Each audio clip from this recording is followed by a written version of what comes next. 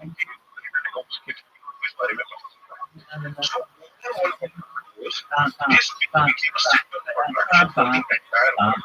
This became a center of advanced scientific research. Hope this point is clear. All right. Now, as we have studied this, so it's time to practice the question. A few students will say कि अगर आप लिखेंगे so it will be easy for us because some students are writing answers in English, some students are writing answers in English. So it will be helpful for you. I have written the question. So this has not been asked previously. I have written this question myself. Any previous questions so far? It's not that the question is not important, or maybe I haven't spent enough time to start speaking. Or maybe the question is another university or practice. From various parts of the world, such as India, Russia, जो अलग अलग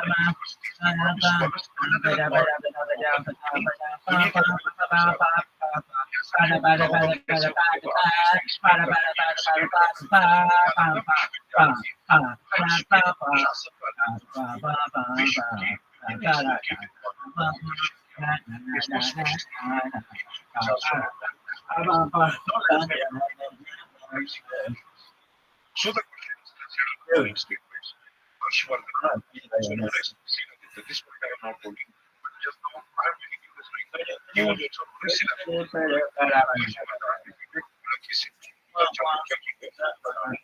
Sila. Contemporary of Harshvardhan. Which of the following statements are right to watch this video? Alright. So the right answer is Khalid. He was known as Sila. He is now recognized. But other time he was a poet. Contemporary of Harshvardhan. जो एक ही समय पर एक साथ exist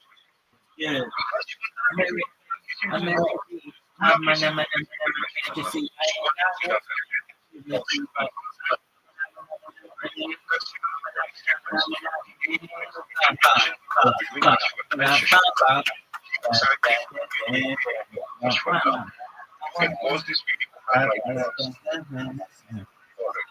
So the correct answer is yes, we also exactly.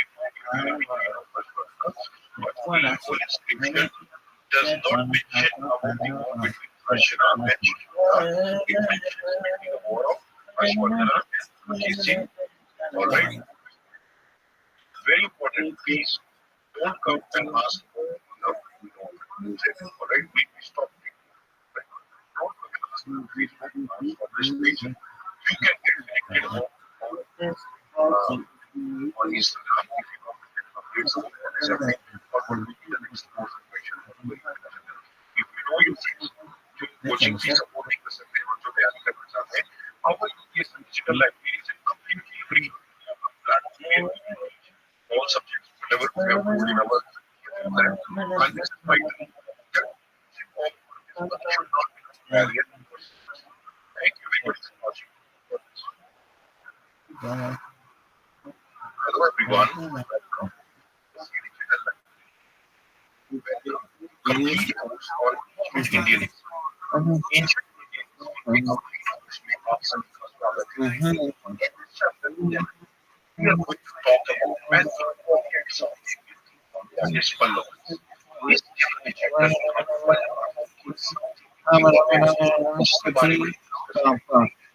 started. First of all, we all studied about the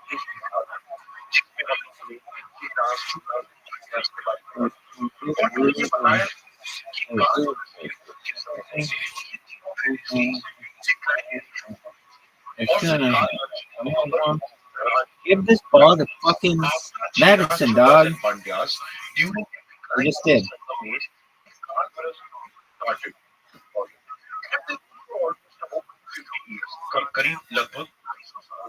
For sure.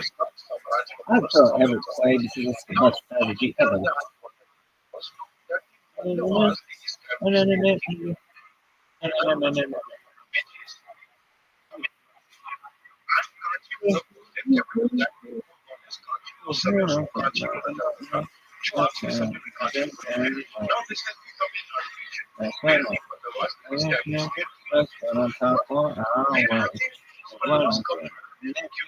सत्ता page में तो हमने 14 और पंजाब की बात की, जो संगत पेज थी, उसके बाद और उसके बाद ही बदलाव किया। So then, what is the origin of these बदलाव? ये बदलाव का origin क्या है? वो हम आगे देखेंगे। और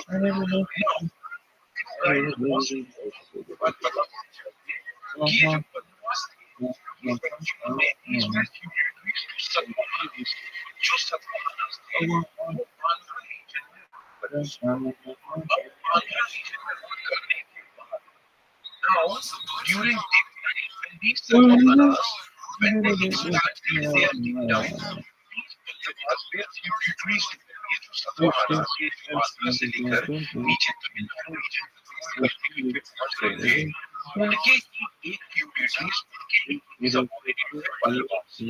मगर बाद में क्या हुआ? जब Satavahanas declined, later on when these Satavahanas they are declined, then obviously as we have seen the other kingdom of जैसे कि बाकी जब ये सब साम्राज्य गिरने लग जाता है, kingdom starts so feudalism start declaring themselves as independent. इस Satavahana के decline के बाद these Pallavas they declared themselves as independent and they started doing themselves from Tamil Nadu east Kanchi. इन्होंने अपने आप को कांची रीजन यानी कांची तमिलनाडु से रूल करना शुरू कर दिया। Pallavas. Hope this point is clear.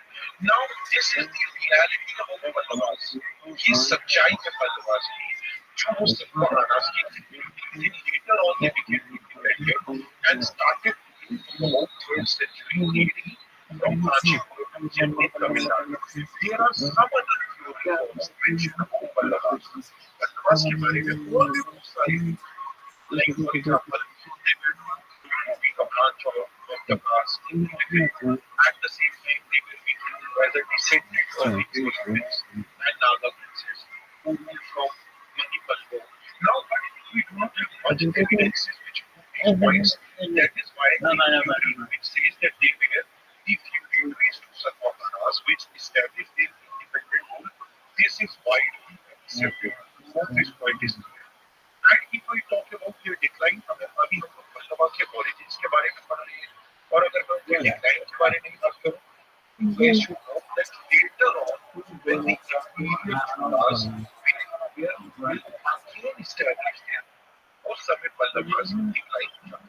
Like what you see over here, लगभग 10th century AD के आसपास again the imperial Chulas were annexed this kingdom and they were over the Pallavas. This point is clear. Do not get confused between the old Chulas, the Satava Empire, and later on the imperial Chulas joined in 10th century. Both are different. Hope this point is clear. Alright, let's start understanding about their political history, about the Pallavas. Now, initially, they are in 558 and then again from 358 to 558. Now, जब शुरुआत में हुआ था कि जितने administrative decisions या जितने भी चार्टर पास हुए और उनमें जो इम्पोर्टेंट थे Sivaskarman, Vijay Skarman, already were the important rulers of the early Pallava kingdoms. इसके बाद now in between 358 and 558, they started issuing their charters in Sanskrit. That means first line of rulers all from 558 and the second line of rulers to 558 and they started issuing their charters in Sanskrit. अब इसमें पिछले को बात होती है उसको order होता है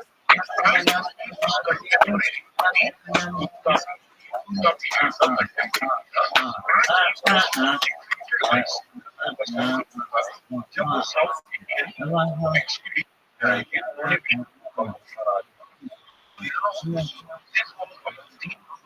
first line of rulers, this was about the second line of rulers, 575 AD.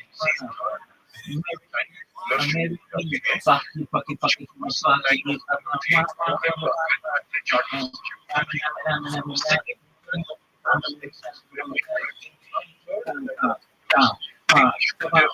So second, Sima Vishnu was the first ruler of this time. And if you guys remember, I told you that the Sangam age was overthrown by the Kalpulas. And after that, the Pallavas were the tributaries of the Satavahanas. Now, if I talk about Sima Vishnu, third line was third line, which started from 575. Now remember, he firmly is pointing out जो काल पुरुष का पर पूरे समाप्त करके complete rule was established of the Pallavas in total this point is David Montgomery is taking it you guys must also जब इस Pallavas की बात करें as a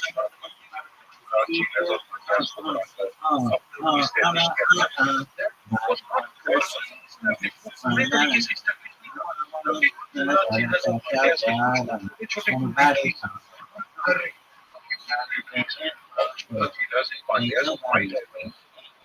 So when I talk about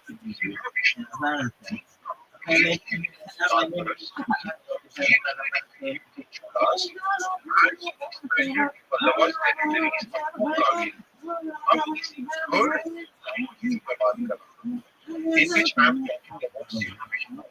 Now over here, there will be some other important rulers also, like Mahendra Varman I, Narasimha Varman I, Narasimha Varman, and some other rulers also which we will see. So let us now look at these other important rulers of the third line of Varman. इनके बारे में हम देखेंगे. First, let's Mahendra Varman I, which will become 630 important because there was a long battle between Pallavas and Chalukyas. Chalukya और Pallava के बीच में काफी लंबा कॉन्फ्लिक्ट था और महेंद्र वर्मन पर्वत की fought against the rest of Apollo की स्थिति के बारे में पहले डिस्कस किया हुआ है.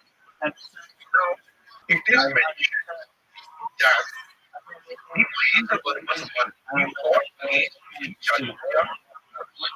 What happened was that the Chalukya defeated Pallavas. Later on, Mahendra Varman was able to defeat Chalukya.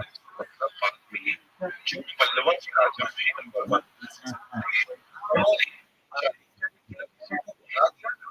अगर जो भी टेरिटरी उन्होंने पहली लड़ाई में हारने के बाद प्रभाव ही territory Mahendra Varman loss not able to recover that loss. Mahendra Varman fought against Chalukya. So initially defeated Mahendra Varman. Later on Mahendra Varman defeated Chalukya. But was not able to regain the lost territory to Chalukya. Both this point should be clear to all of you. And he was a follower of Jainism. Mahendra Varman was a follower of Jainism. Later on, under a scene of art, he converts to Saivism. He becomes a devotee of Lord Shiva. And he assumed a lot of titles. This is very slippery. This is not very important. Now understand here, this chapter is South Indian. But not everything is important from the United. So whatever point I am emphasizing, that is important for UPSC's purpose. Now he is considered to be a great builder of cave temples. मतलब ये गुफाओं में rock temples कौन बनाते थे? This anyways we look into on in this chapter. उन्होंने Shiva temple बनाया था. This is an important point for you to see. Now this don't get confused with this point that he constructed Shiva temples without the use of bricks because he used to make rock temples, but no गुफाओं में बनाते थे. And plus he brings metal Bhutan. All right.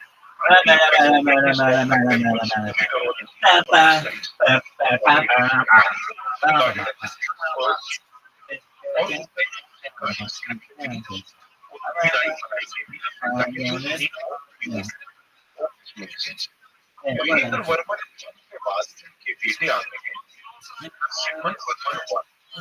और he is very important because he was a great wrestler. He was also known as great पहलवान. Alright.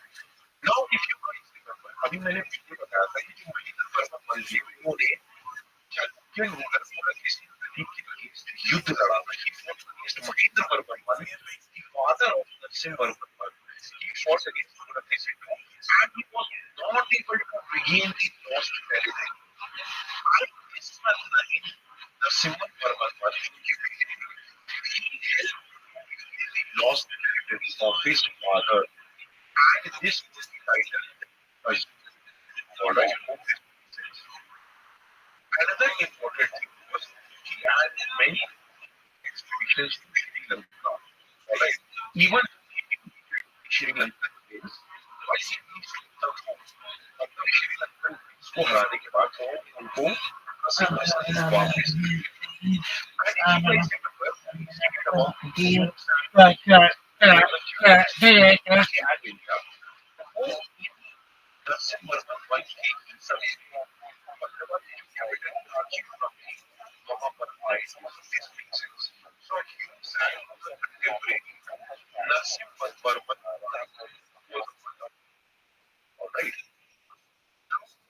Narasimha was described to make this beautiful city of Kanchivarman. मतलब कांचीवरम को beautifully बनाने में नरसिम्हा का बहुत अहम role है. Now it has been told that he made various monasteries, almost 100 monasteries where almost 1,000 monks lived. Alright. Now one more important thing, Narasimha is also considered to be the founder of Mamallapuram. Mamallapuram में बनाया ये भी हम आज diagrams photos के through समझने की कोशिश करेंगे कि in what ways how rock and temple architecture have evolved. No, what happened was Narasimha Varman Varman द्वितीय या Mahendra Varman पढ़ा था उसके बाद Narasimha Varman पढ़ा. After that came Mahendra Varman and then Varman one and then came Narasimha Varman जिसके बारे में हम इस स्लाइड में देखेंगे. Now he was also known as Rothschild. Alright, and he was very important ruler of the Pallava kingdom. The Pallava kingdom is बहुत important ruler. South Indian art and architecture को develop करने में नरसिम्हा या फिर Narasimha Varman to बहुत भूमिका. Now Rajasthan has played a very important role in the development of art and architecture. These great and historic temples, shore temples, and Kailash Nath temple at Kanchipuram, they were built in his name, in his kingdom. Alright. Now, apart from that, there are some other factors also mentioned in first is that to be about school. But that Kailash Nath temple is a very smaller thing, which are the school. Alright. These were our things, but not very important. Alright. And one more important thing, yes. जो पल्लवा था वो almost 980 तक था क्योंकि उस समय मैंने आपको बताया कि जो बाद में आई थी Aditya one was an inferior geography. The last Pallava ruler Aparajita and then he seized the constitution और इस तरीके से Pallava rule came to an end.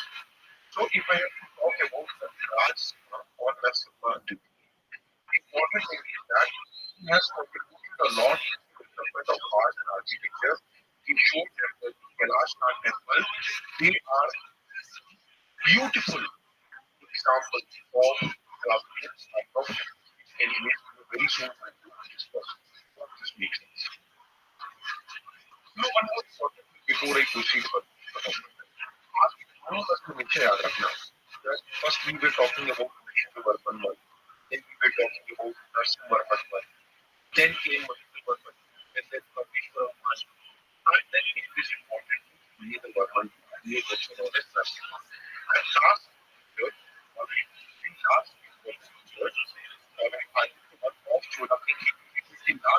Pallava ruler Aparajita. So it comes sometimes in the exam that was the last Pallava ruler. So the answer has to be Aparajita, who was defeated by Aditya. And then the Kanchi region. That is the Kanchi region was seized and thus the end of the Pallava dynasty. Hope this makes sense. अगर हम administration की बात करें, मैं talk about the administration of the Pallavas. अब इनके समय में कोटाम्स यानी कि इनकी स्टेट अलग अलग कोटाम्स में डिवाइड हुई। The state was divided into different kottams and king had appointed various officials for these kotaams to administer that. Alright, not much detail is mentioned over there, but one more important piece over here is that the kings were very liberal and they used to give a lot of land for the construction of temples. But some मंदिरों के बनने के लिए बहुत सारे land दी जाती है जिसको देव नाम। So when the land is being given for the construction of temples, it is known as Devdana. And when the land has been given to government, it is known as Brahma. So this point is clear. और अगर administration की और बात करें, ये जो पल्लव इन्होंने न सिर्फ बहुत सारे मंदिरों का निर्माण किया, not just the Pallava kings have constructed a lot of temples. They have also constructed a lot of irrigation dams, which was very important for the irrigation facilities of the land, which in turn, which will be very important for agriculture. Alright, but the Pallava descriptions we come to a lot more here with that system also. Brahmadiya Devdana, I have already explained. Land tax, as in any other tax of government, जो जमीन से tax मिलता था, that was the primary source.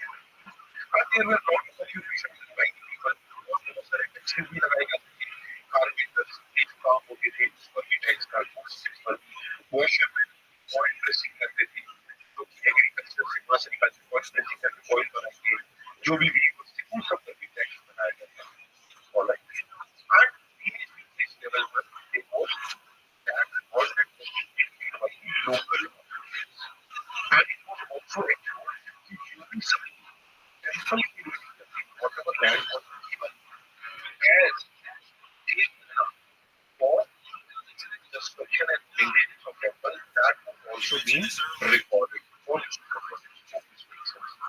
Now, if we talk about society, now the society started with basically two remember I was also for the last just making that argument and it was contemporary from the period system of education much position बहुत high होता है।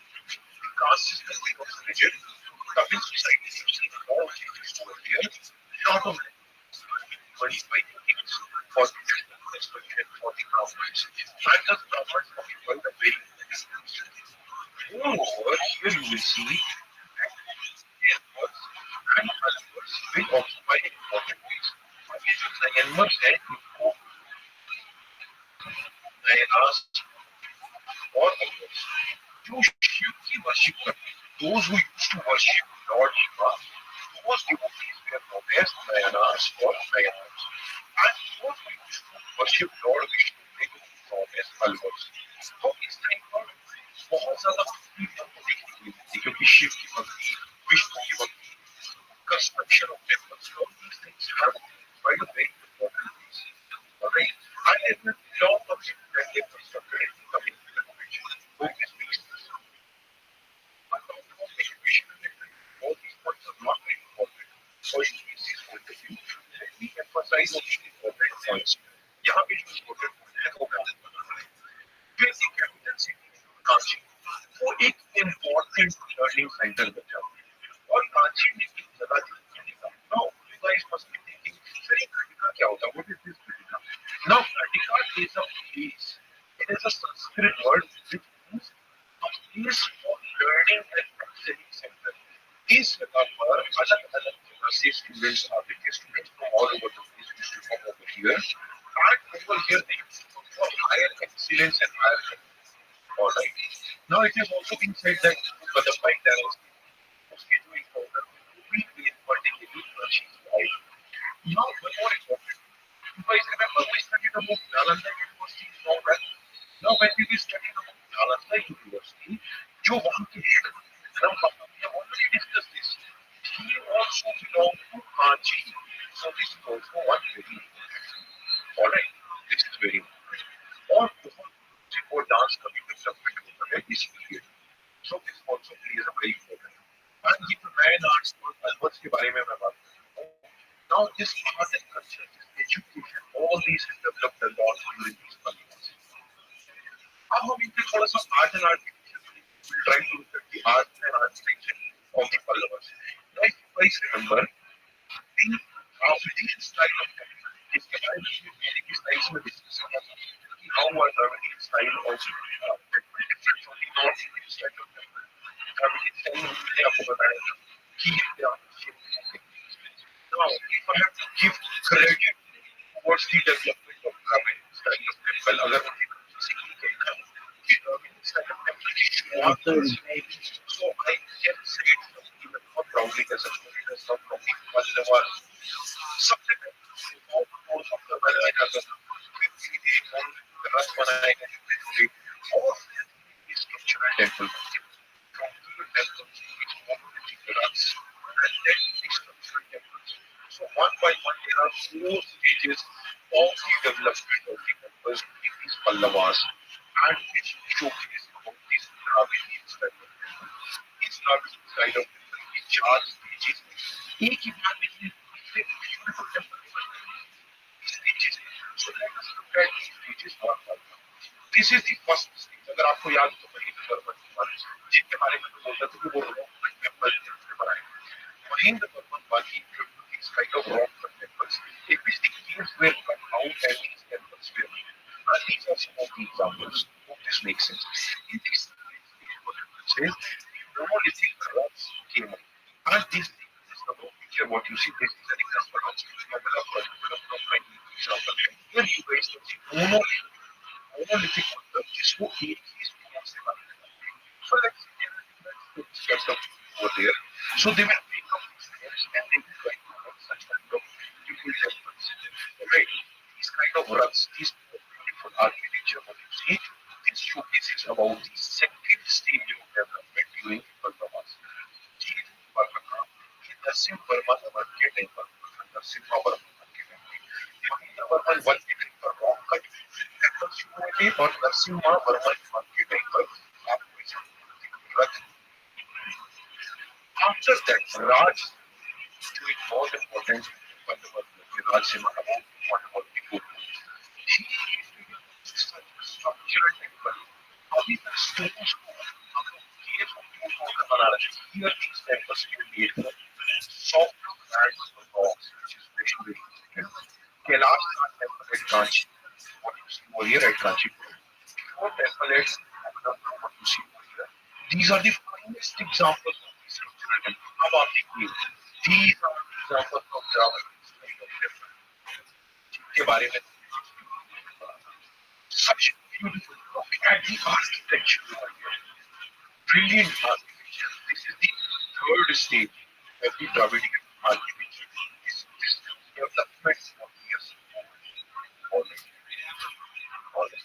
This is the fourth stage. उन्होंने ऐसे beautiful temples बनाए. Mahakrishna temple, Vishwara temple. Alright, these are the temples of the fourth stage. So you guys can see that this Dravidian style of temples in the four stages. First of all, they will cut leaves, then monolithic, and then these to exist. Of these Pallavas कैसे जाते हैं after later last year and then कर लेते हैं और Pallavas capture. Okay. Now apart from the temples, apart from the temple architecture, you guys can also find a beauty of the art and architecture in the Kumar art which is in Kamala.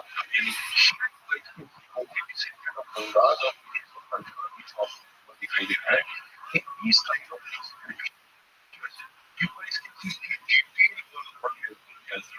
यहाँ पर आप सब friends, companies, आपको यहाँ पर such a beautiful art and architecture was present in the past of this medicine. Now, if we talk about these fine arts, यहाँ पे जितने भी लोगों ने यहाँ पर जितने भी हम लोगों ने टेम्पल्स देखे हैं या ये जो अपने architectures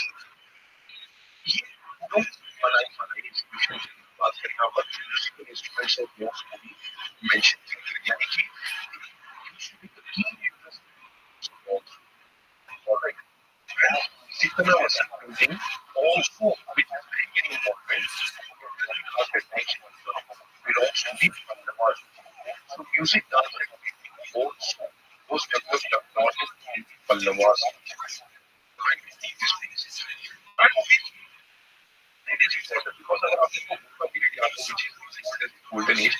In South India, these Pallavas also have played a very key role for the development of art and architecture, music, dance, alright.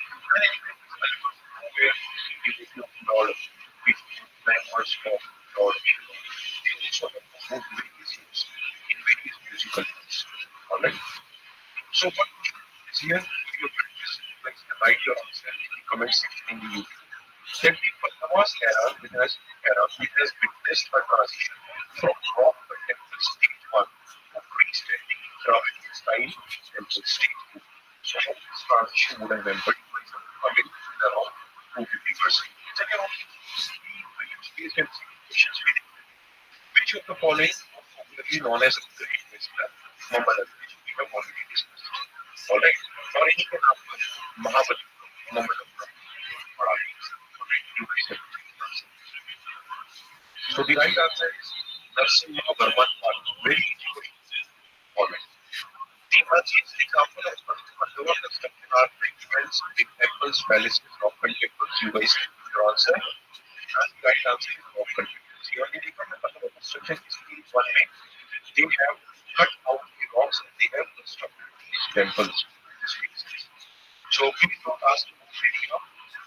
Alright, you guys can get connected to us on Instagram. Keep learning, keep watching, guys. I'm sorry for dealing the video. My health is not doing well. Alright, so if you like, please, reason is because I had a big surgery. I have my immunity is gone down, but still I'm trying my level best. And some people are commenting on this page, but I have already covered history. Which videos बचे थे that we are trying to cover right now. Post chapters are there. So that is what the Rabbi is doing. Hopefully today or next week on that week. Thank you everybody for watching this. Hello everyone. Welcome to PST Digital Life. Welcome to the complete course on ancient Indian history. Ancient Indian history complete course may ask after a long break, we are going to resume our chapters, and just 3 chapters are there, chapter 12, 13, and 14, and then we finish this complete course on ancient history.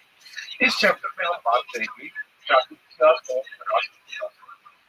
In this chapter, we will talk about Chalukyas and Rashtrakutas. Now, this is a very interesting chapter and very important chapter from history's point of view. So, let's get started. Now, before I start explain to all these things, let me show you a map.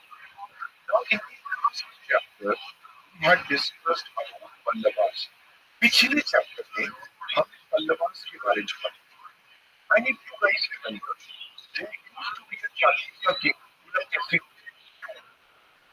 किसी भी एक राजा थे जो चालुक्य के राजा थे और जो पल्लवास के साथ लड़ाई लड़ते थे. So in this chapter, we are going to discuss about those Chalukyas itself who used to fight with the Pandavas and the later come later on. अब एक बात को आप बता समझ कि इस चैप्टर में हम Chalukyas और Rashtrakutas दोनों के बारे में पढ़ेंगे.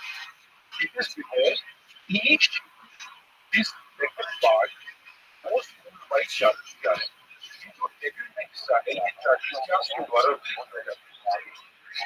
Later on, Rashtrakutas will overtake Chalukyas and then take the start or Rashtrakutas का बहुत बड़ा empire था और major का art empire तो उसको भी हम समझेंगे. Now let us get back to this slide and now let us try it this time. Again, remember this time that Pandavas and Rashtrakutas were contemporary they used to exist at the same time. Each समय पर exist both Pandavas and Rashtrakutas. And that is what has been mentioned of the also. Besides Pandavas के अलावा ये जो Western Chalukyas थे और Rashtrakutas थे, इन्होंने Deccan में एक established. Now, if I talk about or the rise of Chalukyas and Rashtrakutas, obviously we have the Pandavas and Cholas. Later Cholas we are going to study in our next number, that is chapter number 13. Now, this chapter will be very, very important. All. Now, if I talk about the significance of art and culture, art and culture department. So, Chalukyas and Rashtrakutas have contributed or not the pattern towards the art and culture, which very soon you guys will understand. बहुत ज्यादा आपको ये पता चल जाएगा कि Chalukyas और Rashtrakutas ने किस हद तक किया था art and culture. But once, guys, I am telling you, जो चैप्टर हमने पहले पढ़ा था पंचवास, ये उसी के कंटेम्परेरी में अभी हम चालुक्यास से शुरुआत कर रहे हैं. ये वही चालुक्यास है जो पंचवास के साथ करते हैं. These are the few Chalukyas. That is one of the most important things Pulakesi who used to fight with Pandavas. This point is so now let us continue this. Now these Chalukyas, why they are Western? Because obviously अगर आप हमारे भारत के map so this is where the Chalukyas give us the map of India. So obviously this is the western side of our nation, and that is why we see that they were known as the Western Chalukyas. And for about 30 years, as you can see over here, उन्होंने 200 साल तक राज किया था. उसके बाद Rashtrakutas powerful हो गए थे. They overthrew the Chalukyas, which we will look into later on. अब ऐसा बोला जाता है कि जो वेस्टर्न चालुक्यास है ये भी इसी तरीके से रूल कर रहे थे जैसे ईस्टर्न चालुक्यास वेदिक के रूल कर रहे थे और Kalyani. If we talk about the founder of Chalukya dynasty, founder of Chalukya dynasty was Pulakesi. Remember, the Pulakesi king who fight a lot the Pallavas was Pulakesi II. Alright, we will come to this later on. अगर मैं Pulakeshi one की बात करूं, मैं talk about the founder of Chalukya dynasty. He established a small kingdom with Manavi as its. अगर मैं यहाँ पीछे आने की so initially this the initial small area of Chalukyas with Badami as its capital. Hope this makes sense.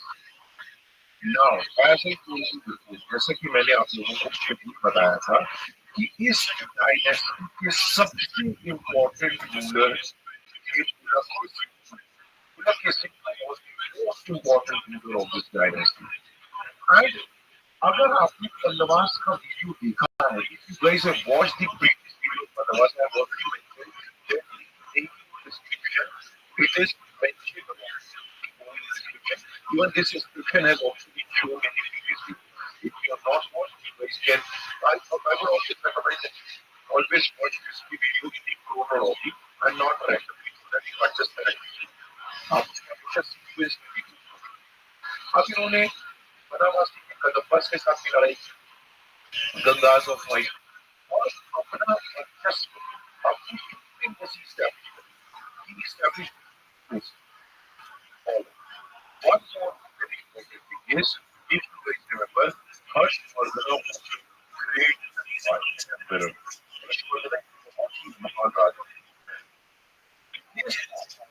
Vision of going into the further south, के expeditions थे. हर्षवर्धन जब south में आना चाहते थे तब नर्मदा नदी में महाराज चले. Harshvardhan was defeated in for Narbada. He was defeated by Pulakesi, and thus Harsha's ambition of the south was put to a check, but he was not able to fulfill that. One more thing is, this we already discussed in the previous video, पिछले video में discuss किया था कि किसी को जब पल्लवास के साथ लड़ाई की, initially he became victorious, but later Narasimha fought against Pulakesi near Kashi. That's when Narasimha Varman stood out as victorious. So when Narasimha Varman is chief. और जब नरसिम्हा वर्मा काशी के पास right execution of Maharaj Chandragupta then the Chalukyas capital Badrinath was captured and destroyed by the Pandavas. ये भी हम लोगों ने पिछले chapter में डिस्कस किया. So very important event जो पुलकेशी टाइम पर was the trip of Chinese people who visited the India to learn a lot about our art and culture, about our nation. What he did was he visited the court of Pulakesi. And if you guys would have watched previous videos, this point was also covered. Now, the successor of Pulakesi was Vikramaditya. अब आपको एक बात याद that the Pallavas in the second expedition they defeated Pulakesi and was the capital of Malawi. But later on Vikramaditya he fought against he fought being a Chalukya king, he fought against the Pallavas and he tried to consolidate the power that was scattered. जो भी Pallavas के साथ लड़ते हुए Chalukyas की power scatter हो गई थी अलग-अलग साम्राज्य कैप्चर हुए थे वो विक्रमादित्य ने दोबारा करने की कंसोलिडेट करने की and thus was being successful in taking the revenge of his father's yeah मैंने आपको बताया है when I was talking about the war which happened near Kaji with Narasimhavarman defeated Pulakesi. In this Pulakesi who died in this war and he lost and later on Vikramaditya went away. Now if I talk about the last rulers of the Chalukya, one of the important last rulers was Kirti Varman. Kirti Varman last king ruler जिनको दंती का name हरा दिया था. Now Danti Durga defeated Kirti Varman and then established Rashtrakuta dynasty. और इसी के साथ ही Rashtrakuta dynasty और चालुक्यास के 500 सालों का राज खत्म. And this the 200 years of the reign of Chalukyas and when the Durga defeated Kirti Varman and established the Rashtrakuta dynasty. Before we immediately to Rashtrakuta dynasty, इससे पहले जब Rashtrakuta dynasty शुरू करें, let us try to read a few more facts about the Chalukyas. Now, if I talk about the administrative social life of the Chalukyas, now unlike the Pallavas and Buddhas, remember these are later rulers. We are not talking about the Patyas, Kiras, and Buddhas. These are the later rulers which we study in the next chapter. So don't get confused between two these rulers. One important thing. That unlike these Pallavas and Buddhas, we are having decentralization administration, मतलब इनकी administration में power last level पर दी गई थी. In the Chalukya, the administration was highly centralized. मतलब अगर कोई इनके पूरे साम्राज्य में कोई administration में all the powers were towards the center. Now the same thing we had also seen during the rule of the East India Company. Alright, when we study modern history, a similar thing you guys will observe. जब वो modern history पढ़ेंगे, उस समय भी हमें देखने के लिए मिलेगा कि धीरे-धीरे ईस्ट इंडिया कंपनी ने कैसे तीनों गवर्नर जनरल के बाद बंगाल को तीनों जहाँ पर उन्होंने वाइसरॉय बना दिया था बंगाल की गवर्नर जनरल को. All the powers were given to the Bengal governor general and later on the decentralization जो बाद में हुआ. But initially this was the strategy of East India Company. They wanted to occupy all the powers of all the parts of the nation. Same way Chalukya में भी जो administration was very centralized. वो central rulers के हाथ में ही वो सारी power थी. And then it is quite obvious that सही बात है that image autonomy was absent. Image में ऐसे लोगों के पास powers नहीं थी क्योंकि वो highly centralized. Chalukya had a great maritime power obviously because ये साउथ में है and we have seas all around the corner and like I said you had around 100 ships and they had a standing armies with. Army was smaller compared to the navy if we talk about the Chalukyas. अब ये बादामी चंद के customer है, I think बादामी चंद के because Badami was the capital of the Indians. They were but they used to give respect to other religions. So they had equal rights with even Buddhists. And if you guys remember, one was the founder of this dynasty. He used to perform a Ashwamedh sacrifice, which gives a direct indication that he performed the number of Brahmin culture. Now, in the honor of Lord Vishnu and other gods, many temples were also built.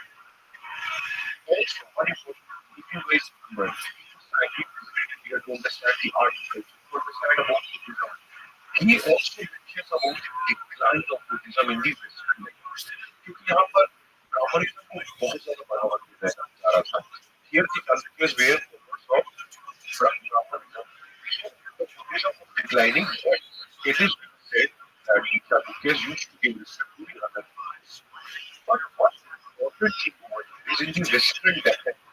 Now, if this is the Indian map, this is the Western Deccan. In the Western Deccan, the impact of Buddhism was reducing. The impact of Jainism was high. There was a pretty growth in the progress of Jainism. जो Ravi Krishna was a poet of the Century who had composed the annual inscription as well. He was a Jain. So this gives a clear-cut indication that Jainism was doing fine at that time. If I talk about art and architecture, as I have already focused, I have been to many temples. And they have developed Vesara styles in structural temples. Now, you guys must be aware about Vesara style. Is Dravidian style, is Nagsena, if not in the previous video, what is the temple architecture? It has already been covered, so you guys can go back and read it by side. अगर आपको temple मालूम है कि सारा style architecture क्या होता है, तो पिछले वीडियो में जा सकते हैं. मेरे ख्याल से किसी टाइटल में कैसे directly mentioned the temple architecture. You guys can watch that to understand. Alright. अब अगर मैं structural temple की बात करूँ, में बता दें और पता करते हैं. Temple architecture was famous under the Chalukyas. Alright. And various temples have been found at Ajanta, Pura, Nasik. And this is something that we will be again discussing much next. Alright. So again, you can see over here, these cave temples have made a remarkable change in the art and architecture. अब आपको यहाँ पर ये दोनों आपको दिखाई दे रही है, बादाम अजंता. यही मैं आपको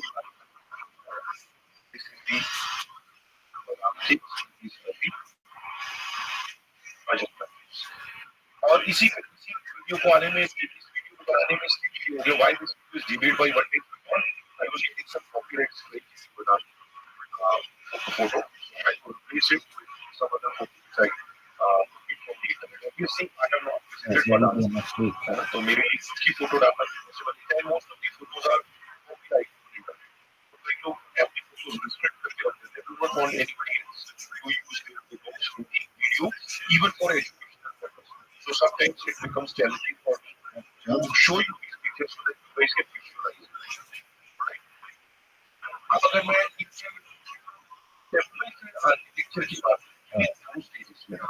सबसे पहले तो ये कई गोल बना फर्स्ट स्टेज के टेंपल से सेकंड स्टेज में वाटर डबल के temple. And if I'm not wrong, in Tamil Nadu, I think the picture could also be mentioned in the second stage. If not, you guys can let me know. In the next video, I will try to add something for these temples. You guys can visualize or you guys can do that. अगर मैं 8 के temples की बात करूं, I talk about the 8 temples. There are 70 temples, 70 मंदिर हुआ. Out of them, these are important temples. और अगर मैं बादामी के temples की बात करूं, तो मुक्तेश्वरा और बेलगोटी की बात करूं, these are important temples in बादामी. और रॉकफोर्ट temples भी वहाँ पर काफी ज़्यादा famous है. In which you guys can also find high pillars, and you guys will find beautiful images of gods and beautifully that. Alright. और फर्स्ट स्टेज की बात होती है वही ओवरव्यू फर्स्ट स्टेज की बात and water double it's second stage of the यहाँ पर 10 इंपॉर्टेंट टेंपल्स हैं इन विच All of it is made in Kazakhstan, and 6 of them is made in India. Remember, this Chalukya dynasty was in Western Pakistan. So there was some impact of North India as well as impact of South India as well. So obviously you guys can see both right now. Now here you it's mentioned also. अगर मैं नजर style के colour की बात करूं तो और अगर मैं द्रविड़ी स्टाइल की बात करूं तो आपको संगमेश्वरा टेम्पल और विरूपाक्ष टेम्पल ये कुछ एग्जांपल्स जो काशी के राजस्थान टेम्पल है उसी के मॉडल पे बेस्ड है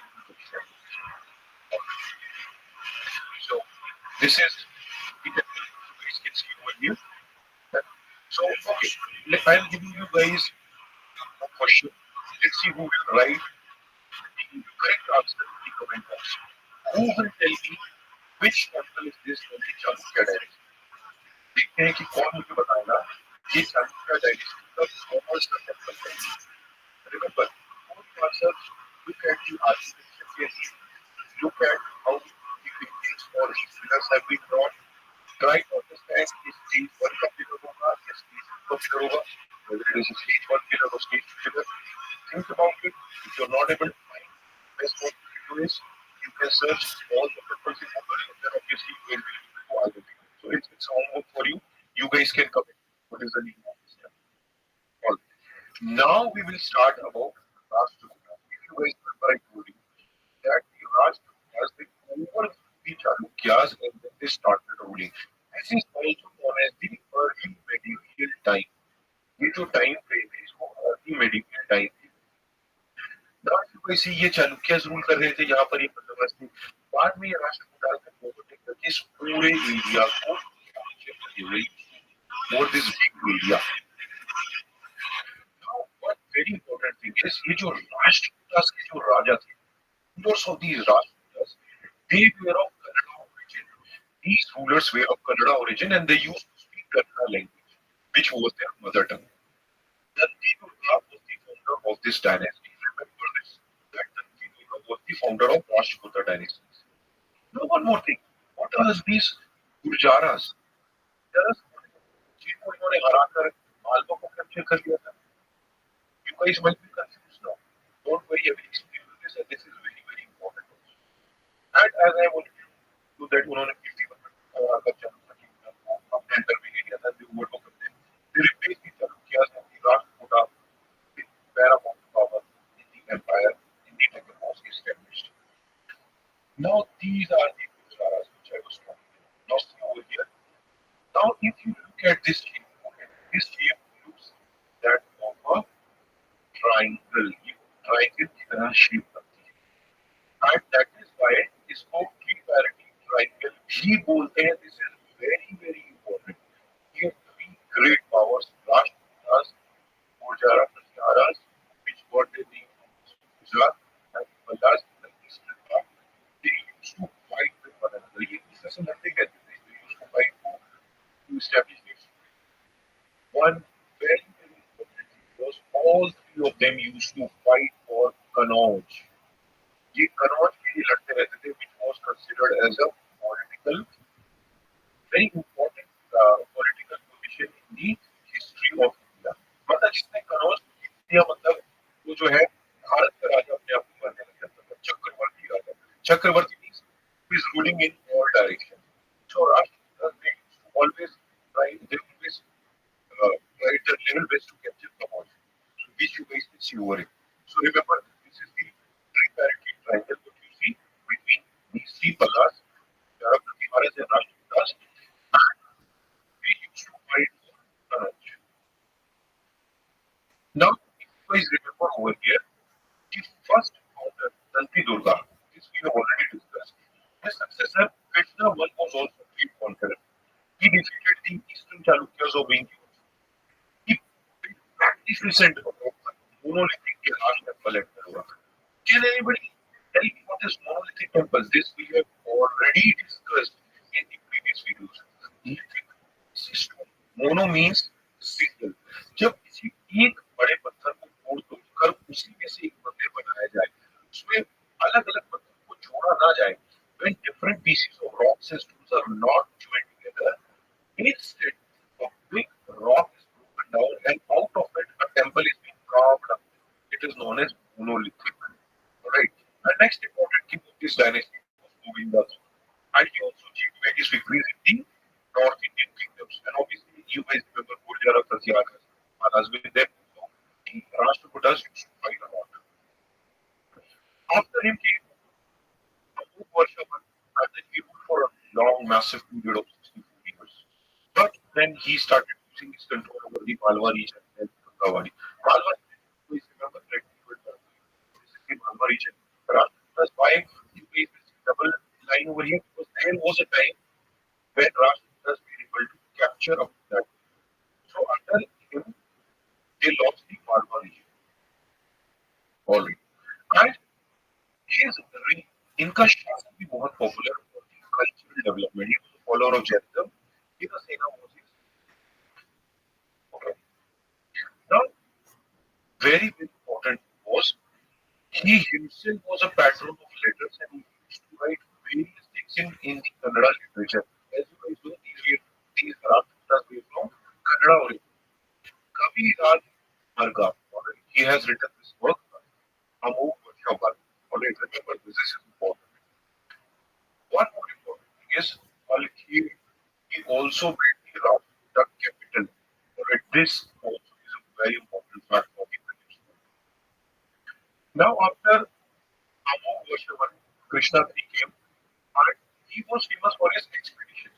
He used to march against the Cholas. Again, if you are worried about these later Cholas, we are studying the next chapter. And he even defeated them at Nakula. He even marched from the south and tried to capture the Rajput. Up to Rameshwar, he went, he tried to occupy it for some time. कुछ समय तक occupy भी किया. He built various temples. We look into it in the article later on. But after the death of Amog Varshavan, Rashtrakuta started declining. If we talk about the administration of Rashtrakutas, it was divided into various provinces. If I talk about the entire empire, अगर मैं पूरे empire की बात करूं, it had various provinces. Alright, and each province was called as Rashtra, which was under the direct control of Rashtrapatis. Even right now, the president we call him as Rashtra because Rashtra is nation. And here also, in the provinces, they used to call them as Rashtra because an empire is one who is ruling over various kings. The empire Rashtra. And if I talk about districts, within the province there will be various districts also, which were known as Shrias, which were governed by Vishyapatis. Vishyapatis district को govern करते हैं. जैसे आज के समय में हमारे पास DM होता है district magistrate. Now in each district there will be various villages. Then Mukti was the next subdivision. Mukti subdivision you can consider it as a tehsil. Alright, as a tehsil, which consisted of many villages. And जो तहसीलदार stand को control करता था, who used to control the such officer was known as Bhogavatis. Alright, and these officers were directly appointed by the central government. So the Bhogavatis were directly appointed by them. And village headmen, as the name itself suggests, ये sarpanch type के थे जो एक village को administer करते हैं. And here also village assemblies were very significant. If you guys remember, Chalukyas were highly centralized, and at Rashtrakutas, you can see the power was decentralized. Hope this makes sense. Now, let's have a look at the society and economy as well. Rashtrakutas की society और उनकी economy के बारे में समझते हैं. Vaishnavism, Shaivism, क्या है ये सब आपको पता हो जाना चाहिए था. This flourished a lot during the period of Rashtrakutas.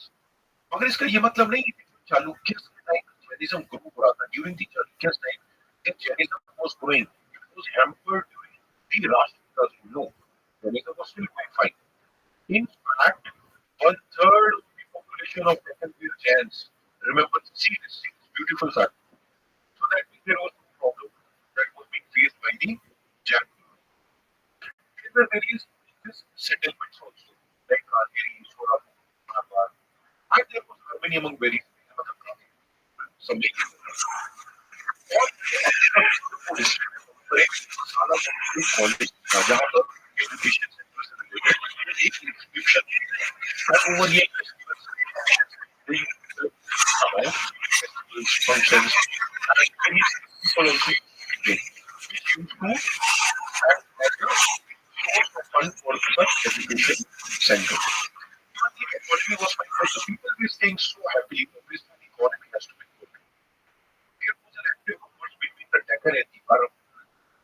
And as the commerce was going by, the Rashtrapata kings keep promoted the Arab trade by maintaining friendly relations with them. क्योंकि डेक्कन के ये राजा हमारे जो राष्ट्रपिता थे उनका अरब के साथ अच्छा कॉमर्स चल रहा था दोनों की दोस्ती भी बहुत अच्छी चल रही थी now here was like if you see that Vaishnavism and Shaivism was flourishing in the Rashtrapita they have patronized a lot of Sanskrit literature even in their books also you guys will find that various good poets were mentioned you guys can read about it even the general literature have flourished Amok बच्चा जो थे उन्होंने जैन समाधि को patronise किया थी हमने भी पीछे भी किया जो उनके टीचर थे जो उनके ही कोर्ट में प्रेजेंट थे he composed verse for Mutya which is a biography of Verswa in verses alright so if you guys do not know about Verswa do comment and let me know whether you know or you don't know at the same time those who know please comment I will explain about what is Verswa alright the important thing was सकदर ने जो था उन्होंने एक grammar work लिखा था जिसको Amok witty नाम दिया गया now obviously for it's related to the king also in place of the king this grammar work was also Acharya was a great mathematician अब कन्नड़ा लिटरेचर की भी इस टाइम पे बहुत ग्रोथ हुई बिकॉज़ दीस डेज कन्नड़ी का people are they laid a lot of emphasis on the development of the Kannada literature which is very good and Kaviraj was the first poet who has worked in the Kannada language. This also becomes a very important question if it's appearing in the Kannada based Guinness exam or other South Indian exam. So alright again here comes the Rashtrapita beautiful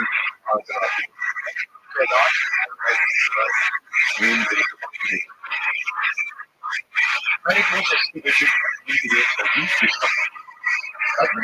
The last of the period is the chapter on the Arabic now look at the slides of the rock that far of this anyway these are the main parts and this is the very good and the of this plinth which is 25 feet high you can see very big figures as we see a lot of very lines जो इस structure को एक बहुत beautiful design provide करता है उसमें एक guide shikara या tower all of the lux की मैच करता है अब इसके अंदर भी 16 स्क्वायर पिलर्स भी हैं overall beautiful architecture one more important thing is यहाँ पर एक स्कल्पचर भी है गॉडेस दुर्गा का जिसको एक बफेलो डीमन को मार रही है और एक और स्कल्पचर ये दोनों स्कल्पचर बहुत इंपॉर्टेंट हो जाते हैं Ravan is trying attempt to lift mount Kailash alright this anyways I will show this to you and even the schemes of Ramayana are in the walls of this temple so if I talk about the characteristics of this Kailash temple they are more of Dravidian type or the characteristics Dravidian type हमने जब चालुक्यास के बारे में देखा ना they were more of Visara style. Okay. So this is the temple that I was talking about. Elephants, lions, क्या political figure. So the religious. If you guys over here, it has been carved out of a single stone. Alright, so you can imagine the size of this thing. How difficult it would have been to make this. Such a great work this was being. Over here you You guys can see his heads also. He's trying to keep Kailash. Kailash is trying to lift him. And if you talk about the Eventites and in Bombay, before the Sri Puri and after when the Portuguese captured this part, they changed the name, right? To Event. And here also, you guys can see a beautiful art and architecture that was made. यहाँ पर भी कहते हैं उसमें आपको बारीकी से craftsmanship देखने के लिए मिलेगी. There are different figures of Dwarka Patras, which look like centuries stepping यहाँ पर. Alright, and then again, these are some of the really practical ways that we can do with it.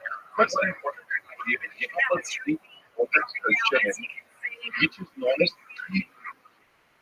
Now, in this three, we are trying to see the aspect that he is not just the creator, he is not just the preserver, but he is also the destroyer. उन्होंने दुनिया को बनाया है, और जाते हैं destroy because in the three movie, there are three aspects of God. Here, these are the three phases of this Lord Shiva: creator, the destroyer, and the protector. Hope this makes sense to all. So this is a question for next. I request all of you to write your answer in the comment section. One very important advice is in each geography, first of all, you do not charge it.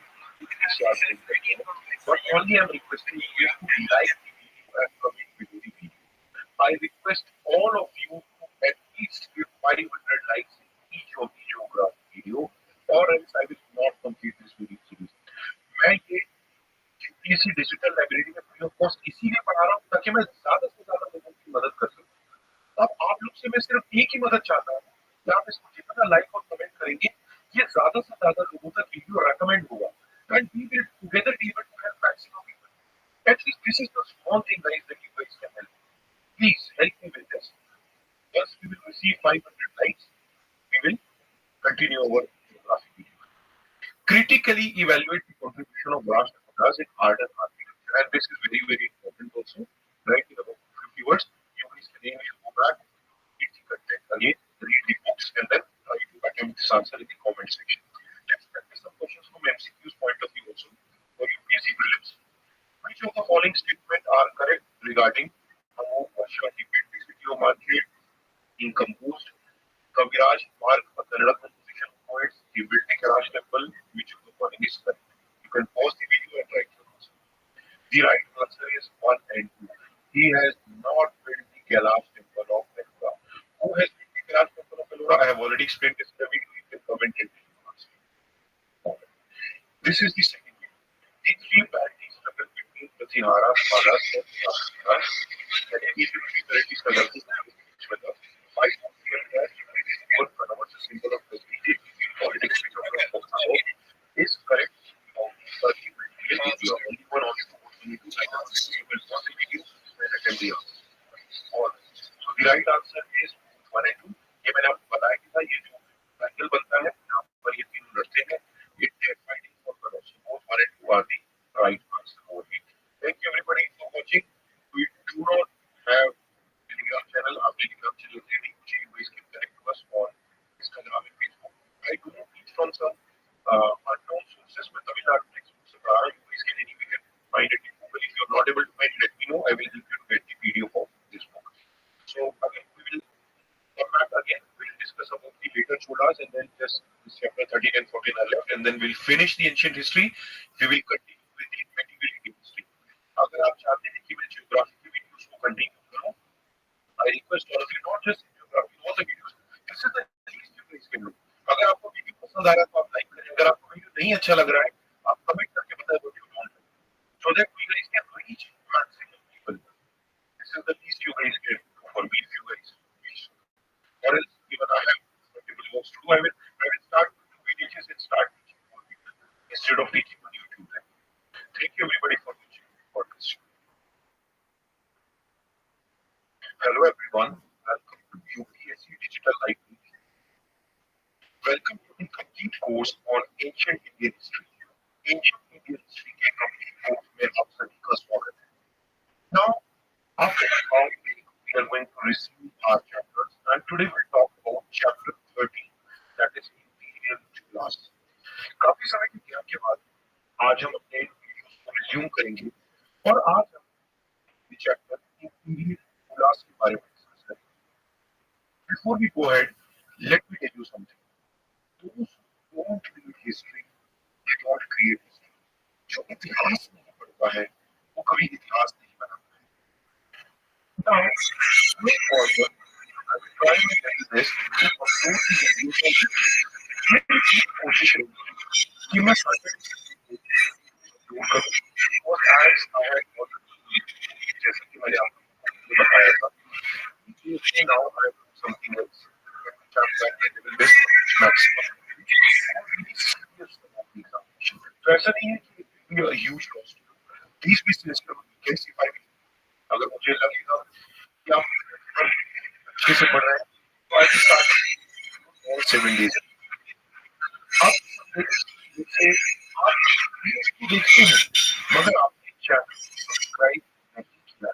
So in that case हमारे digital library के community section पे जब भी मैं कोई post upload करूंगा या कोई अपडेट नए वीडियो की या लेट्स से मैं कोई शॉर्ट नोट्स देता हूं which might be important for means point of view, that is visible only to those aspirants who have subscribed to this channel.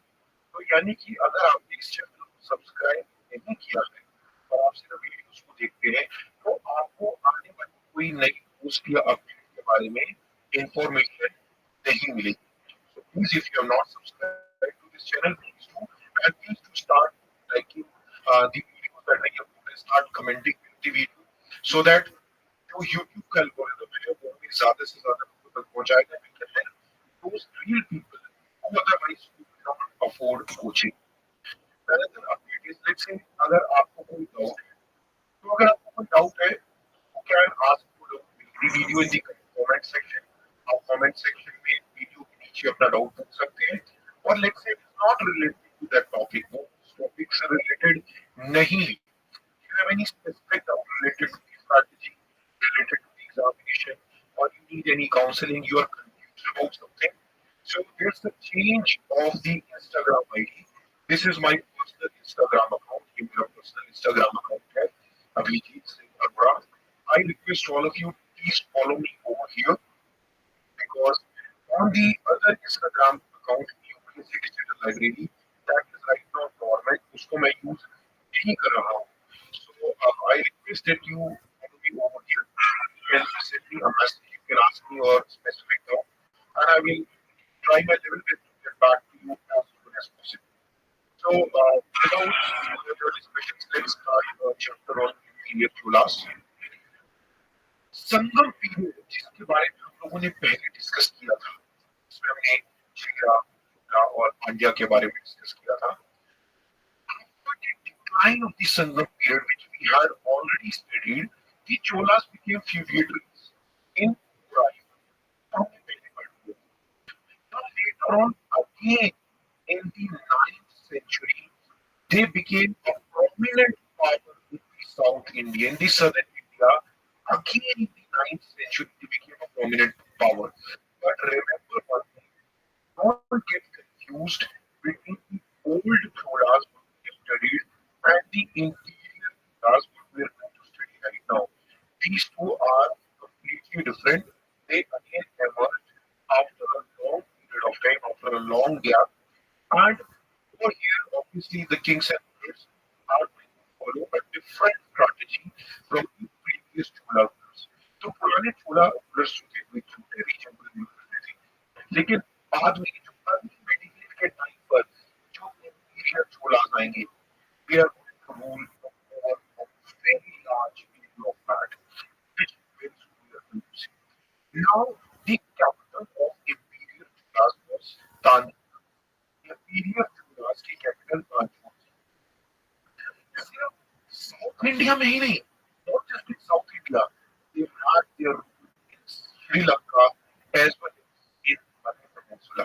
Now, if you guys are getting confused what this Malay Peninsula is, don't worry, I will show you it because they had a vast region under their control.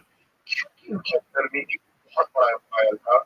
They were also called as the inferior Cholas. इस chapter का जो नाम है, obviously that because they used to rule over a vast. There are various inscriptions जिनके आपको इनके administration के बारे में पता चलेगा, इनके टेम्पल आर्किटेक्चर के बारे में पता चलेगा. We come to know about the various periods of the inferior Cholas. So now, over here you guys can see. So the blue region what you see, okay, this is Ceylon. Ceylon, which is the present day Sri Lanka. These all are where the prominent place from where the inferior Cholas used to be. वो region है जहाँ से Cholas rule करते थे. और बाकी आपको ये जो some people will call it pink or whatever it is, that color doesn't matter. ये जो region आपको दिखाई दे रहा है, these were which were surrounding the inferior Cholas. For example, जिन्होंने inferior Cholas की supremacy को accept कर लिया था. Now over here you guys will see. Okay, so this peninsula. Now here you guys want to know about the exact countries. Let me show you. All right. So here you guys can see that the southern tip of Myanmar, the southern portion of Thailand, and then the Malaysia, and even the Singapore. All these were a part of the imperial Cholas, where the impact was prominent. जहाँ पर उनका impact. So hope this makes sense. And all this is the Malacca Strait. Okay.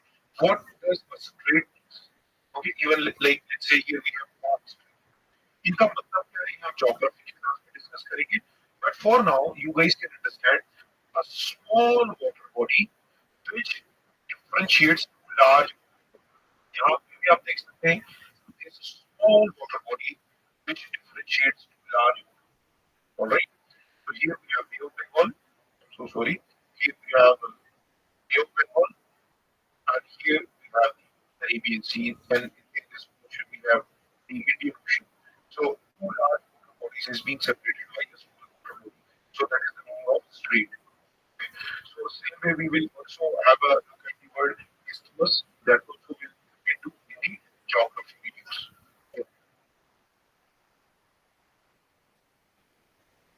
Okay. So now the founder of the Indian Chola was Vijayalaya. And he captured Tanjore in 1800 और वहाँ पर उन्होंने युद्ध का फैसला लिया. और इन्हीं के जो बेटे थे आदित्य, उन्होंने पल्लवा की किंगडम को भी लगभग समाप्त कर दिया था. His son of Vijaya, Aditya, he almost put an end to the Pallava kingdom by defeating Aparajita, and he annexed Tondai Mandalam. उन्होंने टोंडाई मंडलम को अपने रीजन में एनेक्स कर दिया था. ये Now, if I talk about the early Chola rulers, उसमें Karnataka one most also was very important. उन्होंने पंजाब को भी हराया था, पंजाब को, और Ceylon के रूलर को भी हराया था. Ceylon means Sri Lanka. This makes sense. But the Karnataka one, he suffered a defeat. को एक हार का सामना भी करना पड़ा था राष्ट्रकूट से. और ये भी बहुत अच्छे राजा थे जिन्होंने कई बड़े-बड़े मंदिर बनाए थे. Like he is also famous for providing the Vimana. So Vimana is an elevated structure over the temples. Okay, of the famous Nataraja. And this is something that you can read. Fine. और कई inscriptions के through हमको ये भी पता चलता है under his rule, under the Cholas, how each administration was taken. Now, as in that he suffered a defeat under the hands of Rashtrakutas. Bharataka, who was an important early Chola ruler, he had a defeat under the hands of Rashtrakutas. So the first shall be captured. Here he and they never saw again. And he is under the Raja, who is now the most important person in अब राजा बन और उनके बेटे राजे ये दोनों ही बहुत महान राजा और दोनों के साम्राज्य के Raja I and Rajendra I, the Chola power reached its zenith. They almost equal. There are various military conquests that they did. Example, they defeated Chera ruler also. They had a naval battle with them. Navies with the लड़ाई हुई थी. And they almost defeated complete Chera. First कर दिया था पूरी Chera की navy. You guys are thinking about this Chera, we have already discussed that long back. लेकिन फिर भी ये जो Chera region है, ये केरला का केरला region. उन्होंने पांड्या को भी हरा दिया था और चोला की अथॉरिटी जो सुप्रीमेसी थी वो पांड्या रीजन पर ही इस्टेब्लिश हो गई थी. उसके अलावा they also had conquested the Mysore region and then they defeated. And इनके जो बेटे थे Rajendra one, his son Rajendra one was given the responsibility to invade Ceylon, which is Sri Lanka. And under Rajendra one, who was the son of Raja I, he defeated Sri Lankan king Mahendra V, who ran away from Sri Lanka. And under Rajendra I, the Cholas were able to capture, let's say this is the Sri Lanka, they were able to capture the northern part of Sri Lanka. तो इस तरीके से northern part of Sri Lanka भी राजा I के बेटे Rajendra I के rule में चोला empire के अंडर में आ गया. And later on, what happened was, जो कैपिटल थी उसको भी चेंज कर दिया था. Ceylon में श्रीलंका में भी Shiva temple was also built. Hope this makes sense.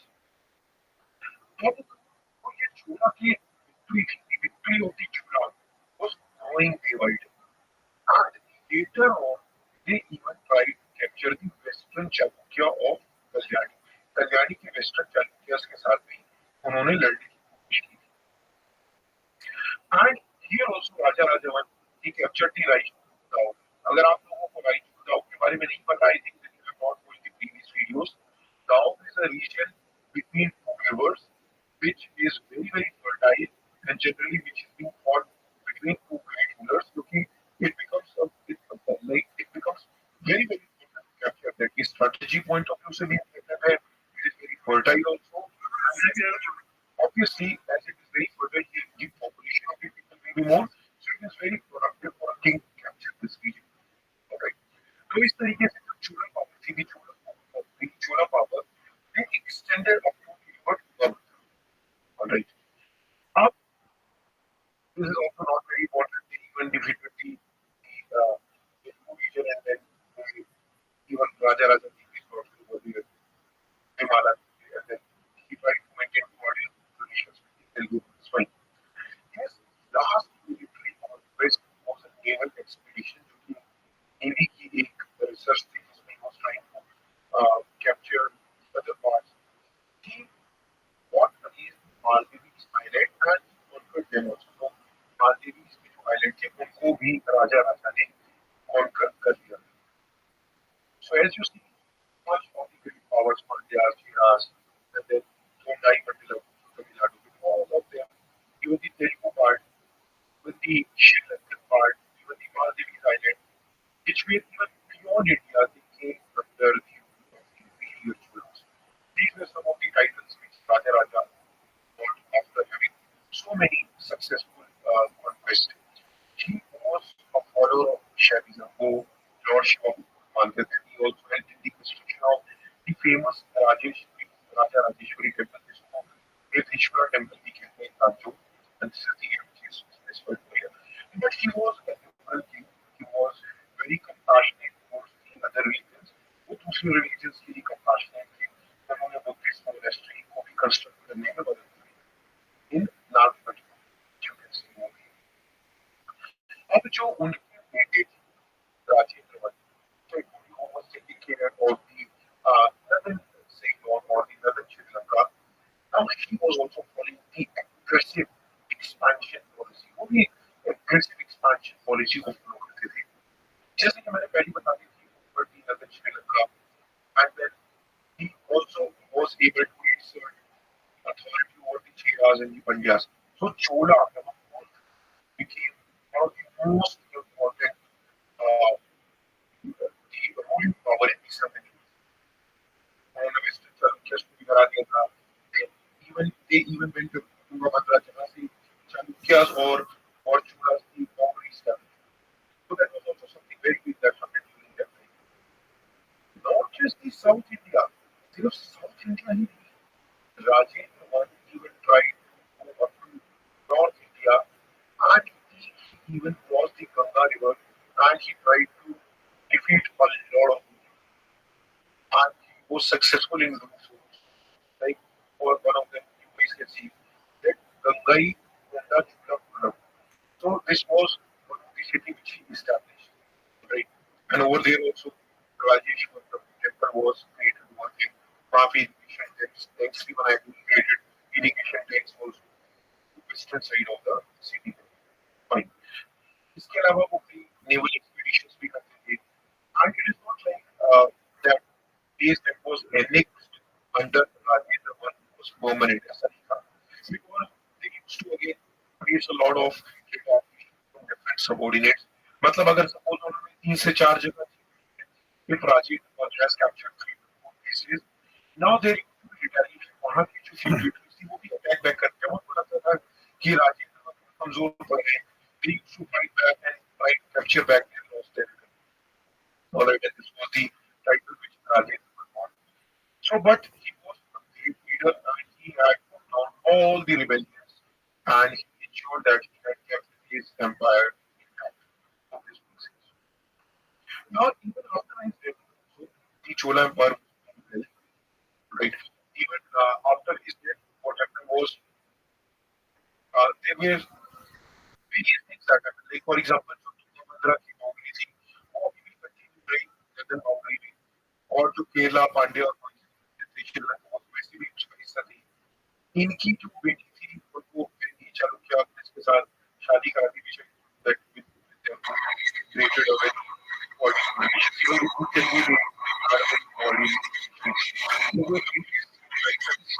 which the Rajendra he had और राजा वन की तरह उनके जो बेटे राजेंद्र वन थे he was also a Rothschild built a lot of embassies like उन्होंने गंगा नदी क्रॉस करके वहाँ पे जो establishment that will also happen. He was also converted towards Vaishnavism and support.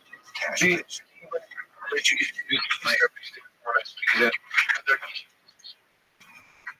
Rajendra one के बाद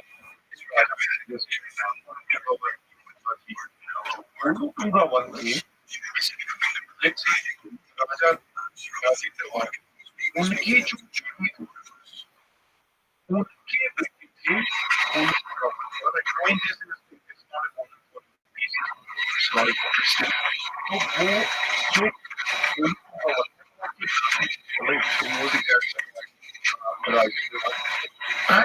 in his reign, became independent. और बाद में क्या हुआ कि पूरे श्रीलंका को भी कैप्चर किया गया था. So important about here was that थोड़ा नुकसान हुआ when the Rajendra was. So a lot of things were reserved by rulers, but they were not as effective as their grandfather. जो थी मर्चेंट्स की उनको चाइना भेजा था और उनके साथ कोऑर्डिनेट रिलेशंस बनाए. जो शिंग विजय ने इंडोनेशिया में करते थे. सो इंडोनेशिया के साथ भी उन्होंने कोऑर्डिनेट रिलेशंस बनाए. और जब पोलकुंगा 3 आ गए थे तब सेंट्रल एडमिनिस्ट्रेशन वीक होता गया था. And then quite obviously then the imperial rulers will not be as strong as they used to be before. Rajendra की अगर मैं बात करूं तो वो लास्ट चोला किंग थे जिनको फिर हरा दिया. Chola kingdom was absorbed into the Pandya Empire. So if I what is the importance of imperial cholas? So that Raja one and Rajendra one are the imperial which had played a very important role in establishing the imperial. So this is something which is important. अगर हम इनके administration की बात करें, administration, their excellent administration, the emperor or the king was at the back, and then there was obviously the powers were also divided. White house, which I'm showing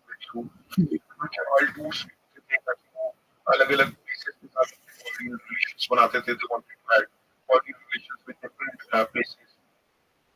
And even in big cities like Tanjore or जो आपका नदी cross करने के बाद established city, well, those were also established. Even the temple were also constructed over there. They were an extensive administrative setup. जहाँ पर कई officials थे, like you guys can see, Sirundar.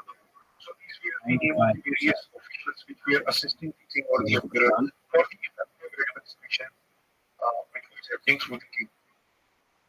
अब अगर मैं रेवेन्यू की बात करूं तो obviously अगर देश चलाना है somebody has to run the country, they must have a source of income. So various means of taxes were levied अगर किसी की marriage भी है, so they are also dues were levied, professional taxes were also levied, on agriculture also, judicial fine, somebody has done a crime, on that also the taxes were levied. But that's not the temples. Temple के जो land उसके ऊपर taxes देते थे, that was a matter which was very prestigious to them, which was very close to them. वो temple की जो जमीन थी उस पर कर यानी tax नहीं देते थे. Apart from that, the residential portion where the people were staying also, there also taxes took place. Now we had a very good, well-defined revenue department. Alright, what you can see over here. Now, Tunga One, जिसके बारे में पिछली slide में देखा था, Tunga One के rule में क्या हुआ था? He was a very kind-hearted king. उन्होंने क्या किया था जब मुश्किल का दौर आता था, let's say the agriculture is not being run or the people are having some kind of health problems in which the people are not able to cope up their own basic daily needs. अपनी daily की रोजमर्रा जिंदगी में उतने पैसे नहीं जुटा पा रहे हैं, तो जो कोलो वन थे वो टैक्स को काफी कर देते थे, कई कई बार मतलब माफ कर दिया जाता. So that is why this title. So this title I still remember that which was the king who earned this title. और जैसे कि मैंने बताया कि जो taxes collect होंगे, obviously there are various expenditures also. King will also need to have his own expenses, his courtmen also, the army also, the navy also. There was a big army in the navy that was building. There has to be more construction, irrigation tanks and canals. So काफी काम है जो राजाओं को करने पड़ते हैं और that defects were provided. If I talk about the military administration, they had a big standing army which they had elephants, cavalry, infantry, that means foot soldiers and the navy. There is said from the descriptions that they almost had 70 regiments. That's a very, very big army. 70 regiments, that means in one regiment itself. 70 regiments, that means they were very, very big. And there was attention was given that the proper army was given so that they were always ready to fight a war, always ready to fight with the territories wherever they go for a fight, because they are always ready to win the war for the imperial cholas. इसी के साथ even military cantonments also used to exist. Military cantonment is a place where the army barracks exist. So army की unit है जहाँ पर रहती है cantonment area. And even not just the army used to pay special attention to the navy. And it is even said that during that time, the navy reached to its zenith. So Malabar के post है, Coromandel post है, they were under the direct control of the imperial cholas. और Bay of Bengal के भी जो coastal areas at time they were also under the administration of the cholas. So they had a great military power in terms of the army and the navy. When those of you who might have just thought about the Air Force, the Indian Air Force came just now, almost 100 years back. How can the Air Force be present over there? You guys should think about it. Now, the provincial administration की बात करें तो जो इनका empire था, जो राजा के अंदर में था एम्पायर है, वो मंडलम में डिवाइडेड था. फिर मंडलम वालानाडूस में डिवाइडेड थी, फिर वालानाडूस के अंदर में भी कई ऑटोनोमस विलेजेस आते थे. तो जो मंडलम थे they were generally under the direct royal force, राजा की यज्ञ officials take place. जो वालानाडू से they were under the control of Peria Datar और जो नाडू थे वो Datar के control में. और even the towns were also known as Nagaram, and Nagaratar was a council in which various administrative officials used to take care of the Nagaram. If I talk about the village assemblies, now we get to know a lot about their village administration in the Chulas और अगर हम पूरे एक administrative setup की बात करें तो हमको बहुत डिटेल में यहाँ पर पता चलता है. Like for example, let's take an example of a village almost 50 wards में वो divided था और हर ward से भी एक एक ward member elect होता था और फिर village में सरपंच तो होगा ही various ward members and then a village head takes how much. So if you guys have not watched the video of class 6 NCERT, it's in Hindi by the way, it's not in English, it's in language. You guys can watch if you understand Hindi. Over there I have a very explained about the village administration, the municipal corporation. So that will be an added advantage to you if you guys have watched that. Now, one beautiful thing which you will see over here about the eligibility criteria to become a board member. अगर आपको board member बनना है तो उसमें qualification भी है कि आपके पास 1 foot very was a unit of land. At least इतना land तो आपके पास होना चाहिए. ऐसा नहीं कि आप landless हो. आप अच्छे resident होना चाहिए. It should not happen when you migrate one of the village under किसी village में आकर रहने लग जाएगा. Then you say, I want to become just how we have right now. Also that if you have to make an election. And he is 38 to start off because they need some experience as an mature individual come up and then make some simple decisions to work initiative for the village. Which I have told about the task. Hinduism was almost at its zenith peak. That was also very or there were certain terms of default. But it's a member of the committee for past 3 years, so you cannot contest elections again because they have to give opportunities to the people in area doesn't happen. This is something which we can learn from the administration. And let's say there's any case for any judicial cases, होना करती है कोई गलती करती है, they have done a mistake, so then they are not eligible to stand for the board member. And let's say this because उनके पास कोई property होनी चाहिए, one of very. So let's say if they have stolen it from somebody and they are not, then also they are not eligible to stand for the elections. So I will not say elections because it's kind of nomination that to take place. They were not direct elections. क्योंकि 30 wards में से वो जो लोग भी अपना नाम लिखते थे, फिर छोटे बच्चे को बोलते थे इसमें एक पर्ची लगा दो.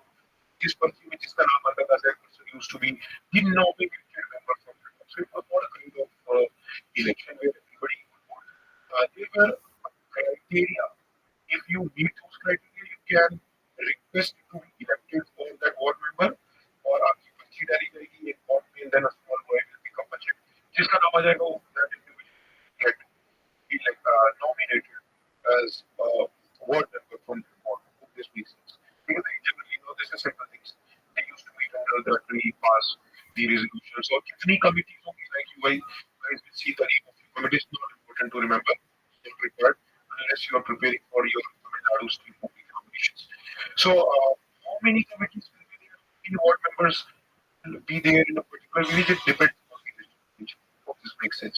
If I talk about your education and economic life, caste system was brilliant because Hinduism was as its at its zenith. So Brahmins and Kshatris were enjoying the special privileges which were not available to Vaishyas and Shudras or division about the caste.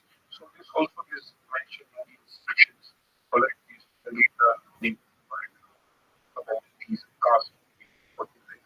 Like, even caste in some cases the position of women was not even the Sati system was relevant, even the Roman countries. They had a sense of security that once the male member has died, so you know that somebody would have come with his wife. So Sati system was relevant. Now, here the temple, this dancing girl system started emerging. The dancing system. अब देव की दासी, now अगर देव दासी वो भगवान की भक्ति में डांस हो रहा है. It's not like it's a kind of rhetoric that takes place. It's a dance devoted to such kind of things also started. You know, both Shaivism and Vaishnavism were flourishing, and even they were as they were liberal, so Buddhism and other religions were also doing fine. Now, for economic activity, temple were the kind of centers where people used to go donate money. For temple land, you protect certain areas that I've already explained you. And if you look at the individual laws, the culture and industries were also flourishing. Forestry land was also good. Irrigation tanks were constructed so that people should not waste in agriculture. Weaving industry, silk weaving industry, Kanchi की साड़ियाँ भी recovered about it. That also flourished a lot. Even utensils, all those things, but everything was very fine. So there were a lot of things, gold, silver, and copper.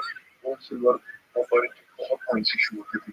And there are contacts in China, Sumatra, Java Islands, Caribbean people. यहाँ तक कि Arabia से घोड़े भी import करवाते थे. People in Arabia horses were having better strength compared to horses, and they provided a much better strength to the cavalry, which was a part of the army. The army को strong करने में भी the Arabian horses played a very important role. If I talk about education, education was also doing very, very fine. Apart from the Vedas and the epics, even mathematics, medicine was also taught. And as you guys can see over here, that क्योंकि जो चोला administration था वो Tamil literature से the foundation is from Tamil. So the Tamil literature almost reached to its peak during the Chola administration. So that was also something. So यहाँ की एक रामायणा थी जो कंपानी की होती है, then you can read about these other masterpieces which was done. So these are some of the works which you guys can read. Not very important from this point of view. Make, let's say, a main question comes, so at least you should be able to pick up one two important points. आपको social life के बारे में बहुत अच्छे से पता होना चाहिए. आपको tax structure, administration, about the art and culture के बारे में बहुत अच्छे से पता होना चाहिए. If you have a rough idea about it, fair enough. But nobody will be able to retain so many things about the Chola. Alright, because the names are also very tough. People from the south will be able to remember, but it's not very easy for everybody to remember these things. But there are a few important things which you guys to know. Temple architecture के बारे में मैंने आप लोगों को अभी समझाया था. So if you guys are wondering what this Dravidian style is, Dravidian means South Indian style जो temples हैं. I've already explained the difference in the previous video. It almost reached its perfection. Beautiful Dravidian style temples were made during the during the rule of the Chola rulers. और इनमें विमान जो एक मैंने आपको बताया वो भी एक key feature था. और these are the name of Venice temples. You can read over it very easy. You guys can read the important temples that were developed. Like let's say Rajendra Verma के time पे Shiv temple का निर्माण किया गया. So these are things you guys can read over it. Nothing but explain. Look at masterpiece. Look at how beautifully these temples have been constructed. So a quick homework. Let's see who will tell me what is the name of this temple and what is the name of this temple. You can comment below. And one more thing. Let's say if you guys have doubt related to ancient history. मैंने देखा था पिछले videos में भी कुछ लोगों ने students have asked out in the previous video also. So don't worry. Once this ancient history, one more chapter is left. Chapter 14. After that, I will make a dedicated video in which will all the videos, whatever doubts have been asked by various students, will personally also you सारे doubts को collect करके doubt का video बनाऊंगा, so that it will not happen that somebody has asked a doubt. So that doubt may be your doubt, no doubt कोई तरह आपके भी doubt हो सकते हैं. तो सबके लिए वो एक का काम करें. I will make a dedicated video on them. I will also make one dedicated MCQ video also on complete ancient history, so that you can आपको पता चलेगा how to start after this course is finished. So apart from the temple also sculptures बहुत अच्छे बने. ये तो मेरे ख्याल से आप सभी लोगों ने कहीं ना कहीं किसी न किसी में किसी पोस्टर में कहीं ना कहीं ये लॉर्ड शिवा की dancing bronze की statue is I am damn sure most of you did not know. So this was also done in the Cholas, right? So the bronze statue of this Nataraj or dancing Shiva are the vast is the world, all right.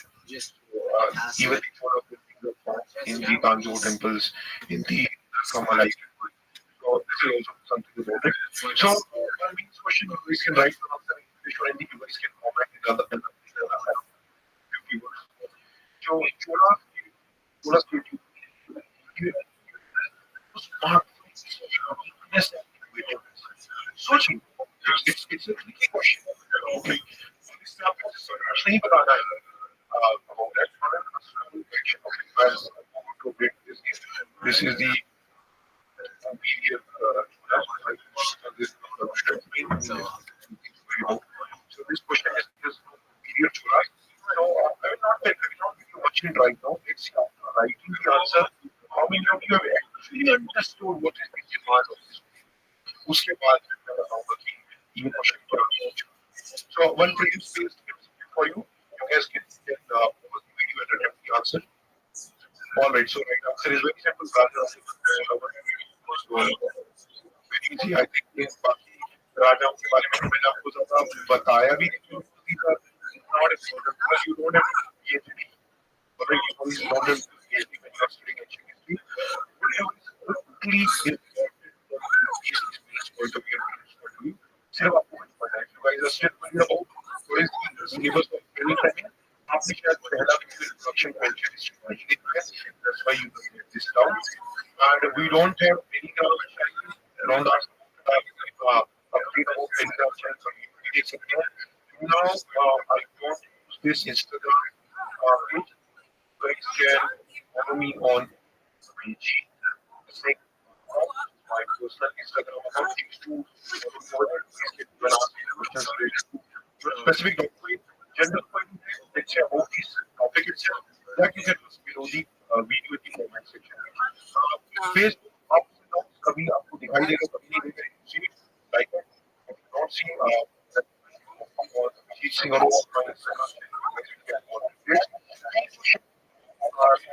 channel to max. देखिए मैं 40 minutes तक आपको check the top 3 to 4 minutes video okay. So if you guys don't have time, let's have a crash course rather than doing full course. Full course इसलिए बना रहा हूँ crash course आपको सब जगह मिल जाएगी. पूरा course कोई नहीं करता.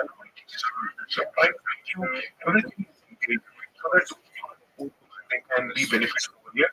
So I will try to come up with next video or next weekend in case I fight. So students will try to cover up whatever maximum we can help before your examination. After insights, these videos will be celebrating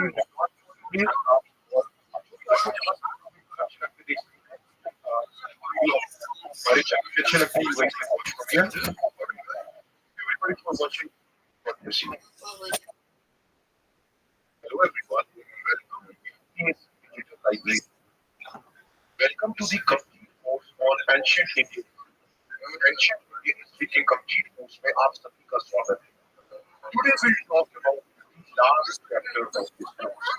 आज हम इस course में आखिरी chapter को discuss करेंगे, which is the spread of Indian culture in other Asian countries.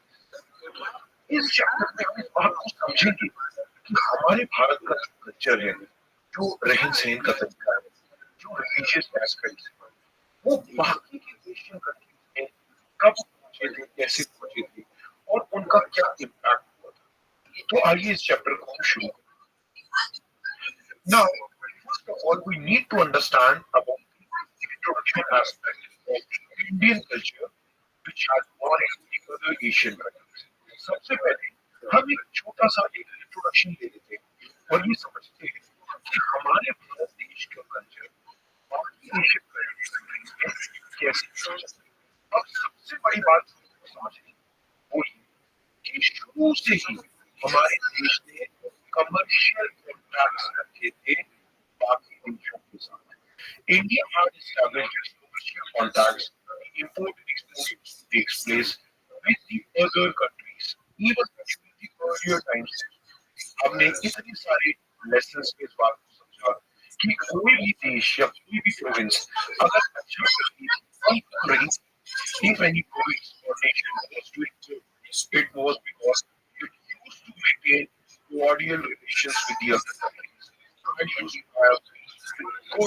commercial contracts to promote and experiment in other countries.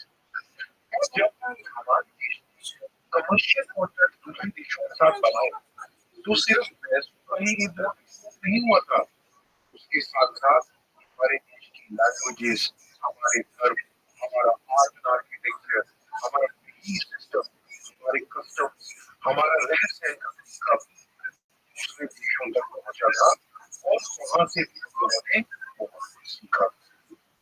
So what I'm trying to get here is when commercial contracts take place with the other during the ancient Indian civilizations, during that time, our languages, our religion, our architecture, our belief system, the way how we take our customs, everything was spread to the other Asian countries. And see, I will tell you about the Central Asia, I will tell you about China, Tibet, and other Southeast Asian countries, the dominant ones. We will going to see हमारा culture पहुंच जाए.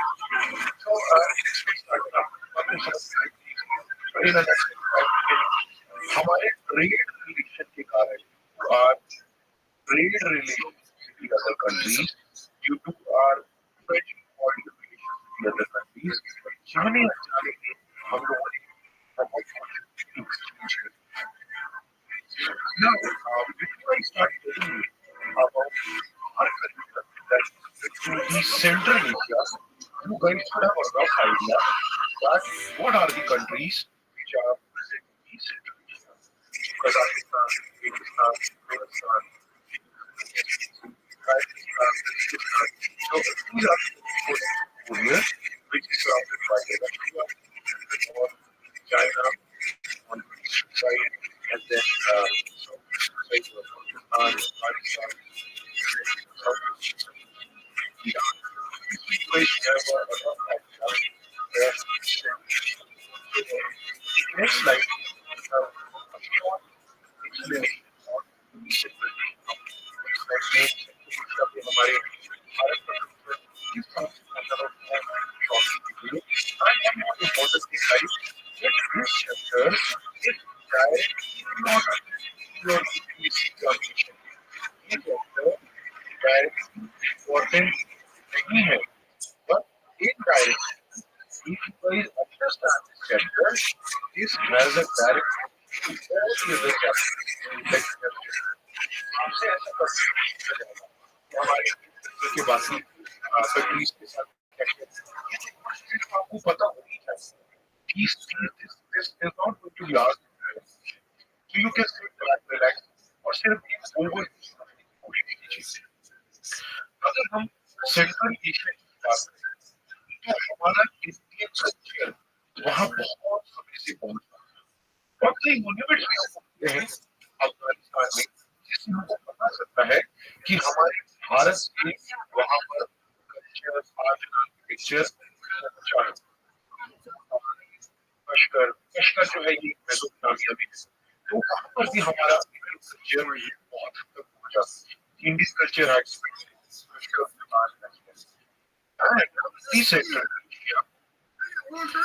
ये Sanskrit text कई संस्कृत की किताबें on the monastery of Buddhism which tells us that our Indian culture was spread to Central Asia.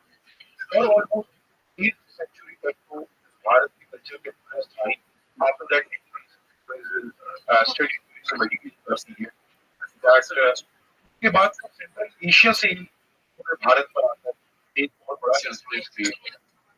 And it is not just in the Central Asia, सिर्फ central Asia में ही नहीं, हमारे भारत देश का जो कल्चर है वो तिब्बत और चाइना में भी पहुंचा था सेंट्रल एशिया के थ्रू.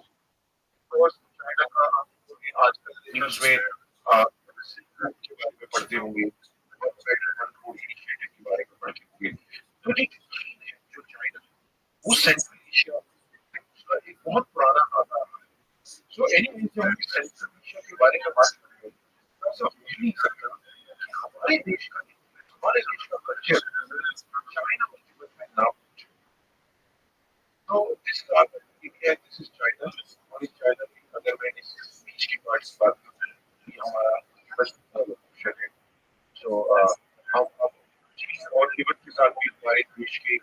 guys who समझने की कोशिश करेंगे. So first let's start with China. And China जो है वो सेंट्रल एशिया में जो उसने अपने क्लासेस ऊपर जाना शुरू करना अपने बॉडी रिलेशंस की रिलेशंस की वो भारत से ही और यहाँ तक हमारे देश में से जब अगर हम लोग सेम चाइना जाते थे तो हम बर्मा के Burma is mine start was a man and we about some है वो हमारे देश से ही पहुंचा during the first century. अगर आप हमारी वीडियोस देखिए if you are not watching these videos we need to watch them. We already discussed about green science. Visiting India, Chinese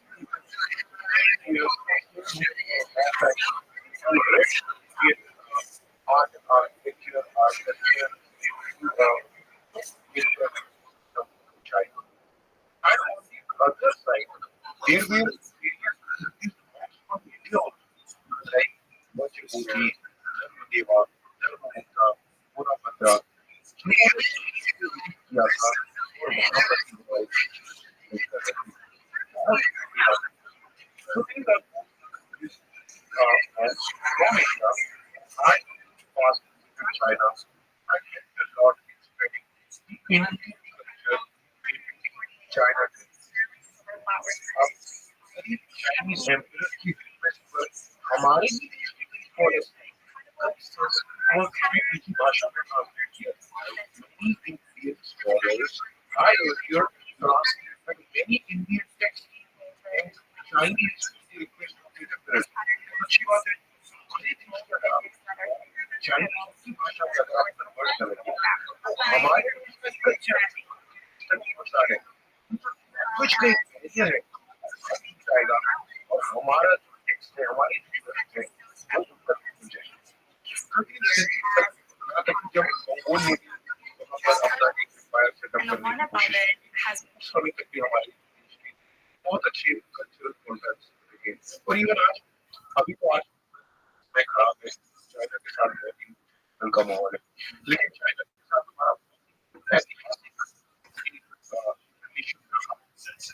And it is not just that Indian culture had played a magnificent role for the Chinese culture, even the Chinese culture of the Chinese art. That also, अगर हम specially art की बात करें, तो भी हमारे Indian art में बहुत बड़ा इन्फ्लुएंस हुआ है और हमारे इंडियन भी वहाँ से इन्फ्लुएंस आया है हमारे वो किस मेक सेंस. अब जैसा कि मैं आपको बता रहा था कि हमारा चाइना है और बीच में हमारे पास and which is surrounded by People's Republic of China. So now let us have a look at the Indian cultural traits and relation that we had established with Tibet. 7th century के आसपास से भारत और तिब्बत के बीच में बहुत अच्छे relations रहे हैं और यहाँ पर जो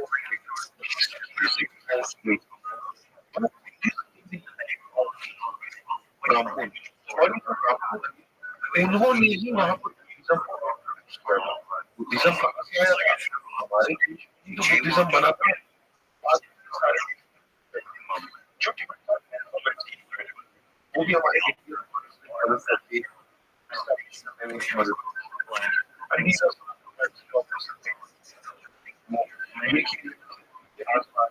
जो हमारा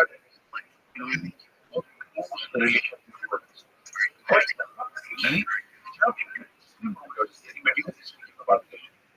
जब वेस्ट बंगाल पर अटैक हुआ था हमारे बंगाल पर अटैक हुआ था वेस्ट बंगाल जैसे जो एक बंगाल का बांग्लादेश भी साउथ था तो जब अटैक हुआ था तो उन्होंने जाकर शहर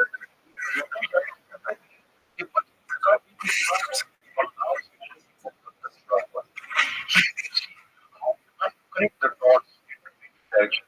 There are various permutations and combinations. समझना पड़ेगा कि हमारे देश का रिलेशन कल्चरल एस्पेक्ट्स और ट्रेड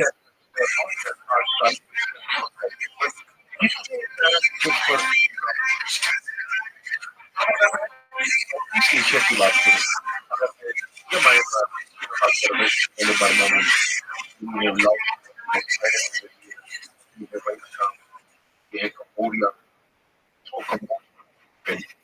मलेशिया, कम्बोडिया कुछ यहाँ पर भी है, फिलीपींस है, इंडोनेशिया है, उसके बाद जावा के आइलैंड्स है। तो अब हम एक साउथ ईस्ट एशिया के कुछ इम्पोर्टेंट एस्पेक्ट्स भी देखना शुरू करते हैं। तो इस मैप मालूम होना चाहिए कि हमारे साउथ ईस्ट एशिया में आइलैंड के साथ के साथ किस किस की है, और ये अगर आपने देखा होगा तो होना चाहिए कि इक्वेटर के से कौन कौन से कंट्रीज पास होते हैं, ट्रॉपिक ऑफ कैंसर से कौन कौन से कंट्रीज पास होते हैं, ट्रॉपिक ऑफ कैप्रिकॉर्न से कौन कौन से कंट्रीज पास होते हैं। ये कुछ बेसिक जनरल नॉलेज के बात है जो आपको पता होना चाहिए। अगर हम साउथ ईस्ट एशिया की बात करें, now it's questionable too. मैंने आपकी बात ये मैंने आपको पिछले वीडियो में बताया था कि आपको वो पता होना चाहिए। तो हमारा साउथ ईस्ट एशिया के साथ एक जो रिलेशन रहा कभी से, क्योंकि साउथ ईस्ट एशिया की जो सरजमीन वो बहुत ही फर्टाइल है, तो हमारे इंडियन डॉलर अट्रैक्टिव और वहाँ पर गोल्ड भी बहुत हद तक पाया गया है।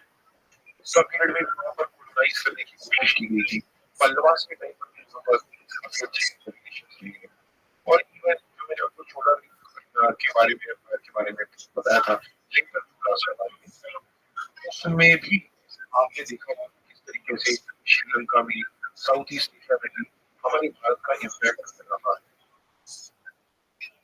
अब हम बात करते हैं कंप्यूटर की, तो लगभग फर्स्ट सेंचुरी से ही पर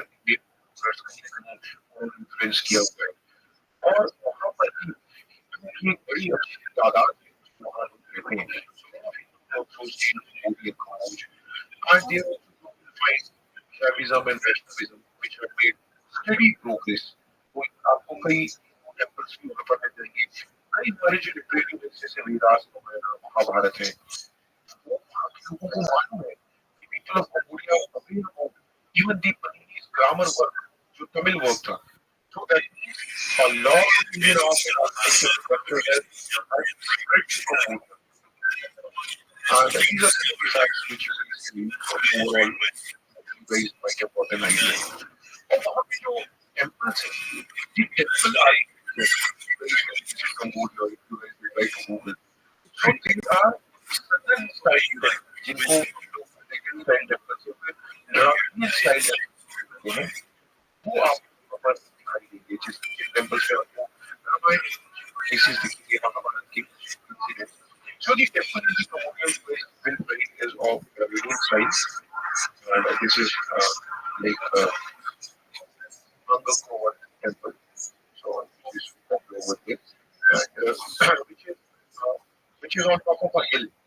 So this temple is on top of a hill, and then we have other sculptures also you guys will find over here. यहाँ पर हमारे लोगों का शासन करने या इन्फ्लुएंस था ऑलमोस्ट जिसके बाद दिखाई पड़ी। मैंने रामायण महाभारत इस बारे में बात की। So if you guys don't know where your path is,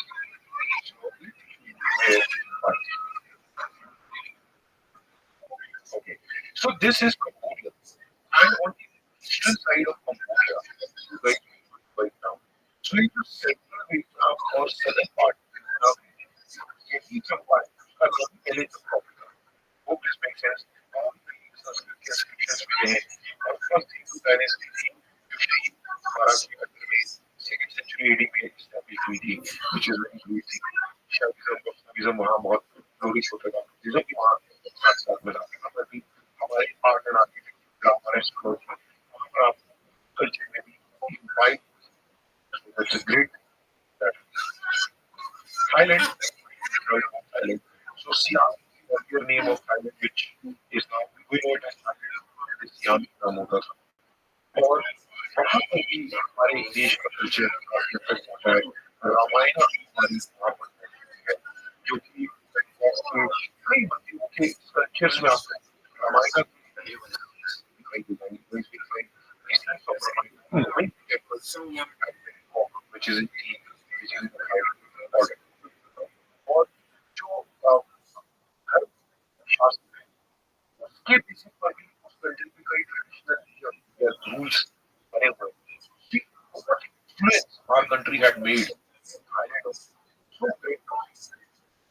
और सुमत्रा आइलैंड्स के बारे में भी बहुत ही हमारे देश का बहुत अच्छा के साथ एक कल्चरल टाइज थे, कमर्शियल टाइज थे, मैरीटाइम भी बहुत अच्छा एक कॉन्टेक्ट रहा है.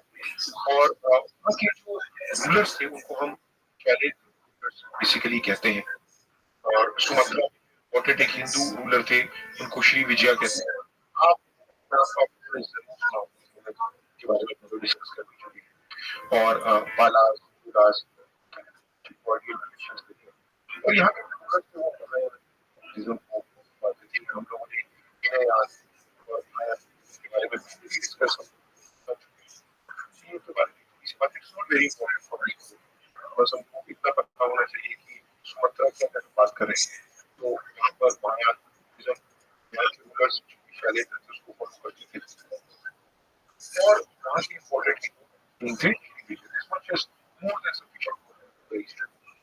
जावा की बात करें तो 4th century AD से वहाँ पर हमारे देश का influence देखने की मिलता है. और वहाँ पर भी शैली उन्होंने कॉन्कर करके यहाँ पर काफी समय तक राज किया. तो अब ऐसी बात है वहाँ पर आपको वहाँ यहाँ भी देखने के लिए मिलेगा. फिर उसके बाद जैसे वहाँ देखने के लिए मिलेगा ओरों पर एक मॉन्यूमेंट है which is very very important आपको याद रखना है पहाड़ पर जावा आइलैंड पर. और इस वीडियो के स्टार्टिंग में आप लोग एक जो बहुत की एक आपको एक बहुत ब्यूटीफुल सी फोटो भी दिखाई दे रही थी, वो भी बोरो दुर्ग ही है. शैनिक बैटल बीच में इसको आप कभी ना भूलें. इनकी और फोटोज भी आपको वेरी ब्यूटीफुल प्लेस. ये इसकी मॉन्यूमेंट्स में विश्व की सबसे बड़ी एक मॉन्यूमेंट है. Monument is biggest monument beautiful stupa. इसके बारे में आपने आप गूगल पे सर्च करके और की फोटोज को देख सकते हैं. So very nice. सो आपने जो पहले हमारे लोकेशंस देखी थी वहाँ पर कल्चर का ज़्यादा इन्फ्लुएंस था. वैश्विज्म Java island, the impact of Buddhism, the Mohammedan Buddhism was of this makes. और हमारी की अगर हम बात करें यहाँ पर भी बुद्धिज्म बहुत रिलेवेंट था. हमारी साइड यहाँ पर 7th सेंचुरी में इन्फ्लुएंस था. और पहले 6th सेंचुरी के आसपास उनका इन्फ्लुएंस वहाँ पर देखने के लिए मिला. और आज बाली आइलैंड की या बाली के हिंदूज का भी वहाँ पर उनका मिनट सेक्शन है कि जो हमारे वर्ल्ड आज बाली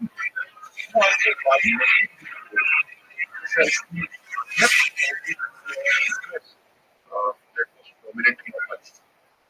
And even in Myanmar, also known as Burma, जहाँ से चाइना भी थे.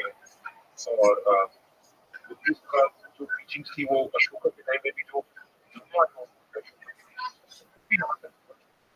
कई हिंदू किंगडम्स ने बर्मा पर काफी इन्फ्लुएंस अपना जताया. हमारी संस्कृति भी बर्मा में कई टीचिंग्स थी जो 13th सेंचुरी तक पहुंची थी. यहाँ पर एक आपको देखने के लिए मिलेगा हिंदुआयन मायन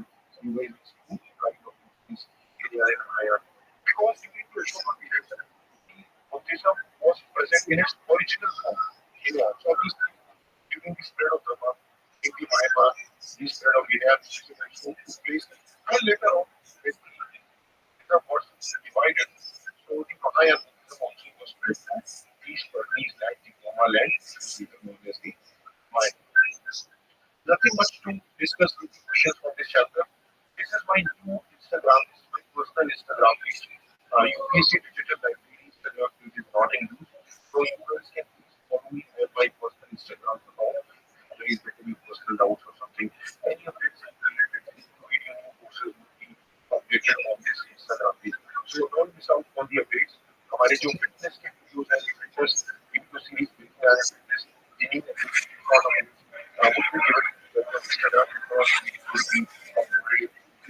so don't miss out over here. Facebook में sometimes you might discuss, sometimes I learn from, sometimes these pages on. Like these people like this. We do not have Telegram channel, Telegram page. Please not ask about it. Thank you for being a part of this wonderful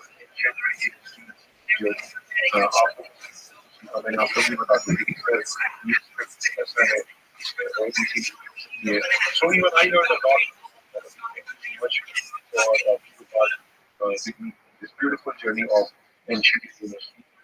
Please share about our channel to maximum people so that we can reach those people who cannot afford to pay tuition fees. So we'll meet again in our ongoing course of photography. We'll come up with new courses. Even मुझे CSAT का भी सुनाना है कि आप ये genius paper पूरी जाए. Thank you everybody for watching. God bless you.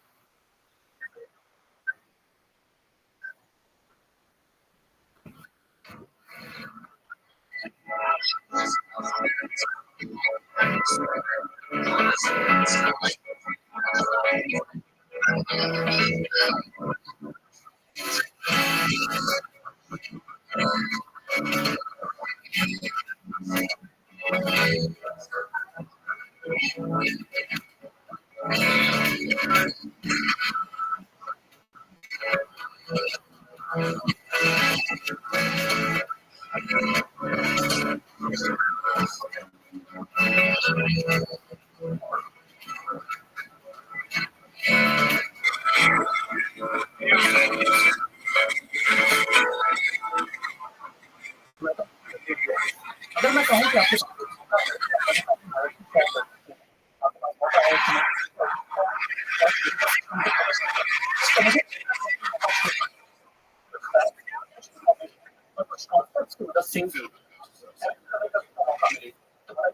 कौन छोड़ना चाहेगा.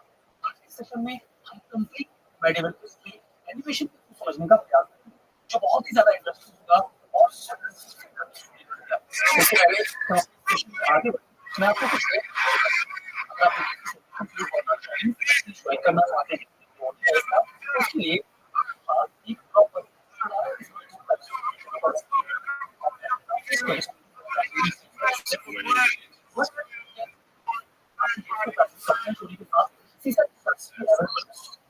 मॉडल पर आप के साथ टेस्ट होगा और भी होगा और जो भी टेस्ट आते हैं उसे इवैल्यूएट किया जाएगा.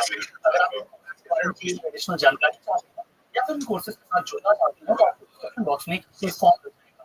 आप उसे फिल करके बाकी की एडिशनल जानकारी क्लास से कनेक्ट और ये बिना देरी की जर्नी को स्टार्ट करते हैं.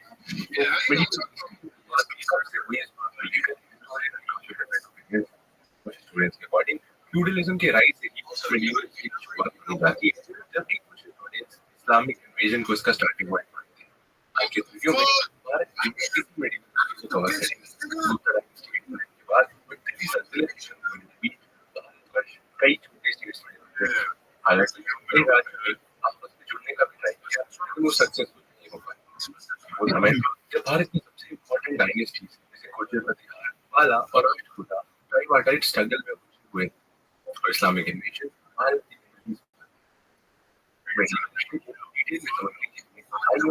कुछ डायनेस्टीज के बारे में समझेंगे. सबसे पहले हम देखेंगे कांची के पल्लव्स के बारे में जिन्होंने करीब किया था और अपनी कैपिटल कांचीपुरम में बनाया था. पल्लवा डायनेस्टी में सबसे पहले हम देखेंगे बुद्धिस्ट पल्लव किंग विष्णु के बारे में जिन्होंने 575 AD और अपने स्टेट श्रीलंका रखे. के बाद आइए देखते हैं उनके बेटे महेंद्र वर्मन द फर्स्ट 680 से 630 टाइटल दिए गए जैसे गुरभारा, सत्यसंग, पिटाकरी और चित्रकार. वर्मन की लिटरेरी डेवलपमेंट्स हुए. इन्होंने रॉकेट टेम्पल आर्किटेक्चर इंट्रोड्यूस किया और महाविद्यालय और अंत में चालुक्य के बैटल में महेंद्र वर्मन की डेथ होती है.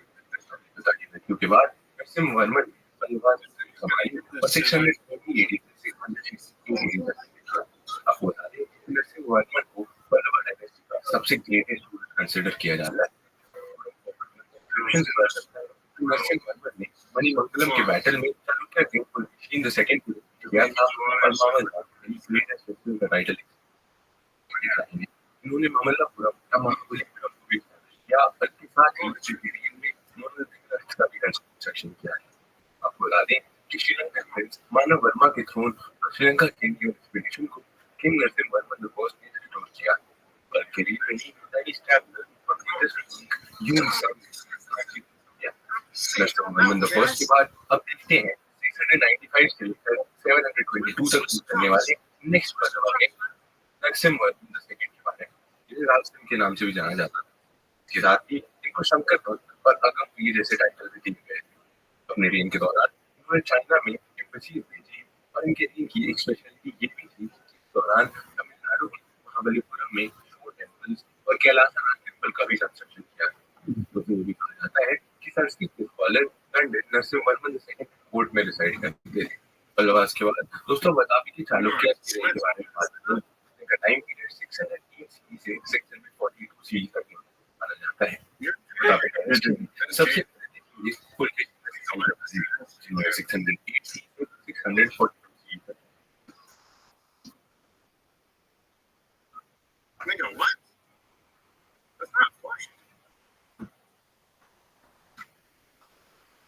Hello and welcome to Let's Crack UPSC. My name is Pratik Rai and I welcome you all to the largest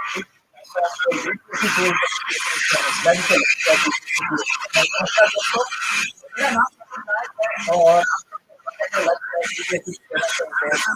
जहाँ पे हम लोग आज के सेशन के डिस्कस करने वाले हैं medieval इंडिया के ऊपर।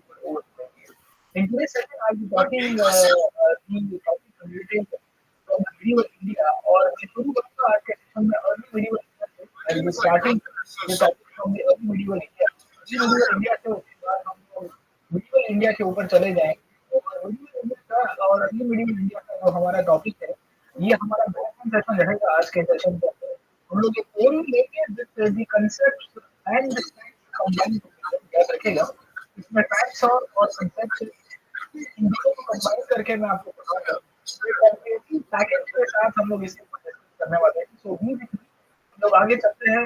बिफोर फर्दर मेरे बारे में बता देता हूँ गाइड कर रहे हैं स्टूडेंट्स को गाइड कर रहे हैं online offline platform used to work आप लोग के साथ इससे जुड़ा हुआ है प्लेटफॉर्म के अंदर को गाइड किया हुआ है। खास करके मेरी जो सब्जेक्ट है हिस्ट्री और आर्ट एंड कल्चर है इनसाइड आउट में स्टूडेंट को कराता हूँ तो कैसे डील किया जाए। मैं आपके लिए 2 इम्पोर्टेंट चीजें अनाउंस करना चाहता हूँ। सबसे पहला है वो है अनअकैडमी प्लस के ऑफर। अनअकैडमी प्लस आप में बहुत सारे स्टूडेंट्स को ऑलरेडी अवेयरनेस होगी। It's a subscriber platform, it's a paid platform but वहाँ पे मैं अपना हिस्ट्री का कोर्स चला रहा हूँ and I already started my course on medieval। तो आप में जो भी स्टूडेंट जिनको भी हिस्ट्री के अंदर डाउट है जिनको भी लग रहा है कि सर हमको हिस्ट्री समझ में नहीं आ रहा है please join me on my class. We have already started on the batches. हम लोग डेली 2 आवर्स का सेशन करते हैं and there are around 14 sessions of medieval history. मतलब करीबन आप पकड़ के चलो कि 28 आवर्स में अभी medieval हिस्ट्री करा रहा हूँ। इसके पहले मैंने मॉडर्न हिस्ट्री के ऑलरेडी अराउंड 80 आवर्स के आसपास क्लासेस अनअकैडमी प्लस के लिए हुए हैं। वो भी आपको मिल जाएंगे इंक्लूडिंग एंशिएंट इंडिया के भी। अगर आप देखिए to see in the ancient India, I have taken around 50 to 60 hours of classes on ancient India. इस तरह से मैं comprehensive आपको सेशंस के साथ करा रहा हूँ। तो प्लीज ज्वाइन। मैं यहाँ पे medieval ancient और modern ऑलरेडी कंप्लीट किया हुआ है। आपको वो क्लासेस भी मिल जाएंगे। आपको आर्ट एंड कल्चर में अगर डाउट हो रहा है तो यू कैन ज्वाइन यहाँ पे बहुत ही जल्द 15 starting with my art and culture course जो मोस्ट इम्पोर्टेंट होता है प्रीलिम्स को लेके क्योंकि बहुत सारे स्टूडेंट्स को यही डाउट होता है कि सर अब प्रीलिम्स में आगे कल्चर कहाँ से आ रहा है कैसे आ रहा है तो समझ में नहीं आता। ठीक है ये सबसे बड़े its largest platform on the GK बहुत सारे टीचर्स आपको लाइव क्लासेस होते हैं अनलिमिटेड एक्सेस मिलता है। आप वहाँ पे लाइव और रिकॉर्डेड दोनों क्लासेस को अटेंड कर पाओगे। मैं खुद यहाँ पे फीस सर्व करता हूँ। स्ट्रक्चर देता होता है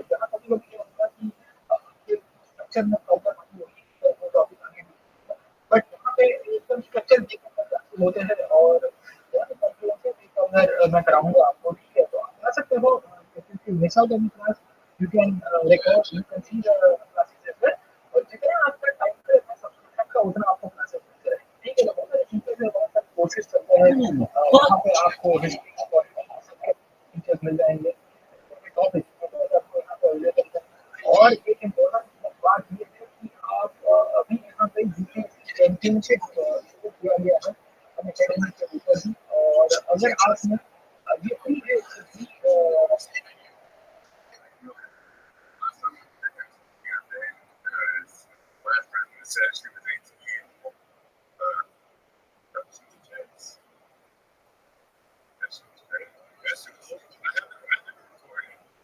Ancient Indian history feels like a halfway point between a fairy tale and a Lovecraft story. And you have tales of princes going out into the wild to seek enlightenment and guilt-driven emperors swearing off conquest and legendary peacemakers, but there are also entire cosmologies simply spoken into existence in a Bronze Age civilization about a millennium ahead of the rest of the world that just fades into nothingness. And the rest of Indian history is like this too. It's so large and diverse, but almost like a jigsaw puzzle that every piece still fits together into one cohesive whole. And we can see the outlines of this big picture of India back in the earliest sparks of civilization. So, to wind back the clock and see where India got its start, let's do some history. It's brought to you by Audible. More on that later. The earliest evidence of is a string of settlements along the Indus River Valley in the 3000s BC. And as far as Bronze Age civilizations go, the Indus Valley is by far the raddest. The floodplain was easy to cultivate and build on, so the society that sprung up was startlingly organized. In the cities of Harappa and Mohenjo-daro, excavated by the British in the 1900s, we found standardized building bricks, streets laid out on a grid system to catch the breeze and cool down the city, built-in sewage systems, and massive public baths. Centuries before the pyramids in Giza, India had urban planning that wouldn't be easy to agree to up to 2,000 years later. And the construction quality seems to show that the people of the Indus Valley had been refining this system for a while. As the rest of the Bronze Age civilizations were born running on tombs and palaces, the Indus Valley had long since made pre-public works and figured out zoning laws. And they weren't an insular civilization either. Their trade networks with Mesopotamia were so speedy that they could get the fish from the Arabian Sea. Plus, Mohenjo-daro and Harappa aren't exactly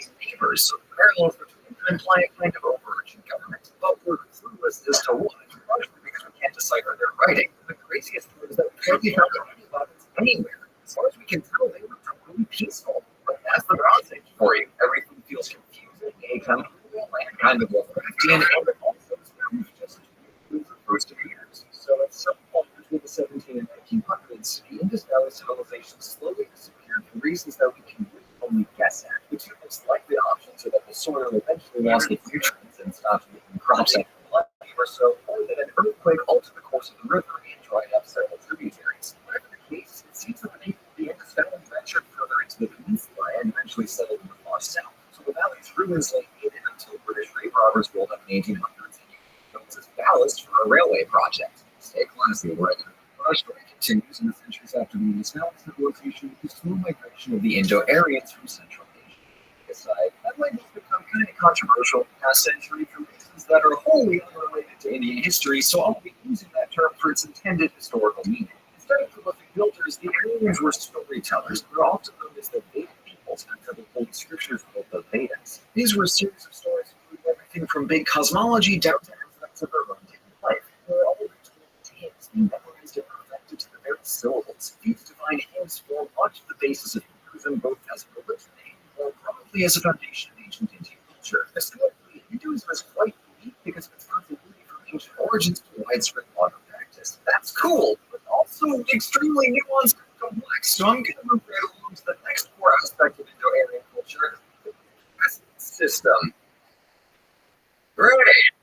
When the Aryans came across the native Adivasi, obtained political stability via a strict social hierarchy, with the Aryans at the top and everybody else below them. A story we've seen many times on this channel. But as the Aryans and the Adivasi mixed over the centuries, the system was stratified by one profession rather than by ethnic group. At the top were the Brahmin priests, then the Kshatriya lords and warriors, the Vaisya merchants and farmers, the Shudra laborers, and the subcaste untouchables, completely ostracized by society. The big yikes here is that the social hierarchy based on class rather than race is malleable to whomever is in charge. privilege. So the caste system has survived the rise and fall of empires to systematically oppress the Indian people for basically 3,000 years. So just keep that in the back of your minds for the entirety of Indian history. It's really long. As the Vedic tradition evolved in the first millennium, you'd see a new wave of philosophical thinking picked up via a series of texts called Upanishads. Its name comes from the Sanskrit for sitting down near as a student by their mentor while receiving divine knowledge through a discussion of philosophy. Similar to the analects of Confucius or the Tao Te Ching, Upanishads are presented as a series of brief teachings. Once appear along the four Vedas, but many Upanishads were composed and added later. So as the Vedas form the basis of Indian religion and mythology, the Upanishads are the core of Indian philosophy. It's here that the first mentions the topics from reincarnation to how it debases people and the consequences of our actions, as well as our sense of self and the greater totality of the universe. It's a lot of terms, I know, but Upanishads are not as they are dense, and there is a lot to unpack there. The big mind melt at the end is that our localized self, not mind, is really made up of the same stuff as the big cosmic everything of Brahman. And when we realize that we're all the same, and our Atman returns to Brahman, we drop a wonder returning to an ocean. Aside from the big metaphysics, there's so much to learn from the Upanishads, and philosophers from across time have lavish praise for both their sincerity of tone and their depth of wisdom. So let's see, theology, philosophy.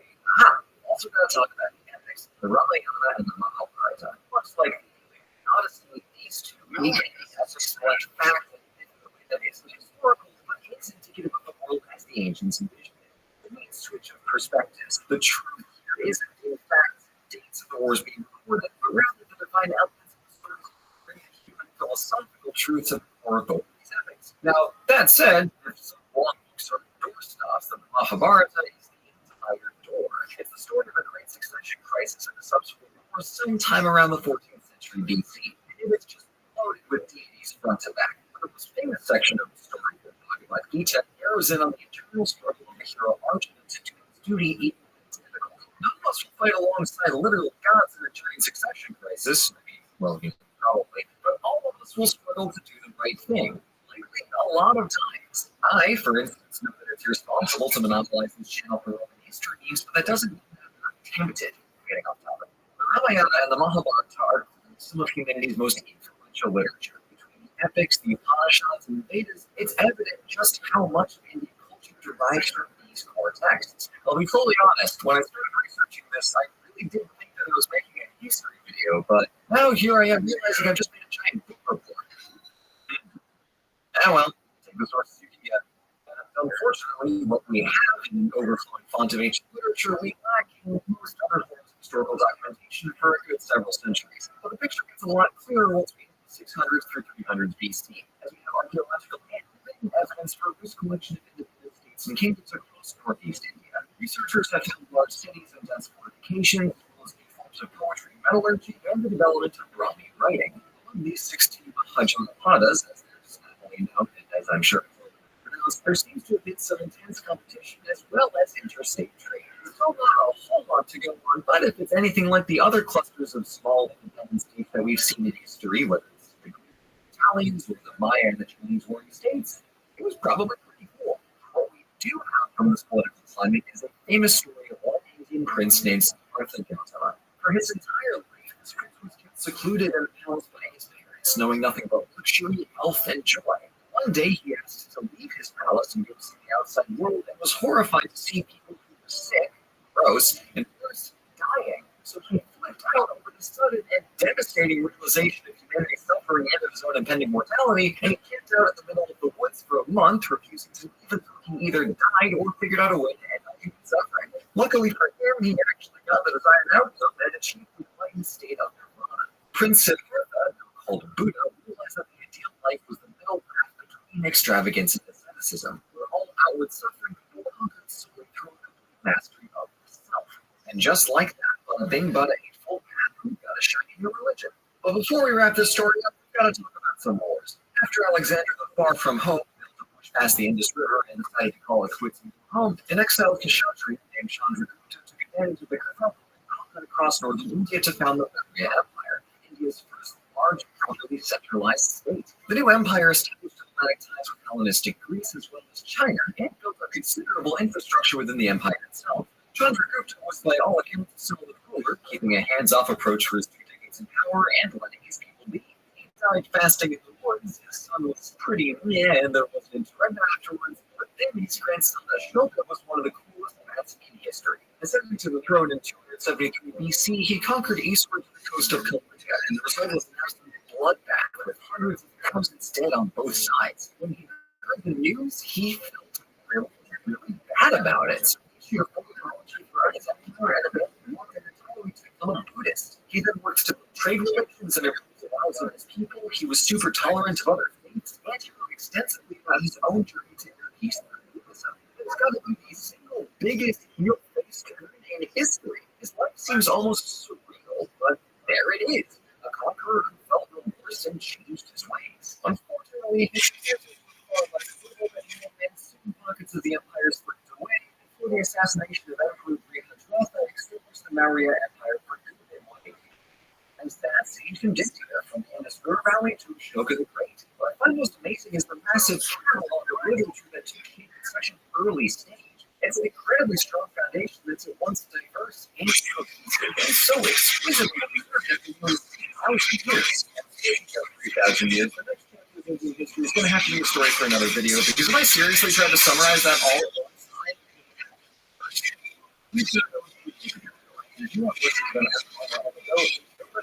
the next author,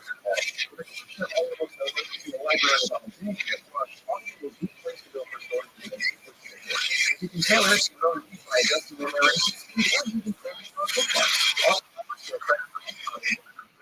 Every month, as well as additional discounts in the store. As I mentioned earlier, there's a lot of great Indian literature to check out, but I never recommend that you listen to this reading of the book by Gita. It's by far the most accessible work from ancient Indian Indian, and the philosophy of this place here is really something special. Absolutely worth it. Audible is offering all of you a 30-day trial and 1 free audiobook along with 2 free Audible originals to get started. If you sign up with our link on audible.com/sarcastic or text over the sarcastic to 500 which you can support and getting a good audiobook in the process. Again, to start with, head to audible.com/sarcastic. Thanks so much for watching. This video was fun because I got to play around with the format and talk more about philosophy and religion than I usually do when I'm discussing the pure history itself. But if you want to hear me talk more about the cultural context in future videos, please leave a comment below and let me know. And an extra special thank you to everybody who supports the channel on Patreon. It's your generosity and goodness that keeps this whole operation running. If you want more of us, be sure to check out the amazing community on our official Discord server. Link down in the description. So a huge thanks again, and I'll see you all in the next video.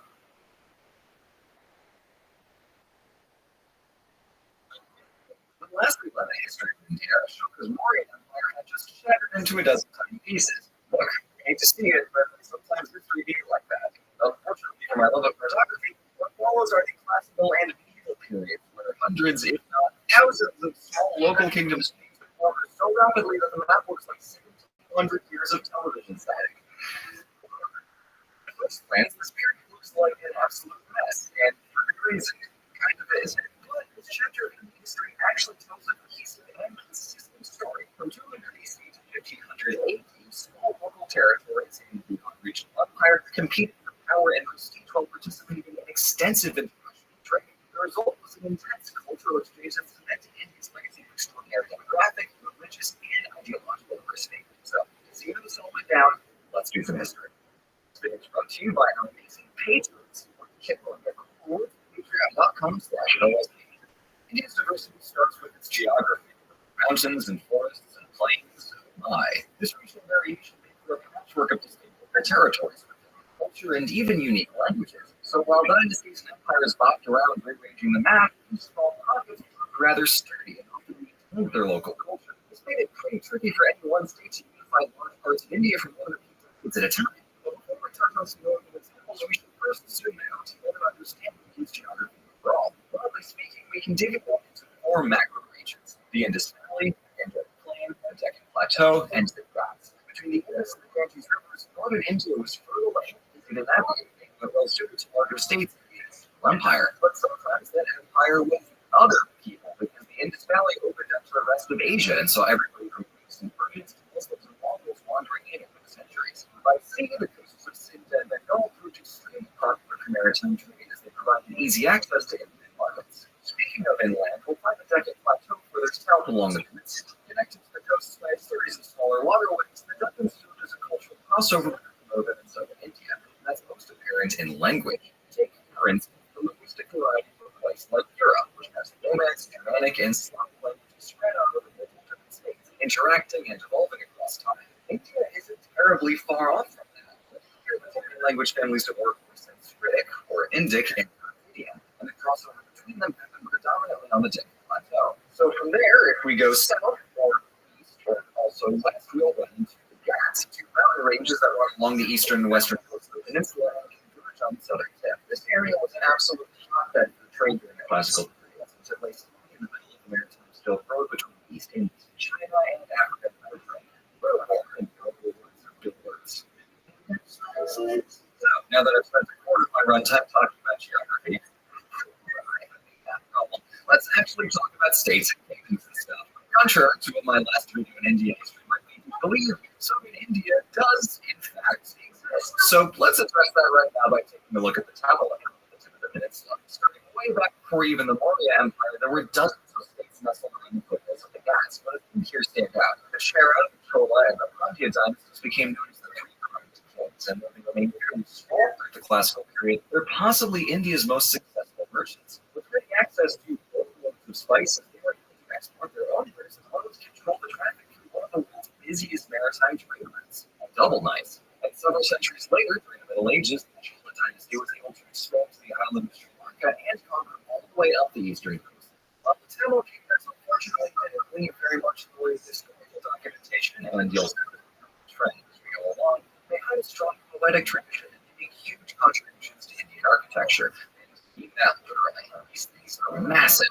Temple complexes steadily grew over time with donations from wealthy patrons and developed into ornate structures. Every layer features a sculpted and vibrantly repeated representation of living story, and these temples are tall too, so there's a lot of merit and building back into each one. And while we're talking about temples, we should jump back a few centuries to mention the Pallava dynasty, with the coast of East Indian coast reformed through the 9th century AD. The Pallavas were talented architects and also generous patrons of and Jainist populations, sponsoring new monasteries and also incorporating their art into their Hindu temples. This taste for religious tolerance may have been an artifact of the Pallava's former field teacher Shatavahana dynasty.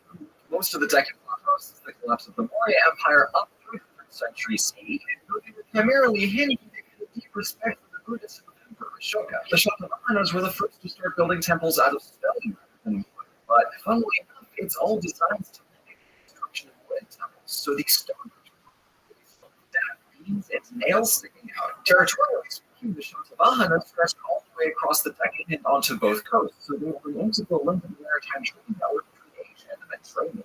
Though the empire was broken into pieces in the early 3rd century by incursions of Scythians from the north, many of its successor states continued to be extremely prosperous in the Middle Ages, as we saw with the Pallavas. And speaking of north, let's return to the Indus Valley energetic plain. Annoyingly, sources from the post-Mauryan period don't do as many favors, since lots of the architecture hasn't survived, and post-royal inscriptions are so wildly self-congratulatory and embellished that they don't end up recording anything of historical value. When two rival kingdoms claim to have won the same battle, we know that somebody is lying, but you can't tell who. So let's take this occasion to just be thankful for how much easier our lives can be when historians took the time to write things down for us. In this case, though, our most helpful source is coinage.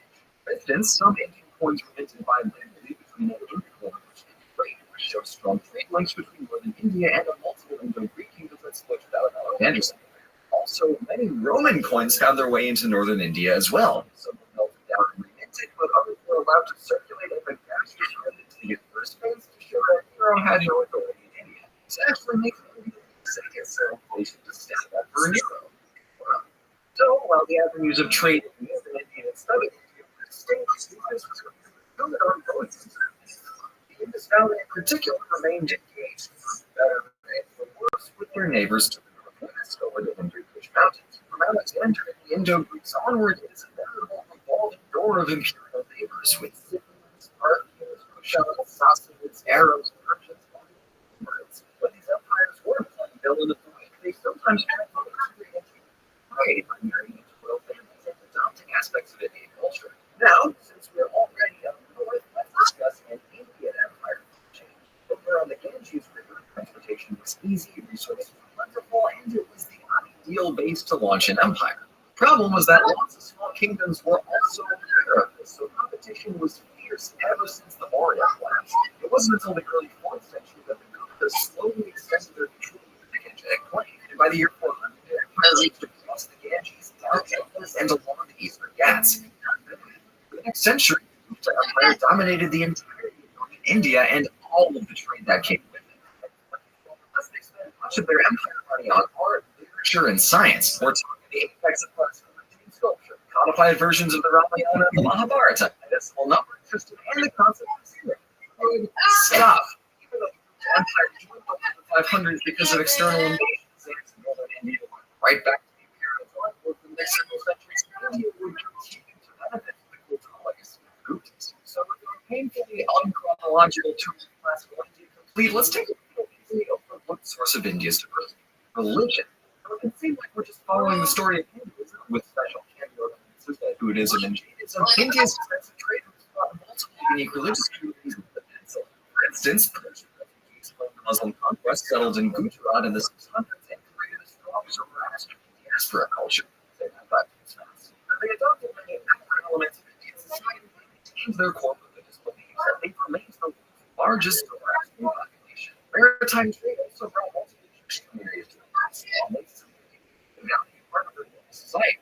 However, many Indian Jews migrated over to after the independence in 1948. It was also attributed to the story of Christians who Sassanid Empire in the early India. But by far, the most consequential arrival was Islam. Starting from the 600s, Muslim merchants brought their Greeks to trade routes to the West Indian coast. In a century later, Muslims from the Abbasid Caliphate arrived into the Indus Valley.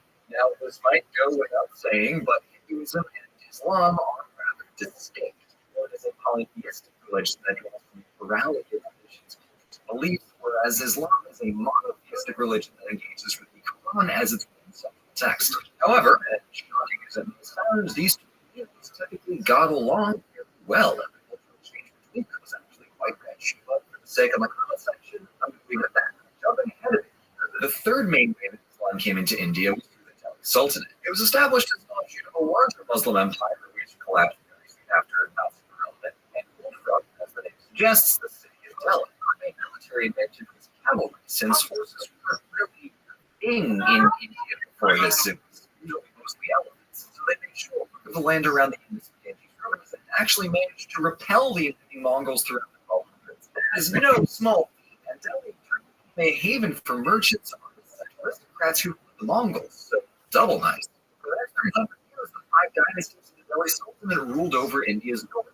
And for a couple of decades there in the 1300s, most of India's south too.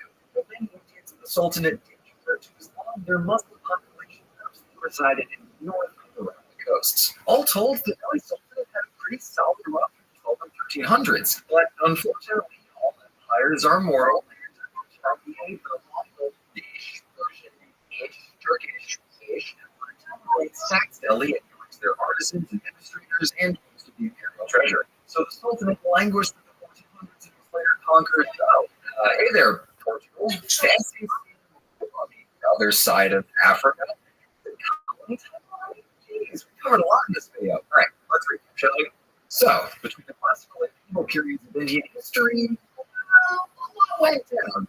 Fair to say. I'll be honest here. When you look at a map or a timeline, or even just a list of states that are active at any given point, this period is tough. The players to keep track of are numerous, small, and somehow always on the move for 1700 straight years. But as I hope I've been able to show, the picture becomes a lot clearer when we zoom out, taking one piece at a time, focus on geography, and looking at emerging trends. Classical medieval India is interconnected, prosperous, and fantastically diverse.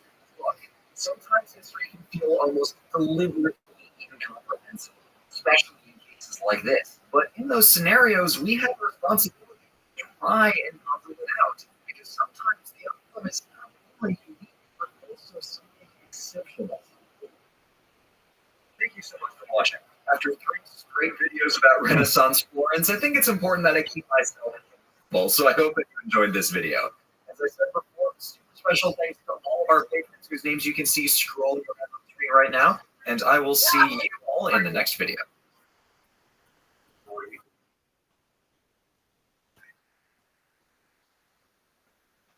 just may come as a shock to you, but India is large.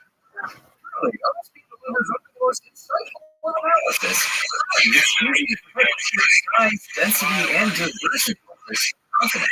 Even the periods and ever-changing states and empires spread out across the most river valleys, mountains, and coasts. As I previously mentioned, this sounds like perilous endeavor.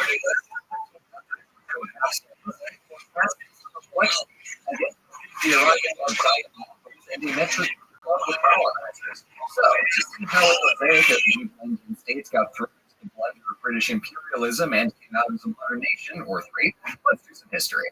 This video is brought to you by Squarespace. Start up the website today by going to squarespace.com/overly-sarcastic. And last we left our game of squishing land as the size of Europe into one cohesive story. The Muslim belly sultanate was shrinking back towards the north, and all those frontier states were hanging out on the other side of the Hindu Kush Mountains. Such ruler in Central Asia named Rabbi was descended from both Tamerlane and Genghis Khan, but you wouldn't be able to tell that from his military record. He got kicked out of his ancestral homeland and spent 20 years trying to set up here in India for nearly 1500. It was attempts number 5 that successfully toppled the Delhi Sultanate and established the dynasty. But his troubles, this poor guy wrote in his journals wondering why forts and cities along the Ganges River weren't welcoming their new ruler with open arms, as if for some reason a conquering stranger wasn't a normal feature of the neighborhood. But also complained bitterly about the Indian heat, and finally came under guys who just can't see the way. Robert's son was much better off getting exiled in 1540 after a string of defeats and only retaining his capital in time to die by falling down a steep flight of stairs. So his son Akbar took the throne in 1556 and treated the Mughal Empire to a king who wasn't existentially clumsy. Akbar's 5 decades on the throne and a series of Spartan attempts quickly brought the empire to its peak, and overhauled the imperial government to actually make it work. He added native Indians and local princes into his majority government, and he worked to blend the cultures of India and Persia. In doing so, Akbar made people and scholars of all religions feel welcome. This is probably the height of state-supported Indian diversity, and while some were rather off-put by the increasing cultishness of Akbar's transtheological emperor worship, West Indians were just happy to be included. His reforms also made the economy go smoother on account of standardized taxes that could be paid in cash, which also let them tax the merchant trade. And the Mughals didn't leave all that cash-collecting dust in the imperial treasury. They turned it into cold, hard architecture like this. Shiny. The other half of imperial expenditures went towards conquest, expanding the Mughal Empire down the Indian Peninsula and back out to the Mughal heartland of Central Asia. This, by contrast, went on to be ruinously expensive for almost zero actual benefit, and later Mughal emperors were too hot to see a line-up or empire without considering just how much money they were willing to make it happen. By the time of Akbar's grandson Owen's death, the empire was covered in spiffy monuments and positively baller forts, but it was nearly broke. The government was squabbling with itself, and it was too loaded to do anything. After Owen's death died, the Sultan was too busy fighting a civil war to realize the empire went within the next century. The Mughal was fast-growing Maratha. What they lacked in numbers compared to the Mughal armies, they knew that they had so after about a century and a half of flying high, the kingdom was crumbling. Delhi got sacked by Persia, and the Mughals were confined to figurehead scholars from then on. Normally, this would lead to a quiet couple centuries.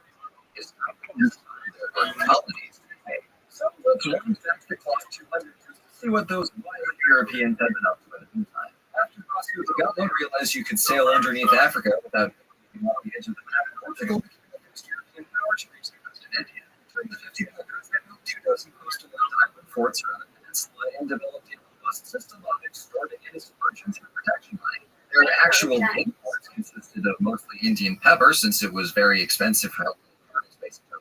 But all that aside, Portugal's presence in the ocean wasn't much more than a passive annoyance, since the British were able to smack them around if they ever found vessel on land. India might not have seen much of a change, but Portugal converted back by mention of ill-gotten treasure, and other European seafarers wanted their turn on the carousel of cash. So in the early 1600s, the English, Dutch, and French created private companies dedicated to exploring and exploiting the East Indies. By 1700, France, Britain, and the Netherlands had their run in the Indian Ocean because the Brits didn't have a navy to speak of even before they nosedived into a revolution. However, he made the Europeans bolder, and in a classic case of, well, if someone is going to conquer this place, it might as well be me, and started throwing hands about it. This came to an end in the 7 Years' War between technically everyone, but really England and France.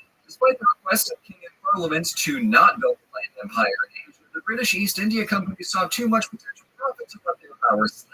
So they moved up to the French allied state of Bengal, usurped the king, and annexed the entire state. Yikes.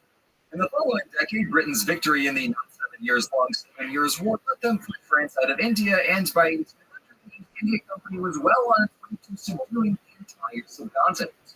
The British Empire had, again, politely requested that the EIC not colonize the Mediterranean, but it was being too easy. The company had a private army of 250,000 Indian soldiers on the payroll, and they had a lot of success in fighting small Indian states against each other. And sometimes they didn't even need to fight when a well-placed bribe would get the job done. So the conflict cost a pretty penny, sure, but it was almost entirely consequence-free. Geopolitics. Simply extracting coal from trade and upgraded to tax collecting. They also own the land, so they shifted out away from self-normal stuff like food to focus on cash crops like cotton and selling in governors had things like they wanted to do. In the 19th century,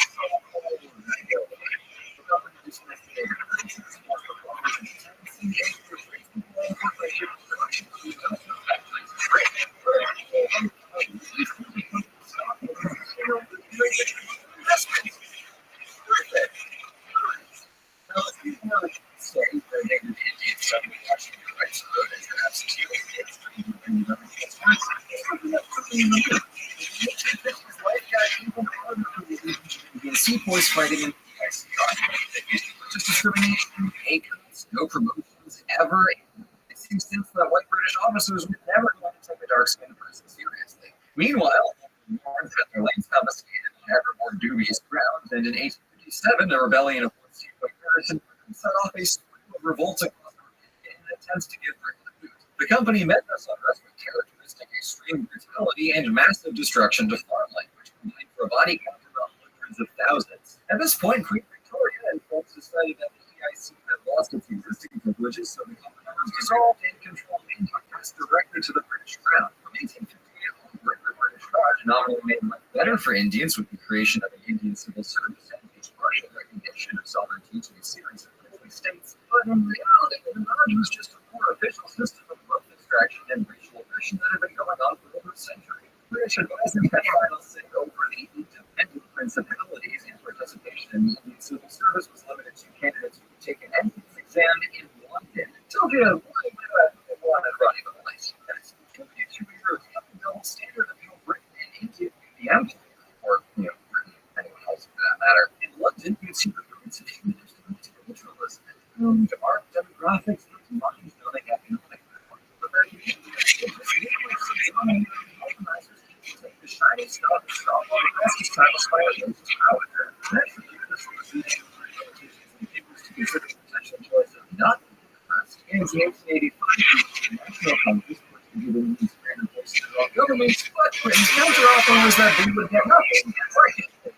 At this point, it seemed like there was no way this finely tuned system of colonial exploitation could possibly come undone. But we gotta remember that this whole enterprise was a cash grab, so India was so profitable. Nothing seemed to profit margin faster than a good old-fashioned war. When war struck in 1914, the Raj supported the Entente against the Central Powers with supplies and soldiers. It's not a little wonder when Indians heard the British propaganda calling World War I a fight for democracy, as they could be forgiven for not realizing that Britain was into that. So it became harder to reinforce the post-war same-old thing after India sacrificed so much for Britain's war. In World War II, Deutschland grew.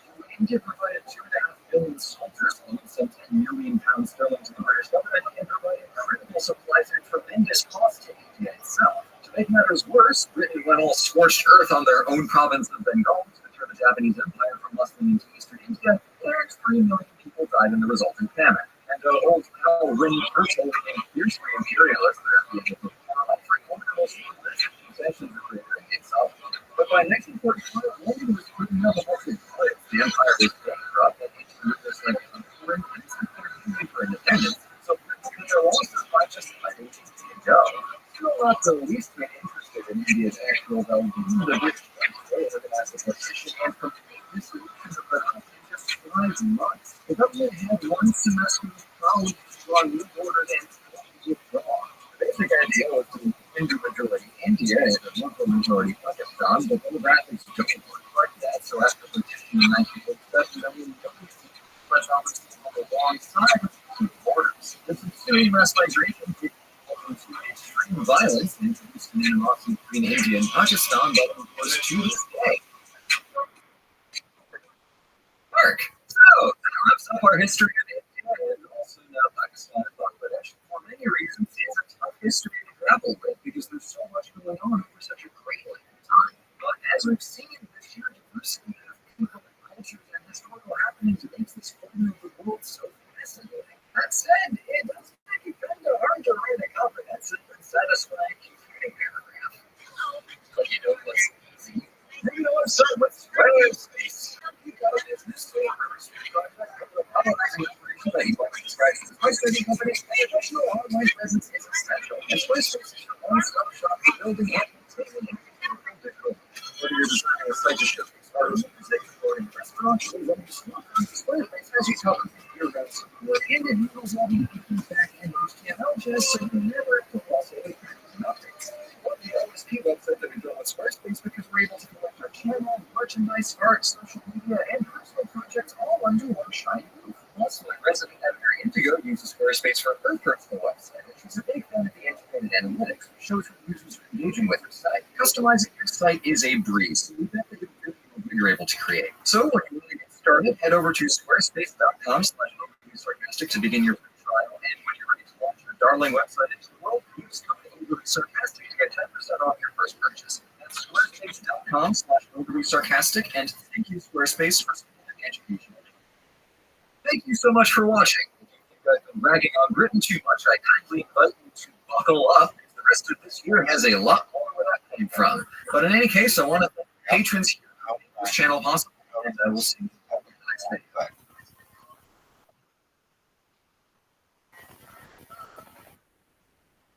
Here on History Makers, we're focused on the figures behind the history books, and though they weren't the ones ruling the kingdoms or technically doing them, their storytelling ends up having the biggest influence on how we interact with the past. Granted, some of them call themselves historians and a couple dozen great books.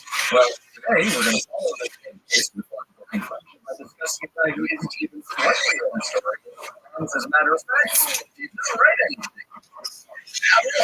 And just to put the icing on the challenge mode take, our sources for this story are highly up to a big fat zilch. But it's okay, because what we lack is anything about how Confucius we make up for in the huge impact that he had on his philosophy, culture, and the entire canon of today's history. So, by God, I will make this work. Now, let's do some history. This video is brought to you by our patrons. Hope it all just happened. I will make you proud and kill you.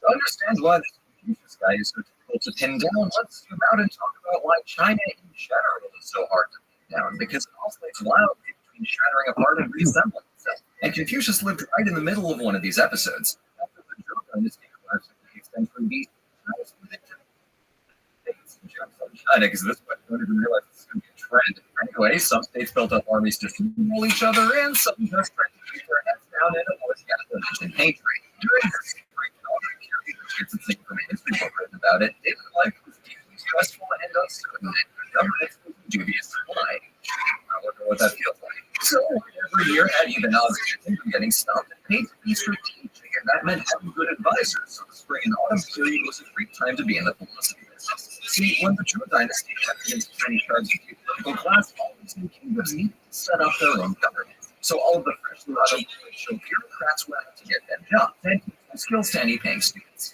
Over the centuries, these legions of mercenary philosophers developed an array of informal schools that specialized in one of multiple different topics. These 100 schools of thought fit on a sliding scale between the most spiritual and the most practical, with ethical philosophy and just operates somewhere in the middle. You've got okay documentation on roughly a dozen of these, but for reasons including and not limited to arson, a lot of our sources and all the scholars conspicuously stopped existing after the Qing unification. So, although Chinese history is famous for keeping star charts that can pinpoint events down to the year, we're left with painfully few primary sources about the 100 schools or the works that he produced. What we do have on Confucius comes from his disciples, all of whom were writing after his death, and none of whom can actually seem to agree on the details of his life. And that's what really hurts me as a historian, because with someone like Lao Tzu, who wrote the Tao Te Ching, we're entirely in the dark, so we can treat him as a purely legendary figure, and it's honestly fine.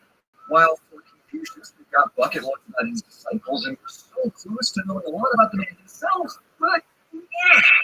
So, in the History Maker's Mysteriousness tier list, Confucius fits firmly into the frustration and flailing arms tier. Now, with a gigantic asterisk, I'm actually going to leave in the corner of the screen, let's take a look at what we have been told about his life to figure out how he achieved big deal status from such humble beginnings. Confucius began his career as a scholar and advisor in the state of Lu.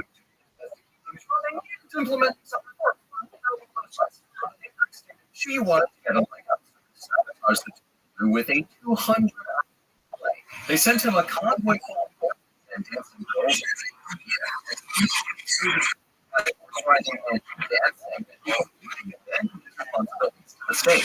He just figured out he was a lost cause, so he ran away from the sounds of name and cunning and looked for work and work nor he seems to care for what he was selling. So after 30 years, he went home and taught some of the local kiddos. While the various China districts concluded on the basis of him being a nerd, he said the students were dedicated to their mission. The series of his teachings and instructions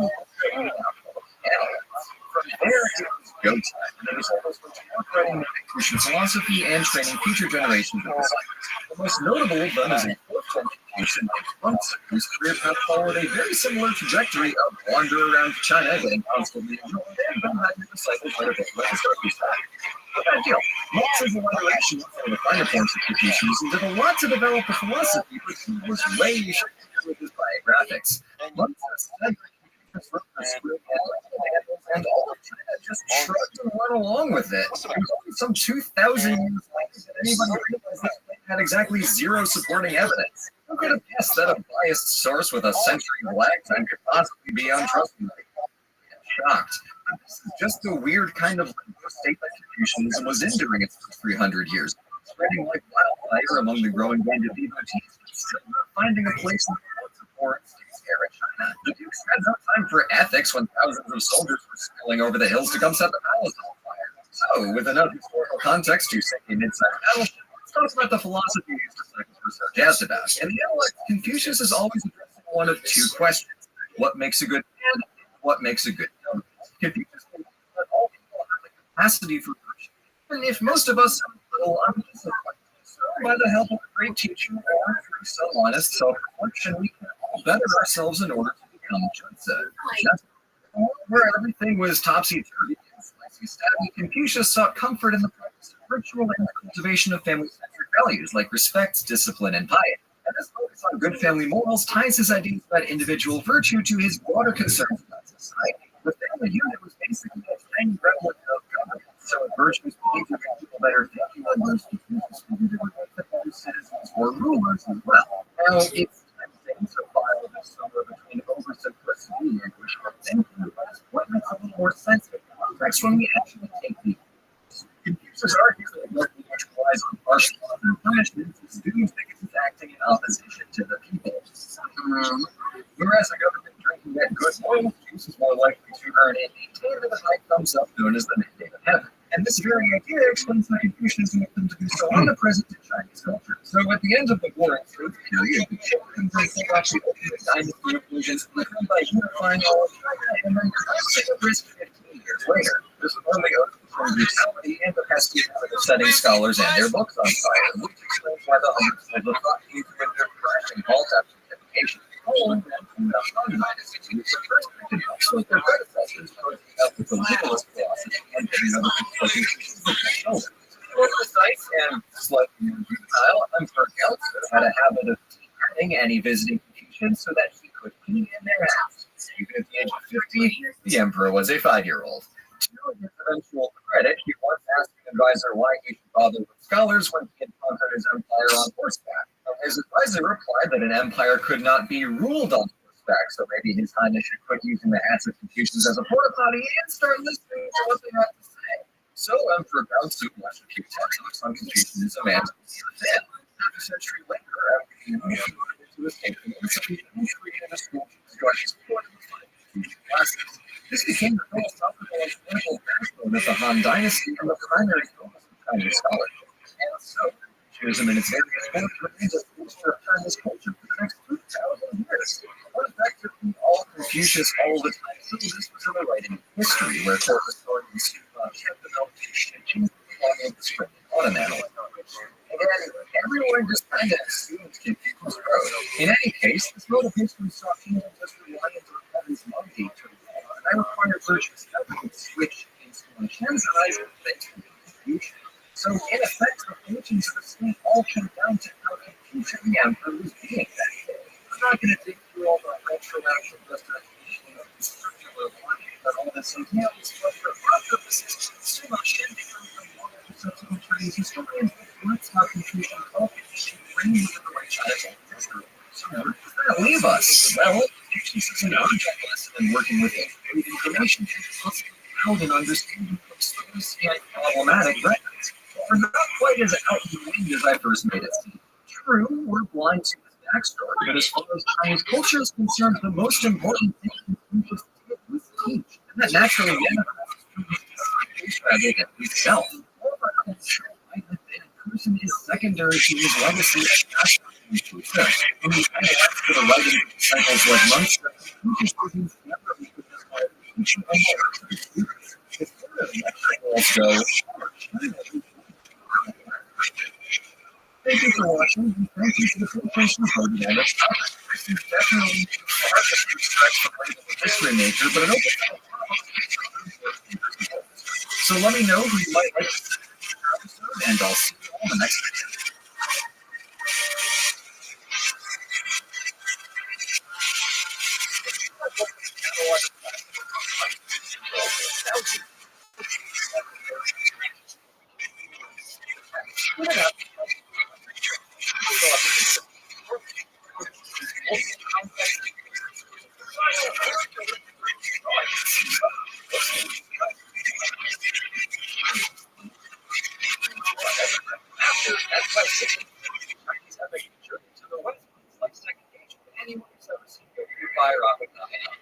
It's medieval, it's folkloric, but it's the ancestor of anime, so very conventional. It's a little more than time. Then, on the opposite end of the spectrum, are the books that are just plain tough. Books that, for all their fame, ask a lot for anything makes a lick of sense.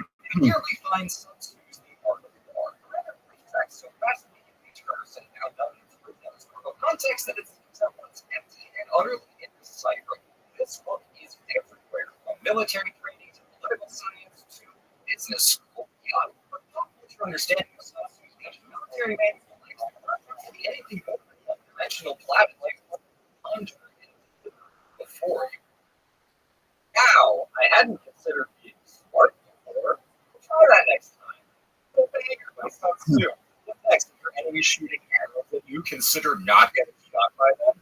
Golly, this is the ungenerous read. A position I myself held when I first read the Art of War several years back. The equal and opposite perspective who smugly treat the Art of War as corporate business advice. Never in our patient for the 50 one-liners, but both kids generally misunderstands the point. That's why he gets context of the premise. So the reading lens, you want to regardless of whether we're considered but look more carefully at the text as a whole rather than behind isolated bits to work. Master Sun's military methods is usually titled was written at a time of serious interesting competition and cultural change.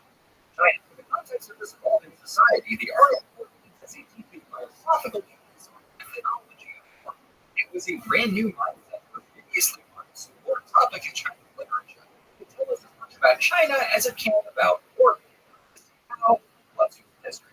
As always, a first step to attack for the wily world of literature is figuring out our author. In this case, is Master Sun, who's the author of 10 generals of movements that lived around 500 BC. This places him at the tail end of its period. 3 centuries of competition with dozens of small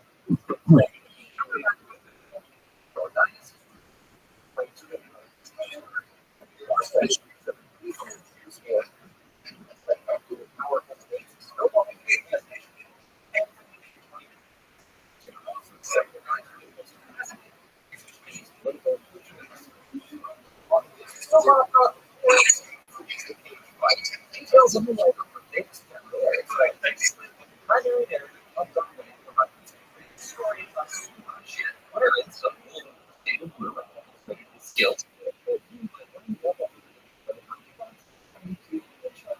military formations. Naturally, this very all-male burst into fits of laughter at how silly the whole thing was until some reported that the two concubines in charge get the head. He then brought two brand new promising young ladies to the front of the class and ran the exercise again.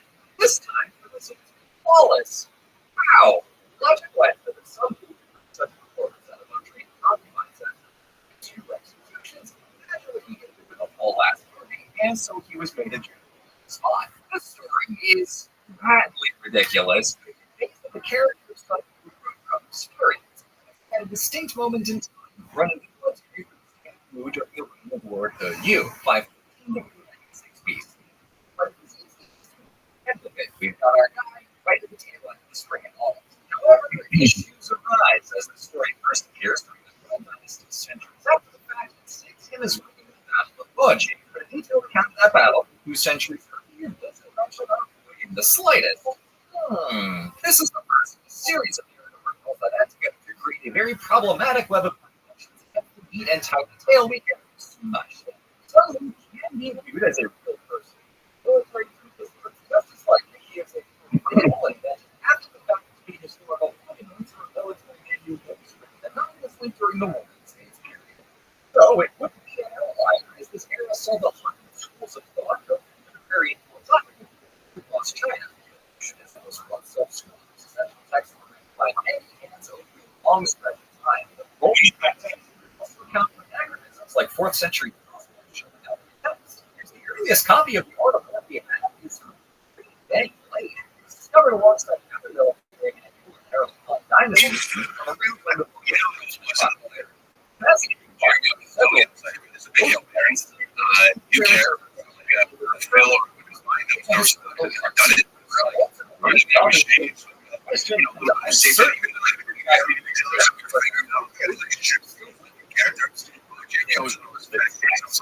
Really nervous because I was like, and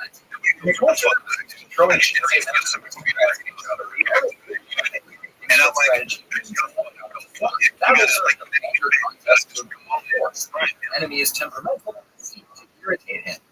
This changed, and this is a far more intricate game. Most famously, all warfare is based on deception. So scouts can spot an army in the distance by smoke driving through camp, run a button markers to make your army appear larger.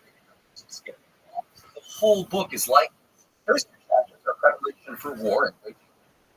Middle 10 are tactics in the field, and the last is craft. But all of it is a study of information, awareness, and understanding your terrain or opponent's strengths, what advantages you can press. By the time armies actually meet on the field, it's already decided. Battle is absolutely the last resort. It's far more effective to undermine the enemy's strategy or support their alliances before drawing in swords. And even that's preferable to wasting more parts. Exceptional strategies aren't just effective, they're efficient, and the general's true skill is to keep it for their state, or without killing the other. Like some student captures the essence of all-out conflict in the States period, and that alone is historically insightful. The real depth of what comes out of great philosophical but Taoism. Now, Taoism is famously about seeking harmony by following a healthy path. Just that seems categorically at odds with warfare. On paper, sure, Taoism is all about untangling contradiction. Everything related to the greater whole. But the general must and himself in order to craft a strategy. Taoist is a concept of readiness, not action, but effortless action.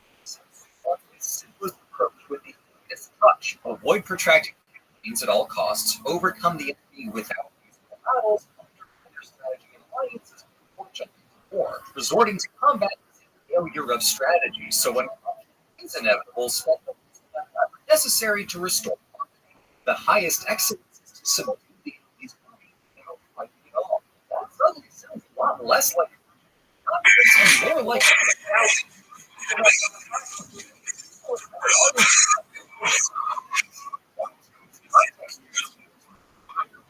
general is on the era of philosopher, pursuing for their state and importance of their strategy to overcome.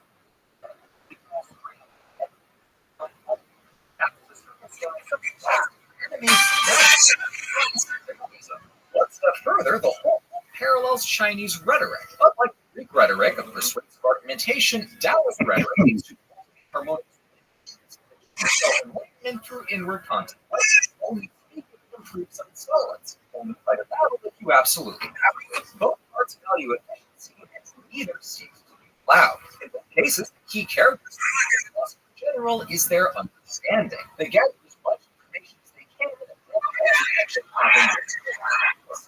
Rhetoric in general has skill set. The art of is a philosophy.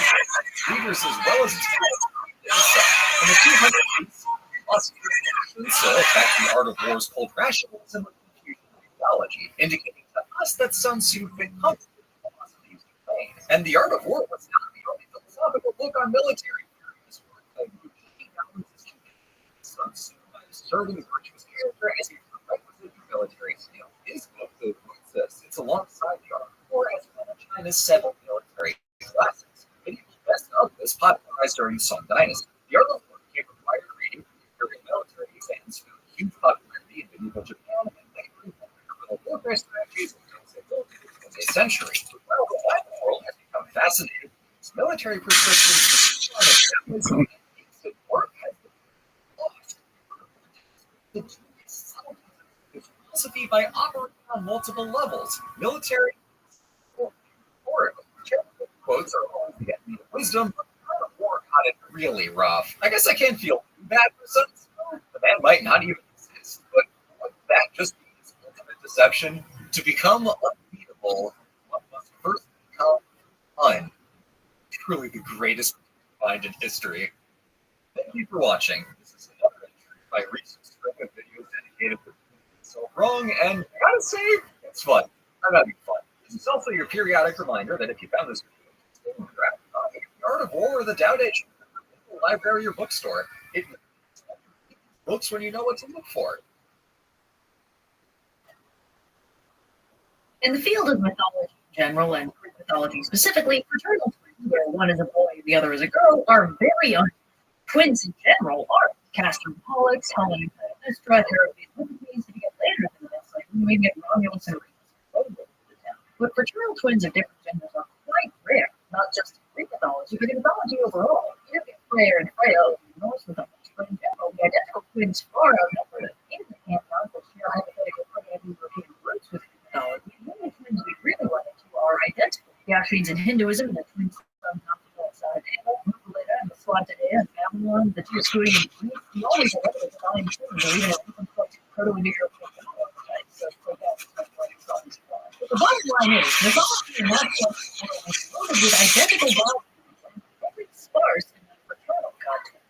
In the mortal cases, Greek mythology is fond of having twins where only one of them is defined parent, but in the case of twin gods, they are almost always all the way identical and function basically as 2 copies of the same god. Which brings us to a perhaps rather obvious line of inquiry. Where did Artemis and Apollo come from? We've discussed in previous deep dives how the roots of different twin gods can be traced through the historical record with varying degrees of accuracy, certainty, and success to paint a possible picture of where these gods geographically and culturally originated, how they changed and moved over centuries, and what social pressure or changes may have affected their characterization over time. Aphrodite's glow-up is one of the more dramatic and obvious, as her central role of Rome's mythological origins helps keep her very subtly documented over the centuries, that her Phoenician origins are pretty well agreed on in the scholarship around them. But some gods are trickier to track, and right out the gate, Artemis and Apollo are giving us trouble because when we go looking for likely candidates for where they might come from, we find nothing. There are no convenient brother-sister twin pairings in any of the surrounding areas, certainly none to match their divine domains of archery, medicine, hunting versus civilization, etc. But this lack of information does actually give us one very important clue right out the gate. Artemis and Apollo may have their origins in non-Greek cultures, but they don't seem to have started out as a matched set. Now, this is not actually the weirdest thing in the world. We have to remember that gods are not people, and their genealogy is not set in stone. Hermes seems to have started his life as an offshoot of god Pan, and was later put to be Pan's father. And Persephone's parents oscillates between Poseidon and Zeus, depending on where and what they're asking. So it is not too bizarre to consider the possibility that Artemis and Apollo did not start their divine existences as twins, but were 2 initially unrelated gods that became became twins over time. For one thing, if we go looking at the linear beats written for the pre-Greek Dark Age by Guinness civilization, we can find Artemis in the ledgers of Felix, but we cannot find Apollo anywhere. This does not categorically mean that Apollo, or a god who became Apollo, did not exist in Megatherium.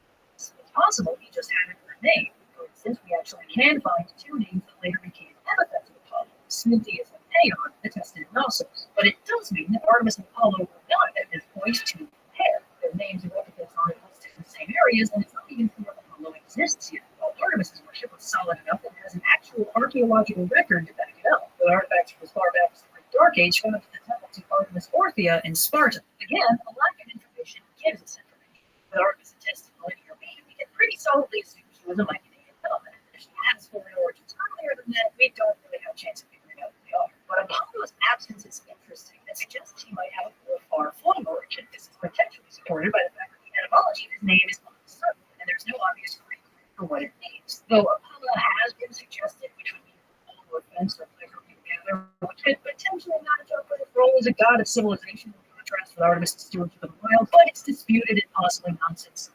So there is still a pretty hard limit to how much information we can get from no information. Now, while Apollo's place of origin isn't known, it is interesting that he has an awful lot of myths about coming to Greece from somewhere else, most of which are discussed in his Homeric humor. To start with, he and Artemis are born on the comparatively far-flung island of Delos because Hera used her goddess powers to forbid their mother Leto from giving birth anywhere closer to home. There was a mythological reason for why Apollo would have had to join the Pantheon late and from somewhere else. Of course, you have being in Delphi, Apollo's major cult center, he was mostly revered for slaying and usurping the Python, described by him as a monstrous dragon and the offspring of Typhon. So in broad strokes, Apollo is born outside of Greece, comes to Delphi, seizes control of Python's place of divine power, and takes his place as the Lord of God. And that looks like an analogy for a new god right in the neighborhood and finding his niche in the Pantheon by force if necessary. And he also describes Apollo wandering the world for a while, looking for a great place to establish his sceptral worship, and at one point abducting a group of Greek sailors in his worship. We'll get more into this later, but it paints a picture about how the Greeks might have thought of Apollo by the roughly 500 BCE, which is when the American Apollo was supposed to win. They seem to have thought of him as a well-established and broadly well-respected deity, who nonetheless came to Greece a little bit late in the game. We're getting ahead of ourselves. Let's think of the timeline and see what we can find that way. After the Great Dark Age is the first big source we know, and is, of course, Homer's Iliad and Odyssey. And lucky for us, Artemis and Apollo are major players in it. But interestingly, they're both firmly on the antagonistic mythology, Trojan side. Now, minimum, so is Zeus. This doesn't mean the Trojan favorite gods were automatically being framed as foreign spirit-headed gods.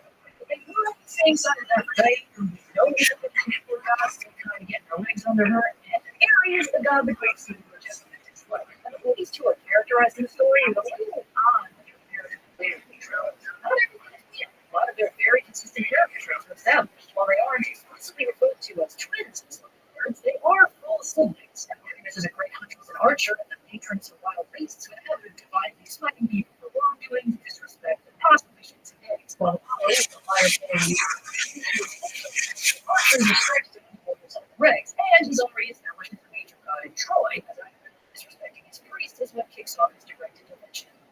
Achilles at one point describes Apollo as the most malicious of all gods, but Achilles is explicitly pretty biased, so we don't need to take that as 100% factual or representative of popular attitudes at the time. Artemis and Apollo are both also described as healing various combatants, making them stronger and cooler looking, and other gentle god things that are pretty much part of their course. But while all this sounds pretty much in line with what we expect, elements of their characterizations feel a bit off from their more well-known versions. For one thing, despite Artemis being described as a powerful hunter goddess and the mistress of wild beasts, and the gods square up to fight each other, Hera literally beats the crap out of her with her own bow and sends her crying to Zeus. This doesn't really line up with her strong and wrathful goddess of the wilds thing. But in fairness, Artemis might be suffering from a warp effect, especially since Hera is the most powerful goddess in the Pantheon, and this scene specifically is dedicated to proving that, and more broadly to proving why the gods don't fight each other directly. But while Artemis is literally spanked and sent crying home to daddy, Apollo is portrayed a little bit more respectful. He's still framed as a bit of a terrifying dread god, but he's also smart enough to not pick a fight with ugly Poseidon and subsequently Lasky, so he comes out of the whole situation looking less arrogant than his sister, which could have been intentional. We can't read too far into this, and this is just me conspiracy theorying again, but Artemis was already a well-established, powerful Greek god, but Apollo was a slightly newer pantheon. One way to give him credibility would be to explicitly portray him as superior to his sister, wiser and on better terms with the other gods. This isn't the only time Iliad makes It's an explicit statement about a newly integrated God, as it also goes out of its way to declare Aphrodite's apparently pre-existing war association when Zeus firmly and blatantly tells her she has no place on the battlefield. And also, it would be pretty disingenuous to not acknowledge that the ancient Greeks had some strong opinions about gender roles that might possibly. The gods are much less centralized in the Odyssey, so the only references we get to Artemis and Apollo are distant and reverent rather than the exploits. And the main thing is that they seem to be credited with causing sudden, unexpected deaths with their divine arrows. Again, not their most friendly look. One common interpretation of this is that Artemis and Apollo's arrows represent illness and corresponding sudden death, which would make this an early instance of their incidental association with medicine. When the god is in charge of killing you in a specific way, you might pray to them specifically to not do that. Another important is Artemis and Apollo's mother, Leto, who is, like her children, on the Trojan side of the conflict. During the big god fight where Artemis gets whacked, Hermes is squared off against Leto, but respectfully refuses to fight her and asks her to tell everyone that she beat him fair and square. Then she gathers up Artemis' dropped bow and scattered arrows and goes off to comfort her after her vicious ass beating at the Hera. And it is interesting that while Artemis and Apollo are framed as kind of terrifying and antagonistic, Leto is afforded only the highest respect from both the gods and the narrative overall. You don't get much more about Leto, but you do get a little bit more in the Theogony by Hesiod, which was written around the same time as the Iliad and the Odyssey, and is again one of our earliest post-Dark Age written sources. The Theogony says that Leto and Zeus were together before Zeus married Hera, and thus Artemis and Apollo are Zeus' kids from a previous relationship with no explicit drama involved. It also, again, only says that Artemis and Apollo are the children of Zeus and Leto. It does not say whether or not they are twins. This no-drama family picture severely contrasts with the version we get a few centuries later in the Homeric poems, which give us a very different and more familiar rundown of the circumstances of Artemis and Apollo's birth. It's not immune to its own weaknesses. For one thing, the Homeric Apollo describes Leto giving birth to Artemis on the island of Ortygia, the location of which is uncertain because it could be referring to a half a dozen places with the same name, including one all the way at the root end of Italy. And then Leto gives birth to Apollo on the island of Delos. Now, I know they're gods, I know the rules are different, but I'm counting this as evidence for these guys were not always twins, because giving birth to twins on different islands is definitely impractical. And in fact, the Homerican does not call them twins. Now, perhaps they are still inclined to be twins by the fact that they both seem to be the result of the same vaguely defined one-night stand with Zeus, and it's biologically unlikely otherwise, but they're gods, man. Rules are weird. Anything can happen.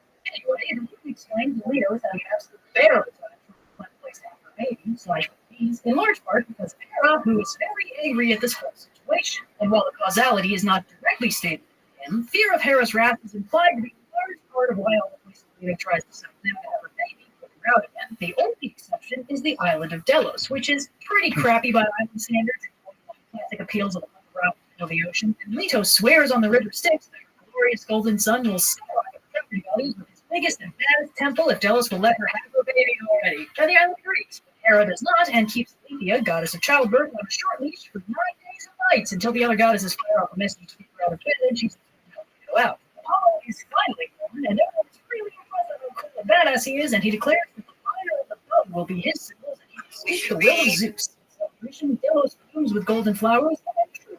No matter how much Apollo gets, his shrine of Delos is always the best. Artemis is presumably also there, but the Homeric barely mentioned, so whatever. Detail about the Apollo gets up. Before settling on the story of how Apollo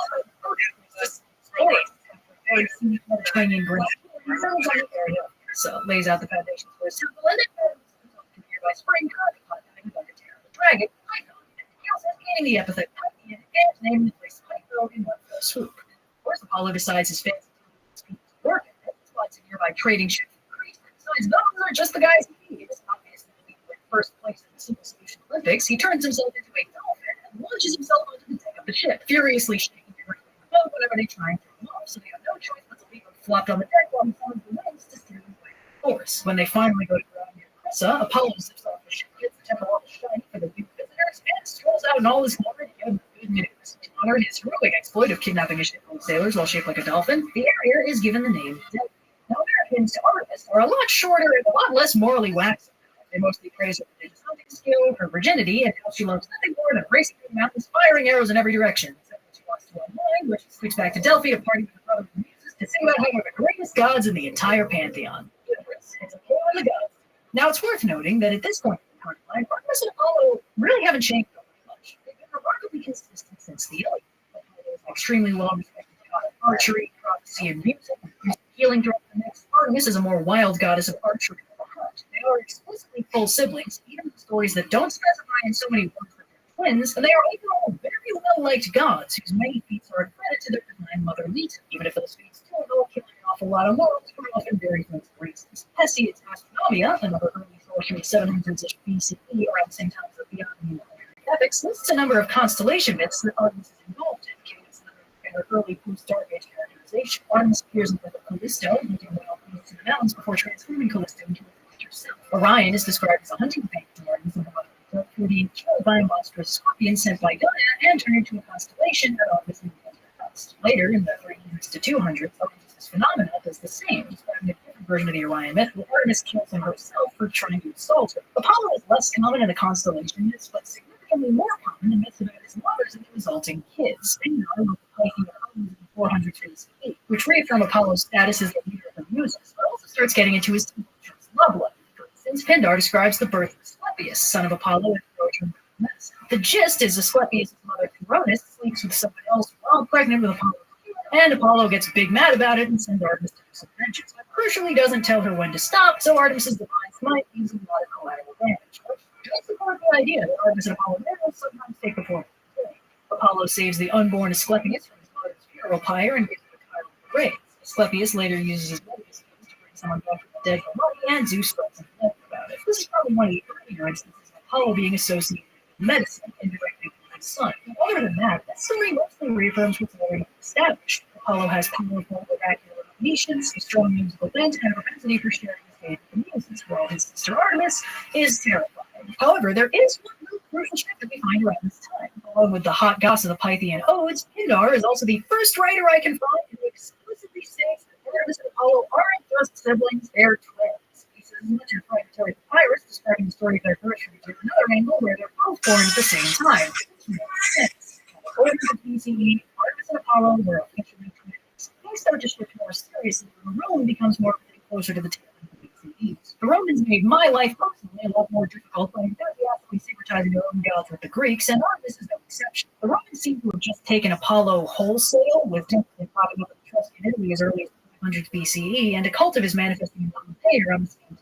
In Rome proper in 451 BCE with a temple dedicated to his healing aspect. And the fact that Apollo evidently didn't already have a similar Roman equivalent knocking around is pretty solid evidence for the idea that he's a quite late addition to the region, which is most likely why the god whose name remains changed by the sacred stone. When it came to Artemis, they did have a deity they could conflate her with, their own hunting goddess Diana. Around 200 BCE, the Roman poet Ennius listed the 12 major Roman gods in his Annals poem, fragments, and two of them are Apollo and Diana. A couple centuries later, Virgil gets a much better preserved text in the Aeneid and name drops the twins' Roman editions of the figure. Virgil describes Diana as chaste, accompanied by similarly chaste followers, and majestically leading a dance of nymphs learned with a trusted quiver. In short, Virgil's description of Diana lines up very well with Homeric hymn's description of Artemis, right up until it doesn't, when he casually drops the idea that Diana is a triple goddess like Hecate, a deity very commonly represented with three distinct faces and aspects and divine power over three-way crossroads, where Hecate's three-faced statues, the Hecataion, were commonly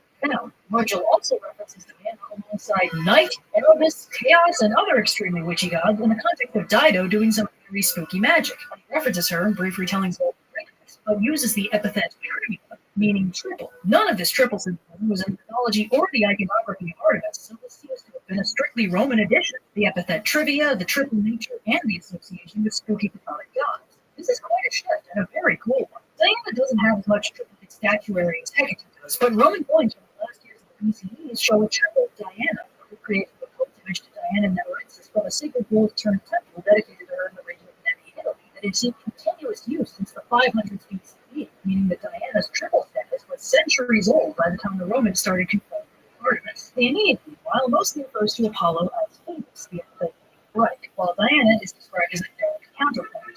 They're referenced together more often than not, and Aeneas is at one point urged to do sacrifice to each of them, reinforcing their characterization as a match set. But there's one part of their characterization you might have noticed we haven't found yet, and that is their astronomical study. After all, Apollo is famously a god of the sun and Artemis of the moon, but we've gone through more than 800 years of this without even a hint of their most iconic symbols.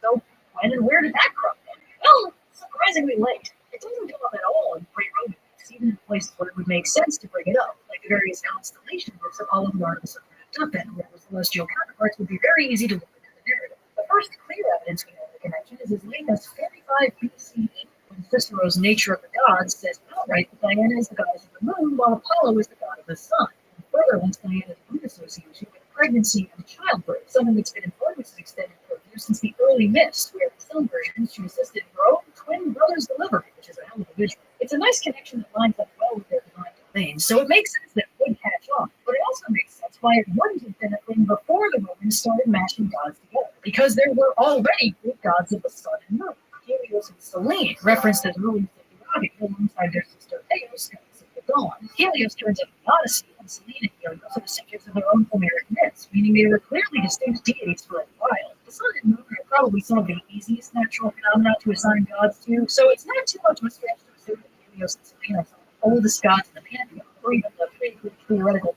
European pantheon as scholars like this or Rome rolled up, with their habit of syncretizing gods left and right, being similarly and yet very different fraternal twins, right association, very tempting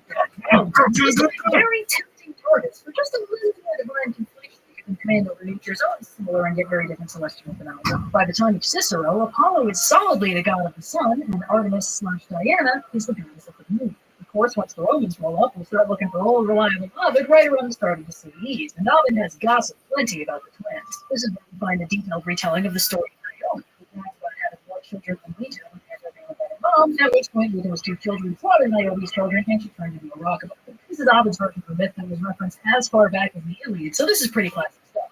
Ovid also recounts a few of Apollo's ill-fated romantic exploits, including Daphne, who turns into a tree to escape him, and Hyacinthus, who's into a relationship and then dies anyway. Meanwhile, Artemis, or Diana, is less of a major player and is instead portrayed as a bit of a distant force of nature. For instance, she sends a massive horde to ravage Peloton when its king fails to honor her with the other gods. But this appears to be her default method of conflict resolution/conflict escalation, because according to some footnotes, there are versions where Diana also sends a horde to kill Adonis, because Ares, or Mars, was jealous of how much attention Aphrodite, or Venus, was giving him, which is hopefully kind of a bro move by others to start. Ovid's version of the myth of this features Zeus, Jupiter taking Diana's form and seducing Callisto that way, at which point Diana exiles Callisto for violating their virgin's only policy. Diana is also referenced at several points in the tale of the unfortunate nymph who is pursued by the extremely horny river Alpheus. Diana does several acts of divine intervention to facilitate her escape, and ultimately turns her into a freshwater spring to get her out of there for good. Ovid tends to mark the points in the timeline where the gods have reached their final consistent characterization. And all things considered, Artemis and Apollo have an interesting developmental curve.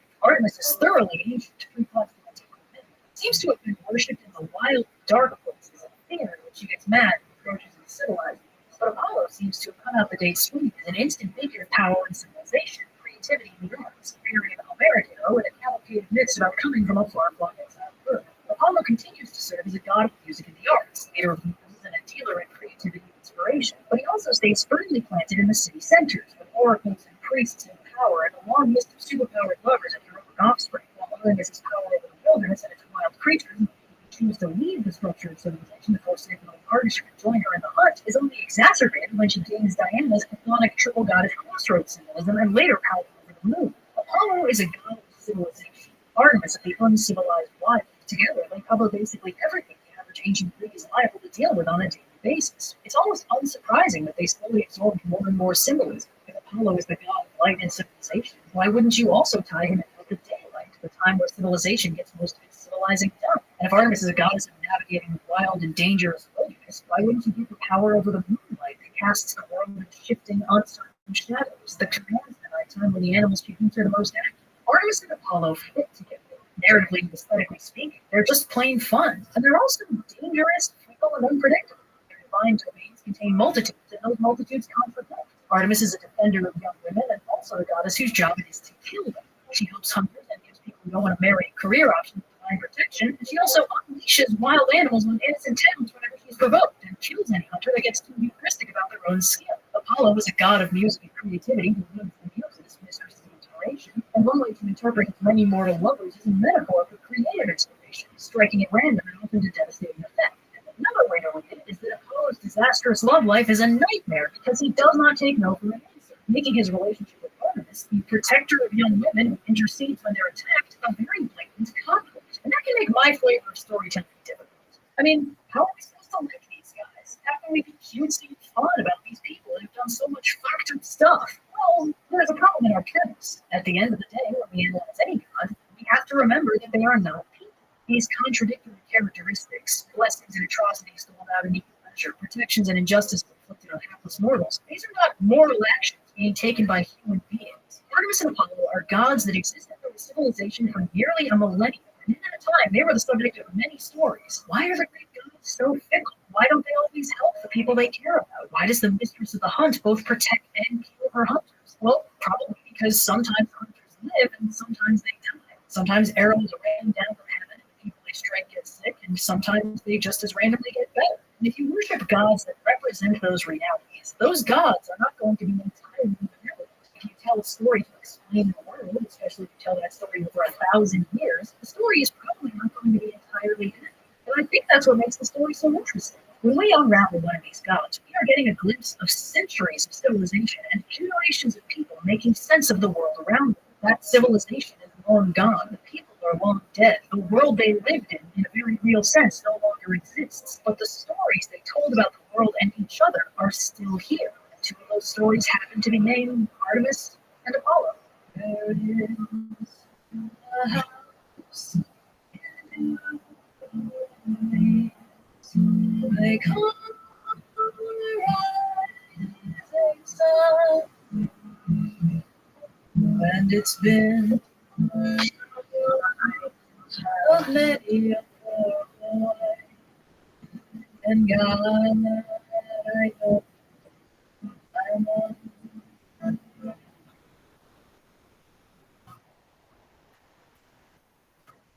The weirdest thing about ancient history is that it had its own ancient history. It didn't just happen at once as a vague ancient before time. History was just as subject to the linear progression of time as we are now, and that means even if two events both happened in ancient history, they can still be separated by a nearly unfathomable gulf. Cleopatra was born 2,500 years after the Great Pyramids, despite the fact that 2,000 million years of hindsight turned them both into sleepers for troops of ancient Egypt, as they defined Uchronia instead of 3,000 years of human lives and cultural shame. And relevant to the epic of Gilgamesh, a story written down 5,000 years ago, brags about how the tale dates back to ancient days. This kind of thing makes sense, but it doesn't feel right. History gets compressed by hindsight into this vague monolith of tropes and cliches, and when we get reminded that unfathomable ancient people had their own unfathomable ancient past to reckon with, it just makes that unfathomable ancientness double unfathomable and way more complicated. It's more comfortable to think of ancient history like a big sandbox, where everybody was doing everything all at once for all the fun,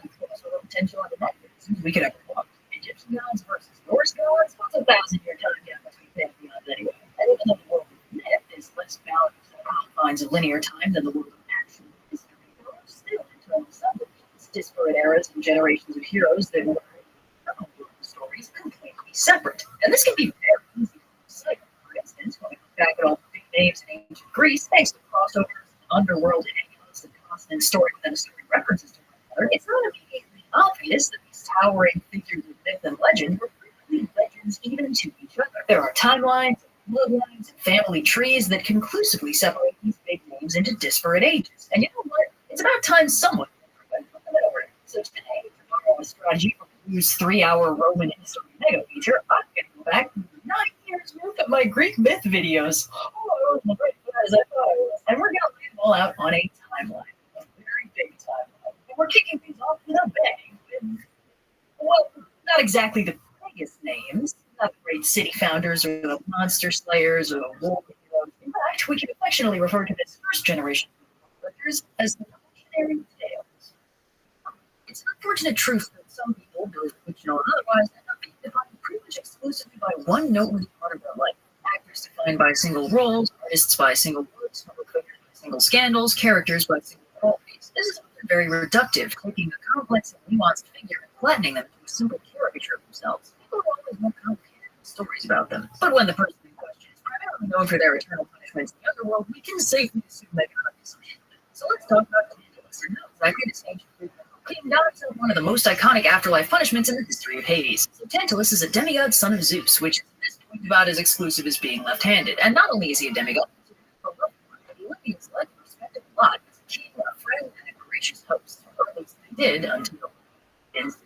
Now, what exactly the incident was varies depending on who you ask. Generally accepted Telling is that one day Zeus and the other gods came over for dinner, and Tantalus, ever the dutiful host, decided that the best way to honor the gods would be a sacrifice of the important. So he kills his son, Pelops, and goes to the dinner. Now, there's no explanation given as to why he thought this was a good idea, because if Greece had a top-tier taboo, it was killing family members, and if it had a second-string taboo, it was cannibalism. Each one's already bad. Doubling down just seems double bad. So the gods figure out that's a human person and refuse to eat, except for the dinner, who's not really paying attention. She's still super bummed out about Persephone ditching her for the underworld 6 months a year, so she fails to read the room and absent-mindedly eats some Pelops' shoulder. That's the best of those, I'm sure. Anyway, the gods are very upset with Tantalus, so they give him a stern talking to, teach him the error of his ways. Just kidding, obviously I throw him into Tartarus. So they trap him in a pool under a fruit tree. Whenever he tries to drink the water, it recedes, and if he tries to reach the fruit, it goes away, leaving him perpetually hungry and thirsty with relief always just out of reach. This punishment is why the word tantalizing describes this kind of situation. The gods then revive Pelops, replacing his missing shoulder with a nice ivory prosthetic, and Pelops goes on to father the house of Atreus.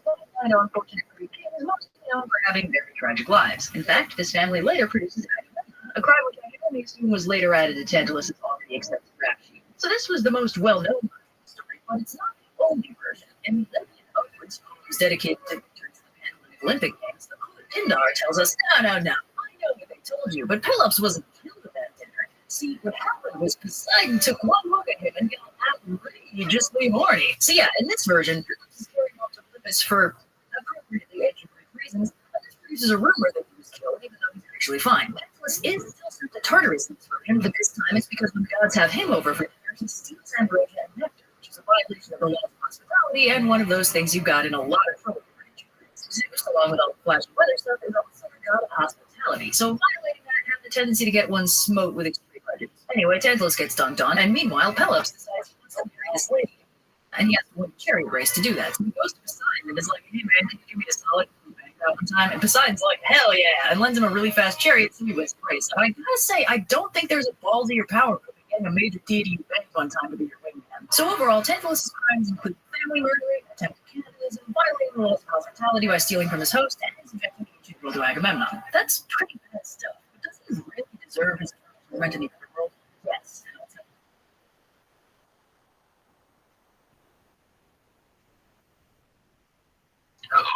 Yo, what up? How are you? Oh,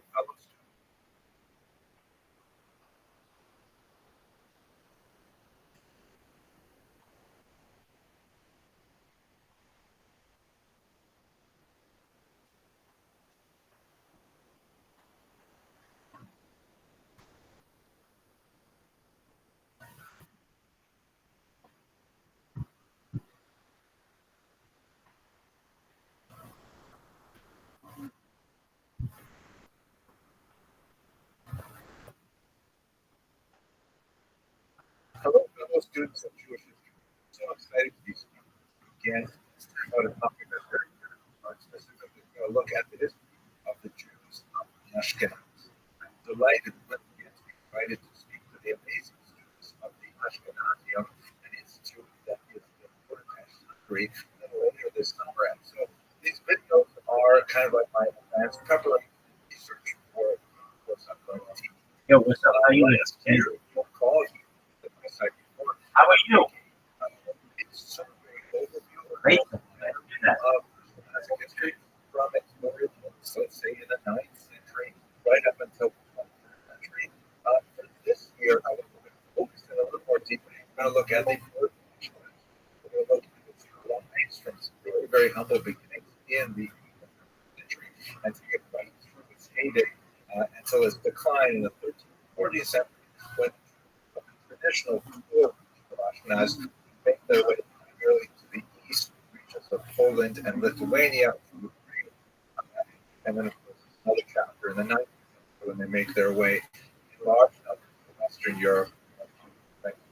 We're going to be looking at a population that was all very smaller. You can see on this chart here at their peak in 1300, there were about 450,000 Jews living in the region of Ashkenaz. These are based on estimates, very rough to get good numbers for this period of time, but they're based on rates and alienated minority, which I took these statistics. And that means that was about 1%. A couple of hundred years later, and just before the Great Expulsion in 1492, the Jewish population maybe grew around 20%. So he's talking about a population that never was a very, very significant one. But for our purposes today, we're going to look specifically at the characters and try to understand what is actually here. What is all about? So first of all, try to understand where is the name Ashkenaz.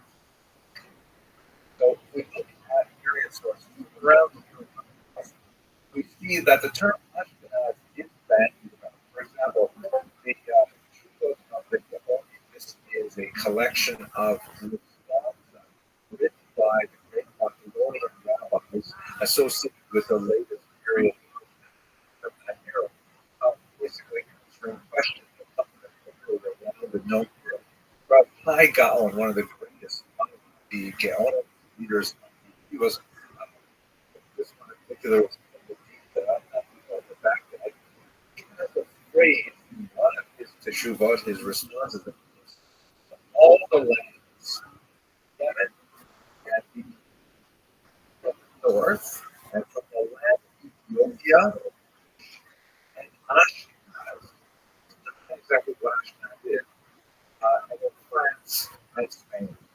And the position regarding Ashkenaz is that it's somewhere between Ethiopia, which is Africa, and France, which is in the Western Europe.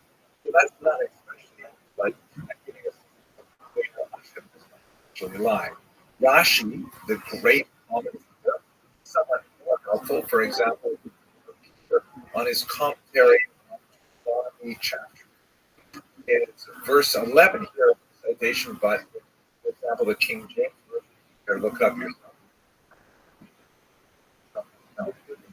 There's a passage there which refers to Paramount, the north of the land. Israel is the northern country of the history, but it's amazing that the time the country in the Middle East does make a possible. So anyways, it's Mount Hermon, which the Amorites call Shedir or Shedir. So what does that term Shedir mean? Rashi helps us with this. Sheled. That word Shedir is actually snow in the language of the and in fact, in German, the Schnee, which sounds a little bit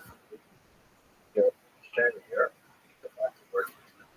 He also mentions not the language of the Canaanites. So obviously, none of the rights of the Canaanites in the Bible, but the land in Europe, what the name is a called which is basically the Arabia, one region, or the Slavic language, they call it the Snake. In other words, specifically in a region which can speak. Okay, that is much more helpful and gives us. Now, the term Ashkenaz, however, just before we get to the geography, the term Ashkenaz goes all the way back. See, for example, in Genesis 10, Noah has a grandson named Homer that has sons. One's named Ashkenaz.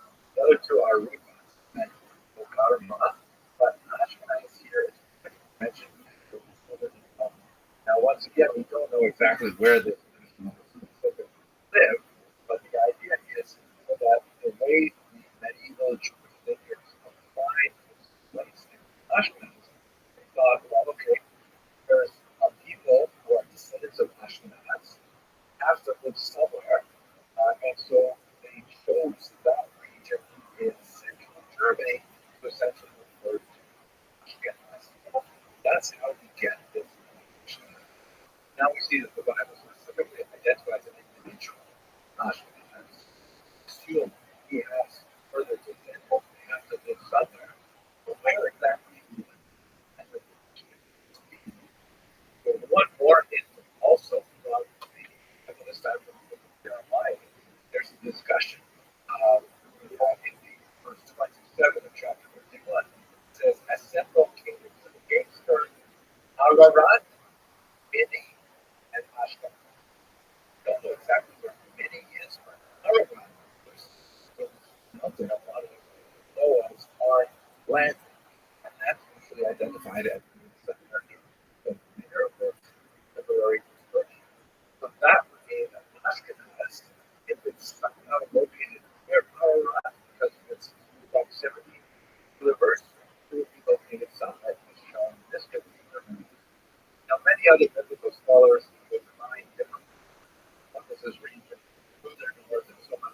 But we really don't know exactly where the biblical land of that.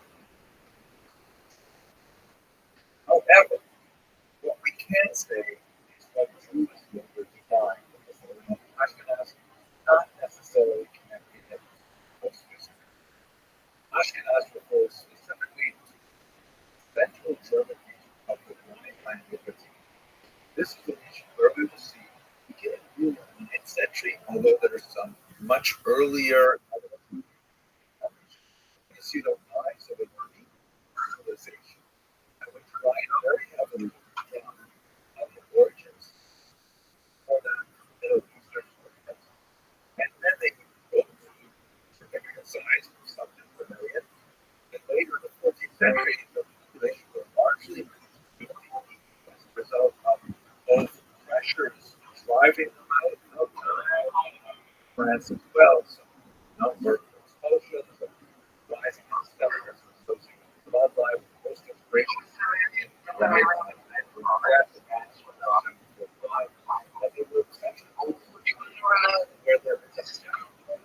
economic battlefield drive finance are very much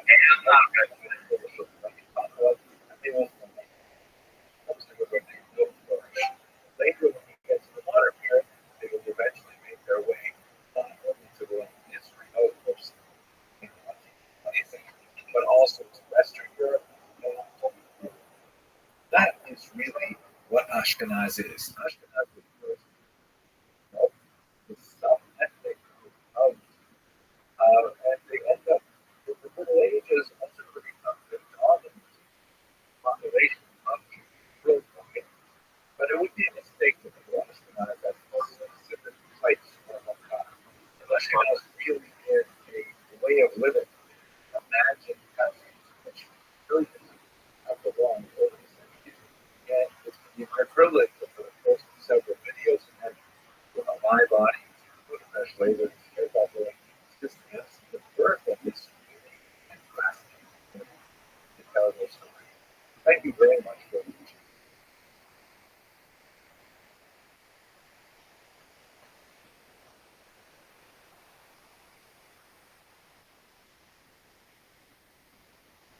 Let us continue our discussion with a look at the population for the birth of Washington. Basically, what they were based on as the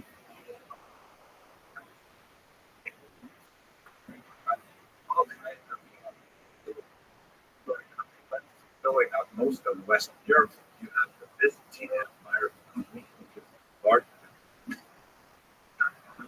the Roman Empire. And, this in the 7th century. Ashkenaz is located here in the north. That's not hard. You will have a lot of France. We'll think about that in, but the heartland is really the Rhine River Valley. Places like Mainz, Firearms, places like that. Now, there were Jews in the game. Amazing, for example, there were Jews from the northern part of Lebanon and Syria, today's map, and soldiers out of the part of Europe, and Greece ranks them have been found of the belong to them, therefore were most likely Jews. Now we're discussing stones in another unit. That was very, very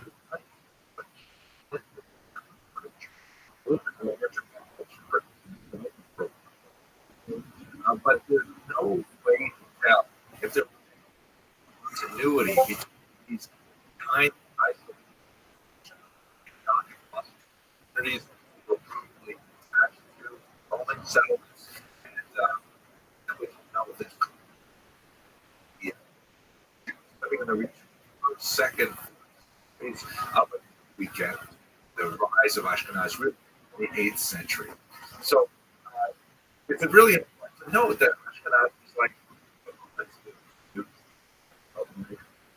far away from the great center of this population, but actually way off in the east of the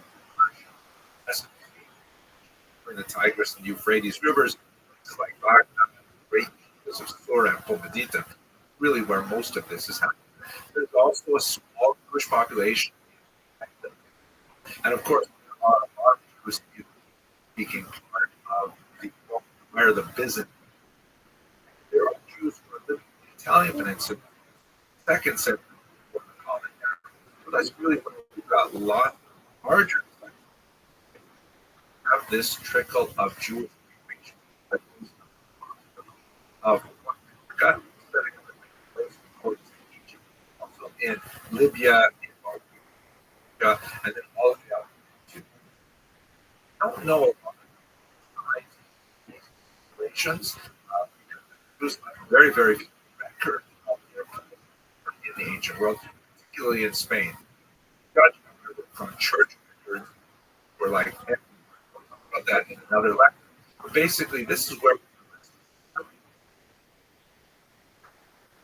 one really important place to put more of our attention, and then Provence, located here at the south of France, where the broad Mediterranean is right at the border in the 5th century. Is the Gothic kingdom and the Burgundian. Now, this the Visigoths.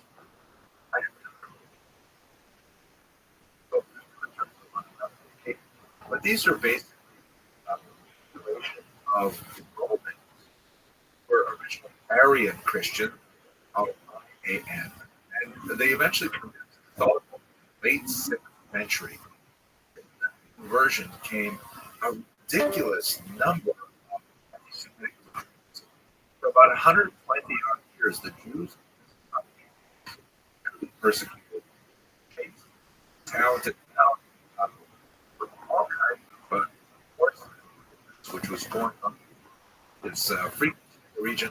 And a good likelihood, many of them, with records themselves, but it's quite a good likelihood that them made their way home in the Holy shit, did you see those students that are in the fucking we know in that is actually so it's not a Jewish roles in the law are large because of instrumental in older fact was later on in his there are many scholars so legendary. In other words, even if the legend gets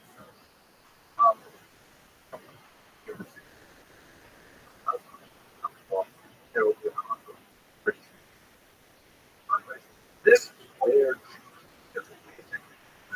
get to the Ashkenaz, and that's what I look at the next women. Thank you very much for watching. I just wanted to really answer where did these so first of all, we have a literary tradition.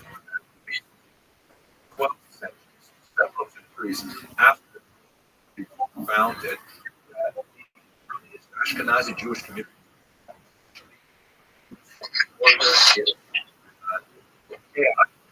Very to him and his work. Yeah. By other sources that have originated on this found in more than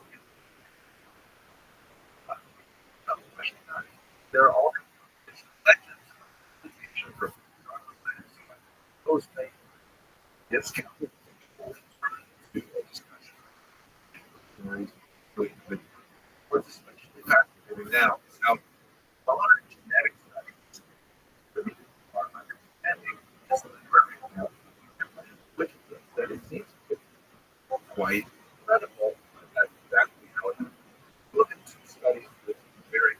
This article describes how the German discovered the construction of while working on foundations medieval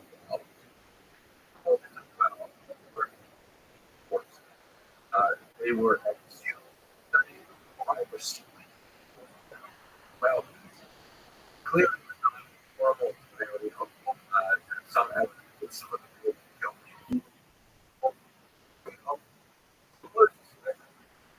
victims by saying that certain modern genetic analysis is what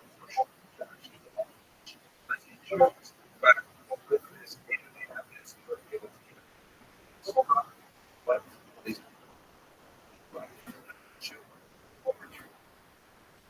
some of the DNA also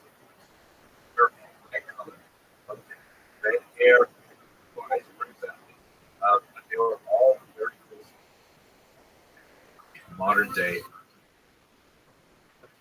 that input of such in-house remain. But it doesn't much yet. Actually, original that is less complex, related, military, ignore it.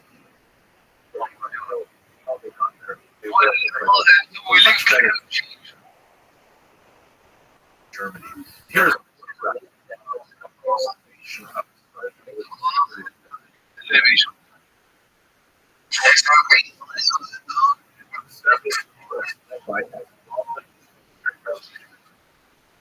approach authorities.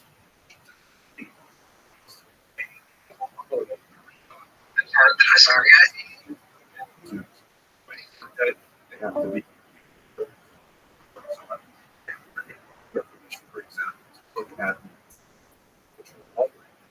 from somebody at the same time in Jewish of buried in this particular fort tree, Bergman is able to amazing technology. By the way, an article that appeared in what they were able to identify is that these pieces of air were the product bottle, which is responds closely to the literary. This is basically layman's implication. Looking at this particular graph.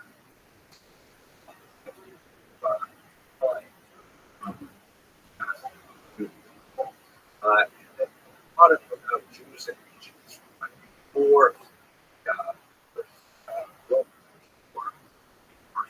so, and then modern. So how do we get from there to here?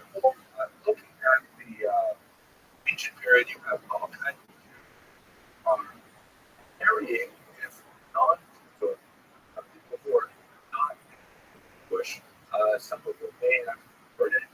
We certainly have conversion stories. Ruth, Mary, Boaz. We have more decent evidence.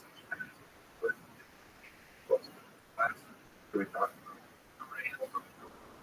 about these are the church, the population of Jew. There is the conversion of their mother. Then you have the corrupted event after the first war and the second World War. Year 135 of it. Many of them the founding of there of Jews and a conversion is like history, but also of relationships. So they're based versus other audience where there's a very large population. Then we get to 9th century.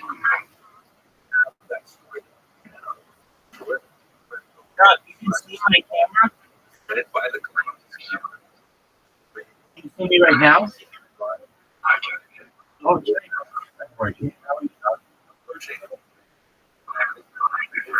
yeah. Oh, exactly. All right. Well, I didn't know that this was working. Thank you so much. Remains were discovered up to 1350. One of the most insane is to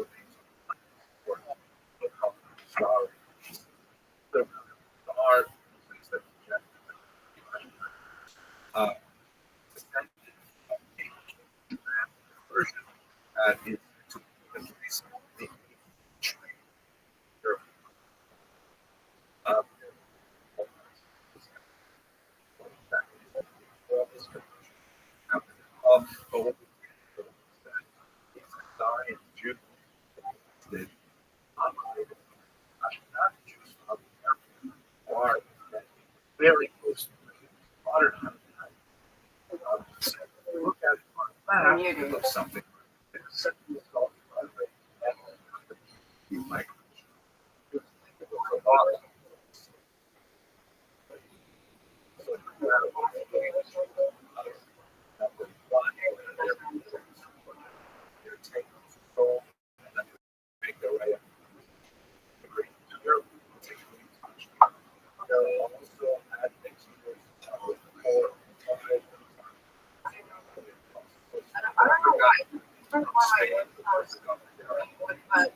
Western Europe, Nordic, well, and then later as we should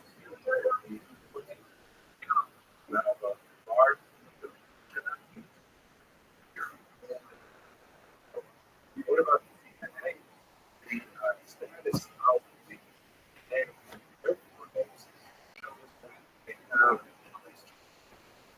50 to 45 and about 45 to 70% of their DNA out in the south and north, suggesting that the reason for the physical being north and Sephardic Jews.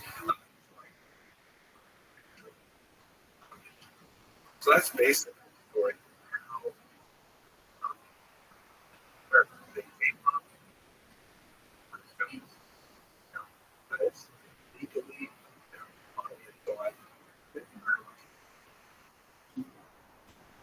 other fellow Jews have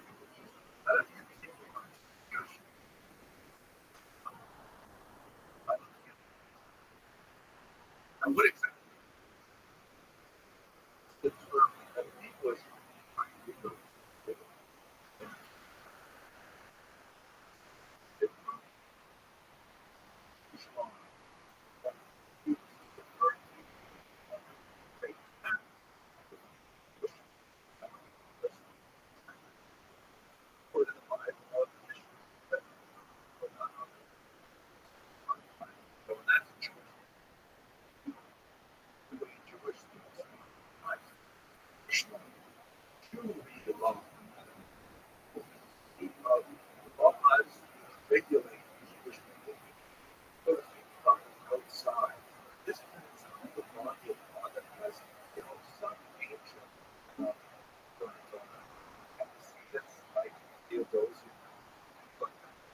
really developed in Germany during the period that we discussed. So we're going to spend it exactly. Let us take a break out of our 20%, which is especially prevalent those demographics, which are generally speaking what we call a society whose government we have with that law like this and applies to everybody. And the idea is, if you live in a particular place, is that this enshrined in this statement usually has the praise of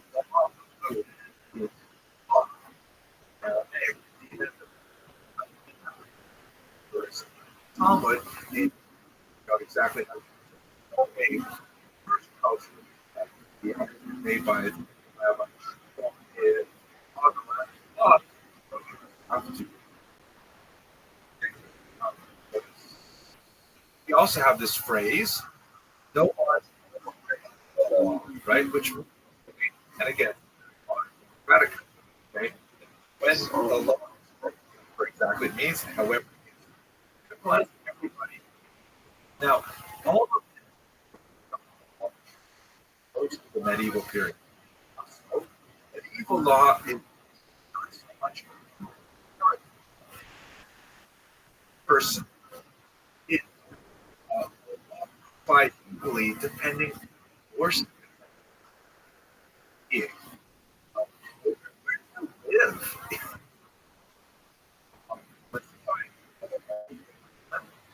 Slave, church, all have reputation, and we have several overlapping that are called the fair. For example, still the vestigial empire has been the Western Empire century who's on is the leftover territory of Gaul. There's still some sort of vestigial equal to Rome that would from the 3rd century on, Jews also citizens. On the other hand, you have classical, all kinds of bizarre things like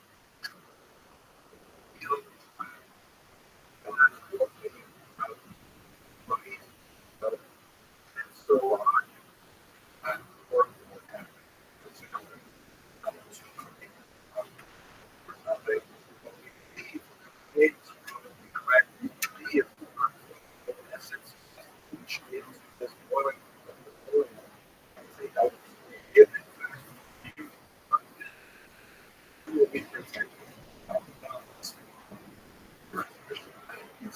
You know, the region, and that will protect you and keep you. Don't know who is right, fight it out, and protect the facto who is the right. So these are kind of weird systems of laws that have a personal step, and whether or not a conflict with someone belongs to a set of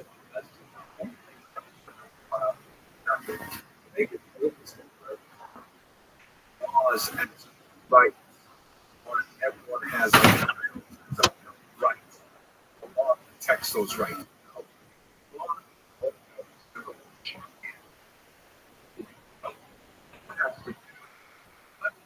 Just use specific based on your first as all things, all meshing together. That's which the Jews fit in. What exactly are the Jews? So one of the most important things that medieval society would attempt to understand the Jews in that medieval society was corporate in nature. Another word would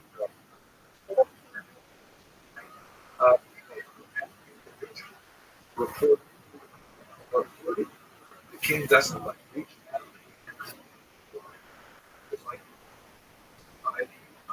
the president that he was very number tap it into the computer and he'll say, oh, right, like that's kind of in a modern society where the president of society, but in society, people have groups like sort of like now each other responsibility. So let's look at very rough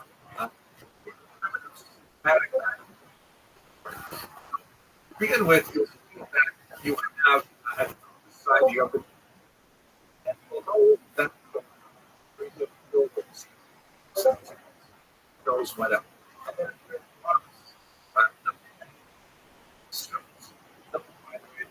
All these boxes the same size, but it's probably more accurate.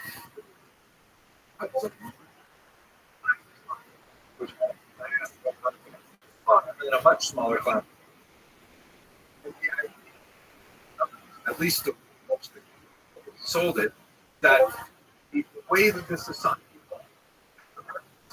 one farm, they with their lives,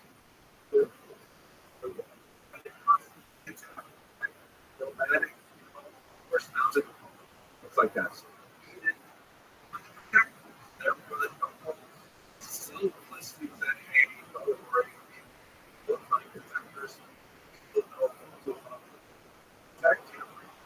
And eventually they would lead out of that protecting the peasants. That was essential. That was interesting. Money from the peasants, tithes, and so on. Be a theological term.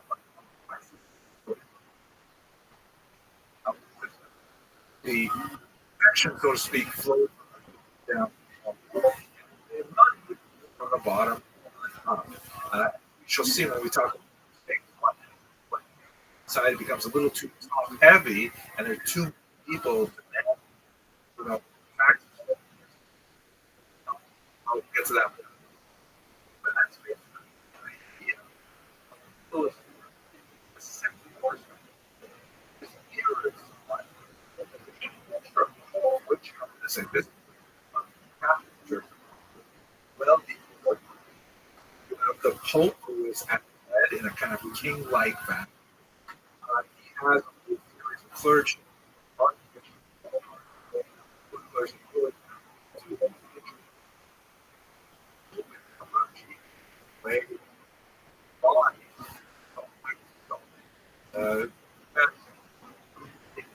Things like that.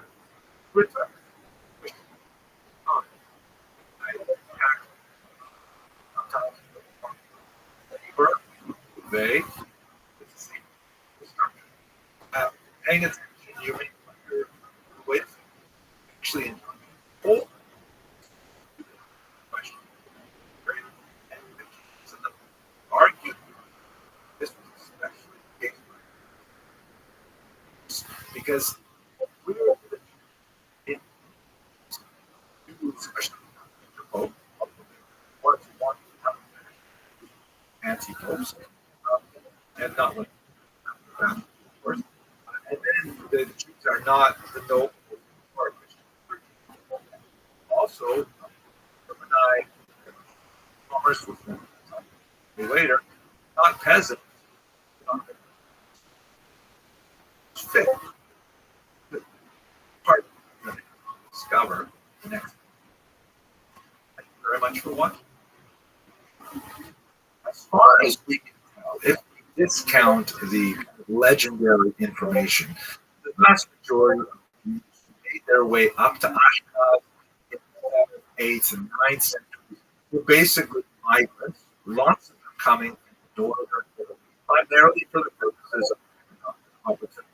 The Jews had a unique set of skills, although they were still quite involved in culture, and we'll speak about their agricultural efforts in another class. They're very skilled in trade, as they are literate. They have lots of contacts with Jewish communities all over the known world. So a lot of reasons why they have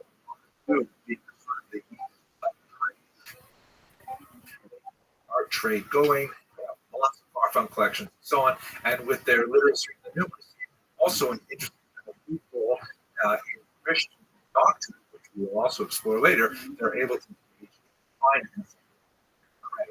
There's lots of reasons why in a particular territory. But bearing in mind our overall discussion right now, which is law and the idea of the law as privilege rather than a right, what exactly do you do with the Jews? Where do they fit in the fields that we discussed in the last video.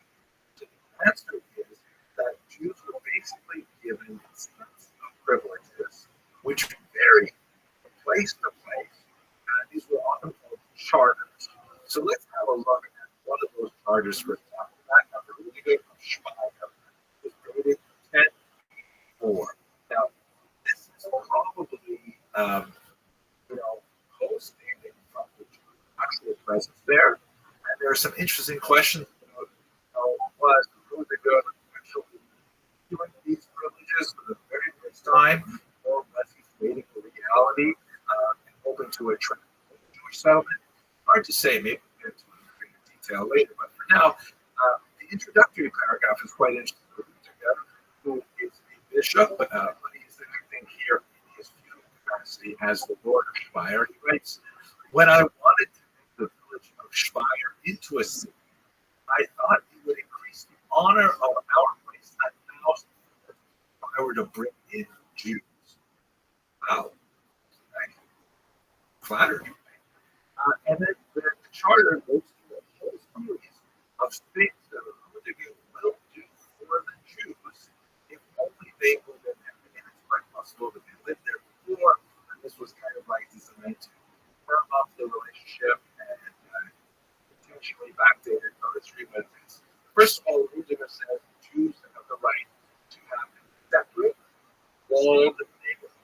Explicitly refers to the right of the Jews self-defense and have a wall around their area, kind of like those stated fraternities in Boca Raton. It's designed specifically to protect the inhabitants. He says the Jews have the right to engage in commerce in city limits right up to the drawing levy paper.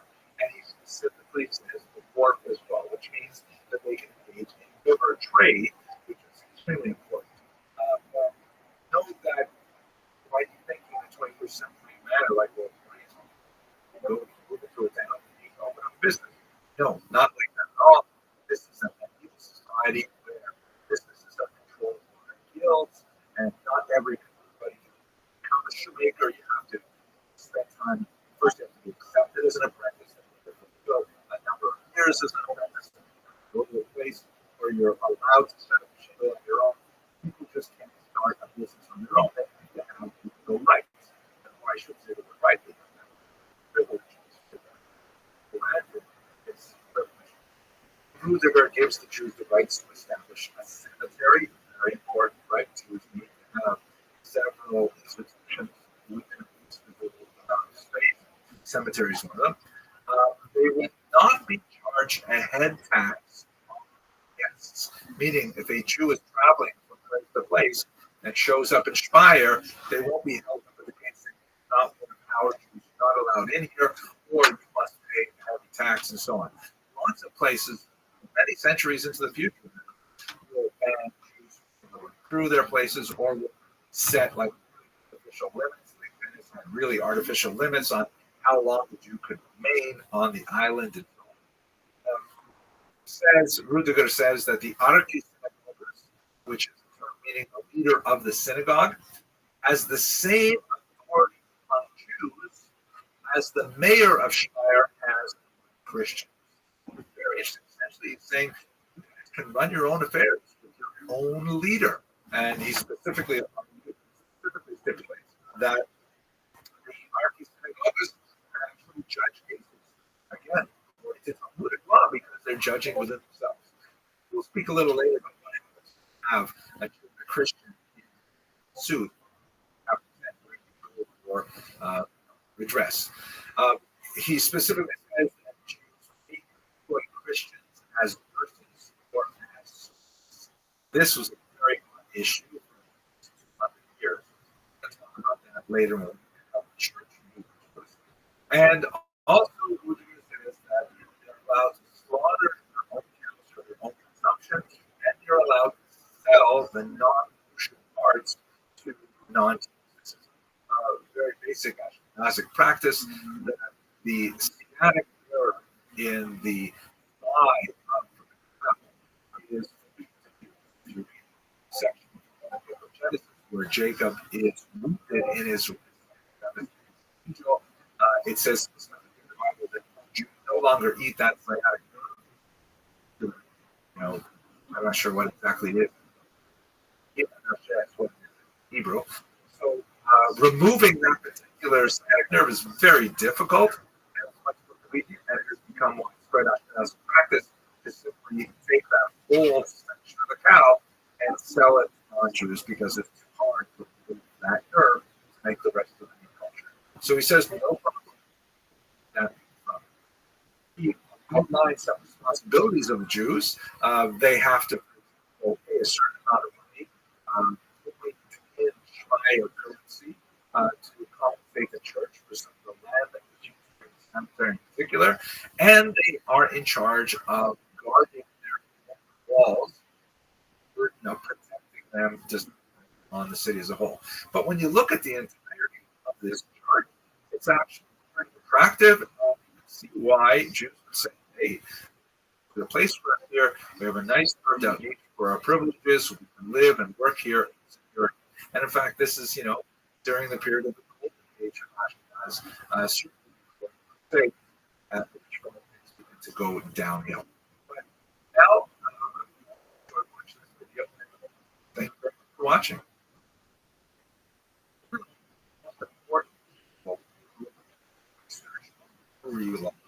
I believe he coined the term. It's the greatest story in Greek. Fascinating. He was born in Prague and until the Nazis forced him out in 19. He taught for a little while the Jewish theologians in Breslau, but eventually he left Europe for the United States of America. The war. He did tremendous study of Jewish law in Germany. We're going to look at the Saxon which is a basically 12th century sort of codification of customary law, which was his life's work for about 20 years. He ended up, when he came here, he published a remarkable book on Jews in medieval Germany. This is it. Great book. It's really quite dense and absolutely fascinating. And I want to point out to you one fascinating thing that I just came from pages of stories, and it makes me think about that heroism of previous generations of historians. We really got to see. So, what exactly he should do? The thing about law is that you didn't have like this central code over and over and over again. People said, "Well, here's our central code." Cover this in the Roman period. Have the Theodosian Codex, but what you do have is a very important collection of of which there are other versions of it. And in the 12th century, this writer basically tried to collect a collection about the customary law of the 12th century in certain parts of what would be today. It's actually quite fascinating. About Jews and but as this science spread, many said, hey, we really think that that's incorporated. Oh, let's change it a little bit. Let's change that a little bit. Basically, and so it's sort of incorporated throughout the regions, throughout the book. I think that the iteration of it is something as the Magdeburg grammar. Law of Magdeburg, which was a particular city that had been established a version of the laws that were codified in the church and speak of. Jews as we should. So what Guido Kish did in the 1920s is he went all over to local archives, local town hall, the oldest records, and he painstakingly old court cases, thousands upon thousands of them, and noted how they were related to science. He was able to write out how laws spread throughout Germany. Then, of course, in the 1930s, power confiscated all of his papers. He just mentioned this, by the way, in passing, page 66 of his book. By the way, I worked on this for 20 years. Took it all away. After the war, he writes this book was published in 1949. know, however, that published 2 volumes based entirely on his research without any attribution because he was but those roundup, however, the entire that had stolen all these materials was heavily damaged last month of the war, and everything was lost entirely to all of them. But what's kind of fascinating is that Fish was primarily born in but he's also a Jew. Also, as he's a Jew material, he would like make separate studies specifically about how these various people decisions reflect upon Jewry law, and he ended up collecting a tremendous amount of material, which he didn't turn over for publication because he was working. This was his side gig, so to speak. He was able to save those side notes and come up with this massive book of the Jews in medieval Germany, a study of their legal system. It was proved to be an incredible resource for students of medieval law and Jews. Absolutely. Very much fun.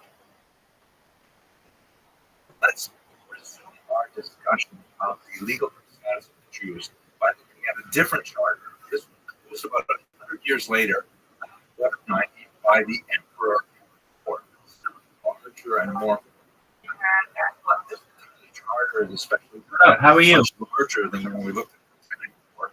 That specifically points to a new status that Jews would be developing over the centuries before the Greek nationalism, that of Serbi Cambrai. That Serbi Cambrai Regis. What this refers to in a lot more when we talk about economics, that the Jews in terms of existing privileges and legal status, they would be sort of like the possessions that that came for economic purposes, you know, that's a separate factor, but somewhat irritating to the church. So let's have a look at this particular charter and what it refers to it. So first of all, there's a really preamble, which Henry IV says that he was approached by certain Jews, led by Judah ben Colonimus. This is the great Colonimus family. See at the very beginning of Ashkenazi civilization, and they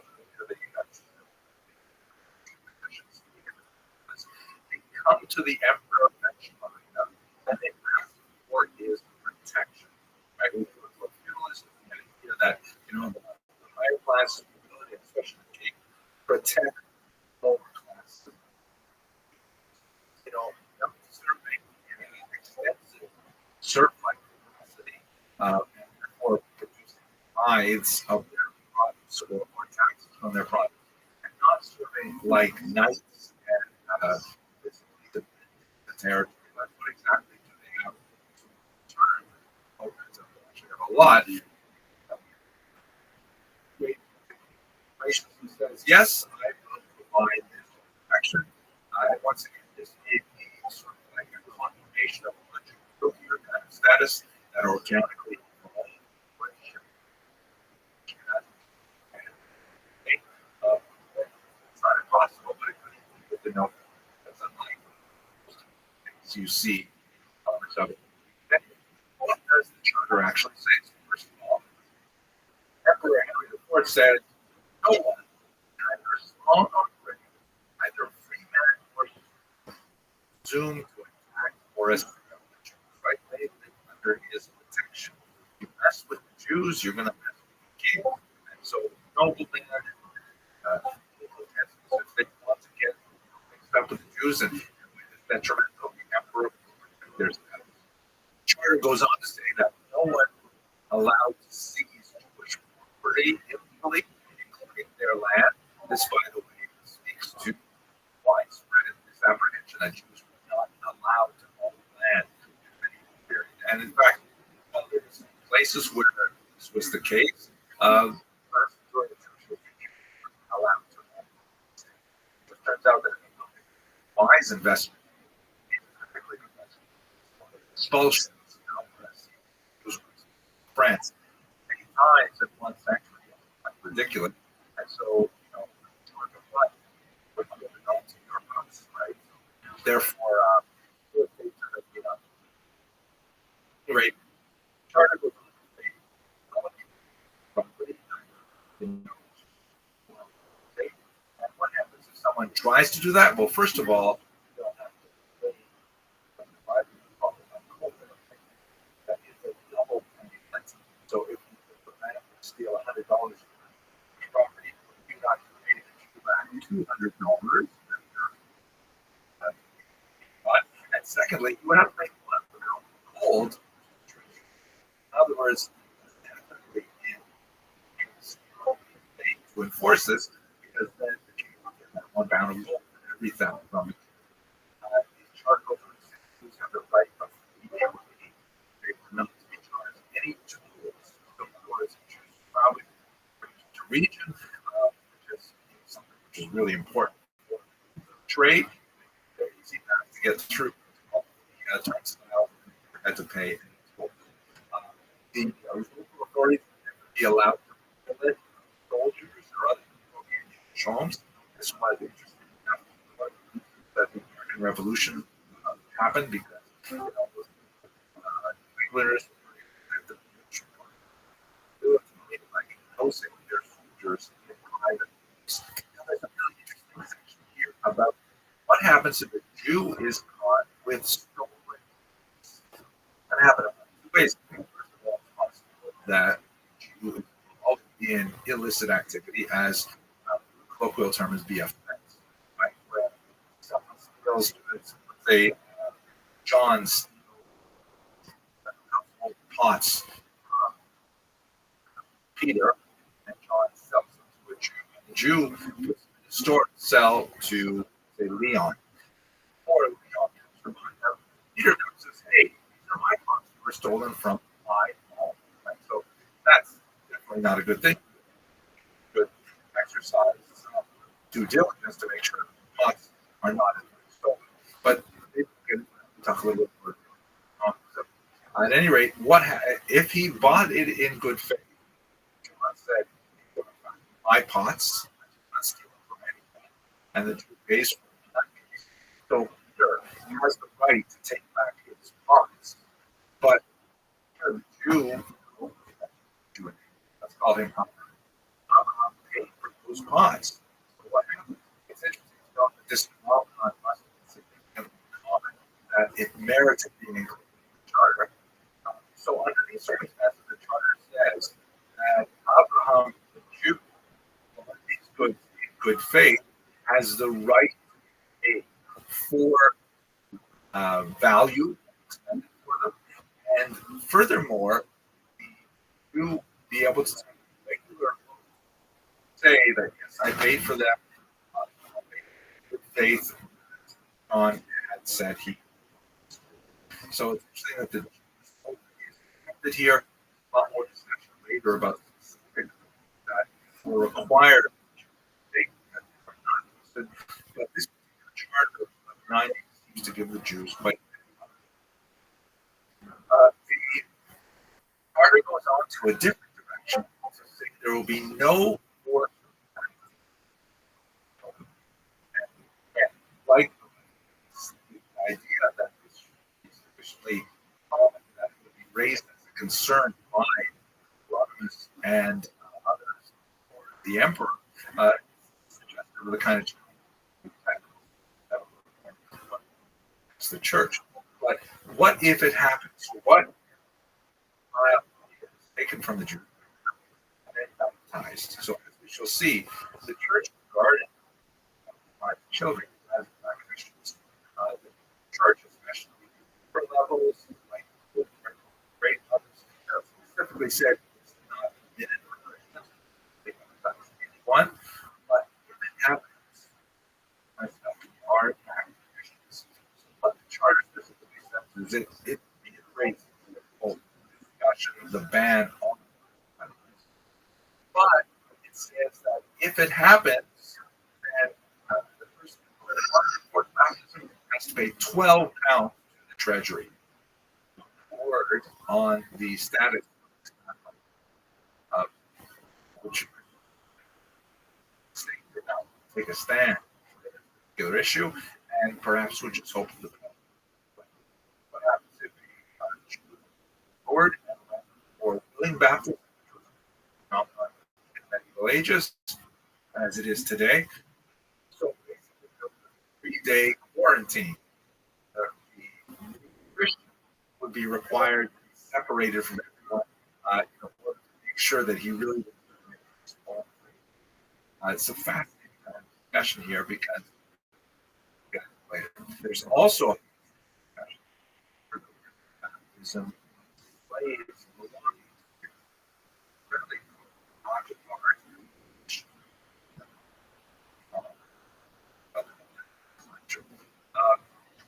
but slaves who are truly Christian.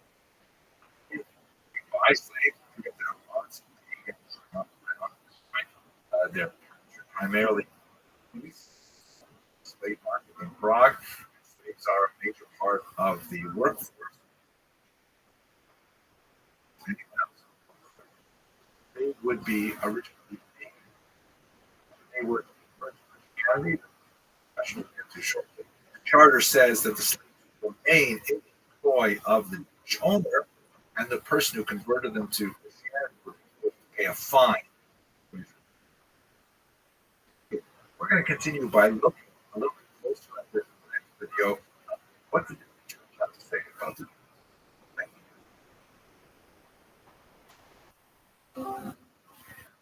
When we discuss the legal status of the Jews, note that until now, largely confined to the state to treat Jews, specifically the king.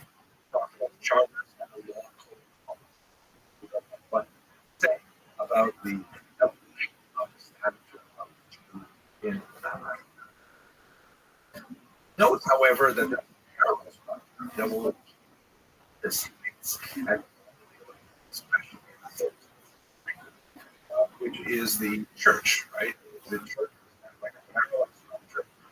Anyways, with the state, right? The church regarded. People come back to some of the theological discussions later, look more at to the Jews. But I think it's very important to know that while there's certain significant amount of anti-Judaics coming from the church, my teacher the reality is also Jews about 1,500 years. Specifically because early on, the church fathers, Augustine, developed this idea, which became the doctrine of the witness. In doctrine, basically states that the Jews must be preserved in society until the second coming of the founder of Christianity, in order to testify that this is the radical society. If all the Jews are wiped out, all expelled, there's not going to be anyone around who will be able to say, since the Jews were there originally, that's the ancestral tradition, then the only way that Christianity validated is that its originator is able to say, yes, he was wrong, he was right on this thing. I think there's a complex theological relationship that is really baked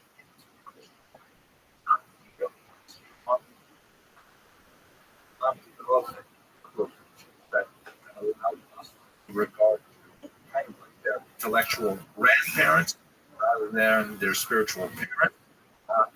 Their existence with the Jews, their similarities,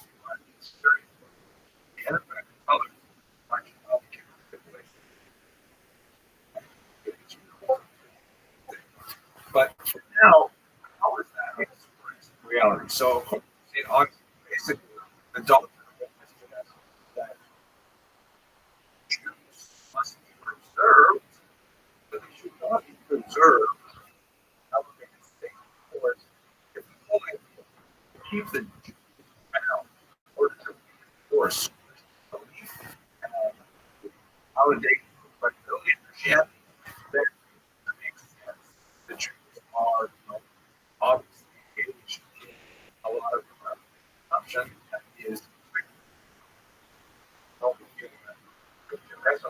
street, he sees, 12 Jews driving by and clear.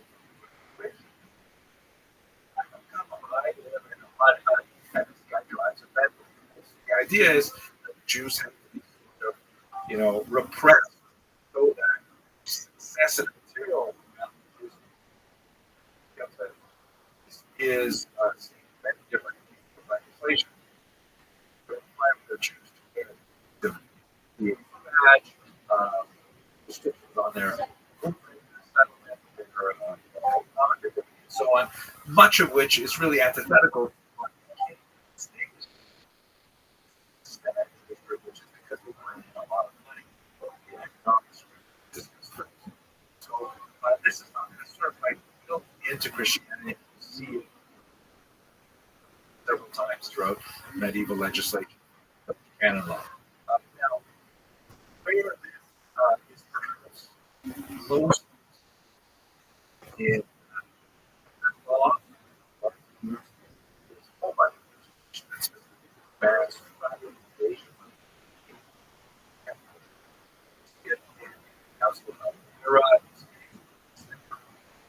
Jews, specific meals together, party together. Both have Jews, by the way, also legislation.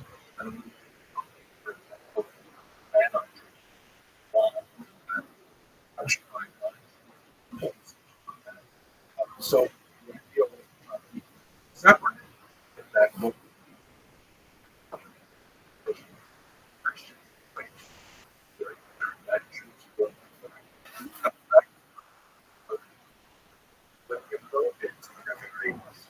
Way. A lot of these countries also ask me, by the way, to know that they have laws like Christians are forbidden to attend religious ceremonies, like on religious play hockey, not Chrysostom.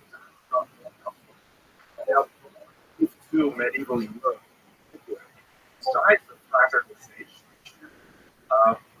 we receive a lot of it in the 12th century and 13th century as the church was on one of the things in the early period, especially before discussing the last the idea of slave and specifically to be one of the most important voices on this is admission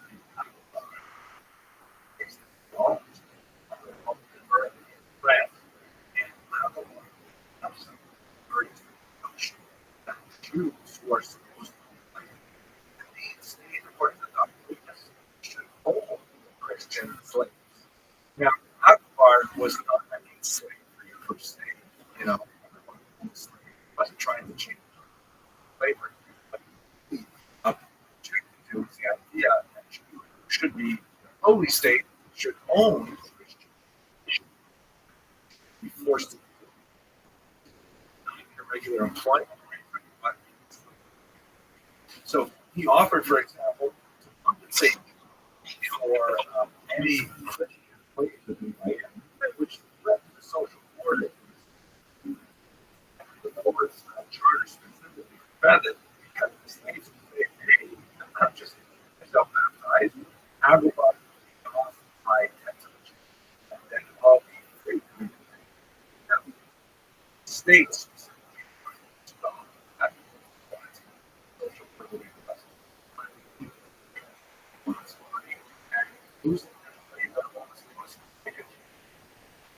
we should also know that Aquapart's offer was not joint as generous as it sounds because this value lifetime and offering to pay the old value current value state. Anyway, Aquapart wrote on one cycle for things.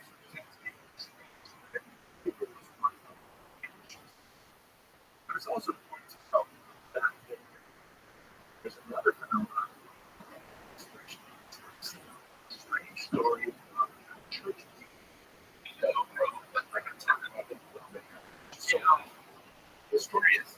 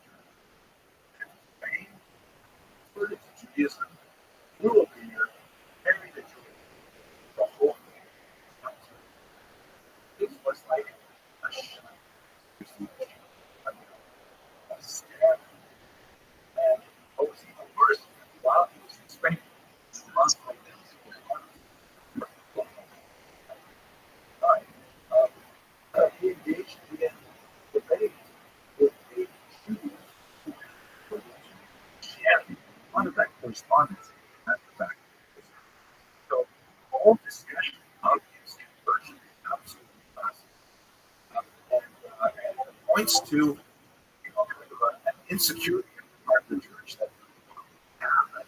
If Jews were like, what would happen if Judaism expands to a great degree? And Christians are trying to find, especially because at this time the church governing the Hebraica Verica, working with a Latin translation of the Bible for a very long time. But scholarship developed against it, like rely on this Latin translation. Say, I don't know the Hebrew original. You've got and all this content of church and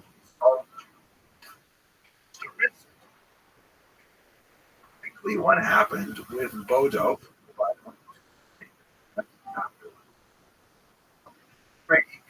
in this, expense with this individual Jewish convert to Christianity, and it had a tremendous right? So much more to say, I think, illustrative of the Jews and the church, 9th century in particular, see how this relationship full. Thank you very much for watching.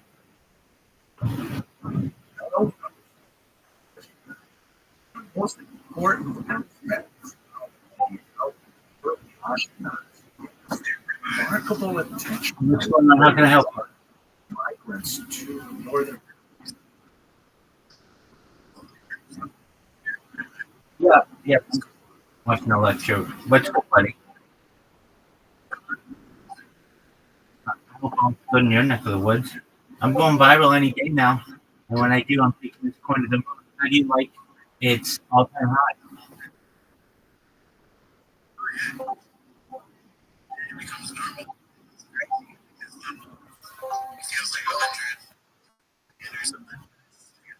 That's right. We're going to get this bad boy to $1. And then we got the yacht part. You know that, right?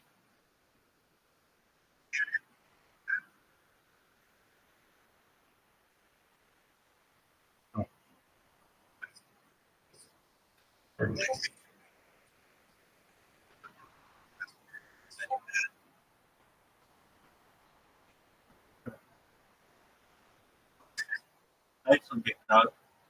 Well, I'm going to go back to my lecture.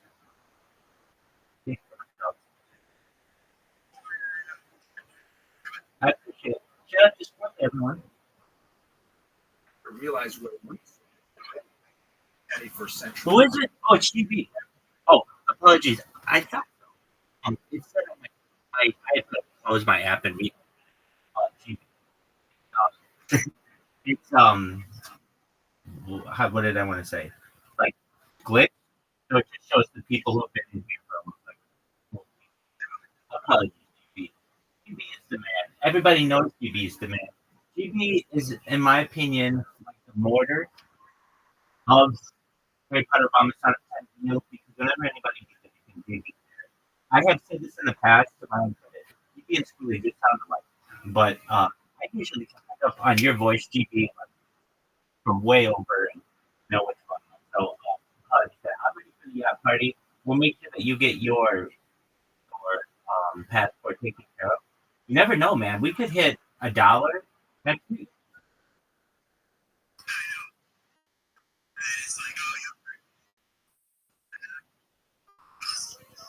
Yeah, so that'll be amazing. So I'm excited for that. And it's going to try the way.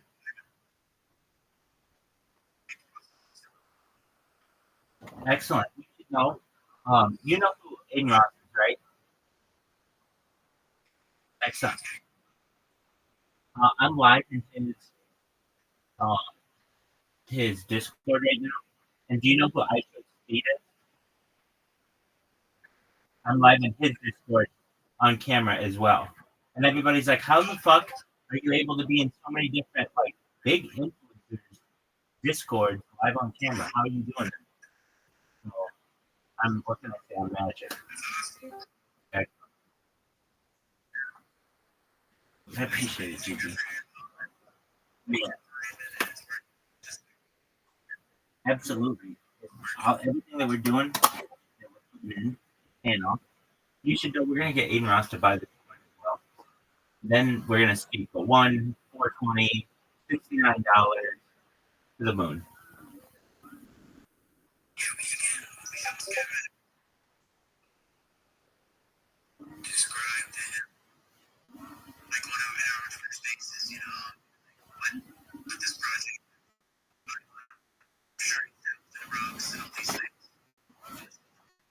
That's a good idea.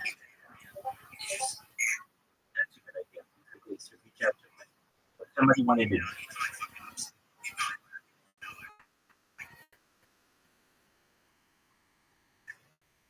Well, it would just be good for it. It would be worth it.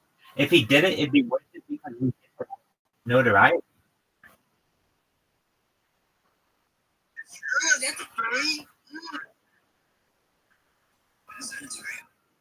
Yeah, I have his inner circle in my inbox. So that's like guys like Chenzo or Citrus and another guy, Stafford. Basically, yeah. So they told me he wants to interview me. Let's see if it happens. I'm here. I've got some other people who want to interview me. Sam, I just want to meet some other people. In the meantime, I'm just literally screaming and everything. I do my best not to say anything. The reason why I don't want to say anything is because then I won't get banned. Like if I start talking, that's how you get banned. So uh, not that I say anything wrong, but like you can even say things like people just interpret. And so I could just be like what's an example? So I could say, let's say somebody did something, said they were going to do something bad, and I could say that hey, we could have you executed by the state of California for that, or something like that. And they would say, oh, that's an execution. You say, no, dog, or that's a murder. Say, no, it's like an execution. It's like I'm telling you that the state will execute you if you do that. That's me. I should be able to say that's like part of jurisprudence. That's part of the American legal system. Well, like you'll get banned. So anyway, you never know what's going on in the world. I think there's some things. I'm a free speaker, absolutist. I think it's absolutely not. So, but GB, apologies. You're the man. You take care, man. $1. Let's see it next week, big dog. Actually, 69 cents. Well, 42 cents, and then 69 cents, and then $1, and then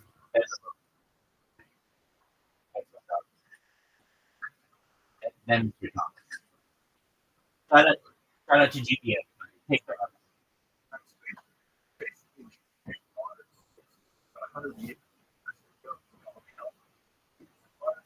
Equal citizens. Everybody else would choose as individuals. But not like that evil group.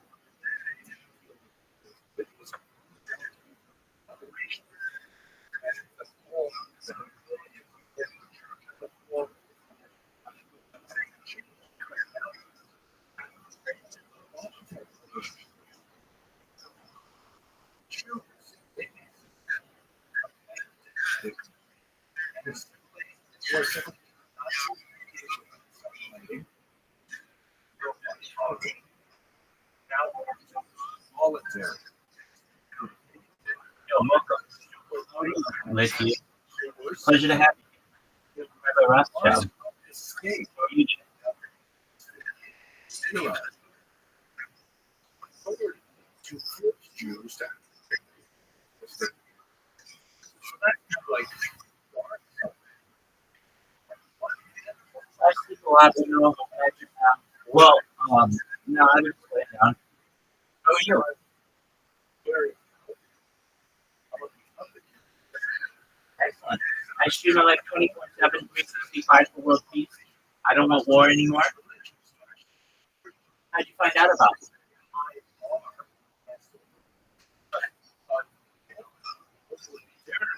Oh, right. Yeah. I heard you married. That's not bad. Well, Steve's amazing. Yeah, Steve's amazing. And so I share my life with him like a portal in his community. And you can always come in and say hi. And I'm here for Wilkie. I don't want one. So I think that's a positive message.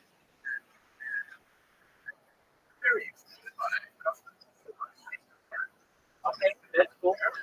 Then my peacekeeping troops will destroy your war terrorists. Or dog. Dogs. I don't even mess with that kind of stuff.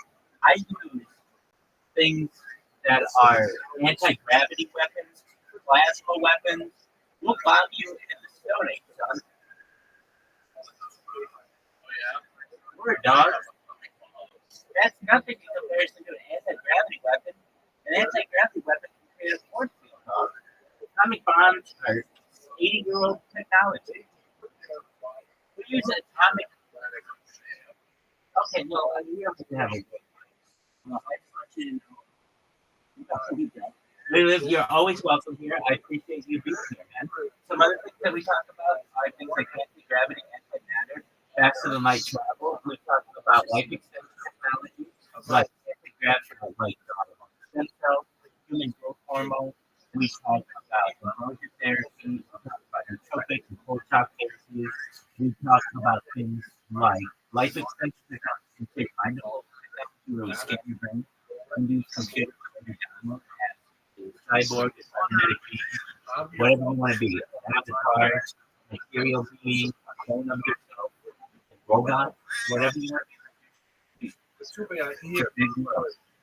So a little bit. Yes. I think that's a possibility. And if I'm given basically unlimited amount of possibility to live, then yeah, I'll give you the start. Would you like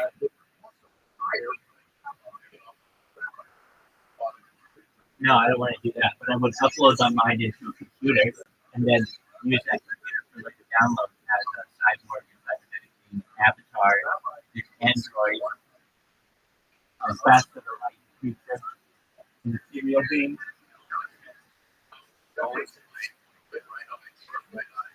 Oh, that's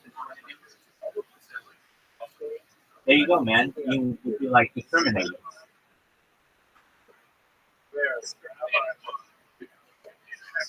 There you go. You might even get your own television series.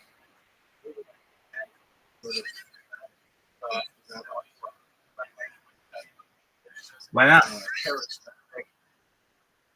Comfortable. I'm sponsored by cryptocurrency. I'm sponsored by cryptocurrency. These right now with $7,000 each.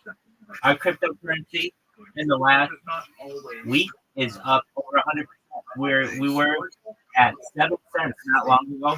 We're at 31 cents. So it's very exciting. People are getting rich. People are becoming millionaires. And who sponsors me? So that's all this. It's called Harry Potter, Obama Sonic Inu, and it's the greatest cryptocurrency globally. Who would think something like this? We were $7,000. $7,000. $7,000. $7,000. $7,000.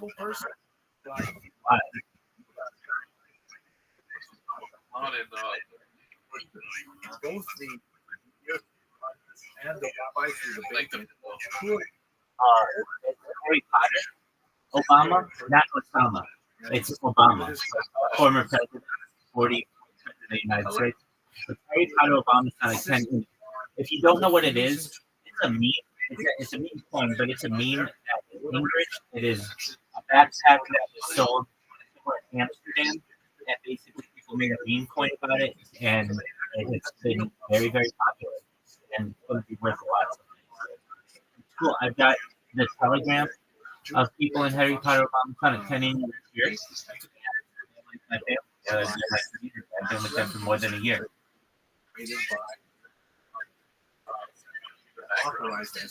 This is history of Jewish history of Judaism lecture. History of Jewish culture lecture. We're watching currently the Book of Ashkenazim, and Chevra basically made the nation that did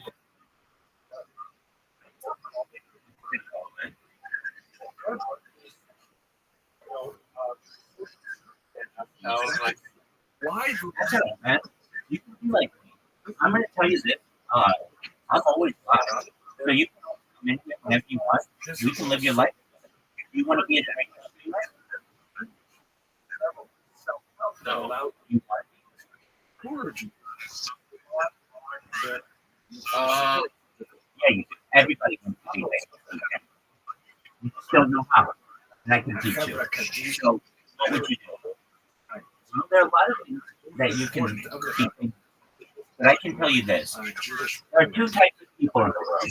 There are creators and there are consumers. There is the middle one. There are people who create content and there are people who consume content. And you choose one of those two types. Whatever one you want to be.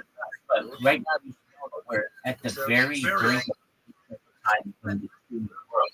I mean, I can tell you right now, I'm streaming on like 33 different devices on 33 different platforms, including simultaneously to YouTube, Twitch, Twitter, a bunch of Discord. You see, nobody else is live in I show speed Discord simultaneously. Peter Ross did. Just one moment. Additionally, Sometimes live in like the Daddy Discord, I'm live in the Nico's Discord, I'm live in the Chill Discord, I'm live in a bunch of different Discord. And people are finding out about my project. They're finding out what I'm doing, and generally very positive towards it. So I can tell you that I got my hands basically at the center of all social media. I can teach you a lot. So what would I tell you? The first thing you do is I would say, do you want to be a live streamer? Do you want to literally be on camera all day, 24/7? If that's what you want to do, I feel better than anybody. That's not what you want to do. If you want to be like reaction streamer, or maybe someone who just like movies or whatever, you want to be kind of streamer, I can tell you the first thing that you want to do is get a name that is unified on all the different platforms. Like you're right now, we leave short, really good. I doubt it's available on a lot of platforms. It would be a high demand. So what you could get would be media, or would be channel, whatever you want it to be, something that you know you can get, so that when you say I'm at Lily V streaming, everybody knows it. It's the same on Twitch, Twitter, YouTube, Rumble, everything. So you're going to be the same thing. Everything. That's the first thing that I would say. So everything. But then there, you should know that these sites are currently paying right now. They pay money. So like who? Rumble pays. I make money on Rumble. Not a lot, but I don't even try to make money when I make money. Literally. When I said I don't even try, I don't even look at what my power has. It just brings it in. Not a lot, but I don't even try. You try to make more. And then it started to pay CFP, which is the Creator Incentive Program, where they'll pay you an hourly rate to stream if you make it. So you can make $60 an hour. These are all really exciting opportunities. If streaming is free and out, you may say, "All right, I want to do what you're doing, Rabbi. How do I do it?" Right, well, you first need a device that you can put on, and it's not very complicated. You need a computer, basically. So then what? I use a type of software that's known as OBS, which is commonly used. However, I also have a software that's used called Rumble Studio, which I cannot say enough good things about because it allows you to multi-shoot.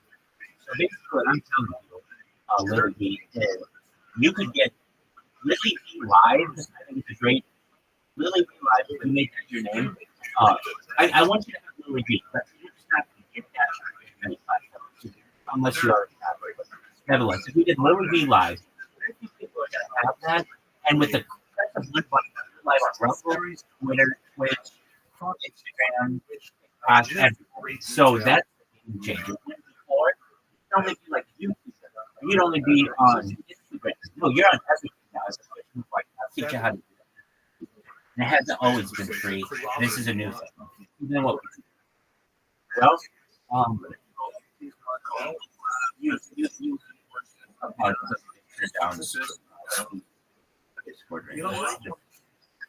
So then what would you do? Okay, well then you just start the grind. Then it's about building an audience. Now I don't know what kind of wallet you have. I don't know what kind of money you can deal with. If you want to really improve really quickly, just buy viewers. It's as simple as that. And you can be, I can you be the number one streamer on TikTok, the number one streamer on Twitch, the number one streamer on YouTube. It's just how much you want to pay. Now, if and I mean it's as simple as it. I want 100,000 people to watch me on this page, and I'm willing to pay $2,000 to do it. Your card in, it goes through, and you're able to do it. But I understand, you're like a normal person. Like, have money to roll out. Viewers, I need to become organic. Okay, so how do you do it?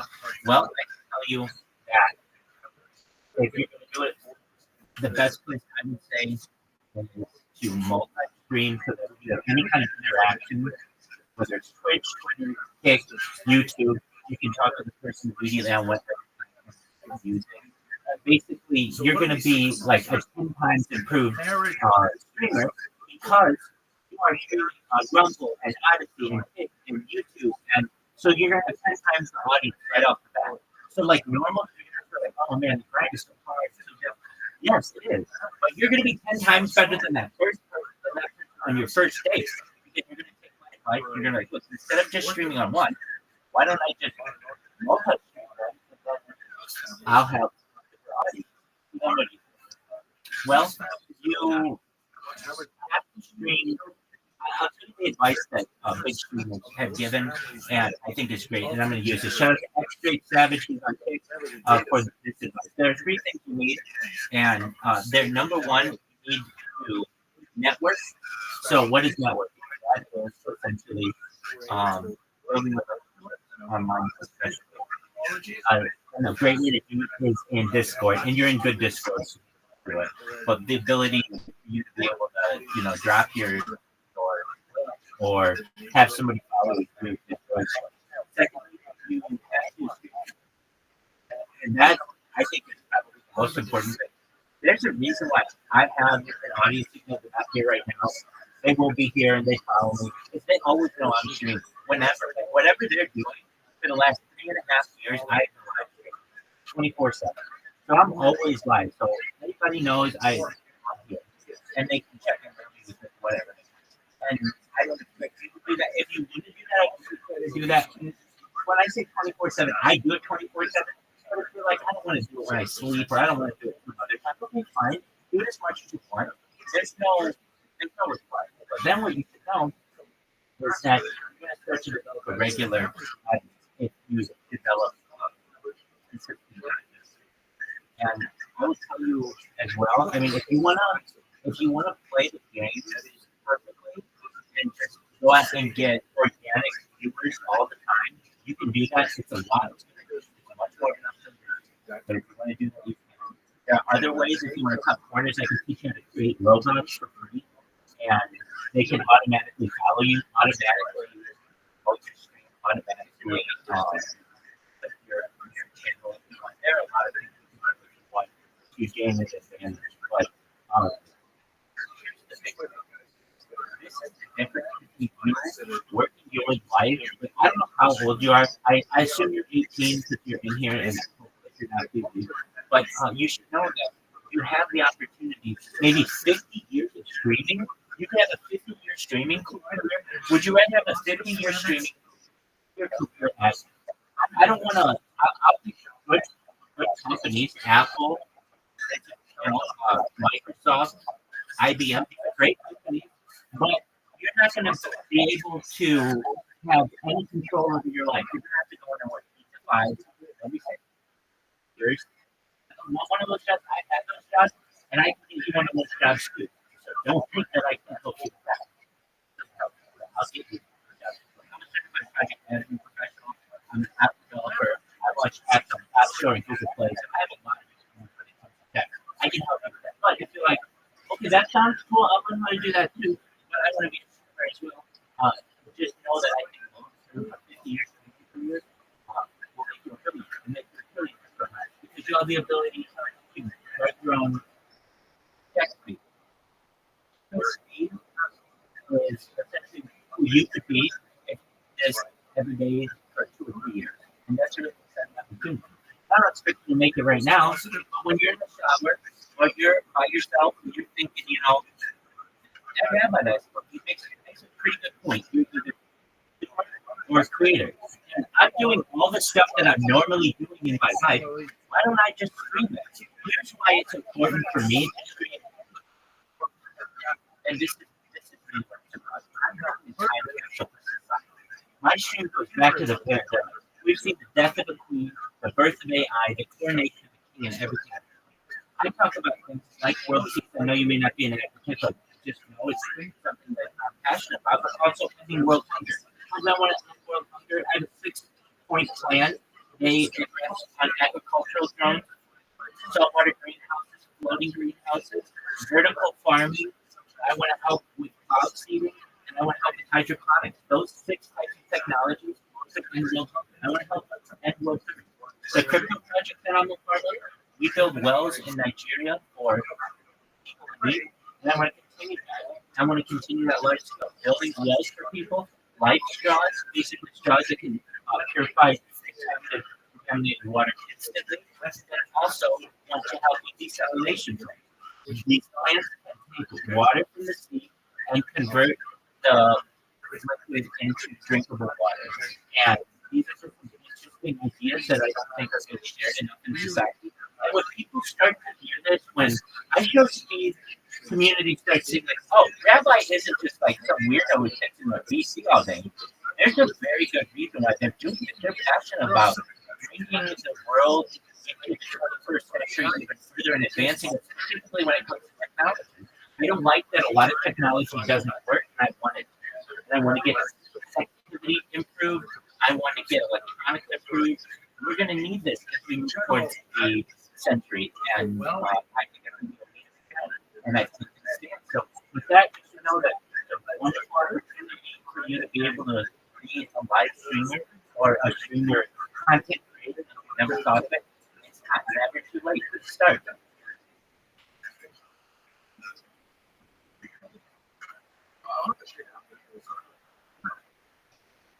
I appreciate it. I know I do, but I also know that I drive a hard bargain. And I'm a public salesman. Oh, yeah. I mean, so it's like nonsense. And here's the thing. I want you to be able to afford a Lamborghini. I want you to be able to say, and what color do you want your Lamborghini? You can just give it away. You just have fucking money. I want you to have all of that. You have to understand this is a really exciting place where we are in the world. Australia had a gold rush. The United States had a gold rush in the 19th century, or the 19th century, and we had essentially a tech rush at the end of the 20th century, the beginning of the 21st century, and now we have a streaming rush. All these people to be content creators. And I'm going to tell you this. I have had jobs for Fortune 500 companies, 6 figures, executive positions. And while those are great, they're never going to give me a part of the company. Then I might have a little bit of stock or something like that, but I'm never going to be able to drive my own way. In a position like that, I'm never going to have the opportunities that I have in this role. I honestly think I make the most person on earth. And I can say that with a lot of confidence, and here's why. Bill Gates coined the phrase in the 1990s, content is king, and I'm making it true today. The Economist magazine stated in 2018 that data, specifically human data, was Earth's #1 resource, and I have more data than any person in the world, any person in global history. This is essentially the time capsule for the world. Everyone on Earth is going to watch this. I have watched every major Oscar, every Oscar winner since it came in the 1920s. We've watched the Olympics on this. We've watched 2 World Cups. We've watched the Women's World Cup. We've watched the NBA Championship, the WNBA Championship. We've watched 3 Super I mean, people are going to be able to come out with this. I have limited equipment at any time.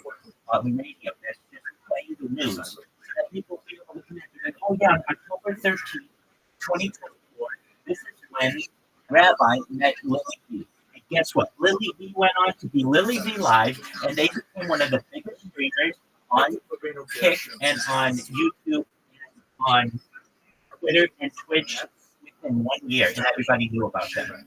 I mean, that's the kind of catalyst you can have in your life. And it's not saying that you can't work your normal job and live your normal life. Whatever you're doing, put it on camera. It doesn't hurt. And it's content, like I said, and like the Economist magazine said, data is its number one resource. Think about that. The more data that you make, the more influence it's going to be in the future.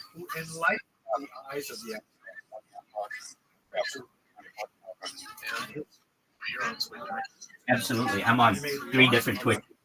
Yeah, definitely. In fact, go to where it says announcements at the top of the server. If you click on that, you'll see like my live streams from Twitch right now.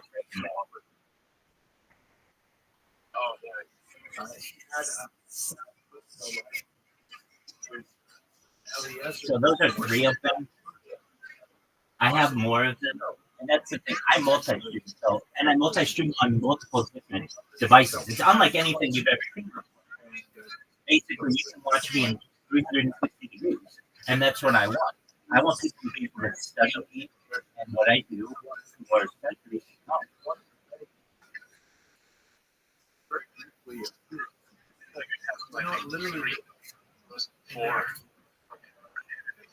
I absolutely do. I think it's important to be able for servers to be able to capture me from different angles, and they are redundant. The reason why I have so many is that many of my streams ever get terminated for any reason. I have backups of everything, and these are streaming everywhere in the world. So that let's say they took down my Kick account, they took down my Rumble account, I'm still live on the same day on YouTube and Twitch, on Twitter. And let's say they take down my Twitter account, okay, and it's still live on DLive and Trovo and Odyssey and all these other things. Basically, we have to shut down the music to be able to shut me down. Because I'm so intertwined with all of the different platforms. I have over 100 YouTube accounts, over 200 Instagram accounts, over 300 Twitch accounts, over 1,000 TikTok accounts, over 2,100 Twitter accounts, over 10,000 Kick accounts. How the fuck did you make an account? I have robots that I program. You can see I have 3 computers right here. I program robots that are basically they follow people, they create clips, and they people live on Kick. If you ask anyone on Kick, anyone, I mean, Aiden Ross, Amaranth, Eddie Craven, the guy who owns it, and you ask them if they know who Rabbi Rothschild is, absolutely. Wild dog. In fact,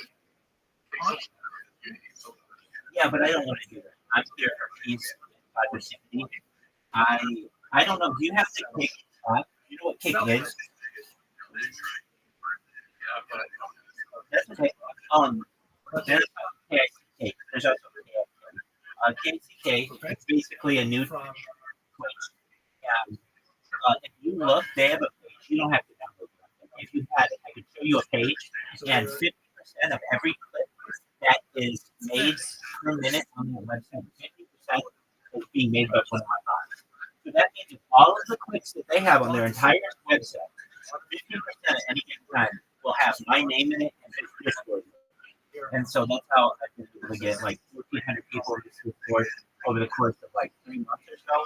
And it's just going to start growing because, you know, it's hard for me to make people a social media swap. Like, hey, I know that you're on Kick right now. Come to my Discord. That's really hard. But I'm already in Discord, and I show stream, Maiden Ross, and all these other big ones that it's pretty easy. You don't need to create an account. You already have it. People join and say, hey, what's going on? And as you see, I have a very large Discord. There's a lot to do in here, and it's going to blow up any day now. I really mean it. You don't know it, but I'm also live in a Telegram. So what is this Telegram? It is this cryptocurrency that I'm in. It's that community, and we're having like a little bit of a virtual party. We actually, believe it or not, we are talking. So this cryptocurrency, a lot of people are very hesitant when you say cryptocurrency. Okay, I'm telling you, I saw it. I've been in it since last year, and it's when it started, it was worth less than a penny, and it's worth 31 cents right now, which is kind of 31 pence. And once this thing gets to $1, we are throwing a yacht party in Dubai. We'll have enough money. That's when the coin will be worth $1 billion. So, like, it may sound like a really, really like complicated. How much could that be worth? It's very close to being worth $1 billion, which is really exciting. Well, I should say it's a third of $1 billion right now. It's worth $333 million. Centuries. So they're celebrating that fact with good reason, and so we get a lot of positive things going.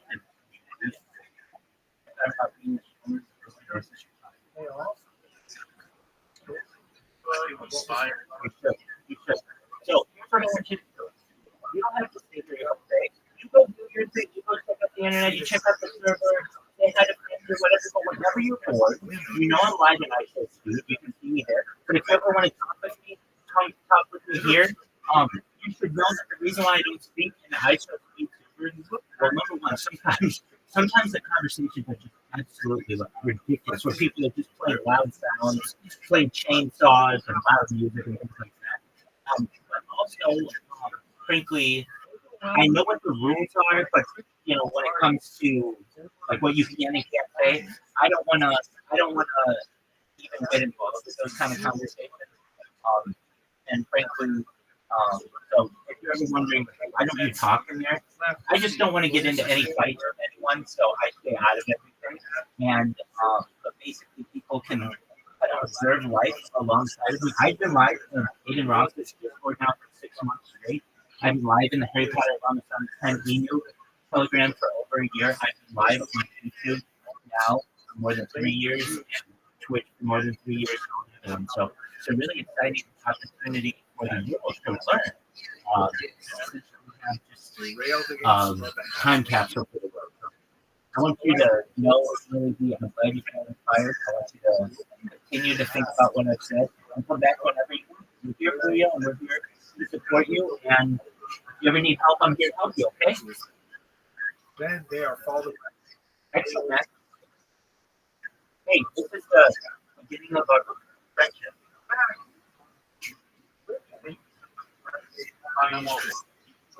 That's a beautiful thing.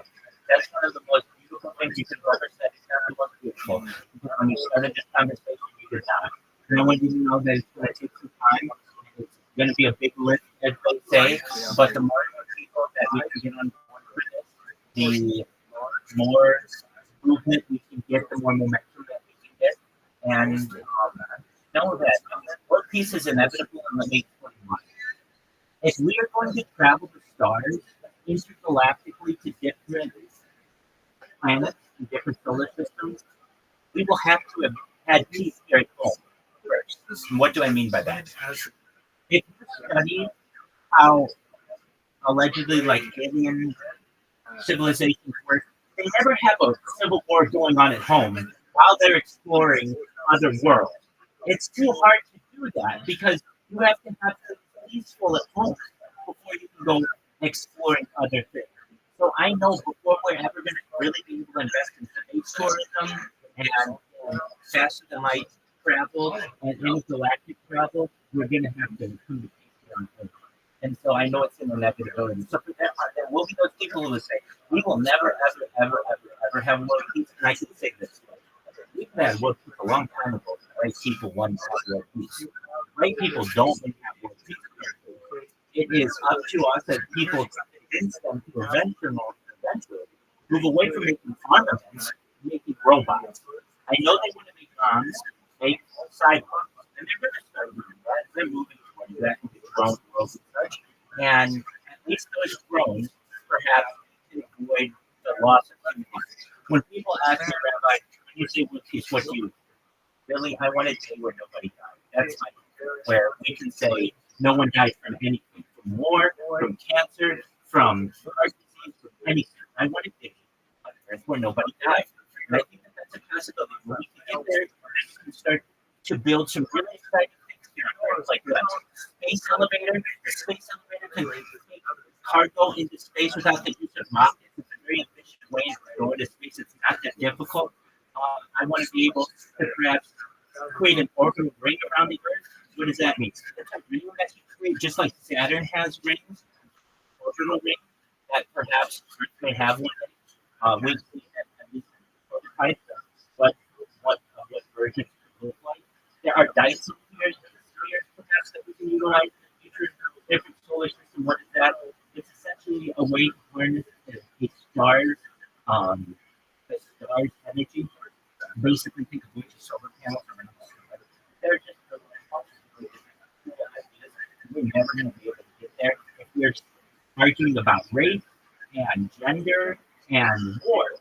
So I want to get away from those topics and move the whole world to a world where we can talk about peace and enlightenment and human well.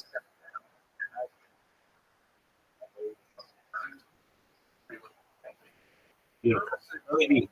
Anytime you want, you come here, and I'm here to help you, okay? That's okay, man. You take care, and we'll talk to you tomorrow, okay?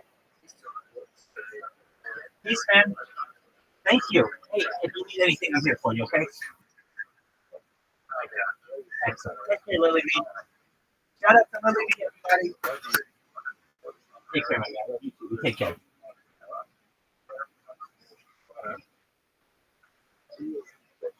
Shout out to Lily B.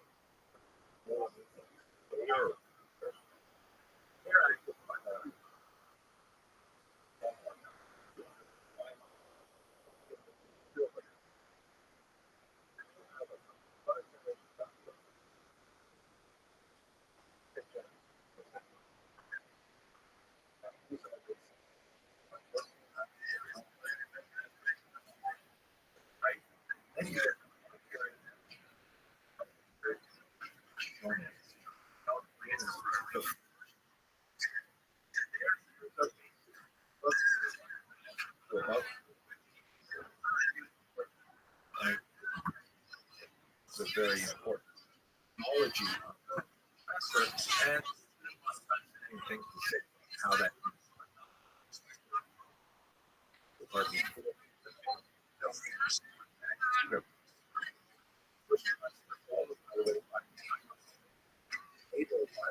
they're basically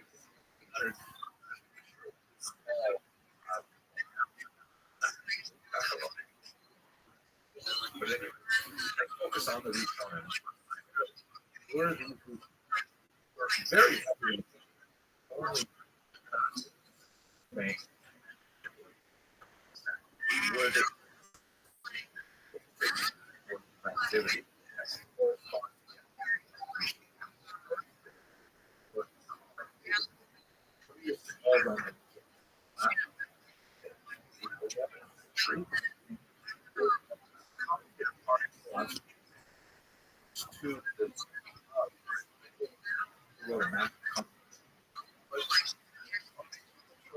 help you. Thursdays.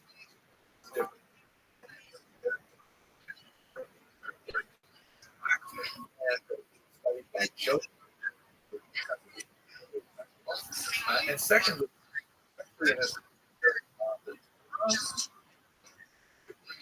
oral brings projects like sort of function. Very,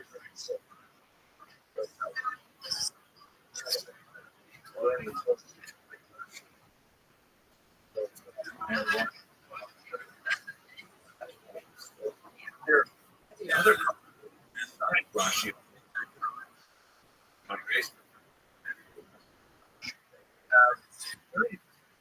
especially associated with the reshuffle.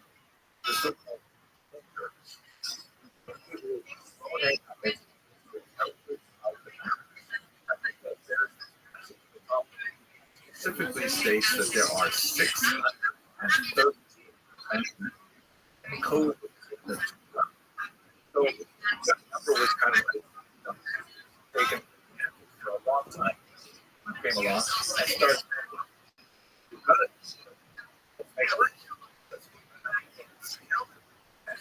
Many.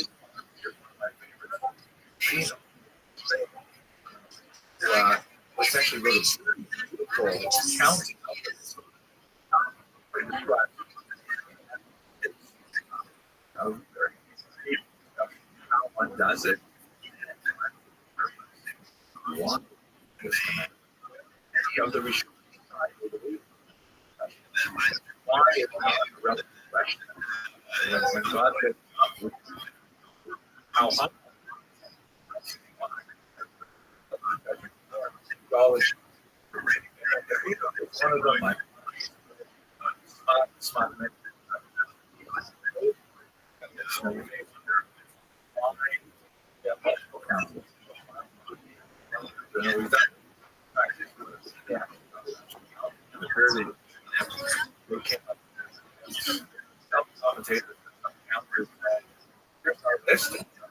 Wait a second. Over 6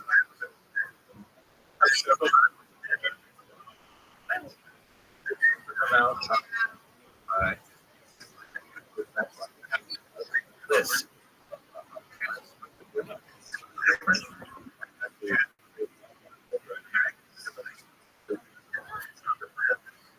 Of the total of 6, but majority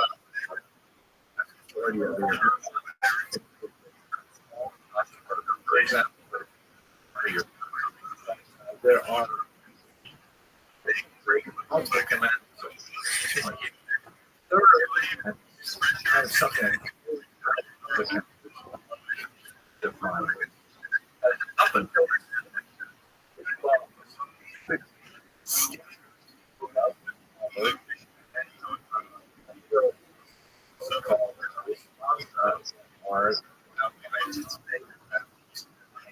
wanted to know to a question. No higher, no 700. That's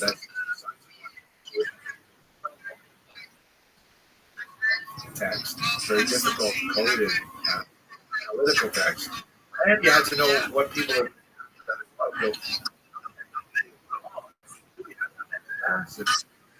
Aramaic. Whether or not it would give the counters begin their work. Counters can codify. All this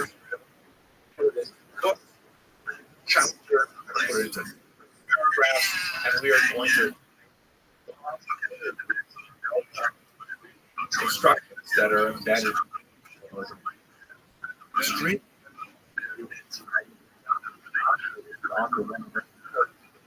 We have others.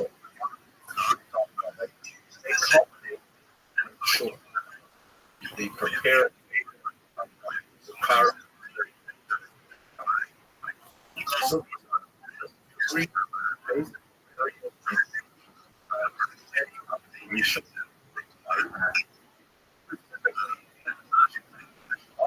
and one more weird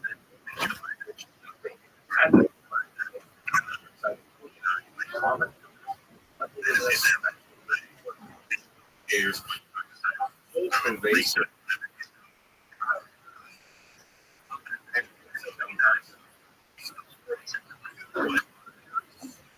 Called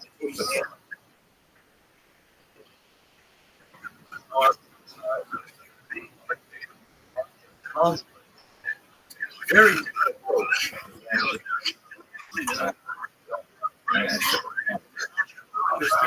See, I've sort of broken down.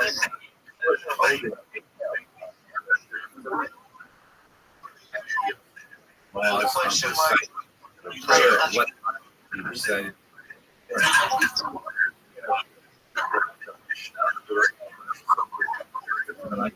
Earliest generation. And then below it, goldenrod itself,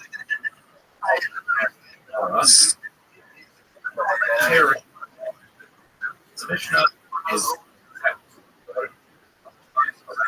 100. It takes another 300 years.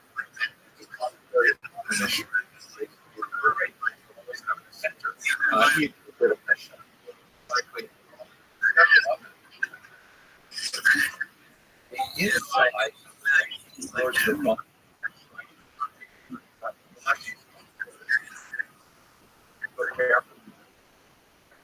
Letters in the older one. The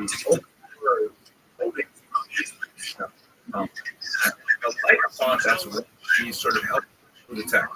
This is what the meaning is. So, kind of like big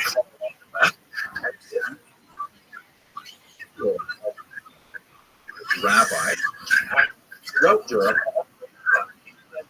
they that rather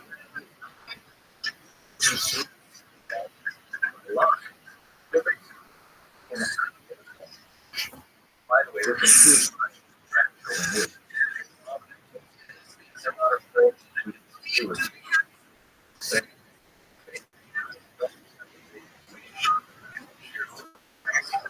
What is usual? Take where they here 600 pages later.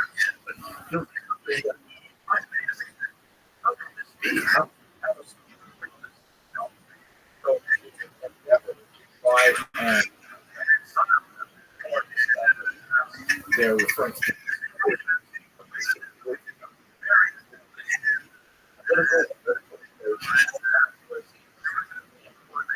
fans, intellectually, of Ashkenazi Jews.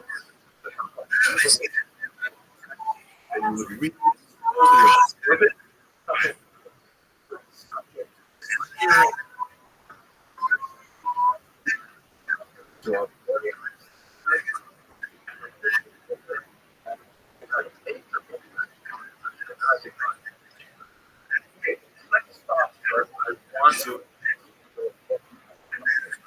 parts of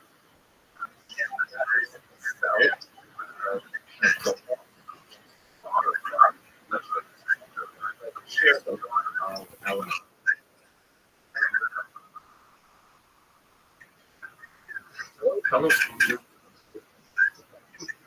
watching about this. I like to look at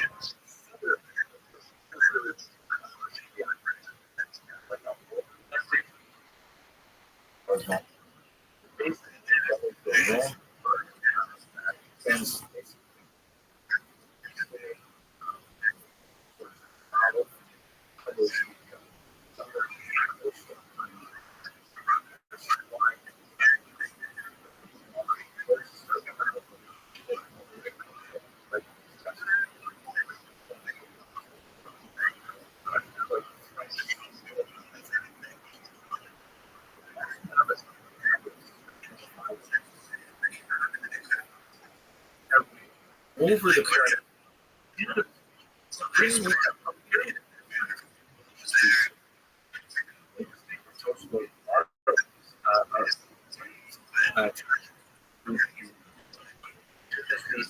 Yourself.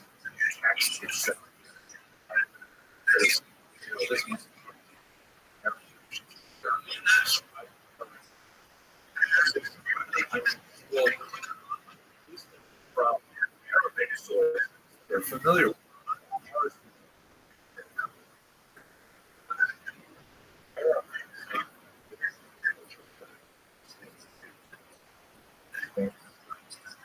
Well, the culture turns out to be conscious.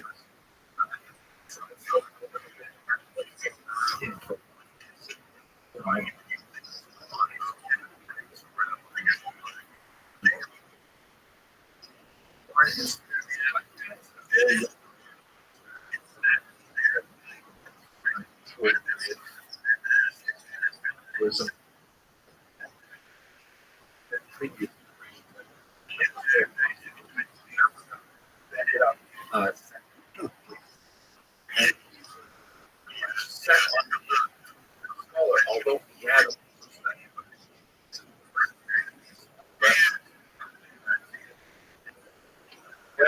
his older brother David died well. Other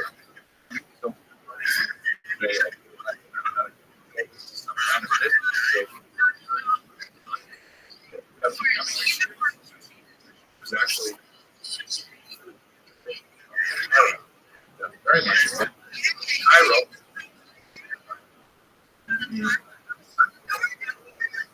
Herod expected great.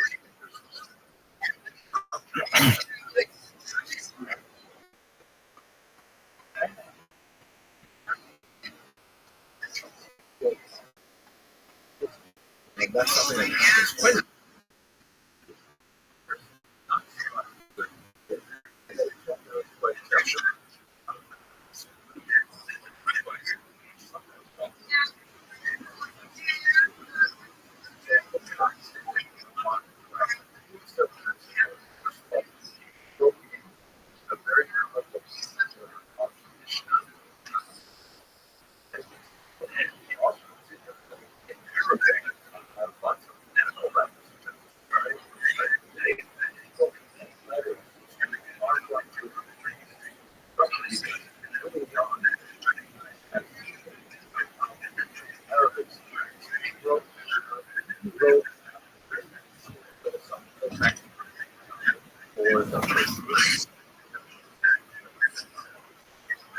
what's his name?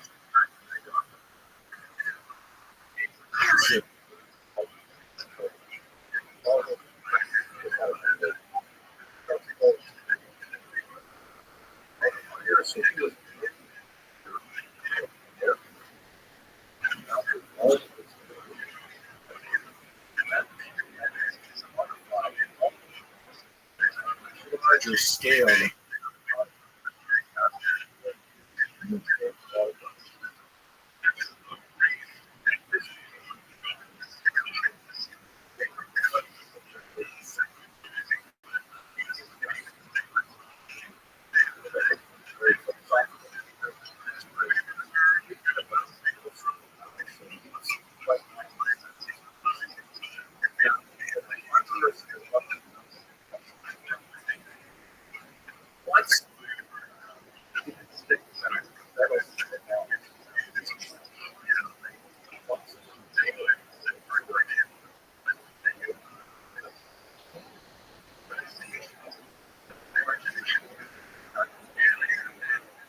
A lot of it is sort of like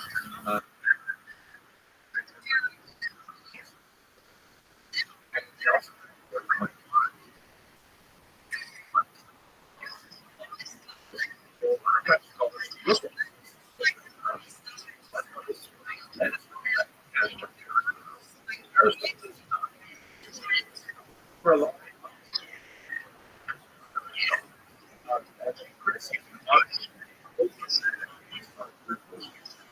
second, quite upset. In other words, they're all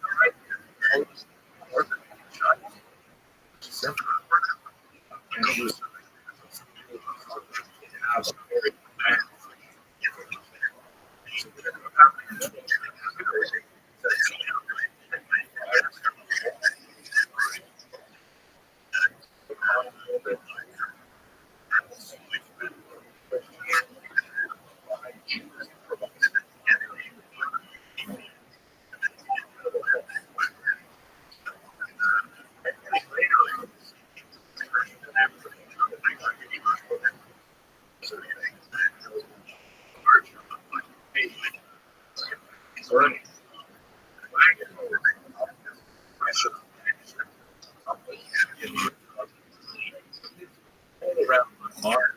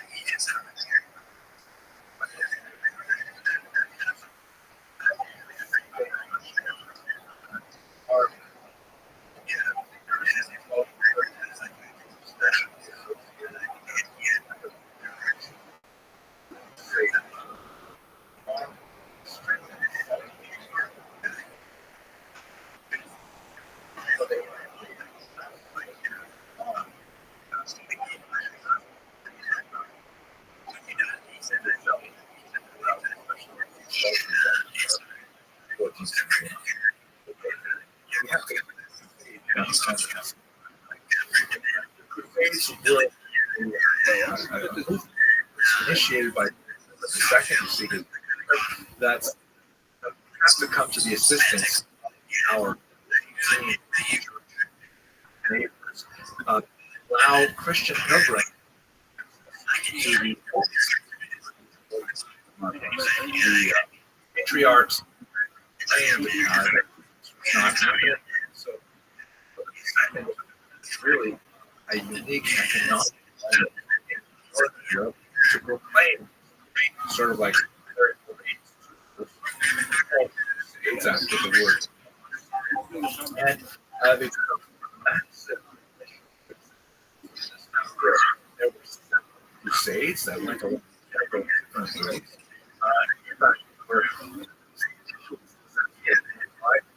Muslims, and they although they were rejected by there was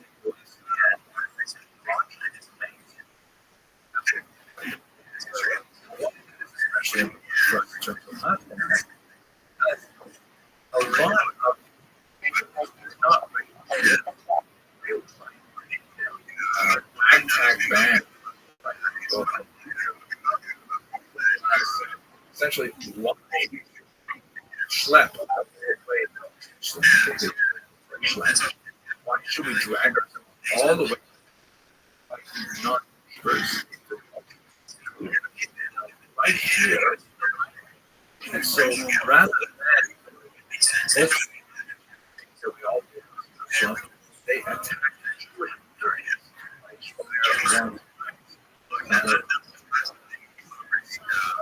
obviously there's a lot to say about how about that. But there's that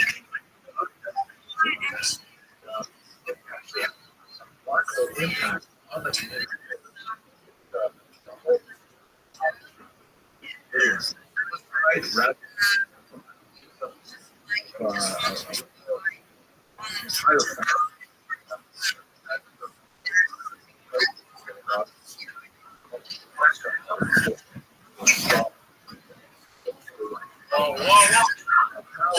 was primarily city of the turn to that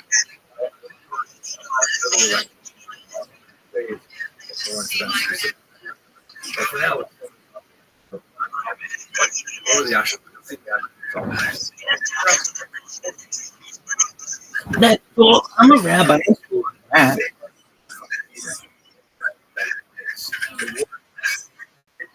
by borrow groups that and additionally again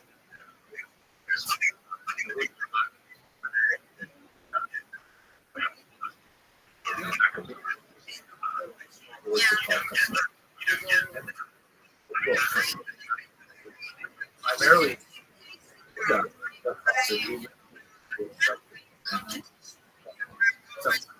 well, and it was great detail.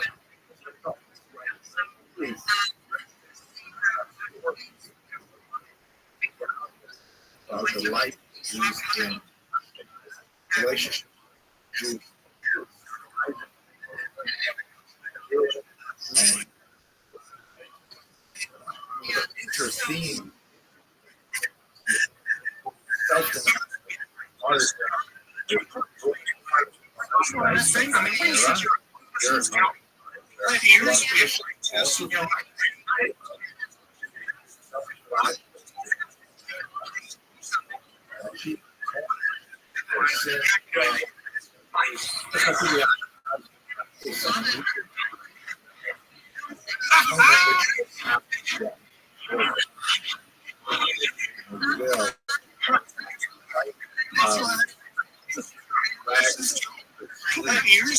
so that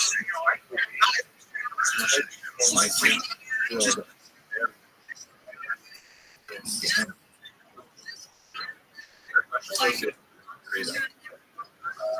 it's movement, but idea we did women at some of the economic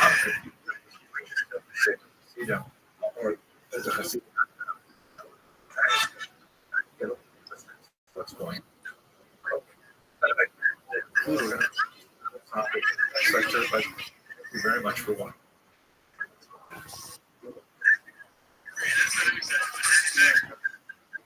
Fellow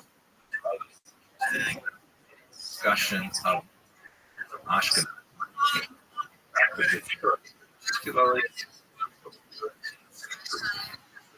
the church was in with him. Our gonna make yeah our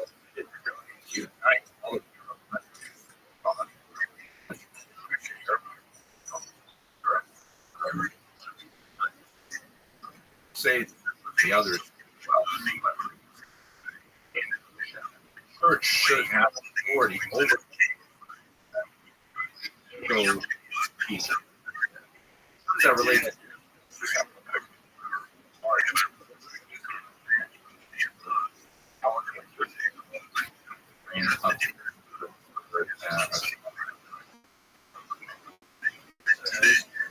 Is representation what the ecclesia and sin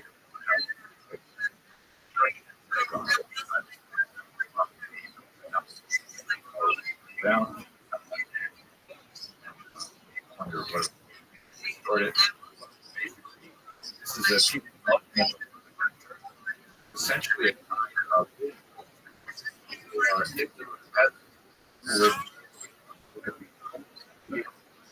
something about the nature of church. This is a physical expression of something, doctrine of witness.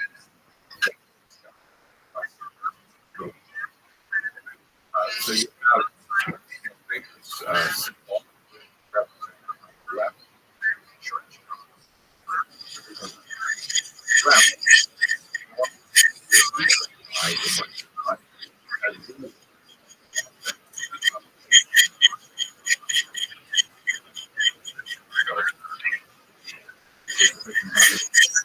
and our lab on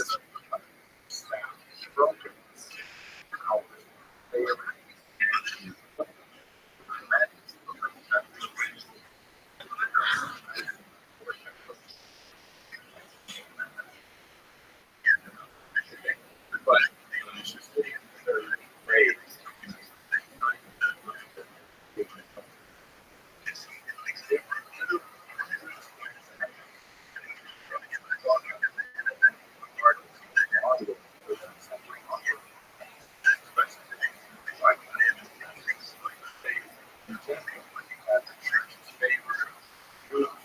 have heard of them as the church. They are no longer listening to Jesus. Well, great. Staying. I know visionary woman on the left. Church right now. That's again tablet, you know, shield.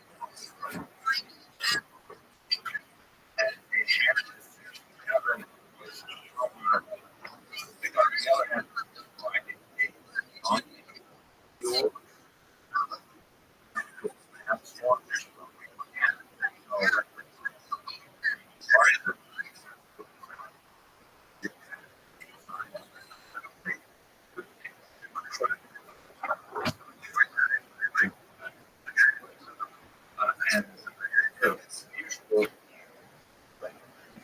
broken staff.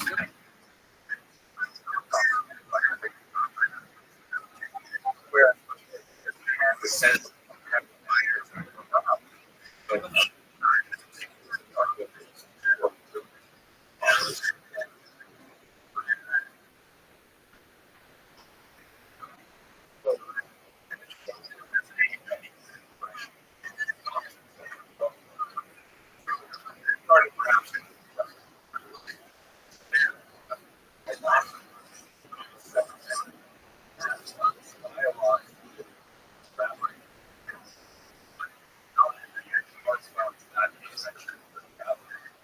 and there you see some of the big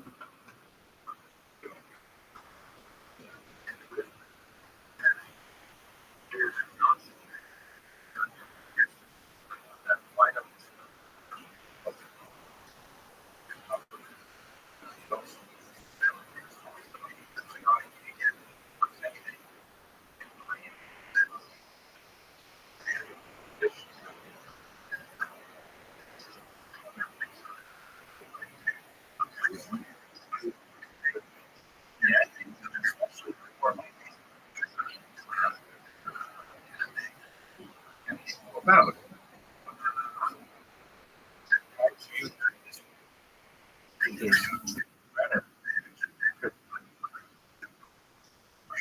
I like the way they do.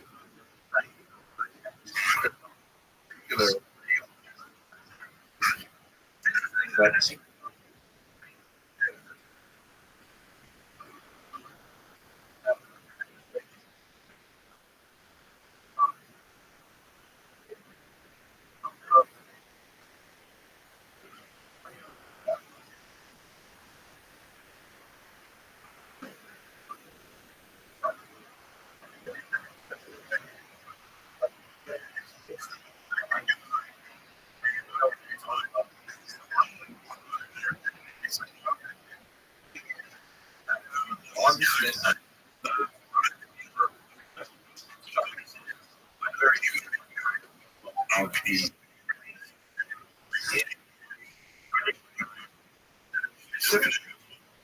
of the fact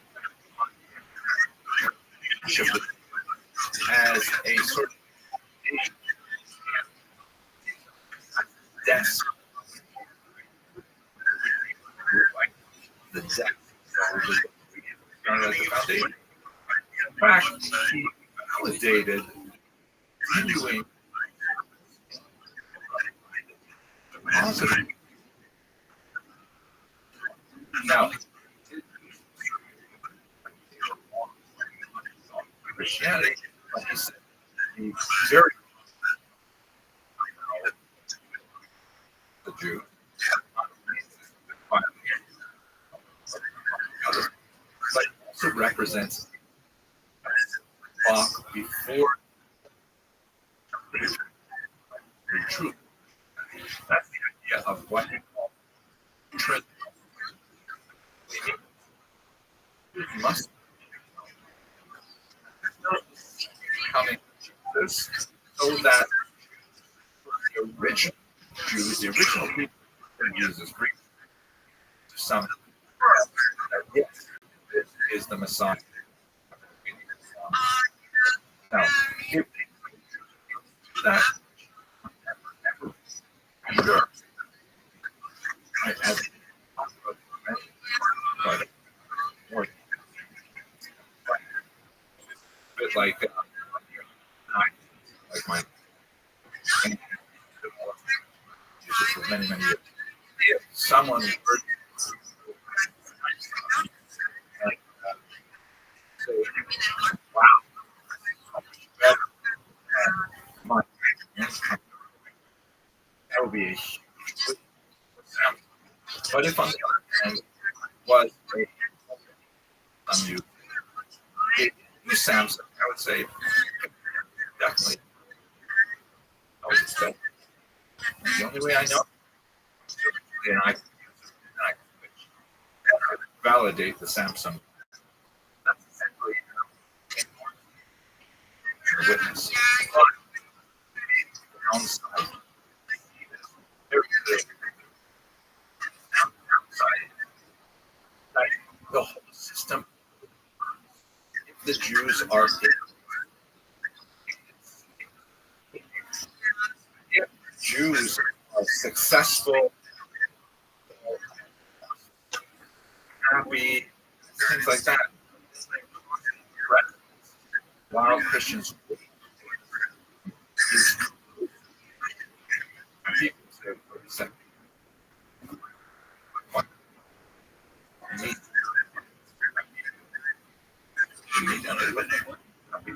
so all kinds of hold up are this see that continually to accept it. Science, they'll be up now. Back restaurant the University of Toronto said that because this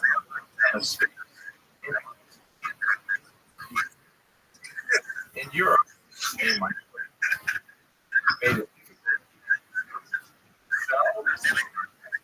community legislation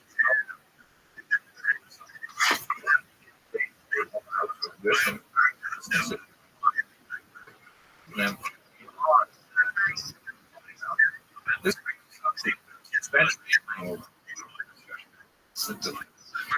he reigned high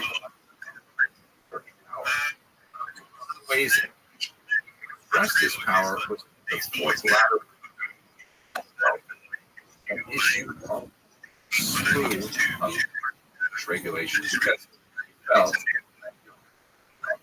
this ignored the prosperity of he felt that the Jew right into all kinds of anti most significant to the Jews was not of a society to be aware, separate, and indicate there's bound back reference to the received or do this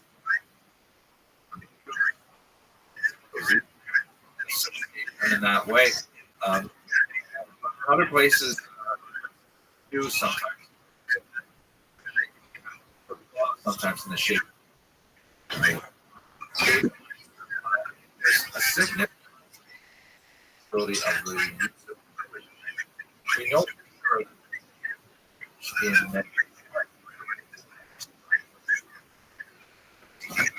not artists.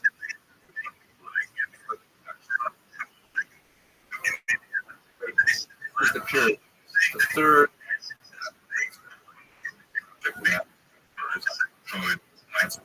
Very significant.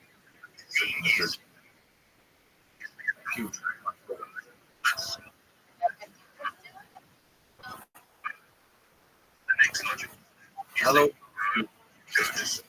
It would be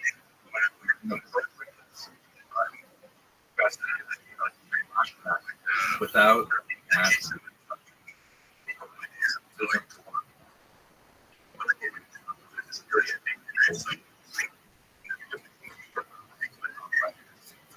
general.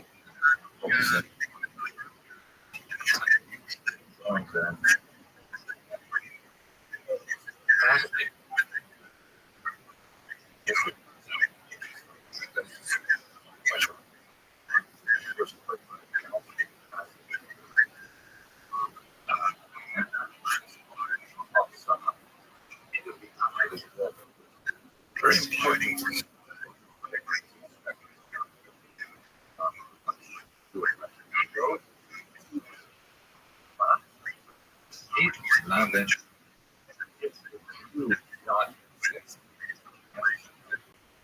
I think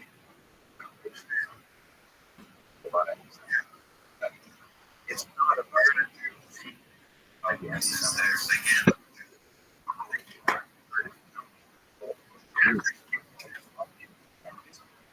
are trying to explain they have.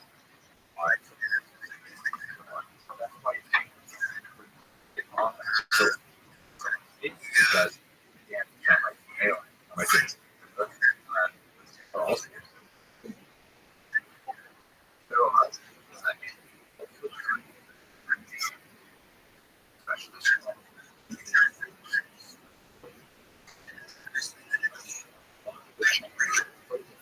Political change, as we see,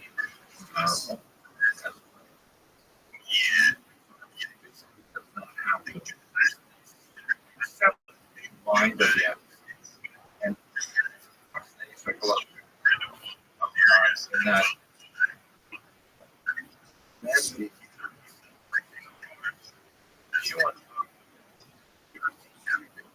that served hold on to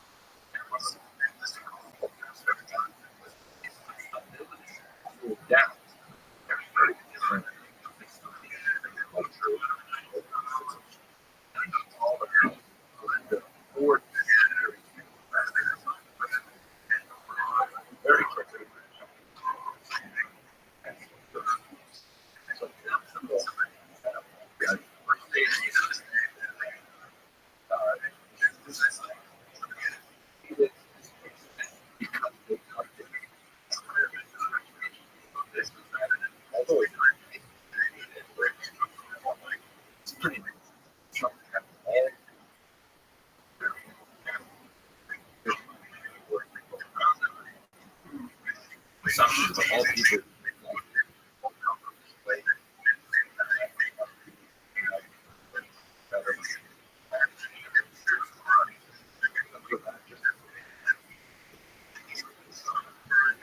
basic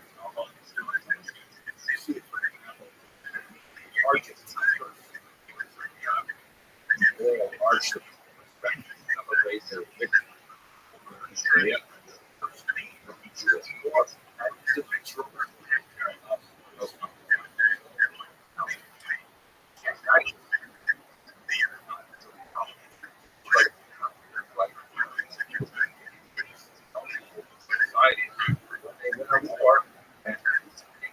Monuments and teachers.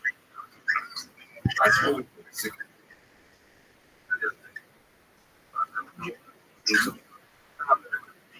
for precision, and you which that where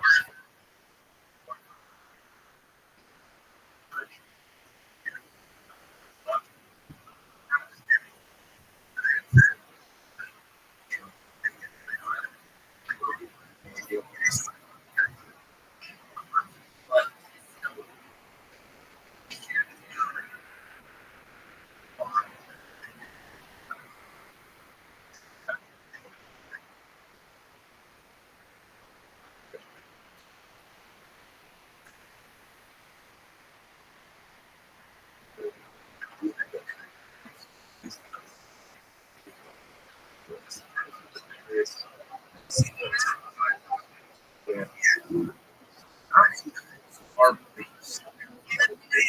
neither in or these appears notorious is one of the most hated labeled as century on. This was the third art.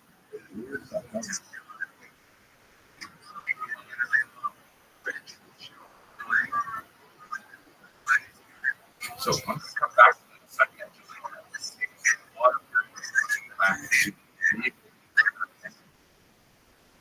I just want to mention a bit of magic. It's called the word premise because that's invented for 80s by and it things fairly in keep divided by language and by and the which are north lighter skins races on our inferior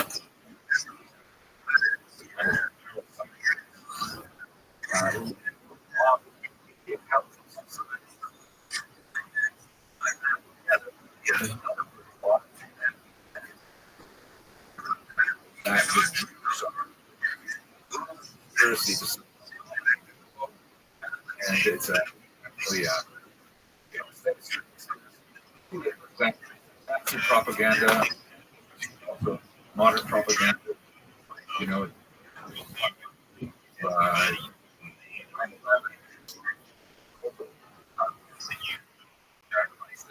so they make the it fits. That's really what we're on this turn out, which is associated with the first this 1144. Like many of these blood libels, great body of a child. Sadly. Now, this is something that occurs And he says, well, the head unfortunately, people who first and the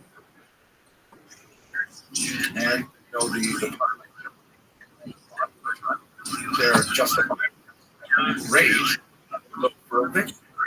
Quite often in the medieval period, beginning of the war, this charge that wasn't typically Texas there it's the Jews and they some kind of trial that results Jews without in the 12th century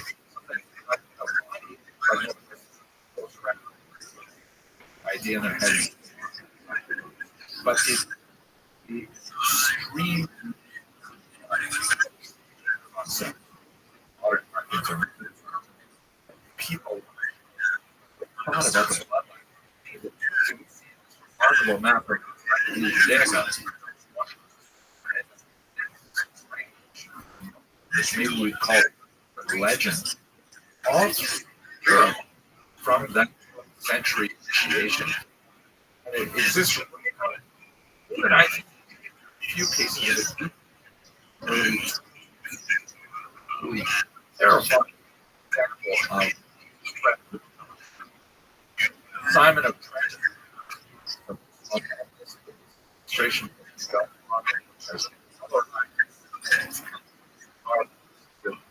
the 15th century example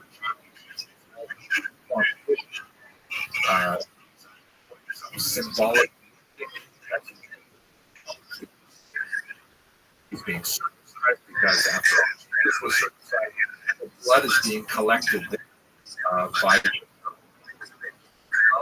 around and the blood is thought was a particular stench called the they needed to bathe in and they needed to place their iron. There was a special and the blood had mixed in and so ones is that the blood was a fertility ritual. And Christians you sell blood. Absolute craziness. But nevertheless, it is important to know that the levels of the church is bloodline. Run to the pace. Persecuted.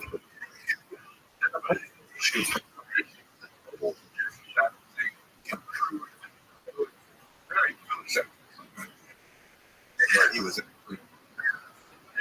cheer.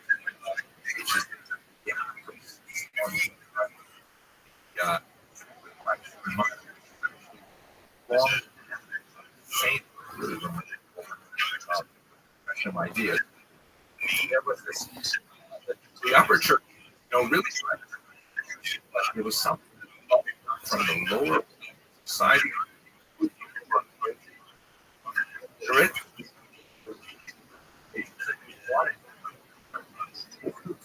This idea, and it was on storage. So that if you look in the Code of Jewish Law, so this is then on the red line. Preferable use white, so they're less people that think that made pretty. Nevertheless, the attacking children, which is still widespread to the medieval period. Related to the called desperation. War is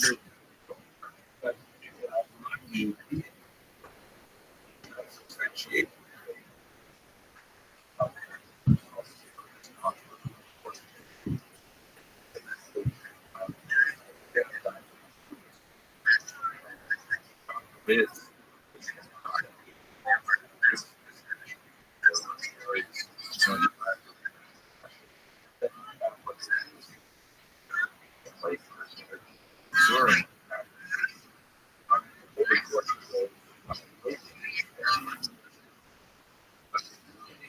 As you can see,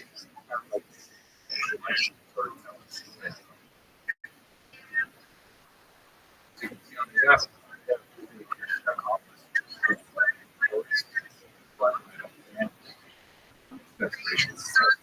church.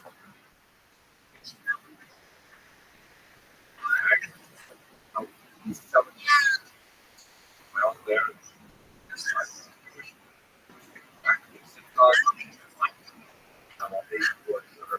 Yeah. Wait. Stabbing. To then, second here, Christian officers and did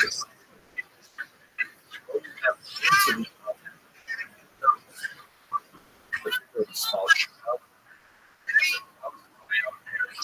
by wait. But the next doesn't. And they had them off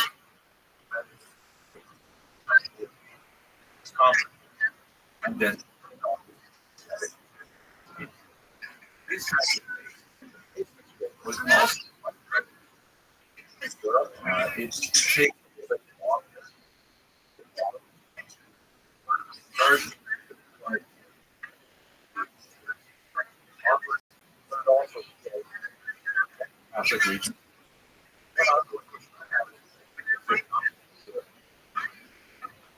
Not here.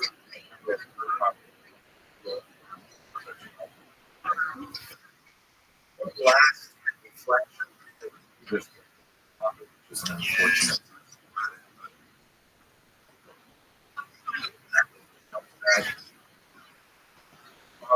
Charles would say, shows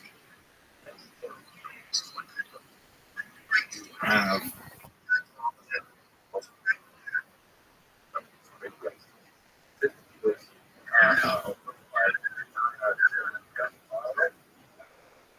modern stick represent story of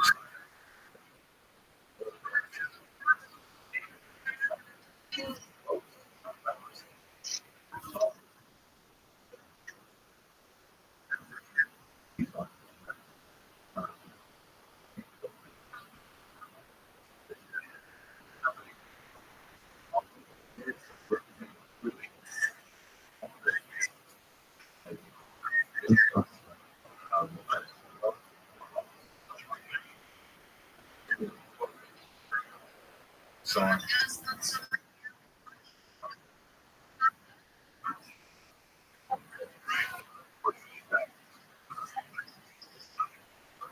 Okay, short picture.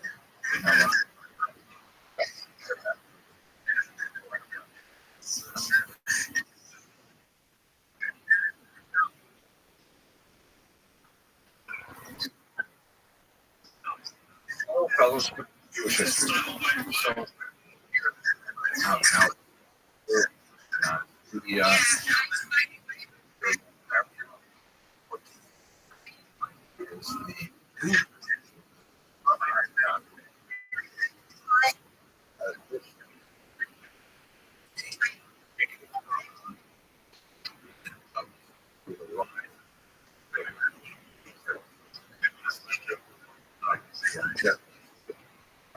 the also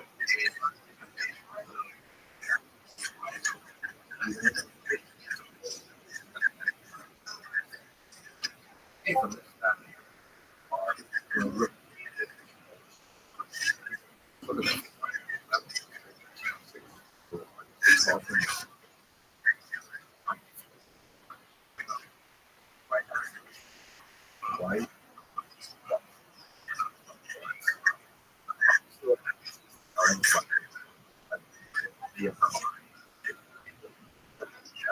are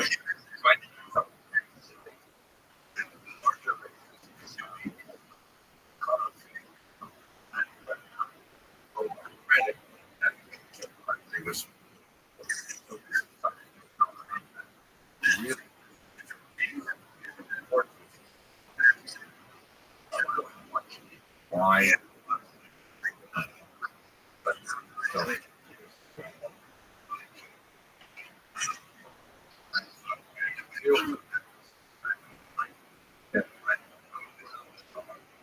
worried make the king evocative gesture of please run along now, but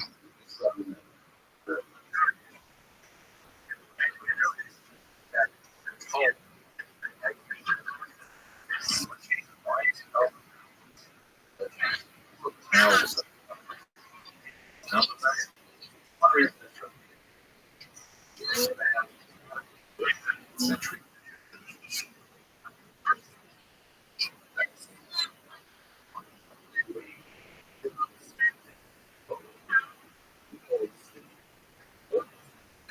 Are far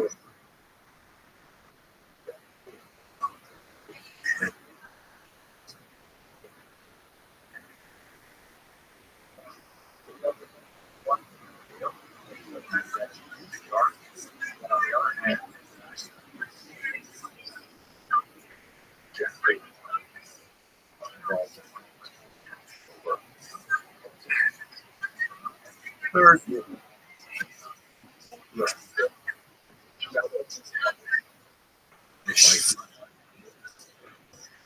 kinds of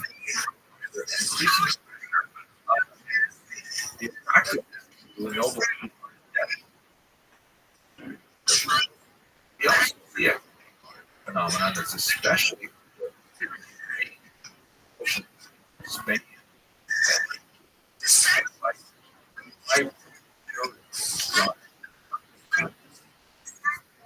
There's usually purity of mind. These different reasons than you very frightened. Well, not only well, here that this high of monolithic peak space, and this one particular face building is never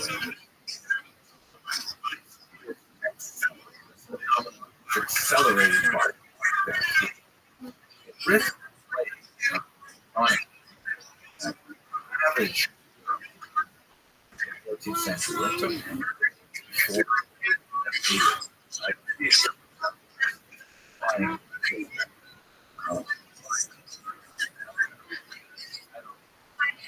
Triumph of a little bit.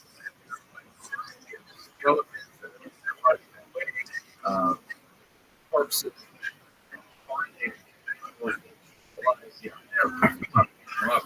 dying, terrifying.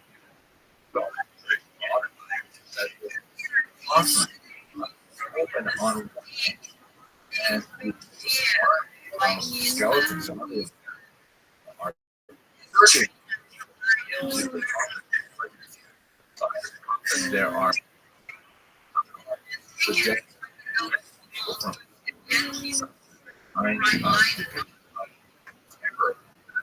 of an experience by Europeans, like in some ways,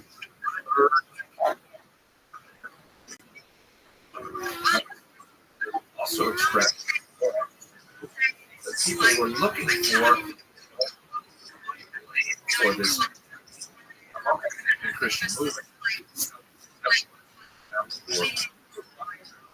Whipping their atonement, take away the black devil. Of course, blame example of very this is from 16th century representation in English, especially valuable for us. On the left, around there have been no Jews in England since they were in 1290. So he's sort of given not just and that is, as this particular tribe, he made it with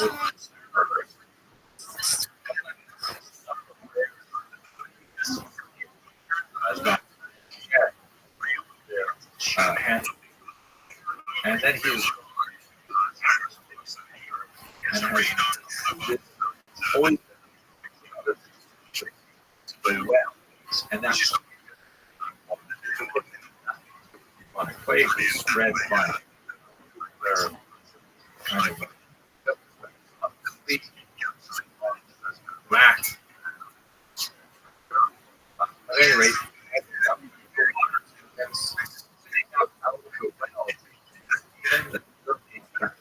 water creates part of the base of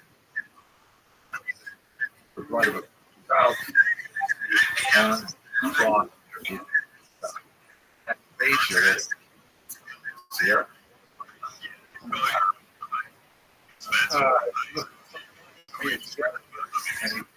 And it says a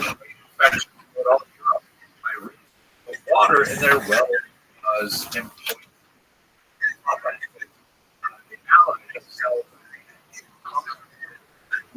lepers by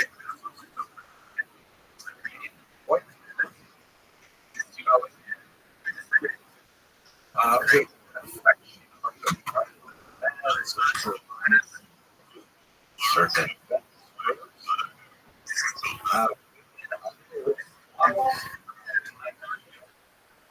they can tightly cast in all the wells of the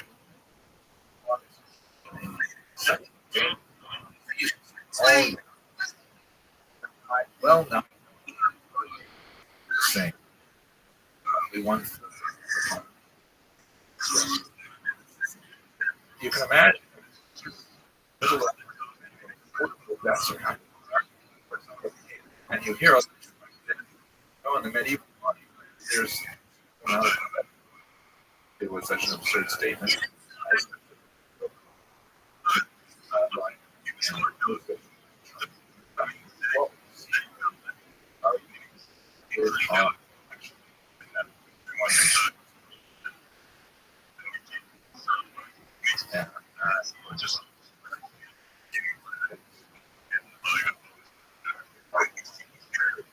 This Eastern Europe. That will be the final chapter of this history. It's actually a positive chapter, but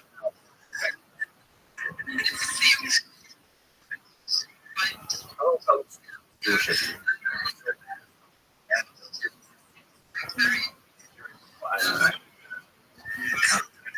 The last couple hostess great like that.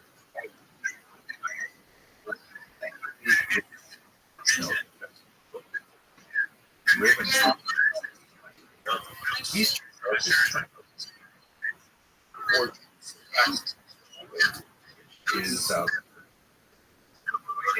a map that stretches from the Baltic to the Black Seas. Black Sea, like, or separate here.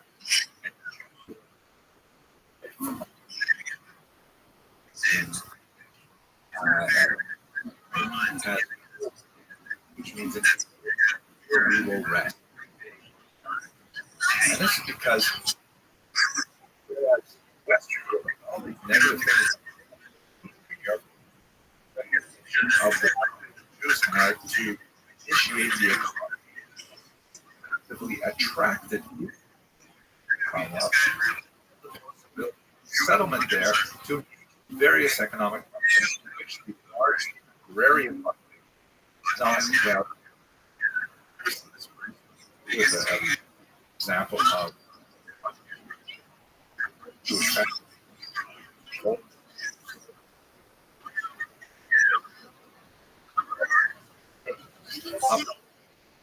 theirs is you let them in. Next people, right? So, that's how it is in various charters, which is 13th century, a remarkable work by the Polish artist, saying, like, look how it is that the king, the Jews positively would invite, like, the Jews were all in the early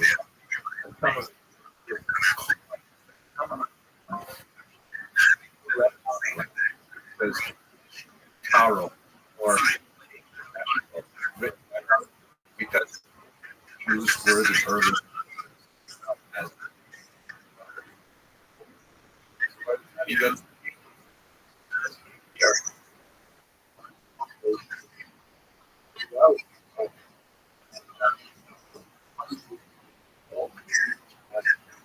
going in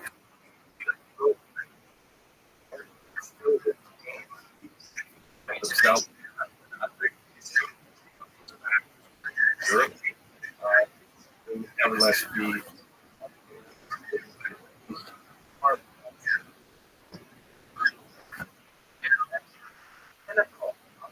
their activity time frame that are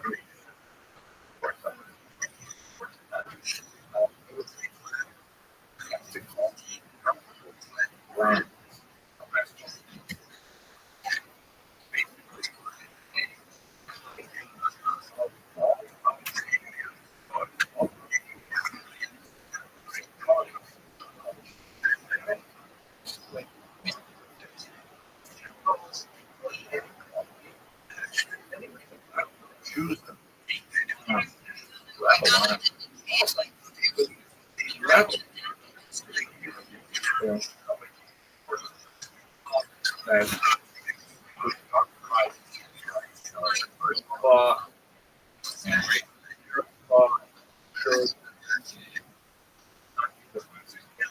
It's still hard to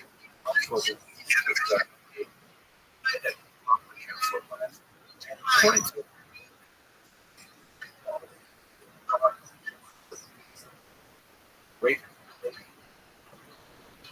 Of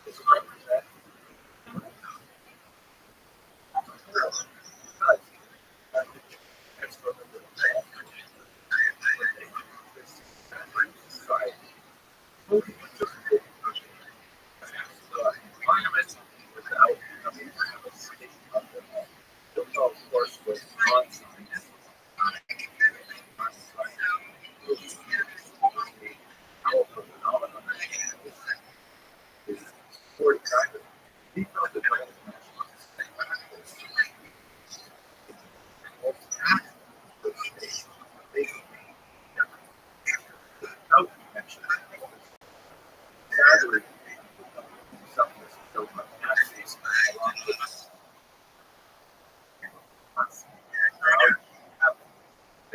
very least, or you achieve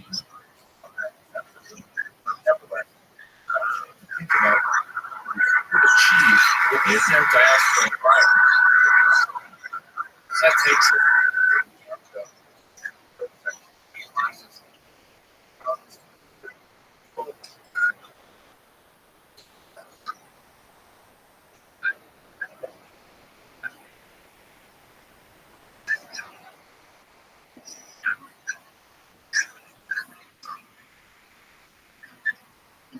Start by pointing out that, I realize I'm speaking to a very diverse audience.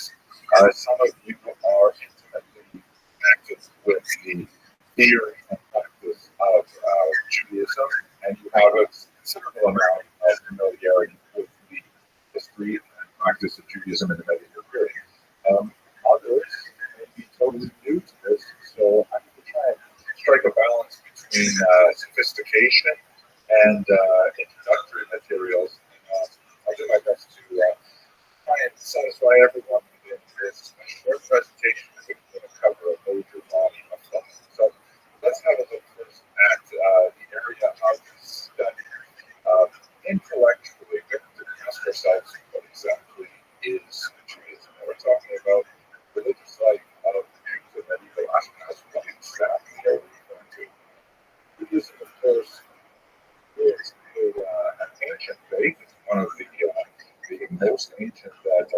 currently practiced today.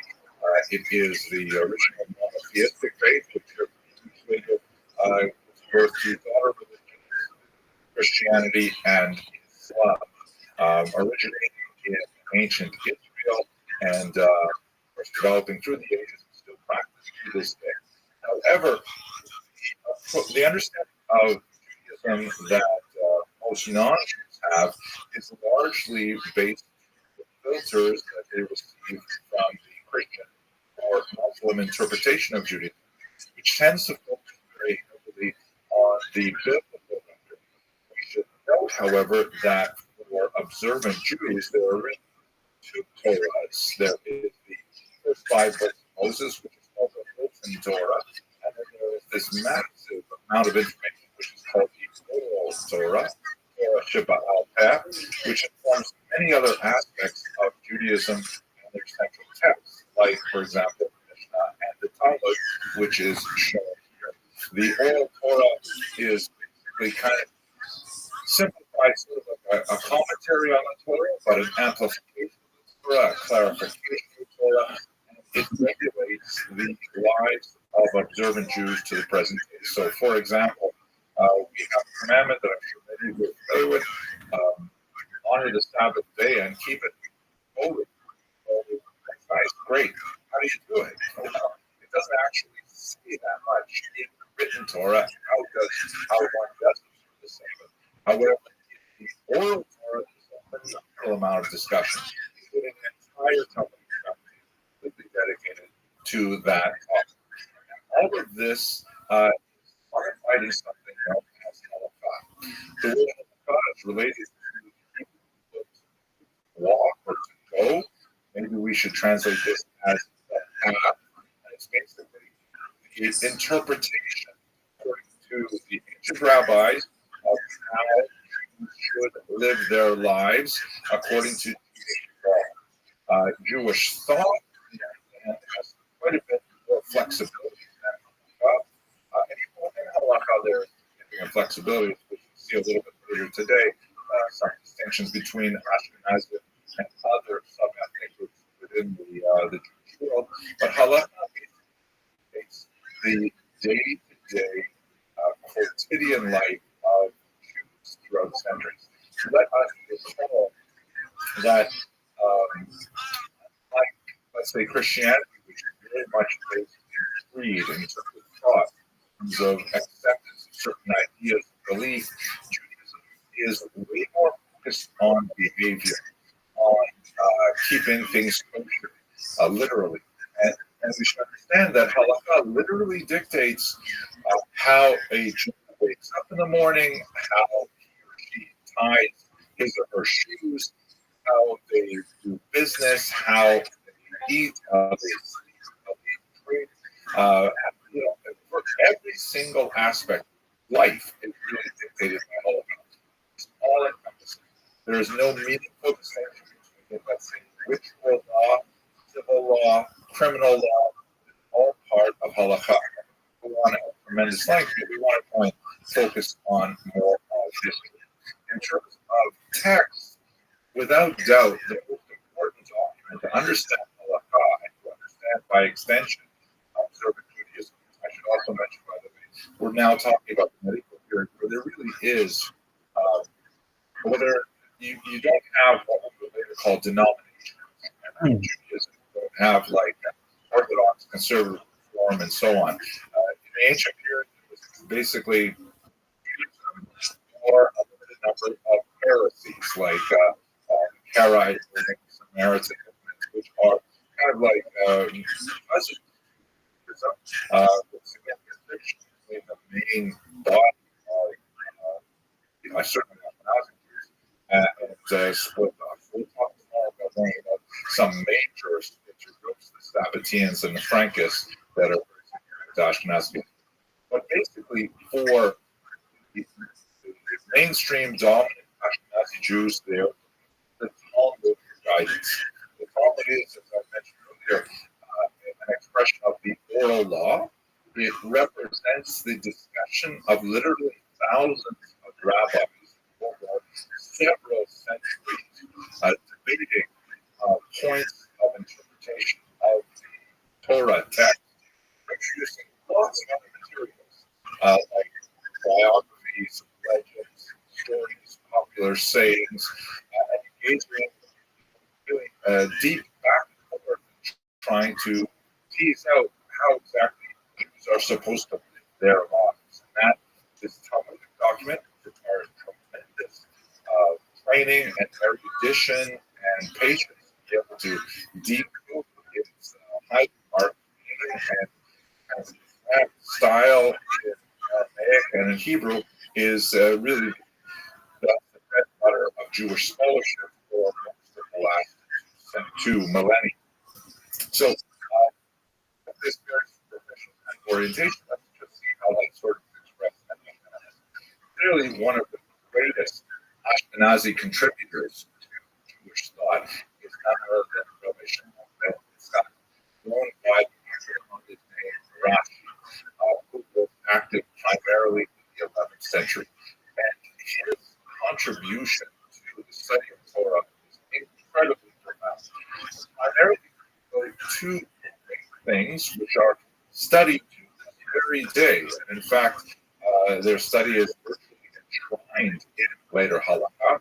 The first is a commentary on Torah, and the second is a massive commentary on the entire Talmud, with certain tractates having been lost, where the actual Rashi of the other, but the vast majority of the Talmud commented by Rashi. Rashi's genius is in his ability to boil down very compact, clear, expressive prose, which is not especially complex or difficult to understand. Broad arguments to clarify the text of the Torah. It's said that Jews study the Torah with 2 fingers. One goes in the actual Hebrew text of the Torah itself, and the other one goes on the text of the Rashi, which is almost always printed on the same page as the Torah itself. That's just how central he is, because besides just explicating the text, one of the other major contributions that he offers is he unites much of the oral Torah with the written Torah. In other words, if you have a particular passage in the Torah about which there are pages of rabbinic discussion, something called midrash, he can pull from that midrash and just apply in a sentence or 2, sometimes in a phrase or even a word, something that's going on with the midrash. So when one studies the Torah with the commentary of Rashi, one really gets a holistic approach to the meaning of the Torah as understood by this kind of unified perspective of the written Torah. Rashi's perspective was actually relied upon as well by medieval Christian commentators, not only because he explains many difficult words and phrases and puzzling passages of Torah, but also because the boils down the perspective of the oral Torah and makes it available to a wider audience. And of course, rabbinic Hebrew is what they're the translators of the era and bring it into other languages. His commentary on the Talmud is equally profound. The Talmud, as I mentioned, unlike the Torah, which is fairly small size, 5 books, you can put it on one big parchment scroll. The Talmud is massive.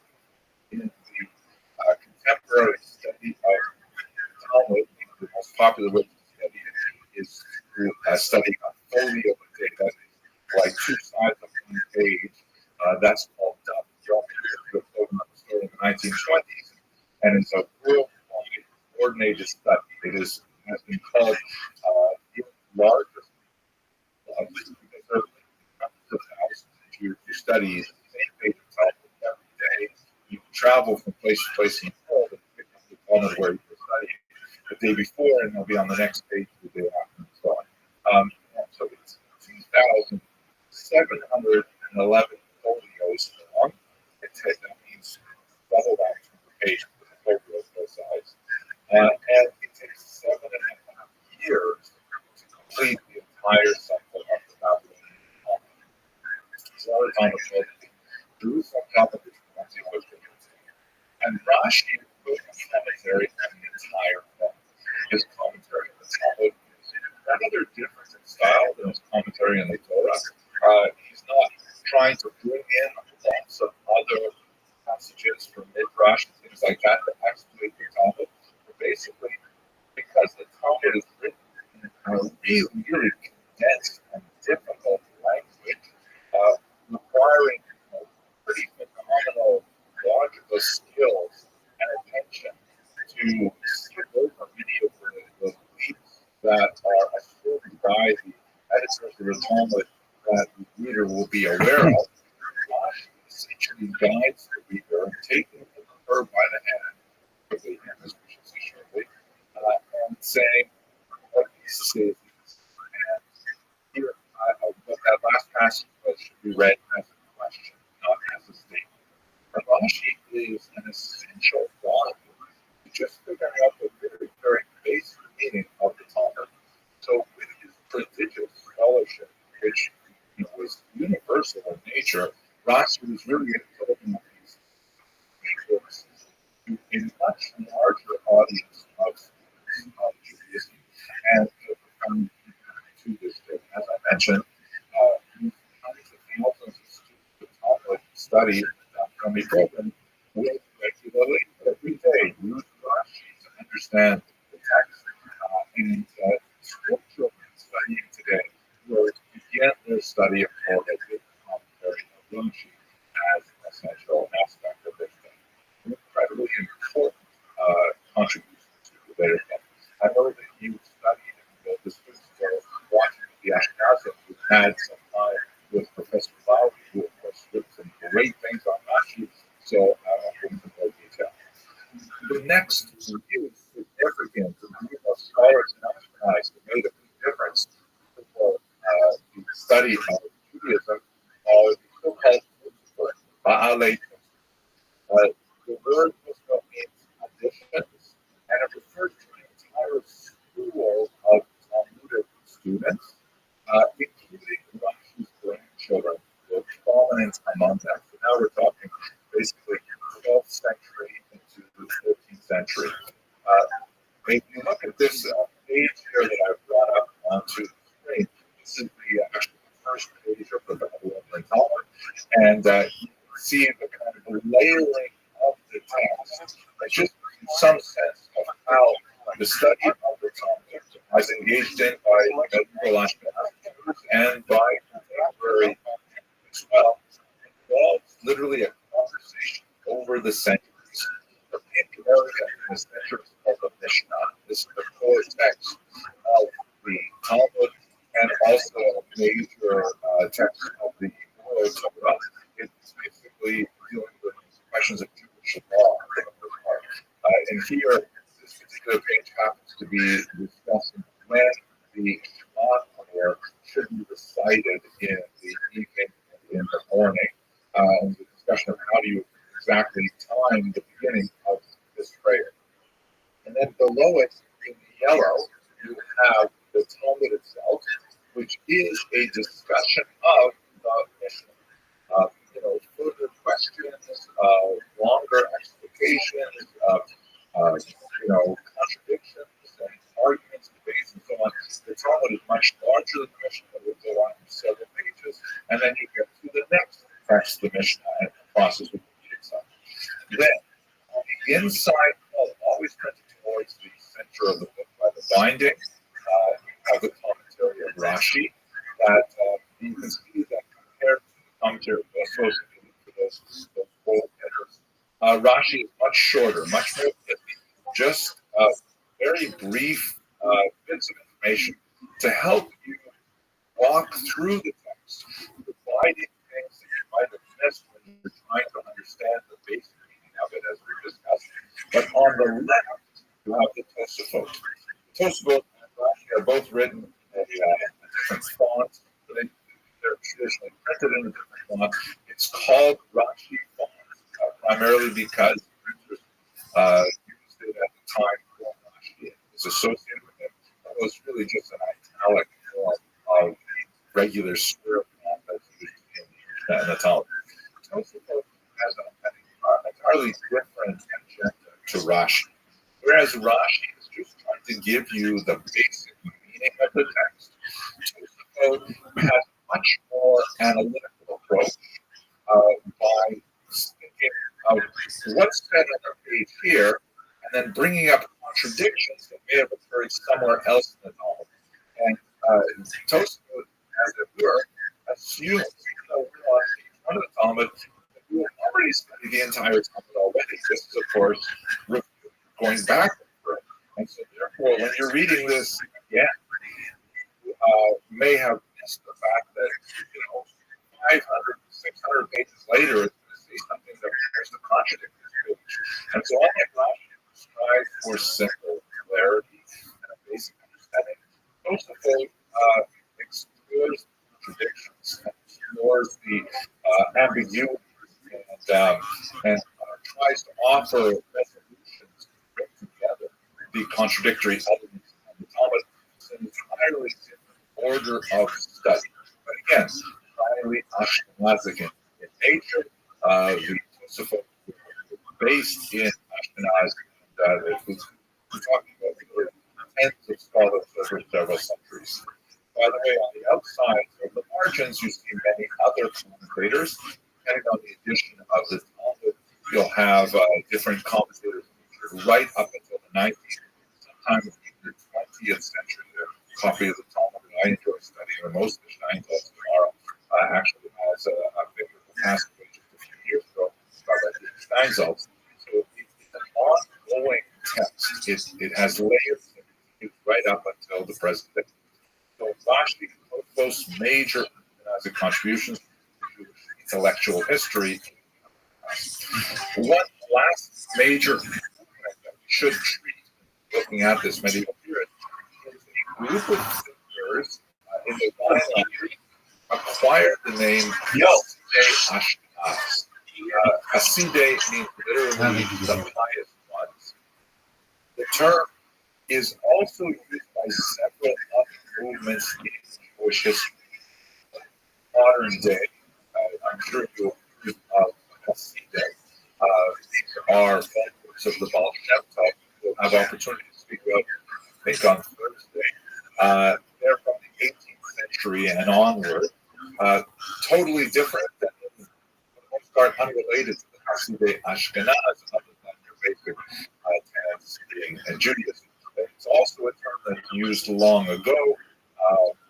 There are biblical instances of the word Hasidim, and there are the followers of Yehuda Maccabi in the period of revolt against the Syrians.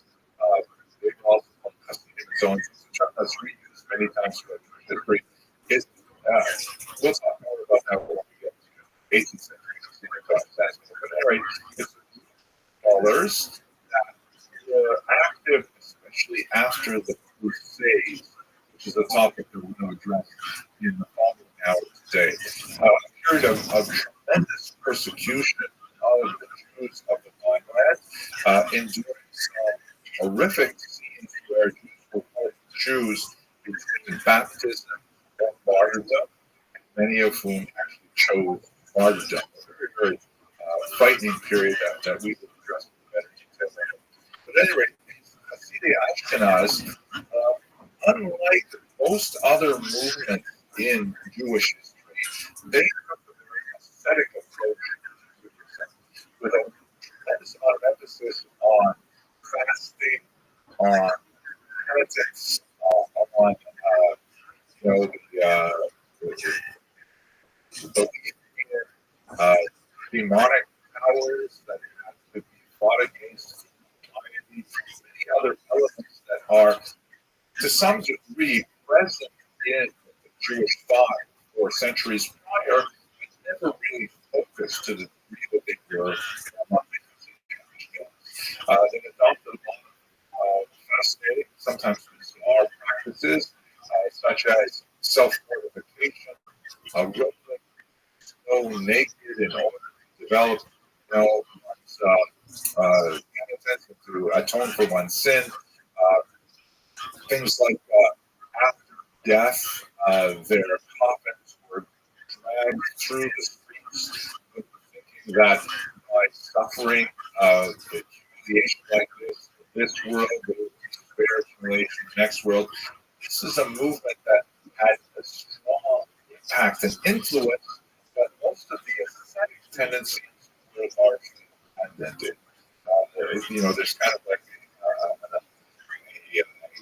reverence for that type of piety, but for the most part, their Jewish friends did not adhere to it.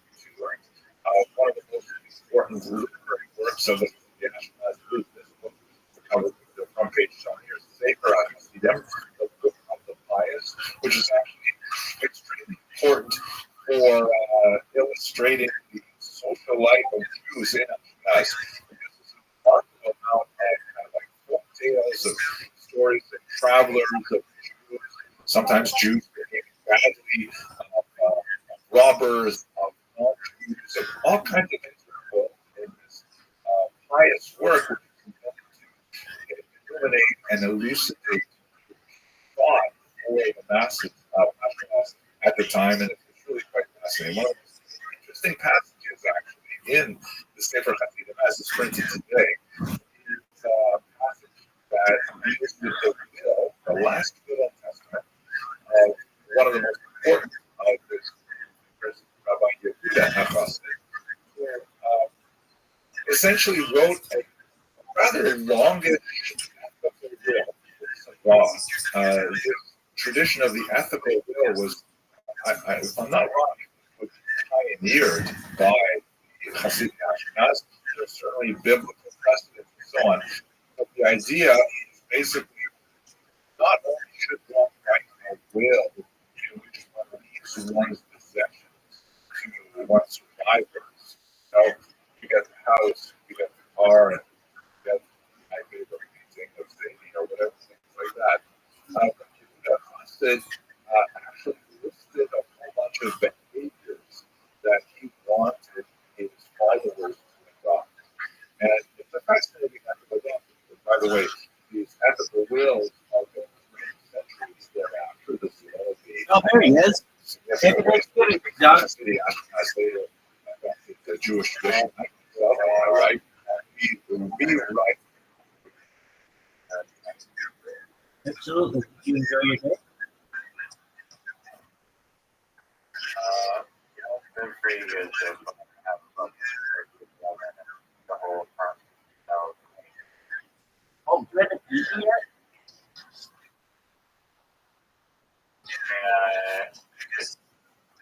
Same time. I wake up. I wake up.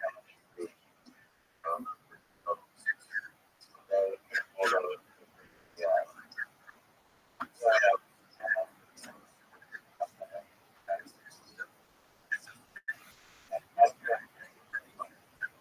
Okay, I gotta ask, why do you eat so late?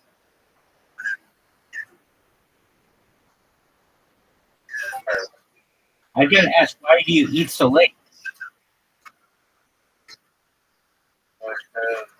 Like, in the morning. It's like, okay, bye. And then there's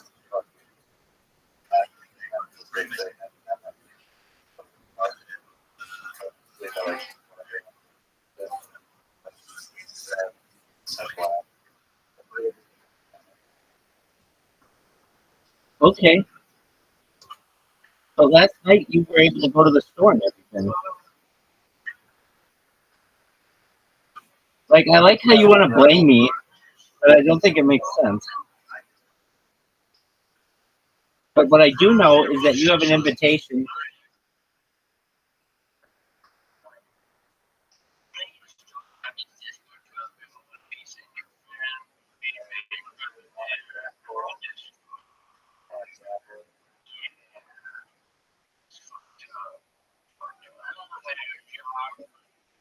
Come join. It's called Play-Doh.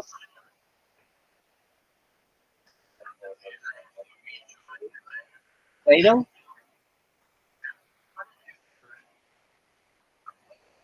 Oh, hey, what's up?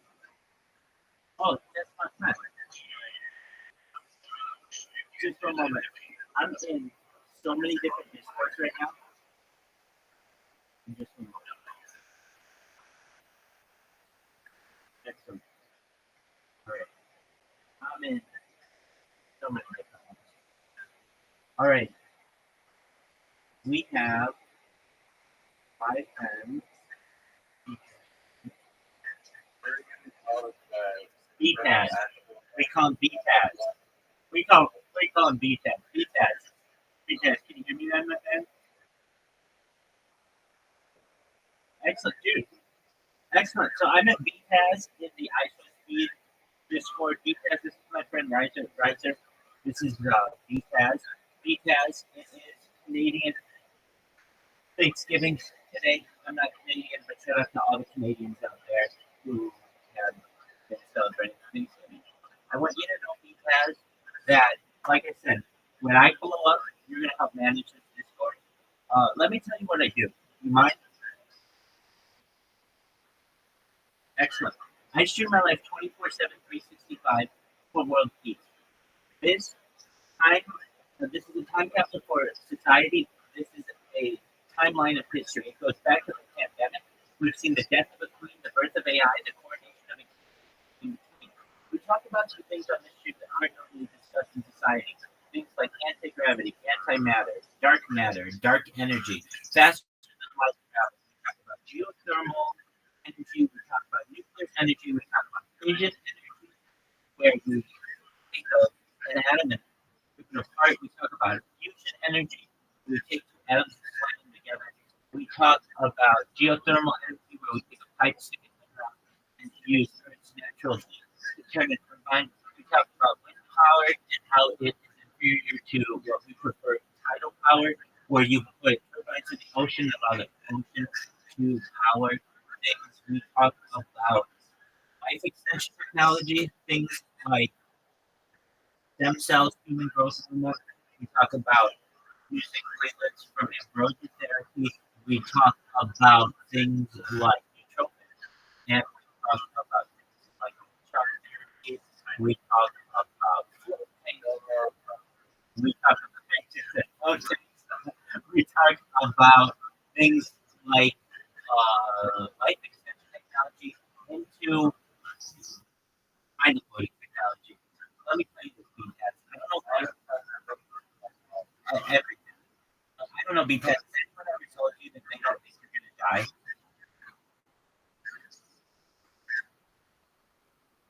Oh, okay. Just be no Taz.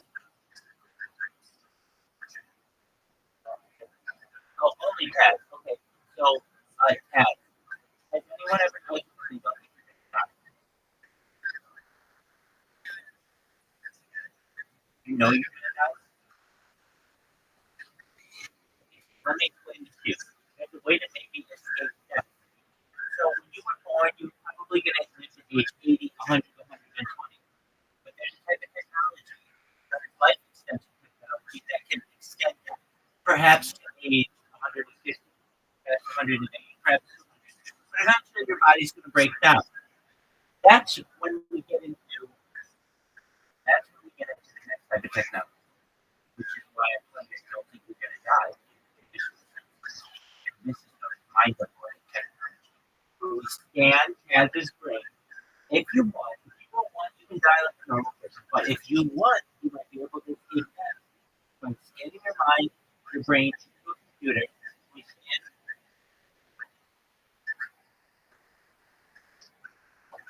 This technology is moving from hypothetical to real. It's becoming real. And within the next 30 years or so, it will be perfected to the point where we'll be able to scan your brain into a computer for later downloads as avatars, an android, cyborg, a cybernetic being, a clone of yourself, an ethereal being. You could be a robot. You could be what you want to be.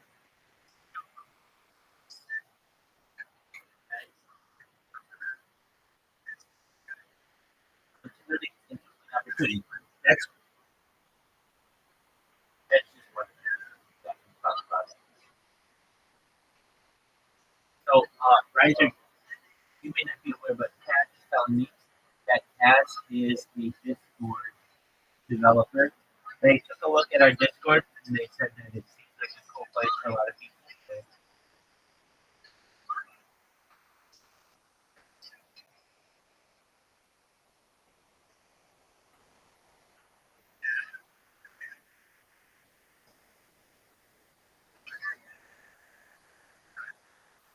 Absolutely.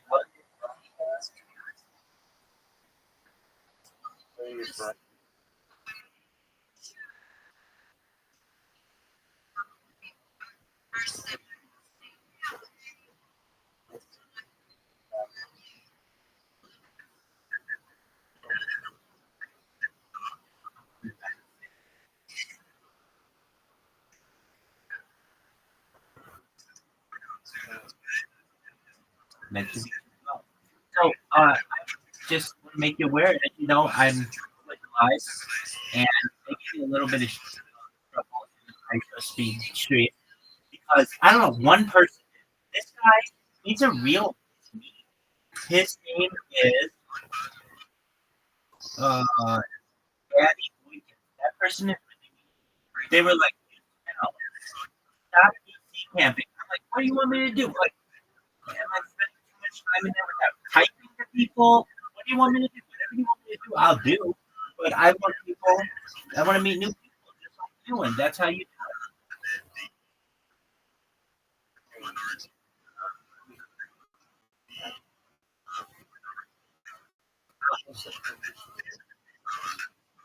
I'm not doing anything against the rules.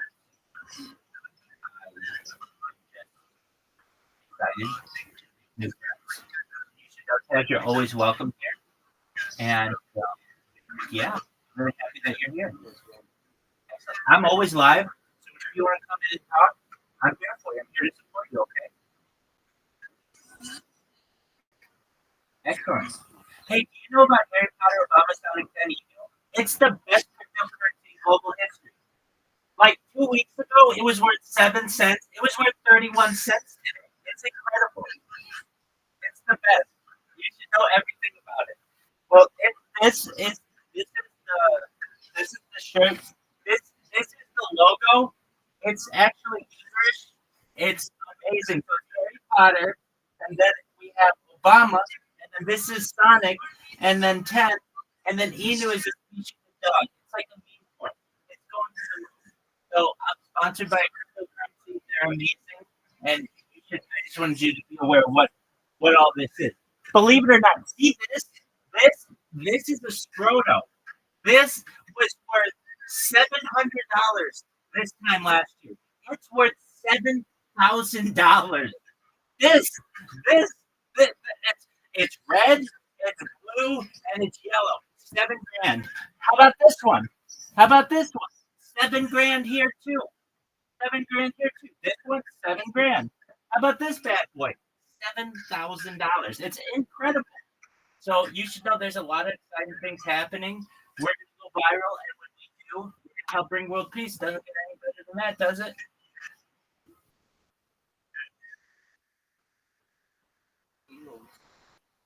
Do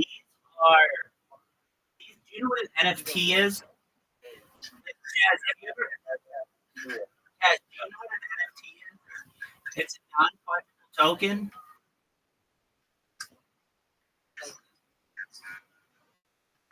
Yeah, exactly. But it's like the art behind it. So what this little picture is, it's art that is worth $7,000.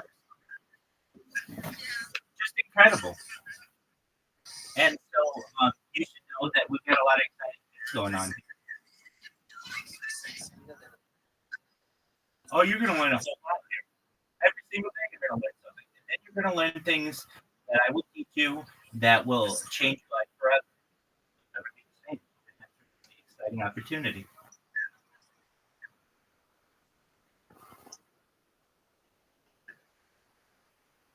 Well, hey, Kaz, do you know what mini golf is? Yeah, mini golf. It's like golf, but like.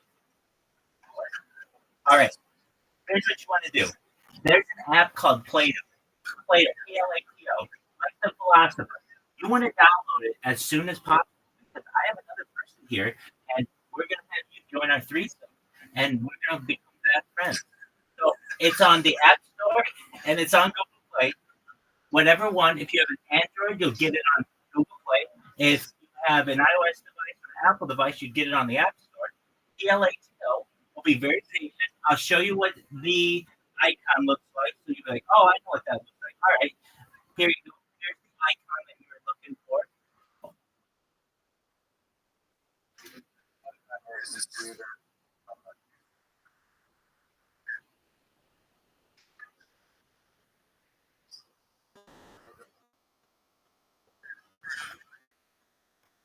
The window.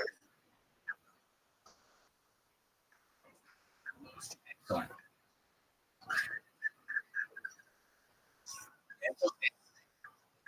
It's really competitive. You're going to learn a lot here. You're going to make a lot of friends. It's a wonderful community. And you can consider, having everybody. If there's anything you ever need, we're here to help you. We're here to support you. And we'll learn a lot together. And tell your friends. You're in a bunch of Discord. Share it with your friends. Be like, hey, there's one person who has been live streaming their life 24/7 for more than 3 years.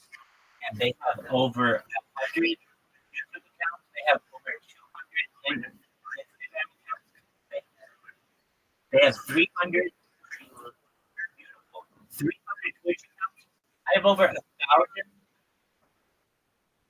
TikTok accounts. I have over 2,100 Twitter accounts. I have over 10,000 accounts. I am the most documented individual in the history of the world.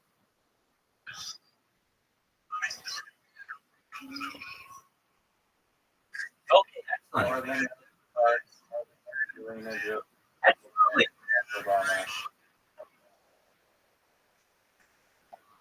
I asked ChatGPT who held the record, and I read the record. It was Regis Philbin. Number 2 was Dick Clark. I whooped his ass. I'm the man, the myth, the legend, baby. Can't stop me, won't stop me. Yeah.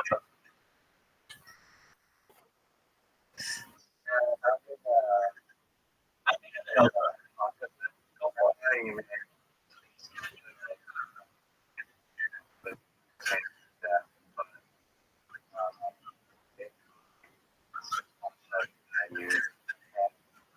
Guy. Yeah, kind of like impossible to die in the first place. Are you there? Hey, I'm here. And if you're wondering where I am, I'm right there. I just had to adjust it. But I'm listening. I would have told you. I know how. Exactly. Hey, I'm in the back. No. I'm listening. So basically, just so you know that I really did hear you, you said basically that, like, the idea of what if death, the idea of death.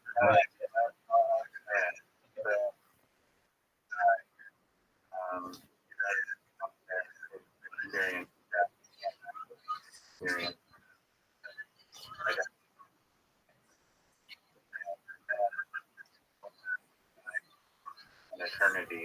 Well, eternity.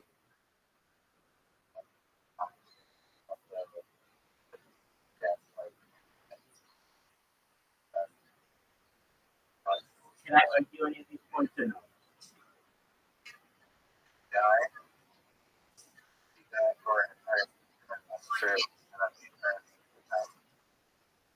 Well, let me just ask that. Let me ask the question.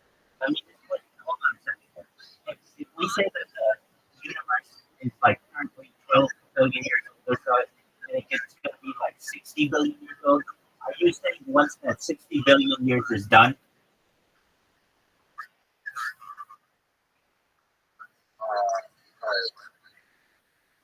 Okay, well, like, generally speaking,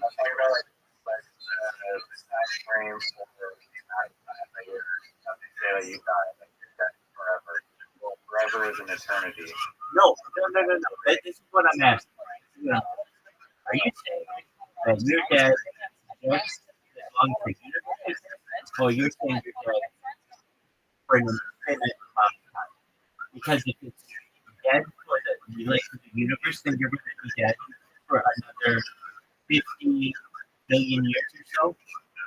And then what happens? I don't know. Whatever happens once the universe is done, I don't know. But what you're saying is I've never heard of the concept that we would live longer than the Earth could survive for. well, because what happens when that is done? I don't know. Do we all have like a reunion or something? I don't know. Like, High school. well, like basically what I'm trying to say is that I think death is just within this universe. So if the universe ends and perhaps the multiverse theory is a thing, then you may be alive in another multiverse. So you may be able to continue your life. I think that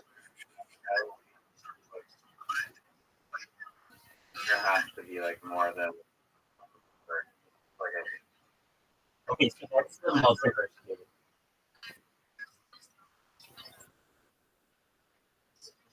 Oh, and so when I'm asking, when I'm, problem with that like to show up infinite.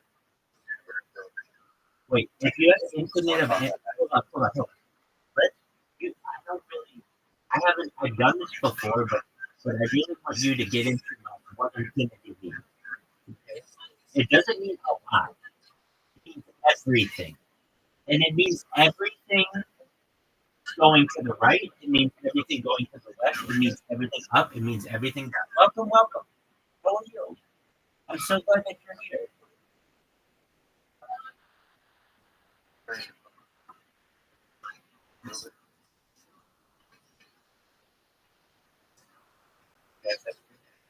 Nice to meet you. That's something. We were telling Taz about what we do. I shoot like 24 hours a day, 7 days a week, 365 days a year, even 360 a year, 8 years for world peace. I don't want war. I'm sick of it being on the news that there's war anywhere on earth, and I want it to stop everywhere. So, more than 3 years ago, I started streaming my life live 24/7 on YouTube, and here we are 3 years later, having built a little bit of a community. I have a stream that goes back to the pandemic, essentially. We've seen the death of a queen, the birth of AI, the coronation of a king, and everything in between.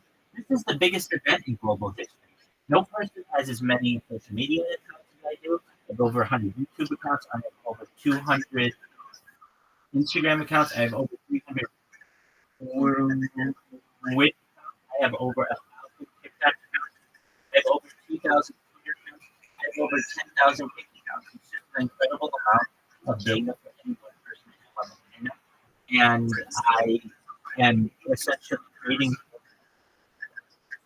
a platform where I can express Like I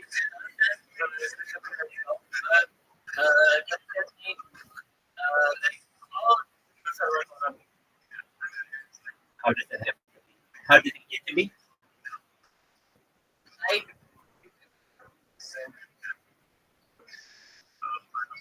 would the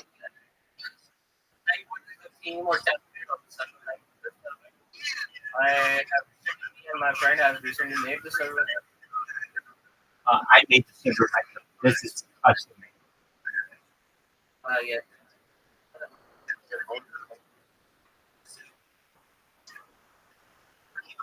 It's exactly that. 100%. My work is not like for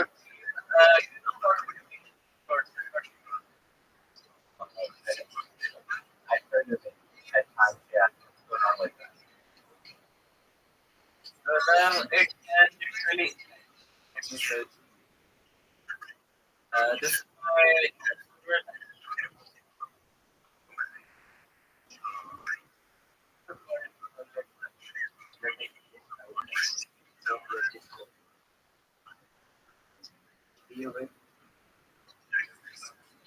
I appreciate it.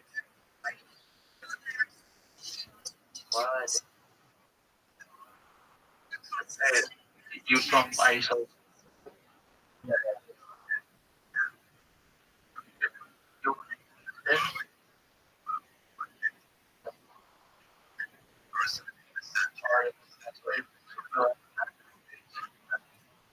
Yeah.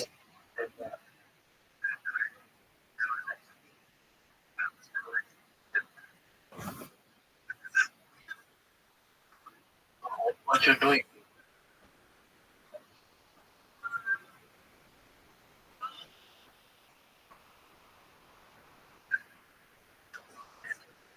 I was praying for my church.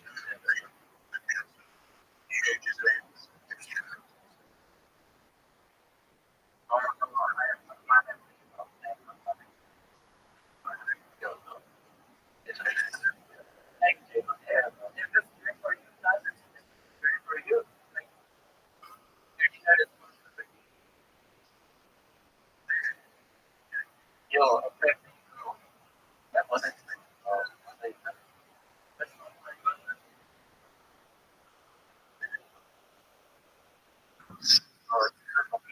I guess.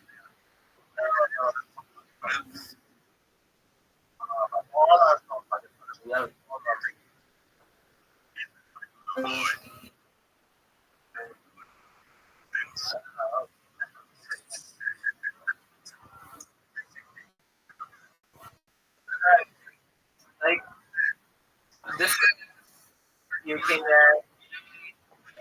other people. Recently in Pakistan, yeah, there was Hold on, stop. Hold on, what do you because they were also Muslim. we have respect for Muslims. So, I don't want to get into anything about Discord. I don't understand. Yeah, I know, but I'm going that because if you have, yeah, No.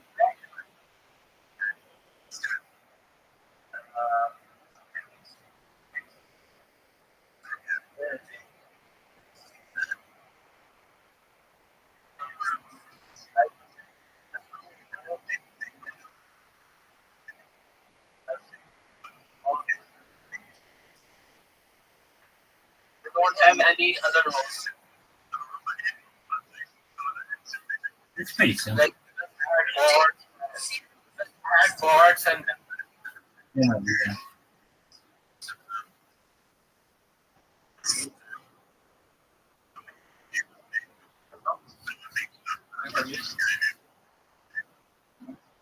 you guys. I want to speak for your your your your husband. No, Mama, your with helps have Yeah, go ahead. Man. ever not me. Yeah, I no, was one. So I knew you did. Yeah, what's going on? I was telling the jokes and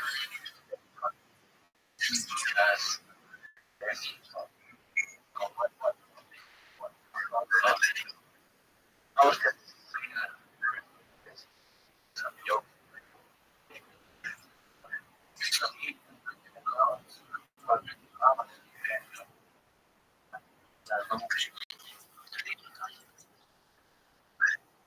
Oh, my thoughts are that I don't. So I think you did it. It's just a matter of time. Yeah. Exactly.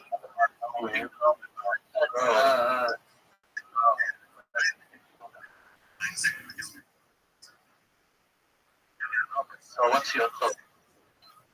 As I said, I don't agree with fans of it. I think everybody deserves a second chance at time. So in this case, if I were you, I would do my best to appeal or make some time to appeal. See if I could maybe make friends with the mod and see if I could maybe get a good foot in the door for that. Yeah, I feel it. Like, You know who? Do you know? Okay.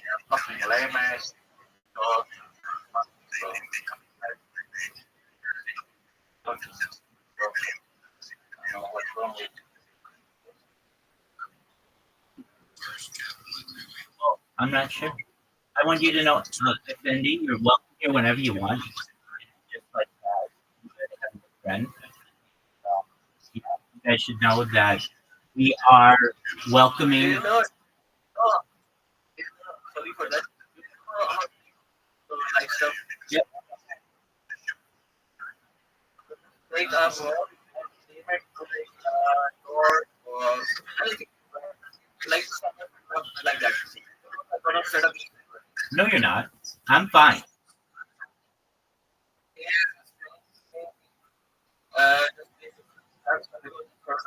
Listen.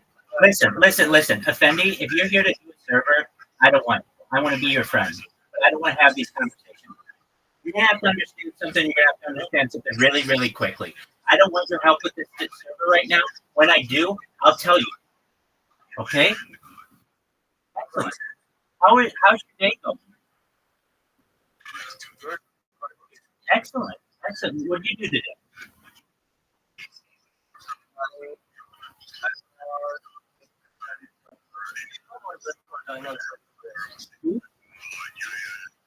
Trying to join or join for join.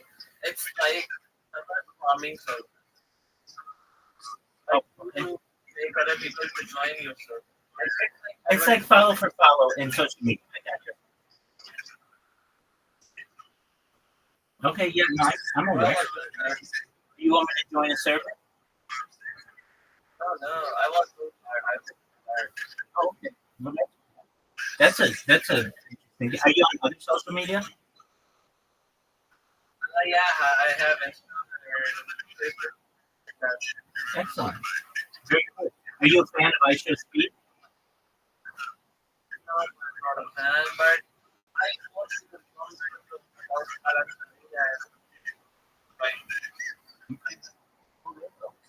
Very cool.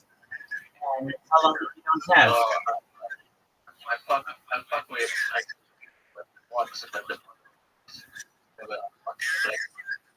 Okay, so here's the thing. Darren, stop for a second. I understand. So here's what I can advise you. One, don't call people monkeys, okay? It's demeaning and it's rude. What I can tell you is that there are some major players in the iShow Speed server. One of them right now will get you back immediately. I'll get you her name. Just one more.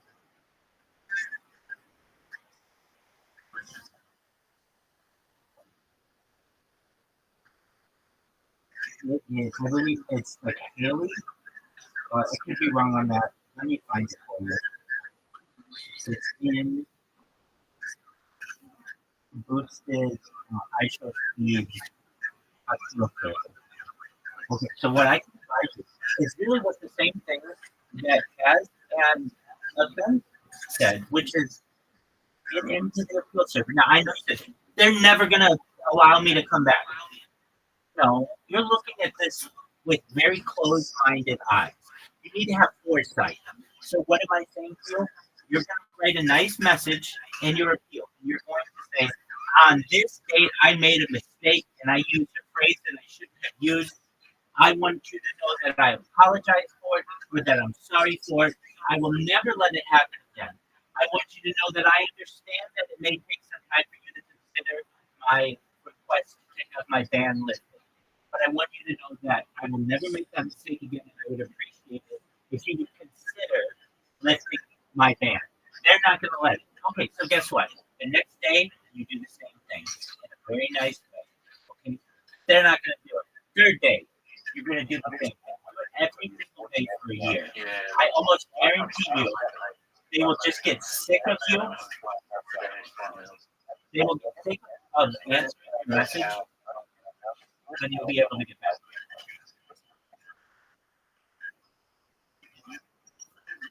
And then you never use that phrase again, and you don't joke like that.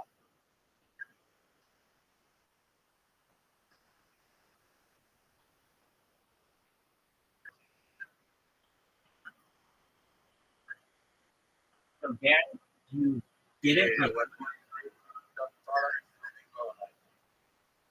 I was drawing video jokes, but I just because like someone is and then I always okay. So then the way that you describe that. So the way that you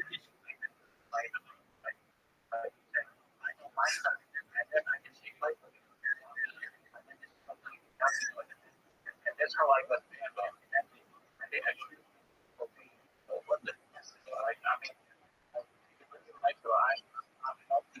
wait. I understand why you got.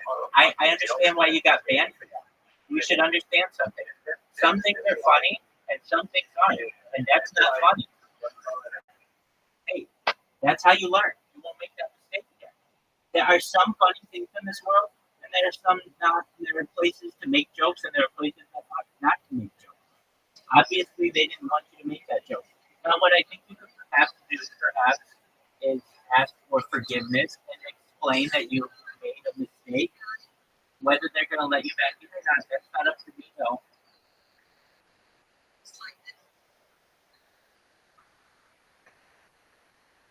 But Darren, you really have to reconsider something too. If someone's a minor, they in no way should have any kind of sexual. You shouldn't have any kind of sexual lust for them. They should be off limits. If anything, you should be doing your best to be a good role model. And typing yummy when someone says that they're a minor isn't being a good role model. yeah. So you made a mistake. It's so Darren, I can tell you this. If you want to get in another big another big Discord, there are a few of them. There's the Daddy Discord. There's the cool cool. Just a moment. And these guys are no more, but Phil, and then there's Discord, and then there's another like Mika. Mika is another one. Get into those. It's the same people. I mean, it's really like Discord's not that big of a place where people aren't in other people's Discord, and so just make sure that you make your friends in there. In the meantime, I'm not saying you'll never get back into iShow's but for right now, you made a joke that was not appreciated there.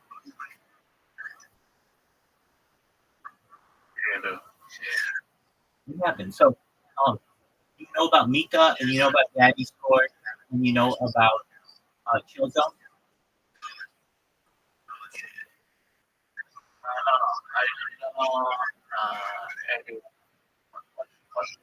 Okay. Yeah. So Daddy's Court is just discord.gg/daddy. You go in there. I'm streaming in there right now. And 8 people. And they're basically it's the biggest Discord, the most active Discord server on all of Discord. It's been going for 7 years. It has hundreds of thousands of people in there. In fact, if you go in that Discord, you may never leave. It's so big. Just go in that Discord and you'll forget about iShow Speed. The reason why is because iShow Speed right now has 8 people in the VC. That one has 700, and that's people with cameras. I don't even know about people who. Yeah, do you see that? No, I have. Absolutely. I'm gonna tell it to you. It's Discord. I wasn't hearing you. That's okay. I'll get it.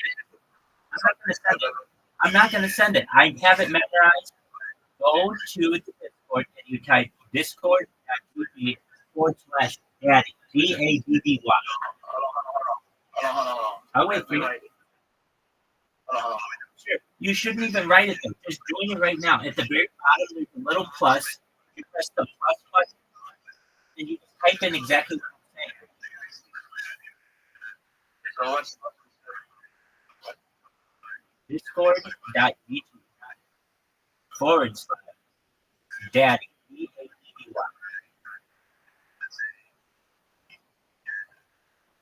oh it is? You got it. This sounds kind It's the biggest Discord server there is. Okay, then go to Chillzone. CHILLZONE. It's the same people who do Daddy. It's the same people who do Pika. They're all the same, run by the same people, and they're the biggest Discord server. If you want to go to a Discord server that has people in it right now, there are only like 15 of them that are really active with a lot of people. And they're all basically run by the same people. So you can go to it, Chillzone, CHILLZONE. Go to that one. yeah, you know.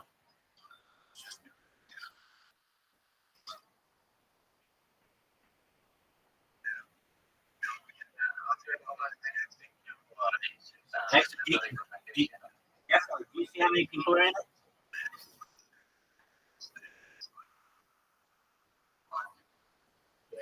Yeah, I want you to see it because it's impressive.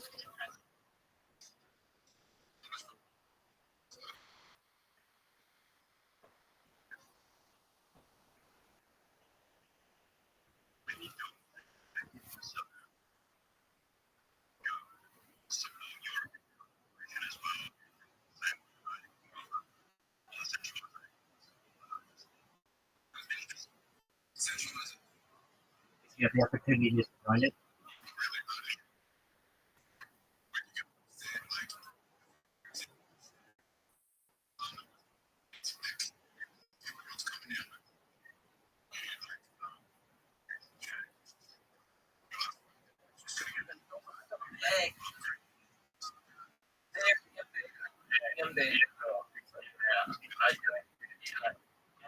Let's make this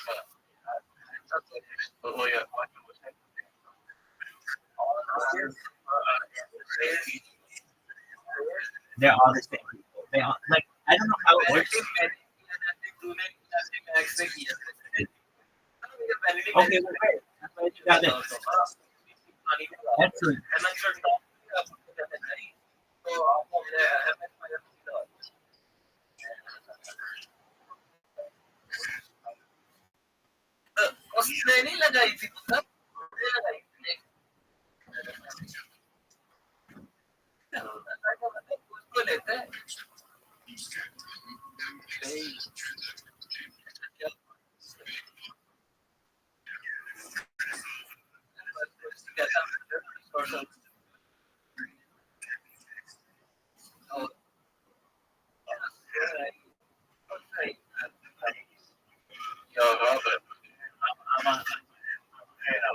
Darren, enjoy yourself. See you later. Absolutely. If you want more Discord, Oh, one other question.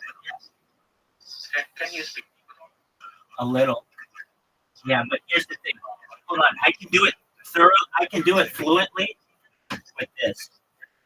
Just for a moment. Yeah, so I don't really need to. I can speak as much Hebrew as I need for my services, but because I speak biblical Hebrew.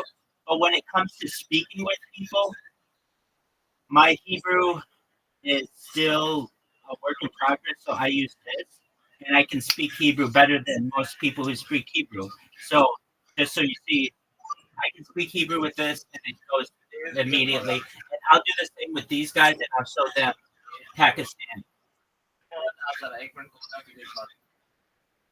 אני יכול לדבר עברית עם זה, וזה הולך מיד, ואני אעשה את אותו הדבר עם החבר'ה האלה, ואני אראה להם פקיסטנית. Just for a moment, and I'll show them with Pakistan. Oh, that's okay. Pardon me?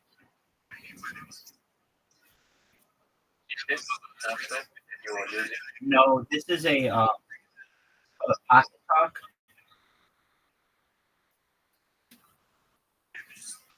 The pocket talk is like like a pocket translator.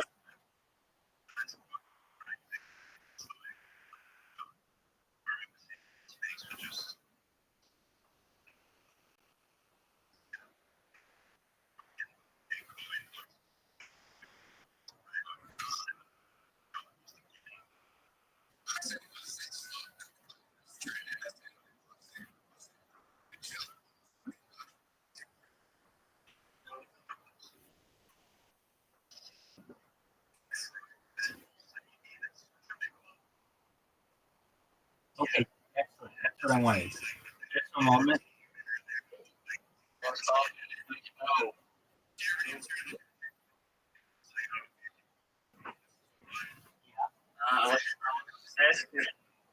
Rabbi to speak a little of this book. No, I'm not.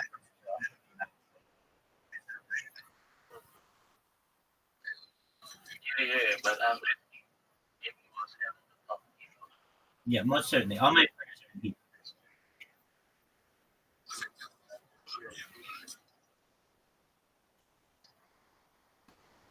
Yeah, Robert.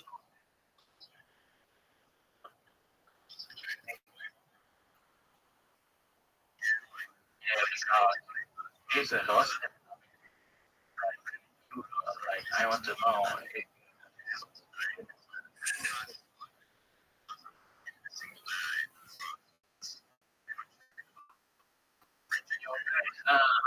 See you later. Absolutely. Yeah, Picked up. you.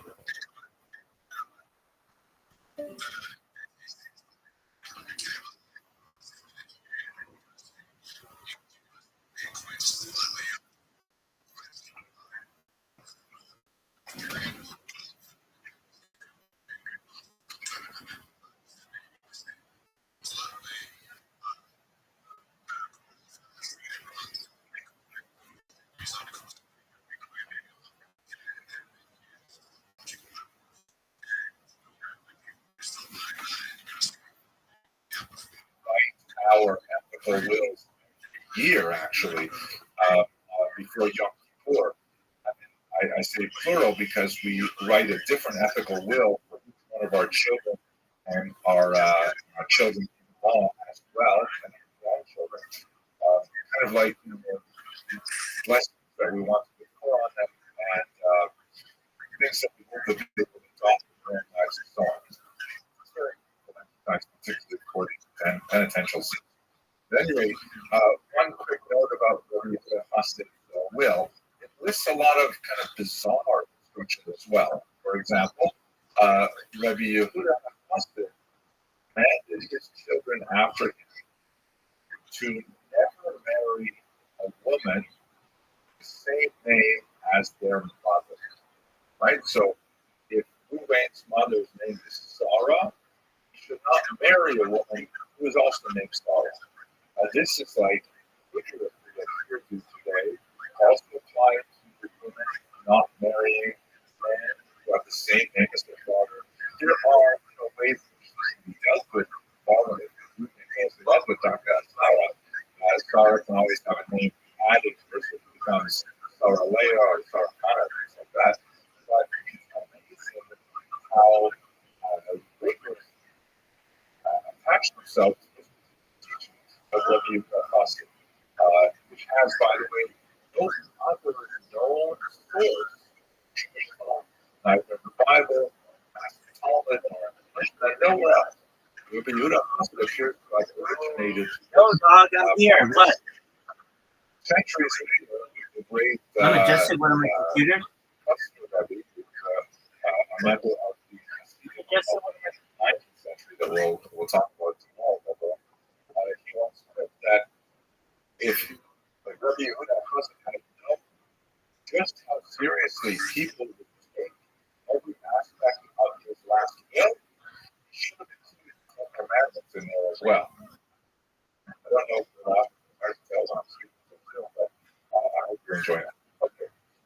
One last detail about the study of the last analysis, and I will pause for some questions on the next item, and that is this on Rishonim and Acharonim. So if you have a look at this map here, this is the expulsion of Jews from Spain and later the migration to Portugal as well. As you can see, a significant number actually made their way up to Ashkenazic lands as well. Jewish history And lectures. the Spanish expulsion is a major theme in Jewish history. It represents a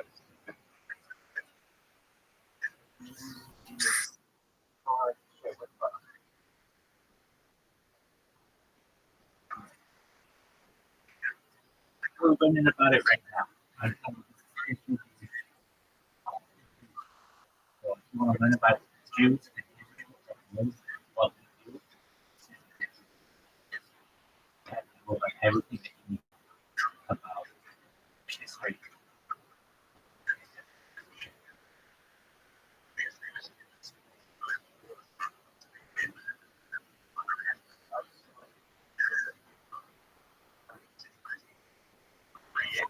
It won't work.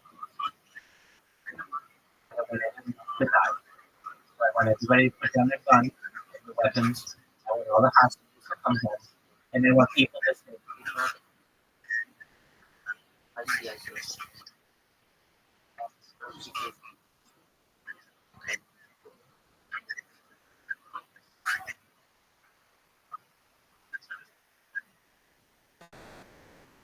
I don't want anyone. I want literally no people in that clear.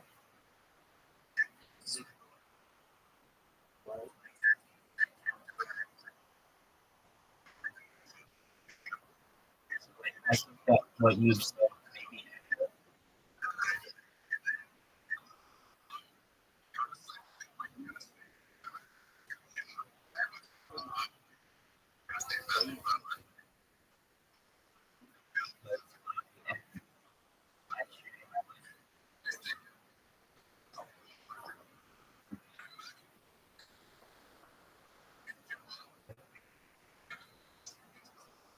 How old are you? Dude, I have to kick you out. I'm sorry, man. Said you have to be 18.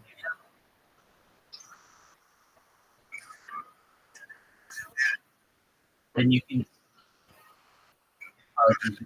then come back next month. I don't want to ban you. Just come back next month, okay? Okay, come back next month. Yeah, I'll answer all your questions next month, okay? Sound like a deal? Next month. Take care, buddy. Excellent. Excellent. Hey, but I mean this. When you turn 18, on your 18th birthday next month, come here and we'll wish you a very special birthday. We'll have a party, okay? Excellent. We'll see you next month, big dog. Take care, my friend.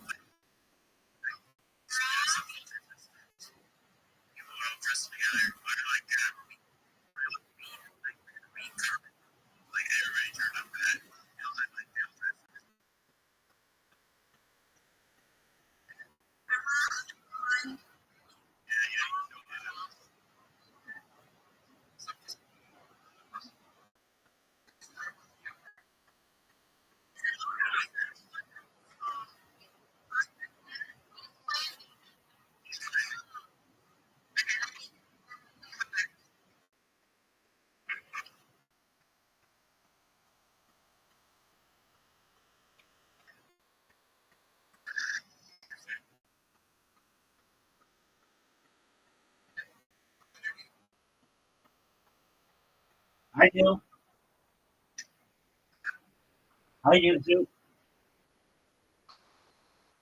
All right. Well, we don't play music, dog. Dude, dude, dude, get some people in there to download it.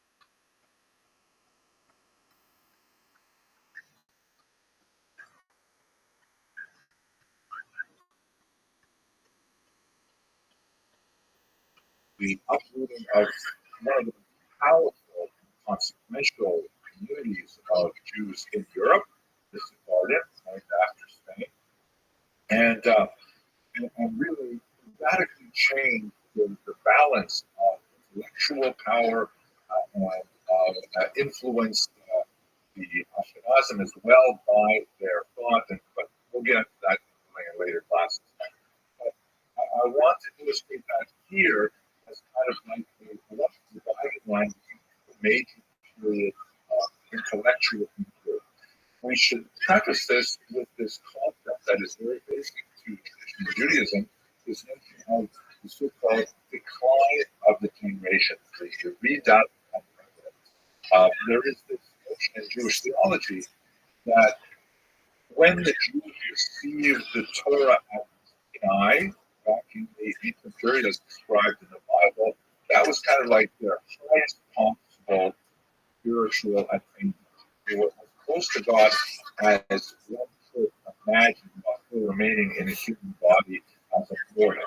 And then, as we move forward in time, away from that moment, there is a successive decline in spiritual sensitivity.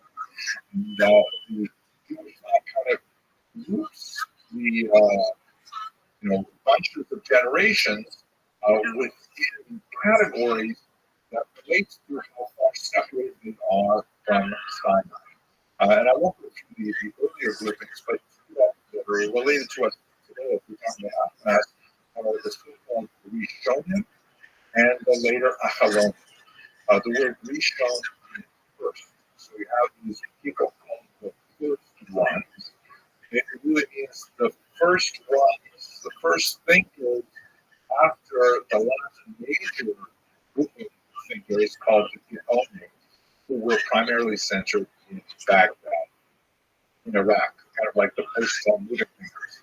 The Rishonim include people like Rashi and the Rabbi who we spoke about earlier, the Sefer Chassidim were all among the Rishonim, and they represent several hundred years of thinkers who are very active, not only in Spain, not only in Ashkenaz, but also in Spain, North Africa, and elsewhere.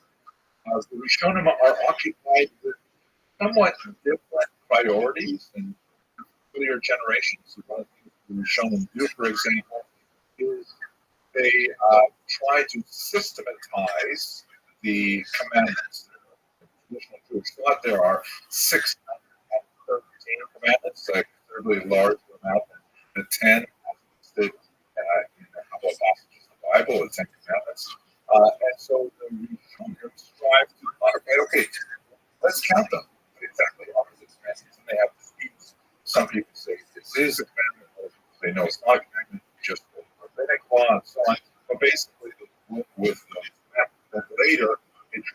modify those commandments.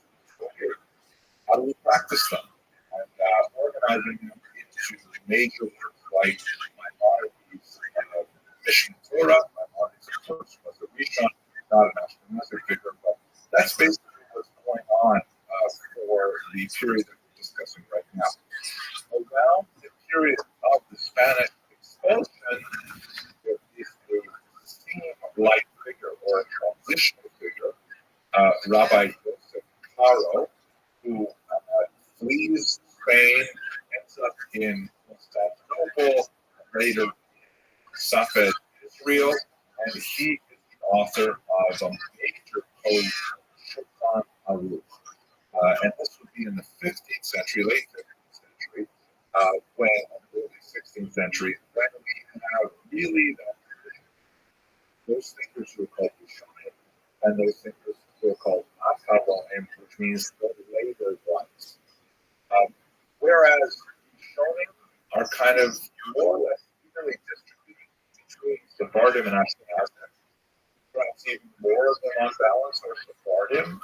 When it gets to Akaronim, it becomes a much more Ashkenazic enterprise. In other words, from the year 1500 on, Akaronim are much more associated with the traditional Ashkenazic lands in Germany and France, and heavily in later Poland, Commonwealth, certain regions of Ukraine, Lithuania in particular, with Vilna Gaon, for example. So there's a transition intellectual thought between Rishonim and Akaronim at that time. It may not be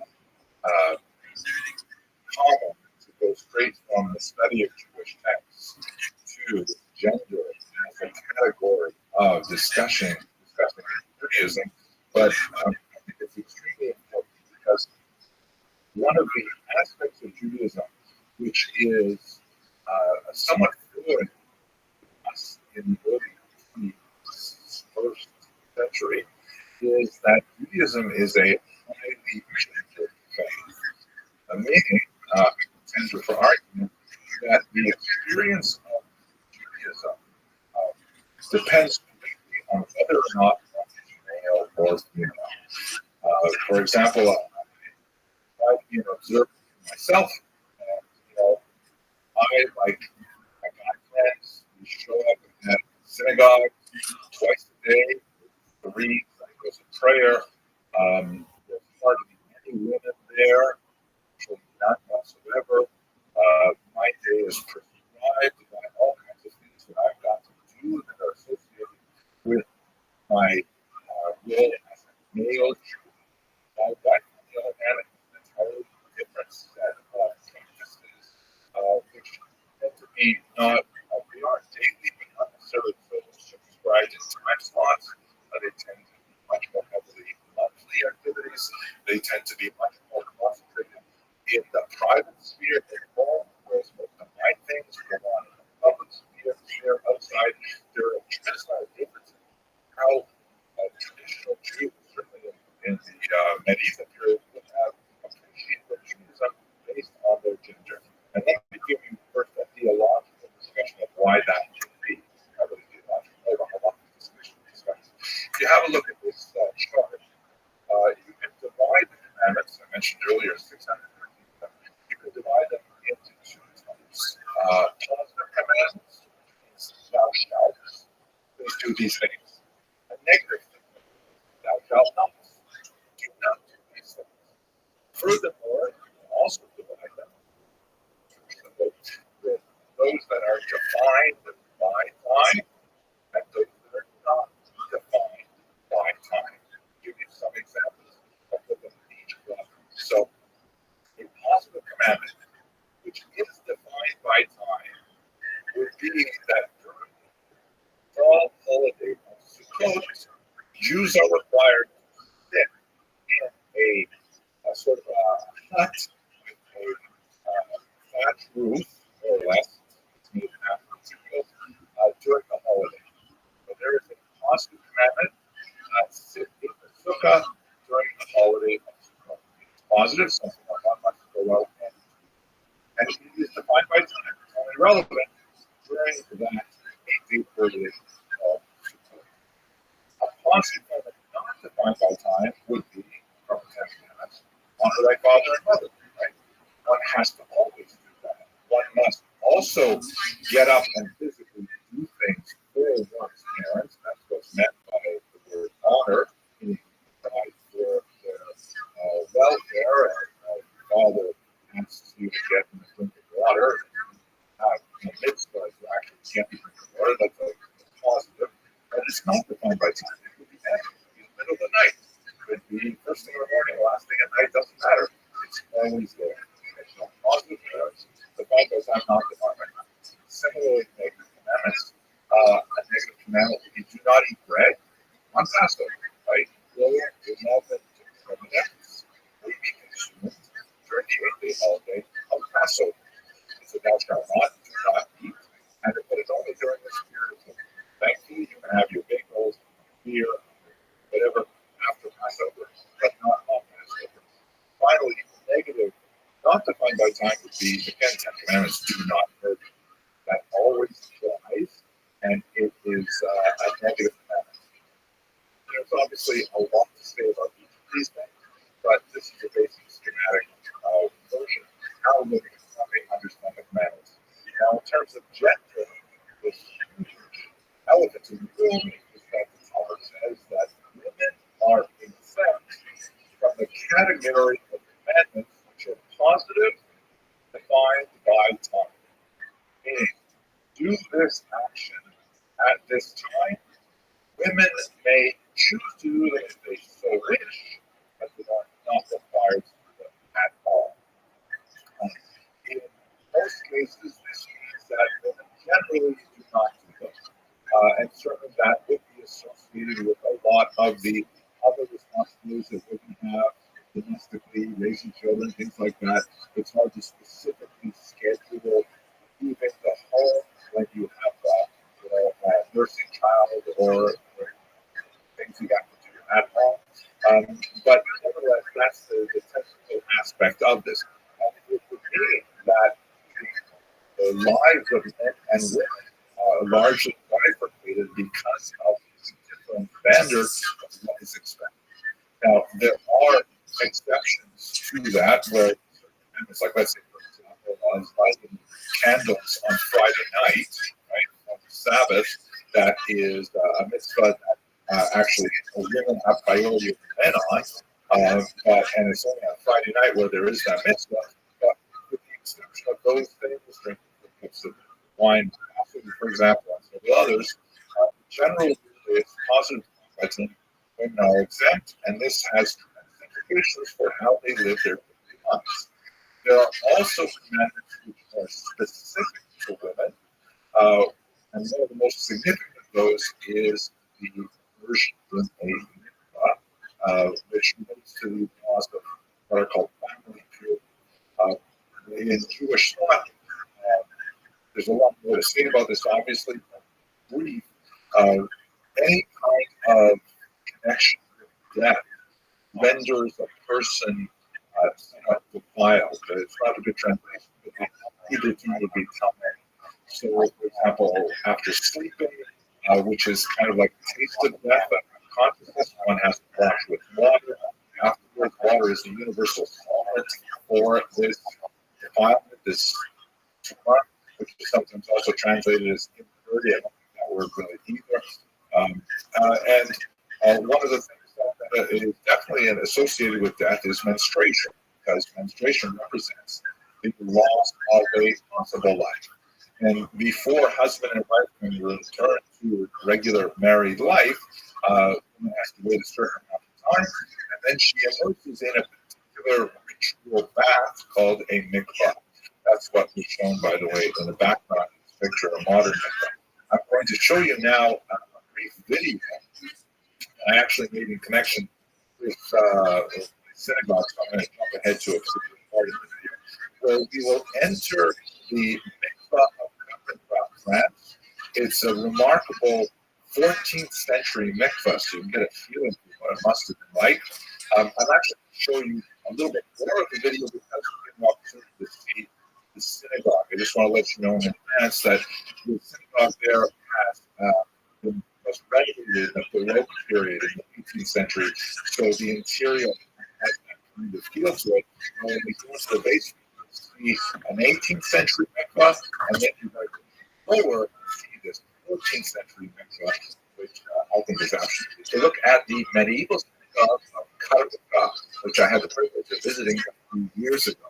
And let's look at the exterior, moving into the interior, and then to the remarkable discoveries that were made in the basement.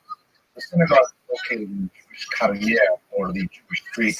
I call it a ghetto, particularly for a later time you can actually see it. At one point, as many as 2,000 people, something like 15% of the town's population, lived in this tiny space. When applying for badly needed renovations in the 18th century, quite a tussle with the local bishop. The bishop insisted that there be two windows, horizontal windows, added left and the right of the two vertical windows, such that when Jews actually entered the synagogue, they will be walking directly under of a cross. This is much of the activity that was going on with course sermons and conversionary activity at the time. So an interesting feature when you finish climbing the steps to get into the synagogue proper, there is one tile which is out of place on the floor. According to the local tradition, there's a sign that the world is not yet perfect. Humans have a role in perfecting the world, and it's just one indication of the job placed before them. There's a beautiful road interior, strikingly contrasted. Very, low profile on the outside. And yeah, it's the oldest thing in France and the second oldest in Europe. There are some remarkable and charming idiosyncrasies, like a miniature chair of a magna that's in an alcove in one room. There's Sure. Yeah. Look at how tiny it is. Another interesting feature of the 18th century Baroque style, the Torah would be read on the opposite side of the room, and on the second floor, you have to go up some stairs. See the original Shulchan. The synagogue administration was so welcoming to us here in Cotton Prague. We were coming from a significant group of recruits and a lot of important people traveling with us, and so they not only showed us the prized possession, the Sefer Torah with a Sephardic case, but they even opened up the area behind the to show us all of their antique Sefer Torahs, which were worn. Some of the letters had faded, no longer could be used for public reading, but they had behind the Aron a dark space which lovingly preserved some very, very old Sefer Torah, century old, and they allowed me to go in back. This is incredible.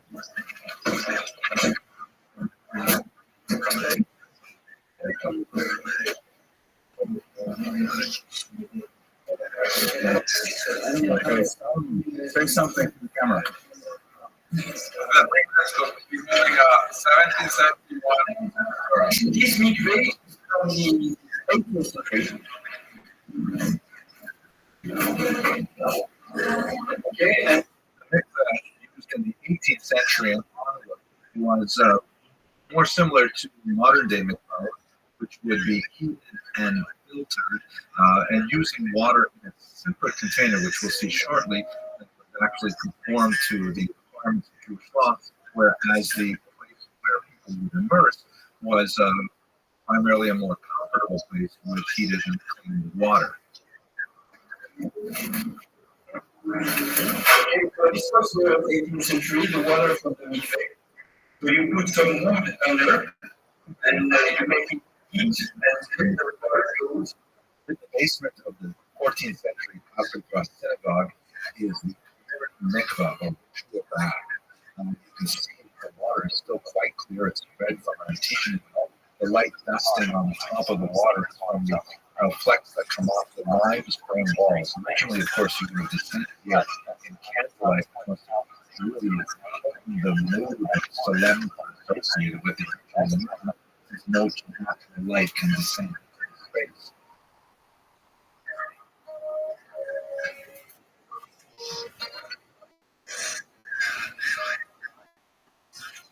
The Jews have, of course, do not use the 14th century mikvah or even the 18th century mikvah, but a modern mikvah.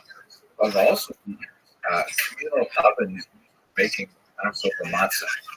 Years ago, some standard renovations, some basement was discovered in the synagogue that had a remarkable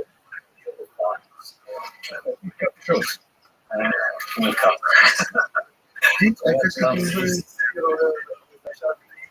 En français, super.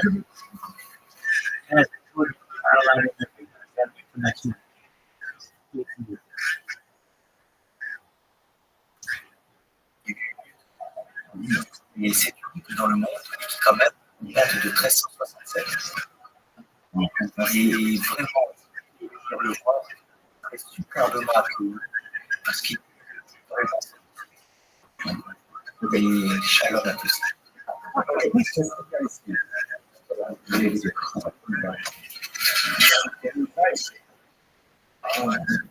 Ok. C'est un document.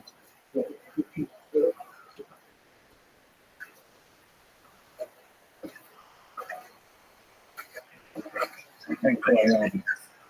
Vraiment incroyable. Non, c'est la première. Alors ça, C'est ça. qui rejoignent les habitations.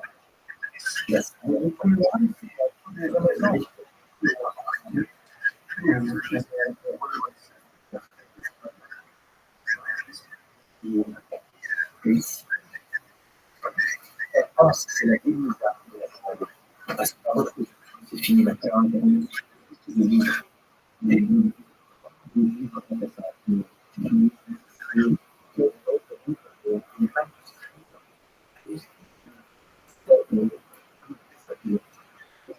C'est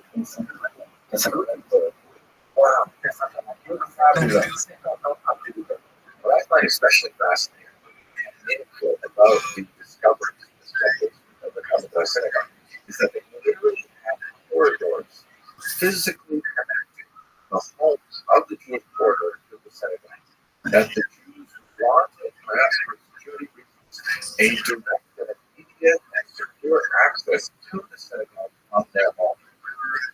So that's quite a trip to France, because as we look at medieval synagogue in particular, to look at the medieval mikvah underneath. Of course, they don't use the 14th century mikvah or the 18th century mikvah either. Modern standards there are kind of, there's huge advance from the 14th century to the 18th, and of course the 20th century looks more like a spa than anything else. Let us conclude our discussion, a very brief discussion of religious cycles. And I'm going to more than press some amazing information into a brief period of time, but you can't understand the way in which you would have appreciated the world around them unless you are cognizant of the association. Of course, one of the most important cycles, life cycle, and as I intimated earlier, very different understanding of the life cycle depending on whether one is male or female. Generally, males tend to are not more hoo-has, my grandmother would say. There's not the celebrations associated with the birth of the boy, the circumcision ceremony, all that stuff. And then, of course, the massive celebration has been the wedding. I should mention the bar mitzvah was definitely not a big thing. 13th birthday for a boy was definitely not a big thing. In medieval Ashkenaz, it was quite a bit later that it began to become the party that it is today. Sometimes people say it's more bar than mitzvah. But the although theologically, the concept of bat mitzvah was certainly present. In fact, much further, the idea that the girl becomes an adult at the age of 12 is the celebration of that life cycle that was basically the huge shown here, is the wedding, which is much more oriented towards the experience. I would argue, but nevertheless, the life cycle was basically kind of patterns of coming of age.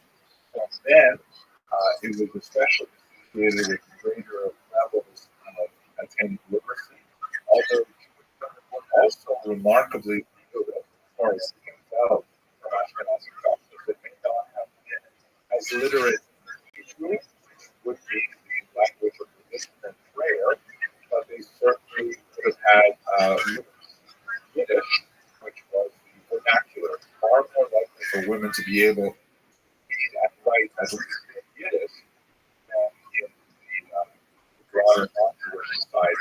This, of course, the pattern that would hold true right until modern periods. Then you have, of course, and the last element of life cycle, of course, is the death, which, as I mentioned in yesterday's lecture, was very highly controlled by the education. I should actually say that it's not like death was actually controlled. Death is out of our hands. But the process of very well engineering itself is not dramatic from this high status of the education. The weekly cycle is something that Jews will experience usually, and that is obviously the holidays, specific days of the Sabbath. In some ways, the Sabbath today, in the 21st century, is even more remarkable because of its removed from our contemporary activities. But basically, on the Sabbath, according to the Talmud, there are 39 big categories of activity, all of which are associated with creative or manipulative activity, which would include, for example, to light a fire or extinguish a fire, to cook food, to carry objects beyond a certain distance and in the public thoroughfare without a device called an Arab, which is not as common in medieval Ashkenaz. And basically, it would represent a complete cessation of all other activities, all business activities, and much more of a focus on the family and on the reason why I mention it much more today is because, we really operate in a 24/7 environment in which it becomes absolutely unheard of for people to, for example, turn off their phones for one day a week, which, like a digital class. Yes, for Jews, of course, of course, you ignore communicating with the broader world, the ones you love, family, the community, and so on. It's a very different kind of approach to the week. For modern day Jews, you see it in terms of things like electric lights are not turned on and off, food is not prepared on the Sabbath because it fasts for 30 days and so on. The Sabbath would have been, of course, on Saturdays, which was a great distinction to the Christian Sabbath on Sundays, which shared some features with the Jewish Sabbath, but that disconnected those two different days of the week and implications we shall see compared to modern particular. And of course, there's the yearly cycle is a group of holidays that appear throughout the year. They have a lot of agricultural connections, particularly with Israel, but they were also adapted to northern climates as well, including, for example, that all we have sitting into people booths on the holiday of Sukkot, which usually falls around September or October, and that can be somewhat uncomfortable in northern Germany at that time, but nevertheless, those are the dates that are followed. So, so much more to say about the daily, weekly things of Judaism, not nearly as relevant to one really narrow study of history, however, so just how to do with that is kind of like an overview. So what I'm going to do is I'm going to thank you for your attention now, and I'm really grateful that you studying with me. So I thank you all very much for watching.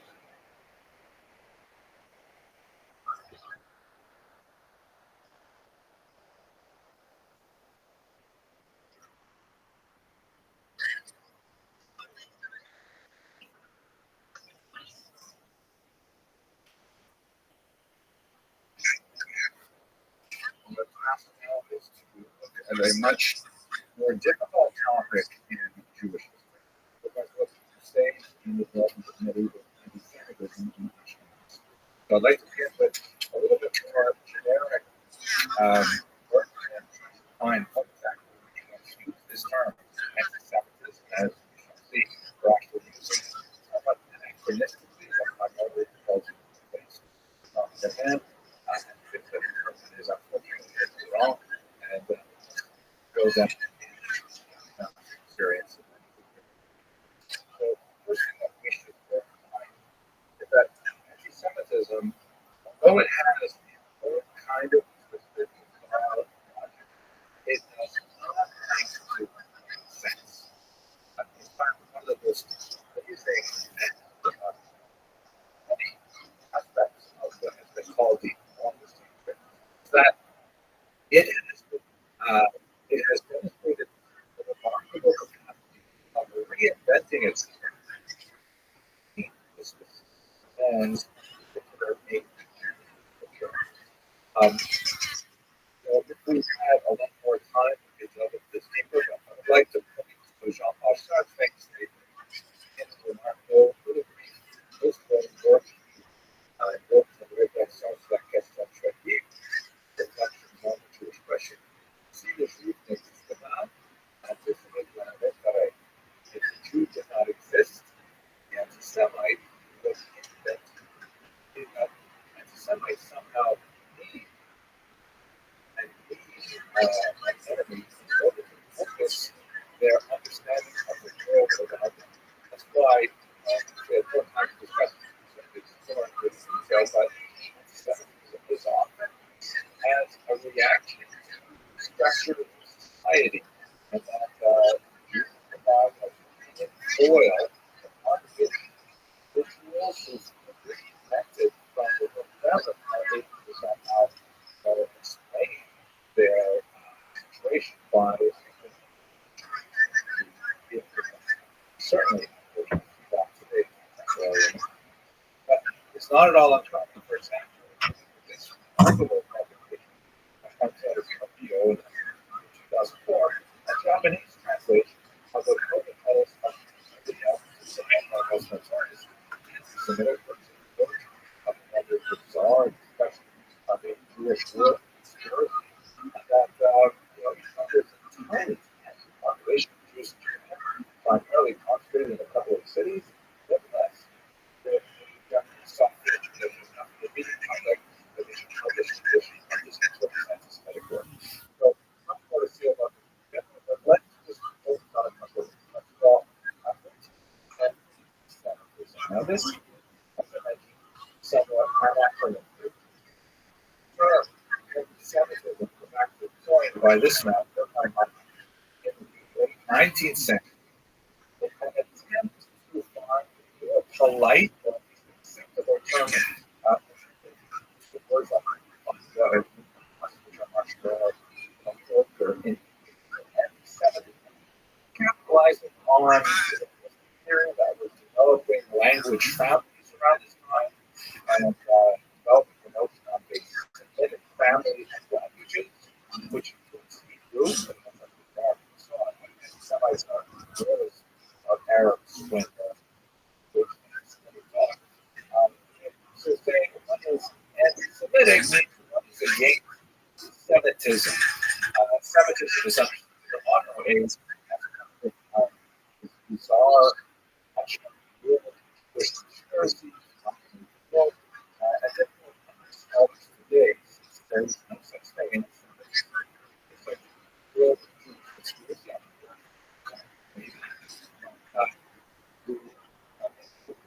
No really such thing. Listen, there anti-Semitism which implies that one is yes.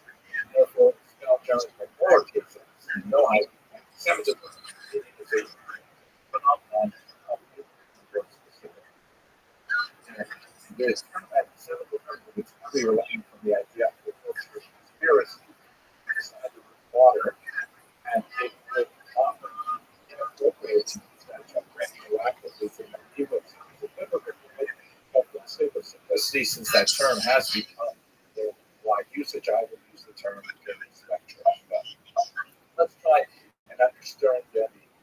basic development up to the period that we're specifically historically, look, the we have on the side from the Roman churches advanced. And much of that early Jewish history was really kind of set up of fear of stranger that reflects a really complex culture struggle between values and norm of basically society. Like, for example, being lazy, because they invested 1 day a week. Those are they were considered misanthropic and clannish. Membership in the group only to men who were circumcised. But you can't tell the truth unless you were the ritual or particular ethnic. Of course, there was usually two significant role-seeking role with the account of the values as a result of the destruction of the Jewish community and the Israel and the persecution. Noted, for example, that a famous march was conducted in Rome and commemorating the victory of the Romans over the rebels. They have this of the Jews didn't carry out the temple spoil, the temple of Jupiter. Like Stephen Klein had other garishly there's what it would look like. All of this, although let's be called off to be definitely was for user experience. I would just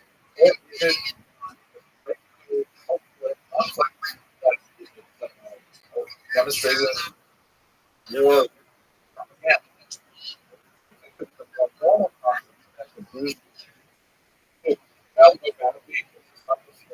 many of the basically the ancient because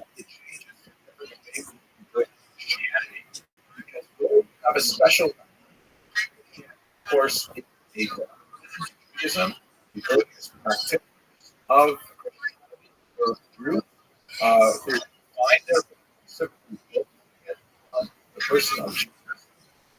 And what the second thing in particular, and more of the distinction of Jewish Christians, we're still going to see kosher,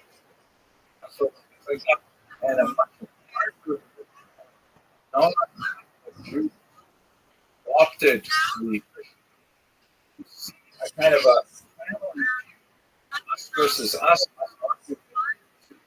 versus kind of well trade thing. Here, a couple of measures from the period of time we're talking about on these are both representations of the articulation of Buddhism, especially for Catholic priests to explain how the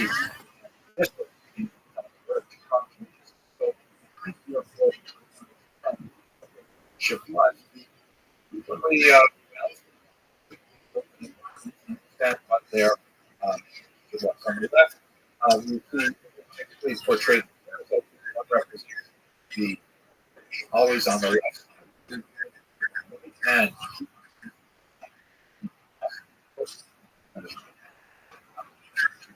the weaker hand of the synagogues. Sisters who see church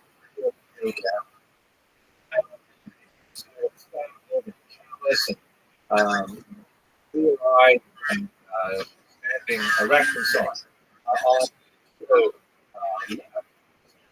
God clearly in attitude, mind, and a way.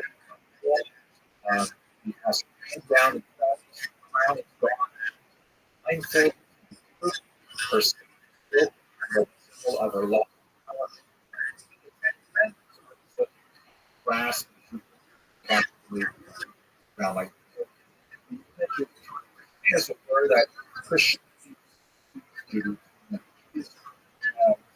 with disfavor and Christian take their place. Right? A violent example, last window better than the 15th century. The left is the church riding on a dignified looking creature with a place to have and his heaven and clear favor on the other side are right. The synagogue on a donkey, ram, and probably a ram to official law, perhaps Isaac and the constitution as our Christian. Her crown is on top of her head. She's blindfolded. Her truth appears over and over. Examples of these images. Now, just in case you missed the point, there is a sword descending from heaven and penetrating the top of her skull, no longer in favor. So this is a special kind of element that is largely a result of a the younger faith that from the older faith and a rejection of the older faith. It's still a faith quite different from xenophobia.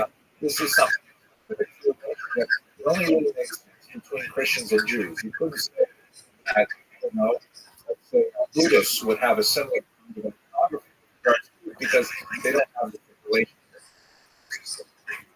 And the period that we are entering now, all of a sudden, there's a rail, bizarre mythology discussed over the next 4 minutes.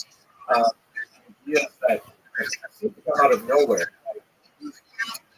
Like where that totally bizarre ideas become vivid society. 12th, 13th century onward, articles on popular imagination up until the 21st century. It's like a evolution of presidents. That famous annex. That's specific back to say the Crusades were at 95, the second. That's a lot of success of governments of this time, of course, Jews, not the Jews, Jews have been the first century, 900 years earlier, and that and the charge was that they had access to Christian urban connected with Orthodox. Put together this remarkable medical movement, marked all the way to rest from the Muslims. For our purposes, we are less concerned with what happens in Jerusalem. There are Jews there, and the city that there are Muslim neighbors on the Crusaders. That's a terrible bloodbath. And Jews must know, but ultimately Christians are able to hold Israel and in fact, there's actually several crusades, but what is not relevant for the fact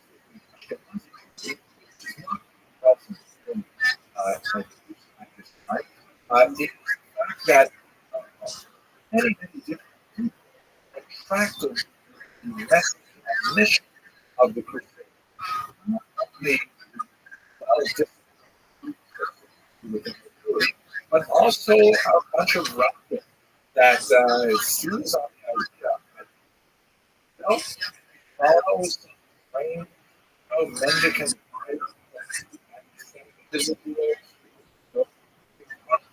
kind of neo to urge all the way to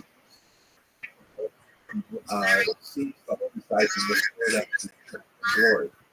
And at a certain point, the line down the certain that schlep all the way to why should we take all the way to defeat the devil? Not faithful. Why should we go all the way there?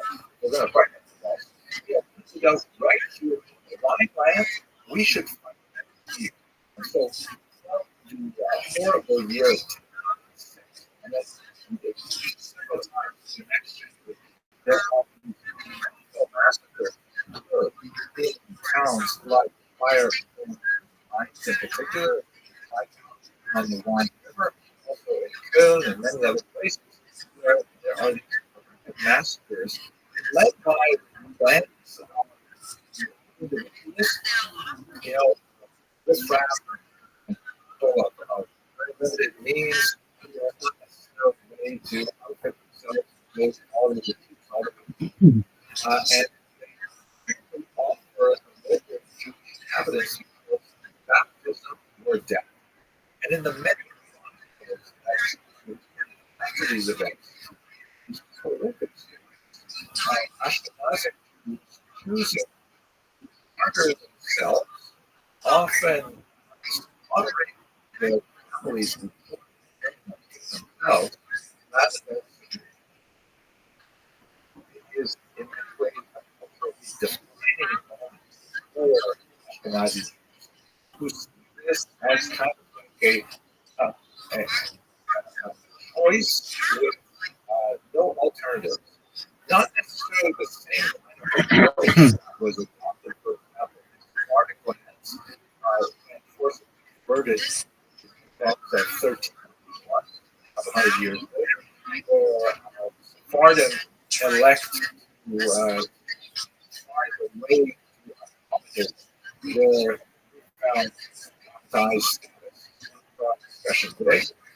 Ashkenazim is kind of like a cultural marker of time where Jews face this horrific, terrible, and many of the Jews are, of course, also these are one of the issues that Muslims, Russian deal with.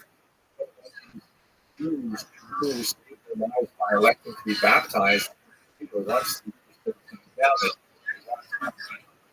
Before them, first time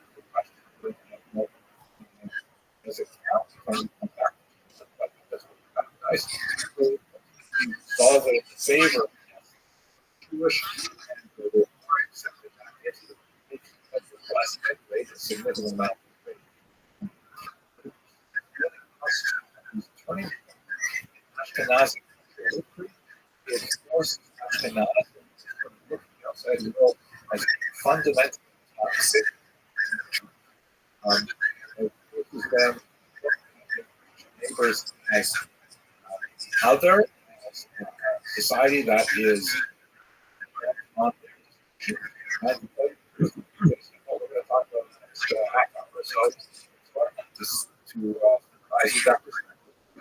the next couple of sentences. Mark's reason for this is that the church is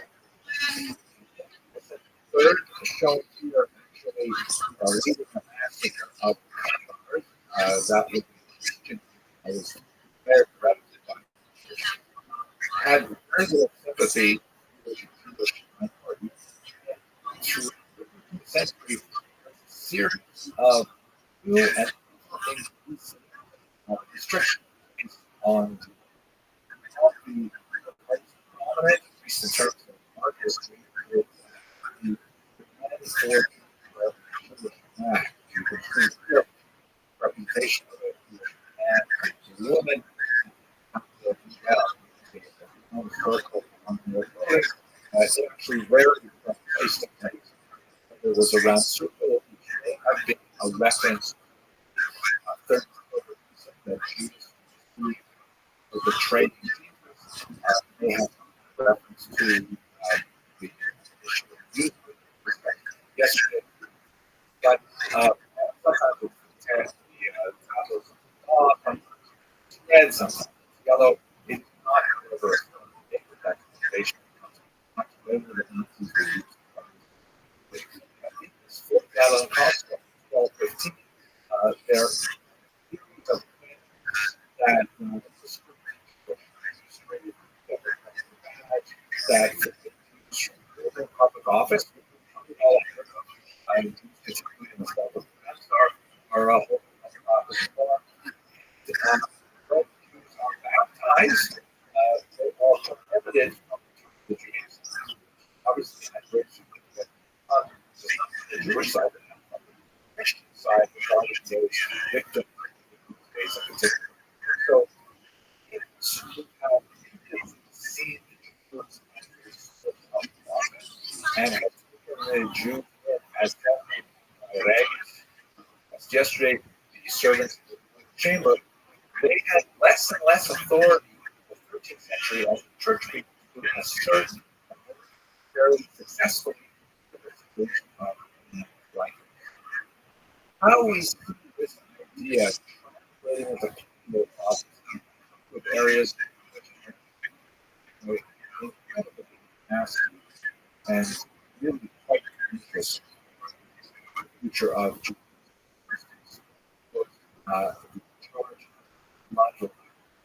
It first emerges in the 12th century form of what's called ritual murder. It charge that Jews need to reenact the by, God forbid, Norwich 44 is understood as I was associated with this ritual murder, which of course is in our particular case thoroughly. But let us understand it from a broad perspective. That man's name some despicable adults who will trade on children, and God forbid, and those children, once harmed, they are murdered, are later discovered by the local population, and they are justifiably angered, and they want to find a culprit. It is remarkably due to blame the Jews. The Jews did this against the white Jews, because they have to reenact the conviction. That's the argument basically of murder. England spreads to the continent, and here you can see it both the entirety of the lands. It actually penetrates the farther ground as well. The numbers represent centuries. The Bible was specifically charged to these Jews, or not to mention the charge of ritual murder, which essentially refers to the murder of the child like conviction. That falls into the blood animal, which is sort of an enhancement of the story that not only to kill this Christian child, they need to drink his blood, drink the child's blood, for reasons which are, like I said, it was widely asserted that Jews had a stench that could be solved through Christian blood. That Jews were infertile, was a way of considering fertility. That Jewish men menstruated and they needed to replenish their iron. That's really insane assertion.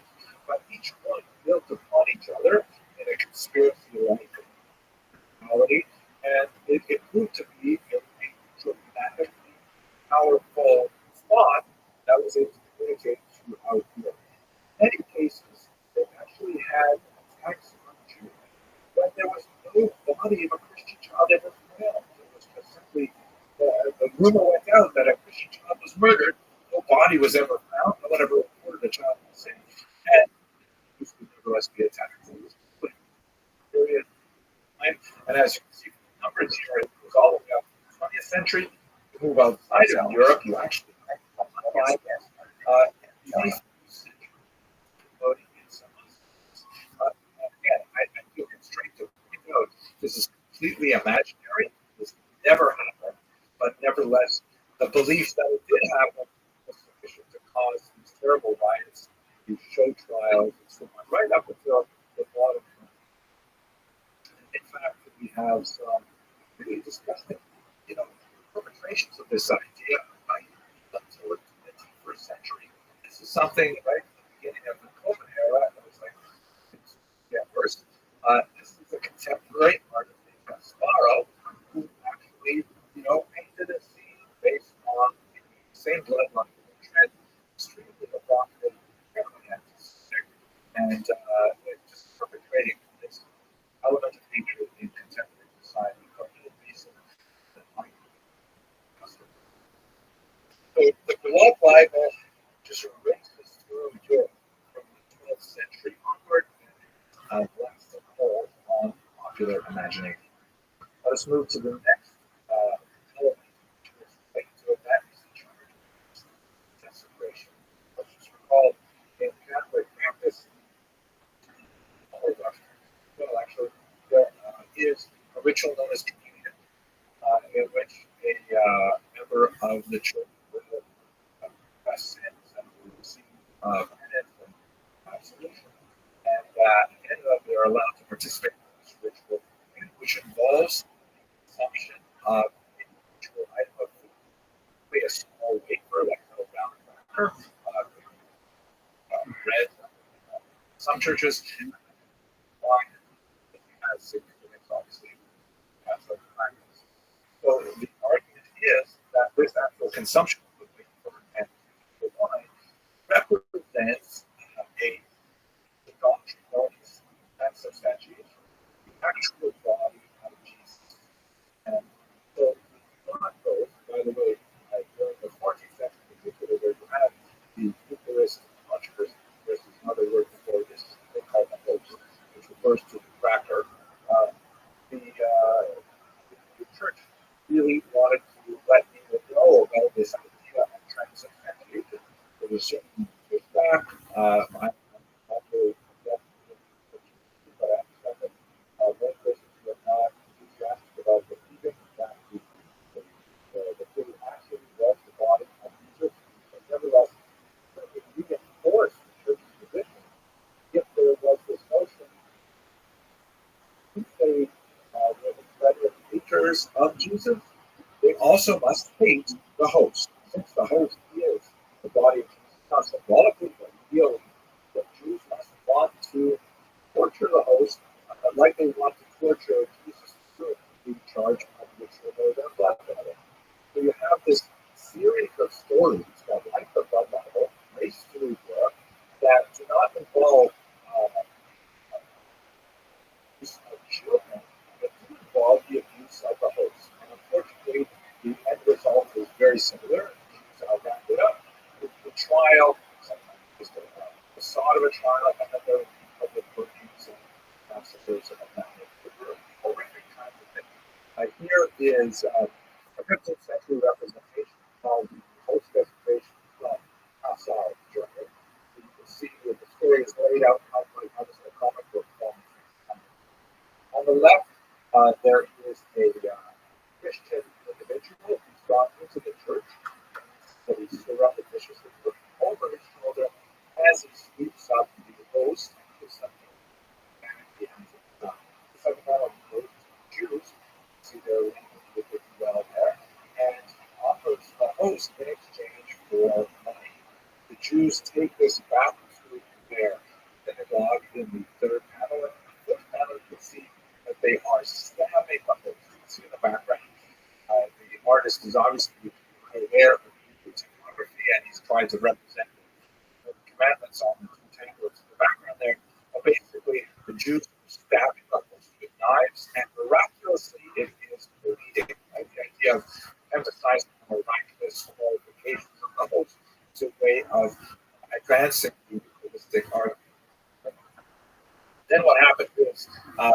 People get suspicious there's some sort of town official, some type of policeman comes to the door. The Jews gather up the food very quickly, and they throw the hooks into the oven. Again, miraculously, the image of a Jewish child put in the flames and dumped by hope of the furnace, who are then captured by reading angels. Lots of miracles associated with those. The third panel, the officials break in and they arrest the Jews. They behead several of them in the final. They found in half, but that is also with the top is associated with Jews part of the 12. They torture some of the Jews here in this panel. Others are set on flame. The third panel, Christian, who originally was the accomplice who betrayed the host, who very common theme is taken away. And in the final panel, the synagogue is rededicated as a church. And with the exception of the burning of the Jews, their use and the confiscation of the property, I think this was true. Culturally, the violence against Jews is something that was characteristic. Now, here in this one, the progress of post-desecration notion, which makes its way from France in particular, and then eastward throughout Central Europe, and also into the south into Portugal and Spain. Very, very popular idea. Is you would see heresy afoot. Now, it's also important to know what was the actual church position on these things. Quite fascinating, particularly the blood libel.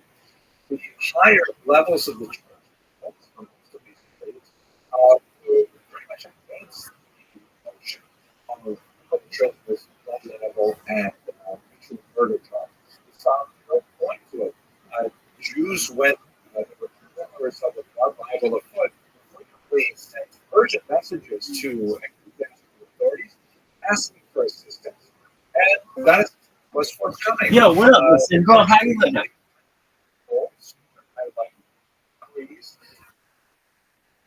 Hello. How are you? Okay, that's cool.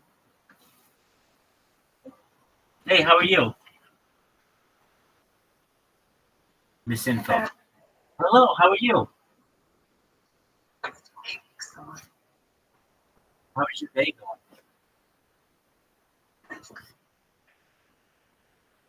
Excellent. Well, is this the first time we've had the opportunity to speak? Excellent. Well, even better. Let me tell you about my project, if you don't mind.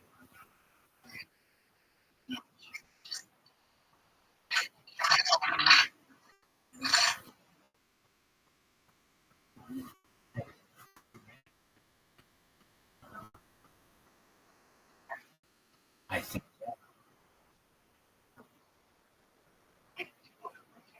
I see that. Yes, I do. Yes, I see. Hello. How are you? Wow, pleasure to meet you. I'm Rabbi Rothschild. I come out like 24 hours a day, 7 days a week, 365 days a year to work too. I don't want more anymore, and I have made it my life's mission. I also want to help with world hunger. I have a 6-point plan, all backed by technology, including the use of agricultural drones, floating greenhouses, saltwater greenhouses, hydroponics, vertical farming, and cloud seeding. I want to help end world thirst through digging a well, like life straws, or we pump water from the earth's oceans, find the land, make it drinkable. I stand up for women, particularly on the internet. I don't think that it is right that the corporatocracy of the technocracy discriminates against women, specifically in terms of their skin. If I show my chest on camera, nothing happens to me. But if I would have a sister and she did the same, she would lose her account. That is de facto discrimination.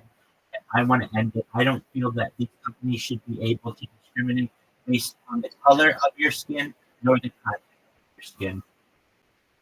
People have to use these platforms to provide for their families and themselves.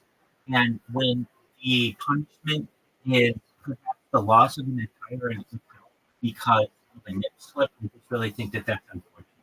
So I'm here to stand up for people of all backgrounds. Some of the things that we discuss on this stream that aren't usually discussed.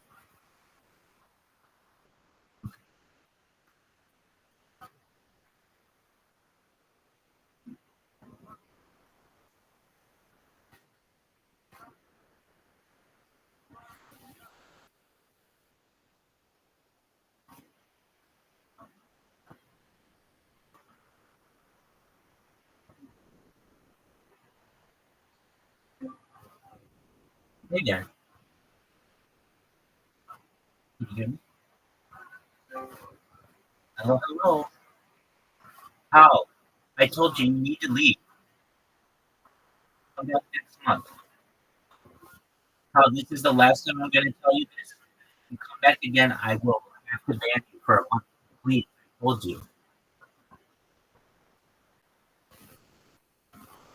Charles, please leave.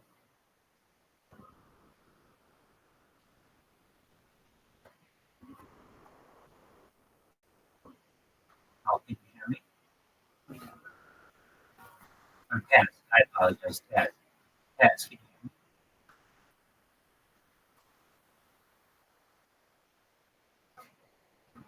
me? Cass, now you told me that you would leave and that you would come back in a month. Oh, maybe I can hear you. Maybe I can.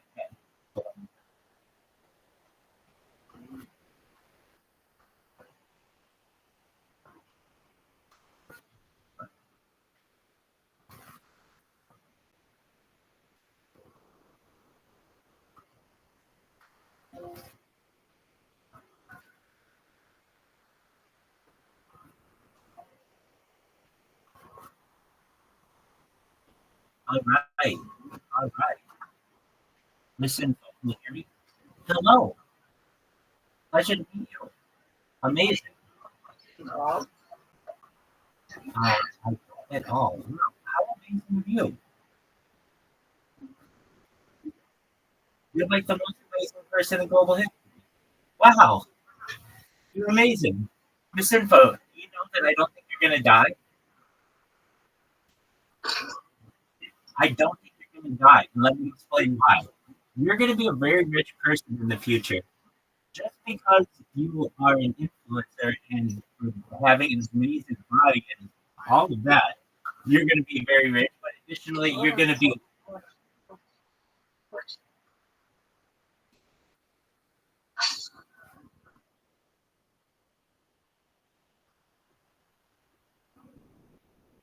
Wow. Here you go, girl. Look at you. Look what you were blessed with. You're amazing. Good on you. Look, I don't think you're going to try. This is really exciting. What do I need? You're going to be able to take advantage of different types of technology. You're going to be able to afford it, like human growth hormone, like stem cells, like inversion therapy, perhaps, like perhaps uh, cryogenics, perhaps shock therapies. Make it really, really tough to talk about science, but I'm going to do my best. And you're going to be able to extend your life past age 80, past age 100, past age 120, to 180, 200. Eventually, that beautiful body of yours, and you may want to continue living. And how are you going to be able to do it? Perhaps with technology known as mind uploading technology. Have you ever heard of mind uploading technology?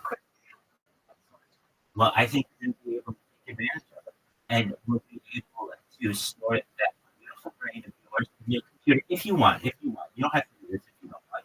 And you'll be able to be an avatar, an android, a cybernetic being, perhaps a clone of yourself. Perhaps you could be a robot or an ethereal being, whatever you want to be. I hope that makes you happy. Excellent. Excellent. So we talk about some other really cool type of technology as well, like de-extinction technology. Do you know what de-extinction technology is? Huh? Do you know what de-extinction technology is? Okay, this is really, really exciting. Boy, I wish all my audiences were excited.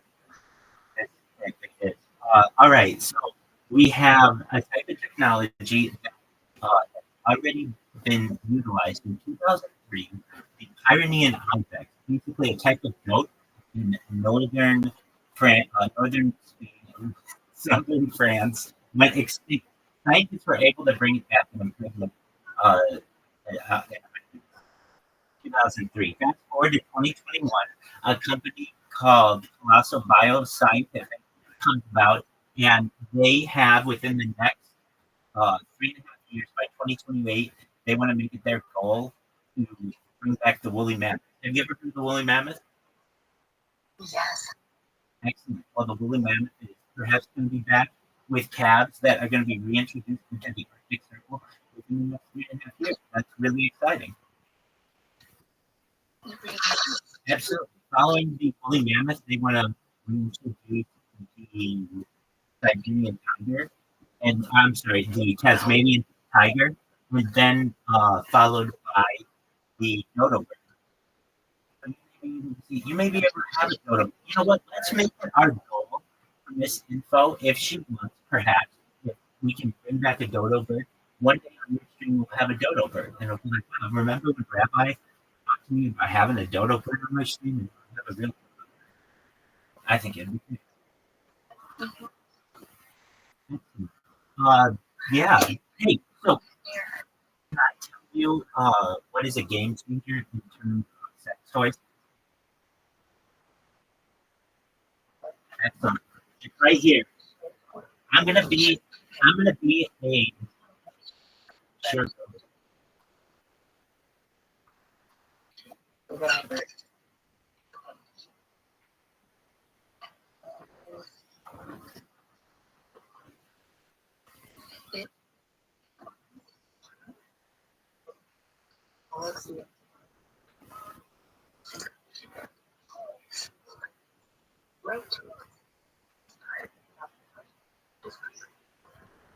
Amazing.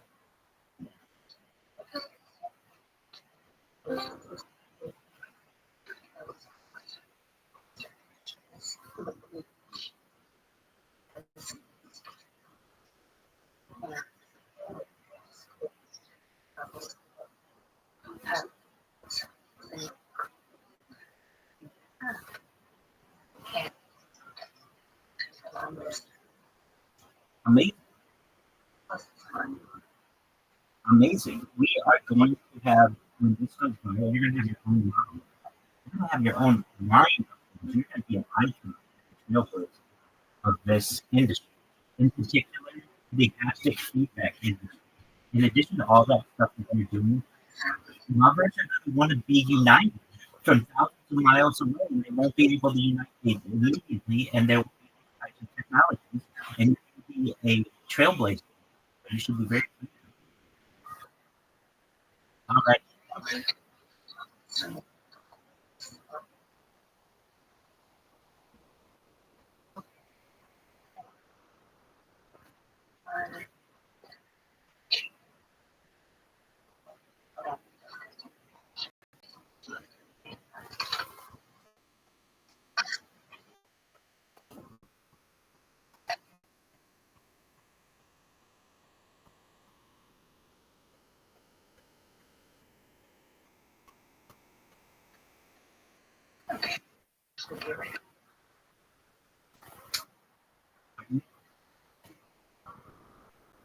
Sure.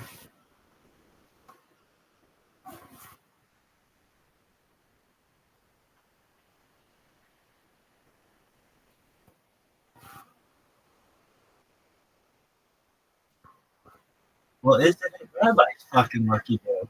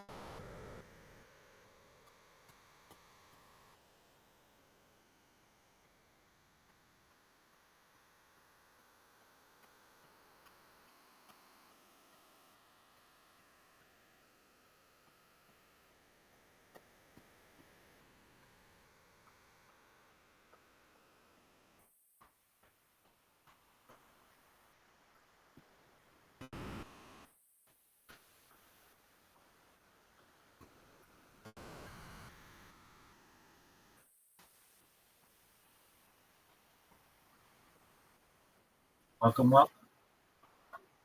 Rothschild, I'm glad.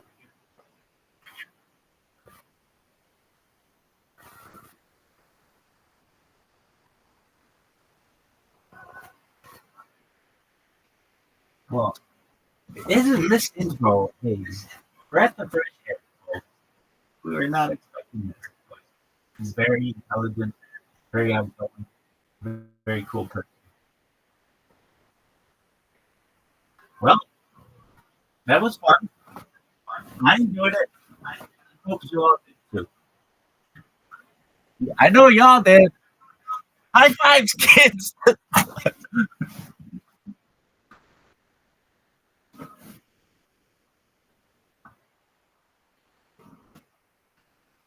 me see. Kids, I mean friends who are 18 and over.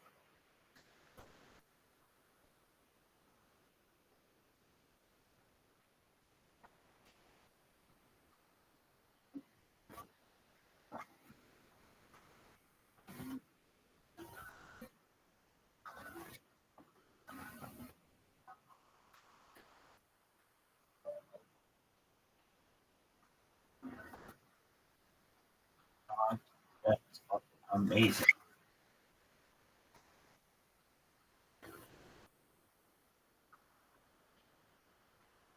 It's that kind of shit. You're proud to be a man.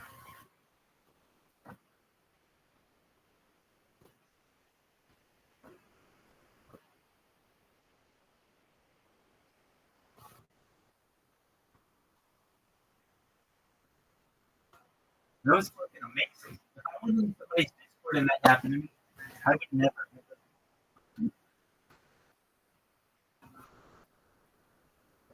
So why you're like, God, let me never do you. I just don't want. I just need me. That's all I hope. It says you have to be 18, and that's why, kids. You never know what's going to happen. We saw tits, and it was lazy.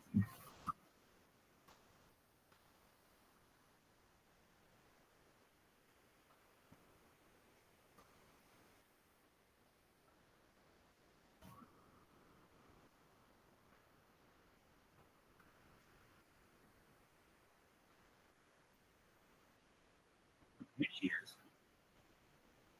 Welcome, welcome.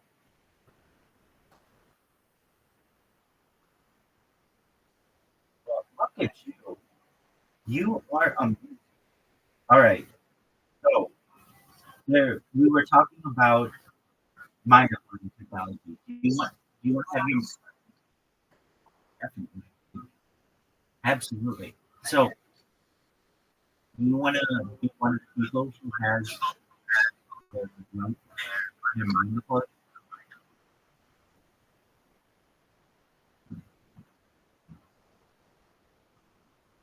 You would.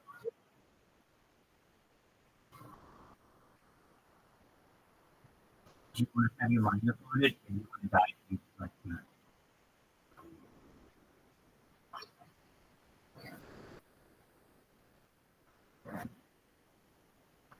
Can you repeat that?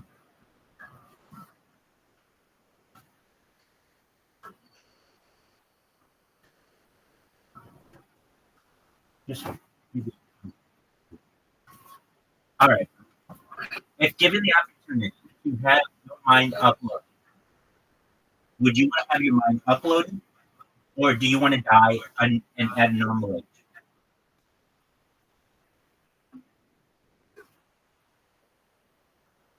All right. So I was wow. All right. I was telling you about a toy. I'm going to be a spokesperson for this toy.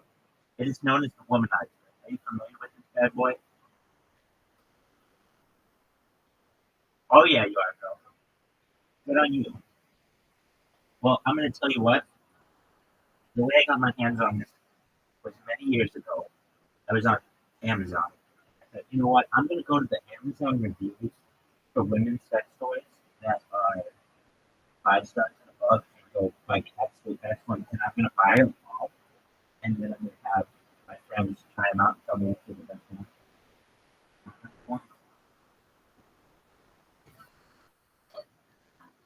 Oh, well, you know what you're doing. All right. So you said that I can download some kind of app and control that thing?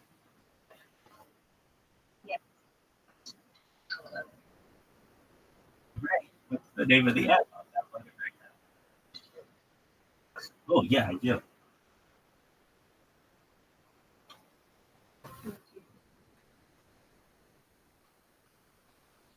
Yeah, that would be wonderful.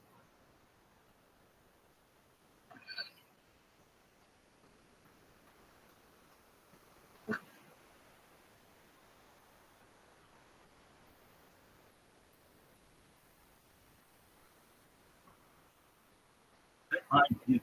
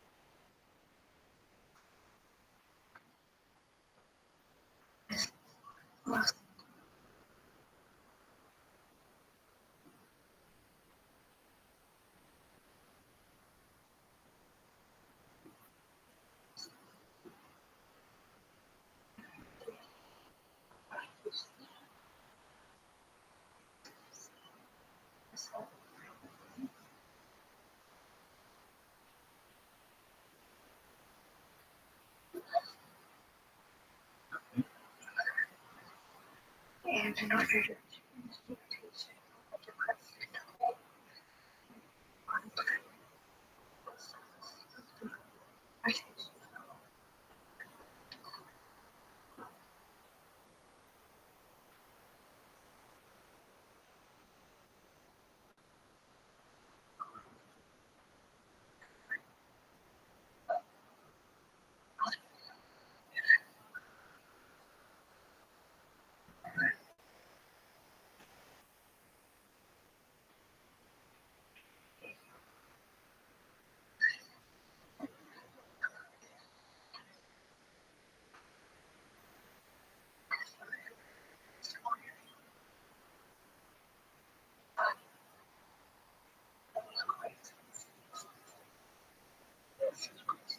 Every we just sit back and talk.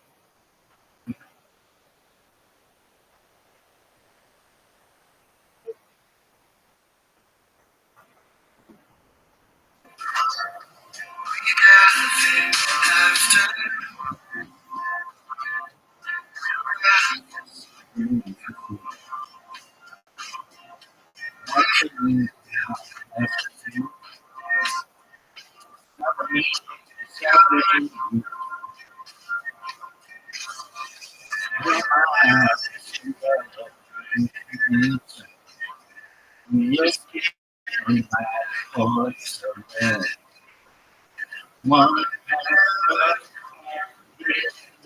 saying, you know,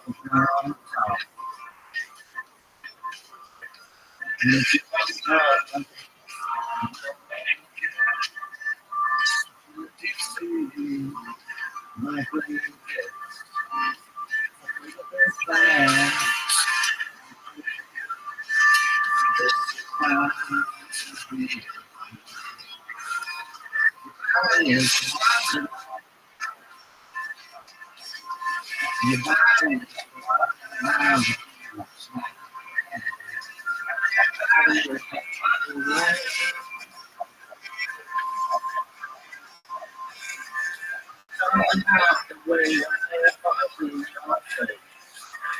I'm not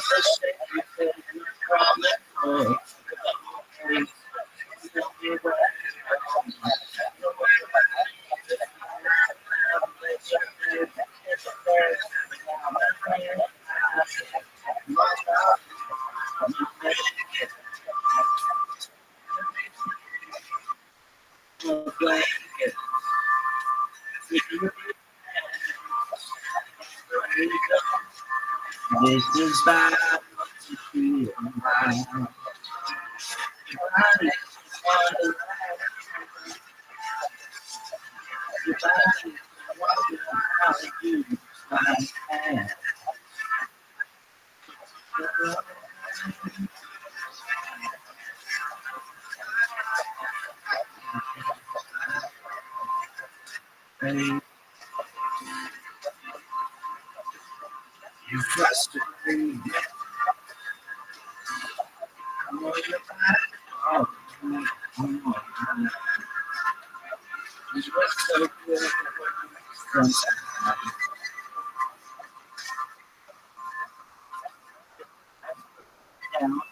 You're amazing.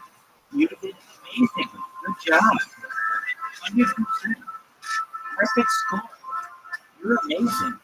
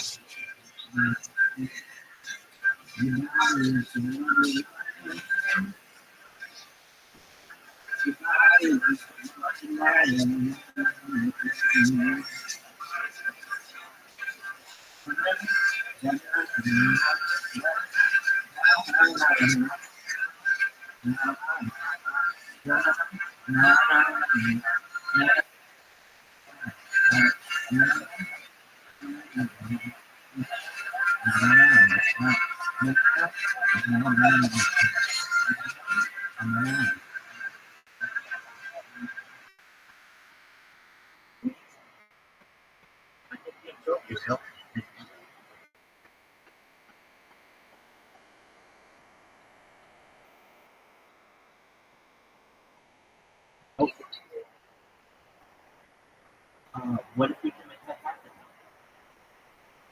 That's okay.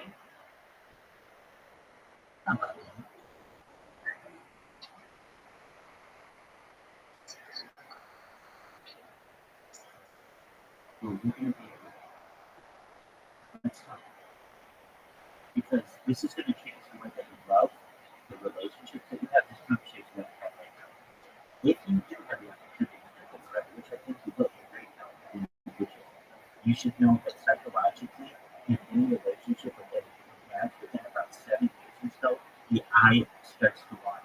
And so in the future, when people say that they're going to get married forever for the rest of the time, that's going to vary in the future when people can perhaps live forever. Now, I know you're saying I'm predisposed to cancer and all this other things. Very, very, very. You are an attractive individual, but you are also, in addition to that, smart and extremely nature.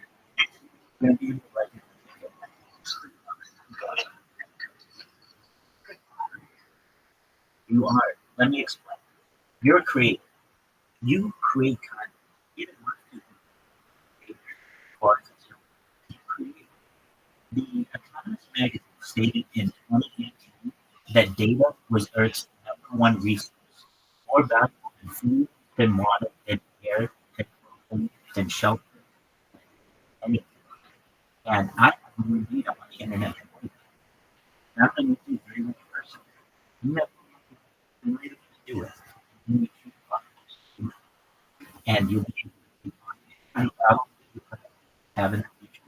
And you'll be able to indefinitely, digitally. And that's what you should be the first person to do this.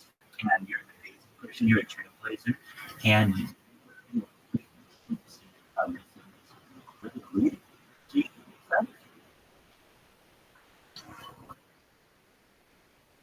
with that. So you may not think that you may not think you'll be able to take advantage of this technology, but let's talk about another thing. Don't have, I call it education. And if we all met someone who's lost and we want to bring them back, and I know that things may be limited, but you're gonna have so much money. You're not gonna, look, let me just you see this sure it says let's get excellent let's get rich and all this. Guess how much an NFT of this is worth? Do you know what an NFT is? It's a, it's a non-fungible token. It's digital. When I say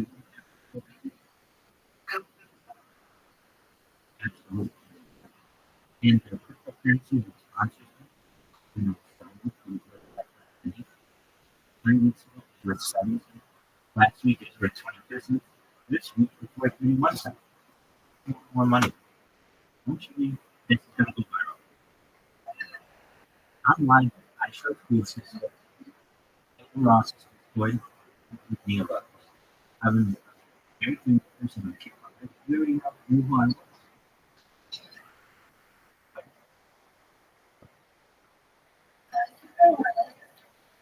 I love Orlando. You should. He's wonderful. Let me tell you about Orlando. He took chances on me when no one knew about me. I'm glad my life in his Discord for quite a long time. And Orlando Jet will always be the first who allowed me to step out of the stream. And watching games. I love his he was great. In his case, what are you doing? You look like you're doing art. Are you doing? You are doing art.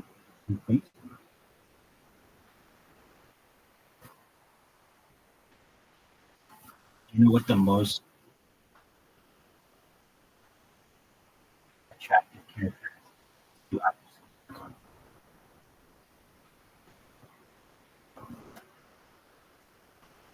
It's good.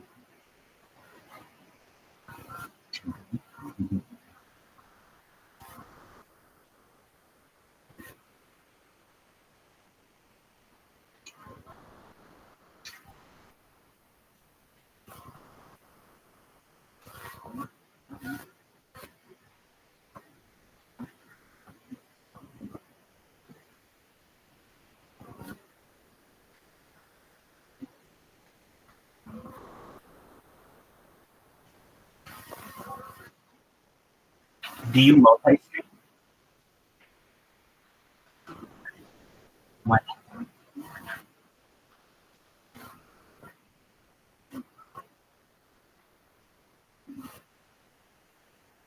I'm just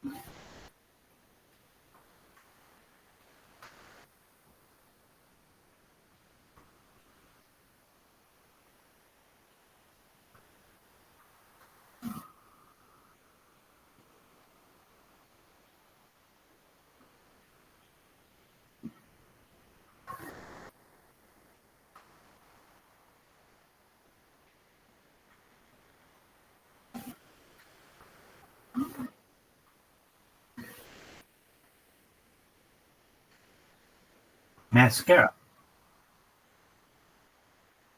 Mascara.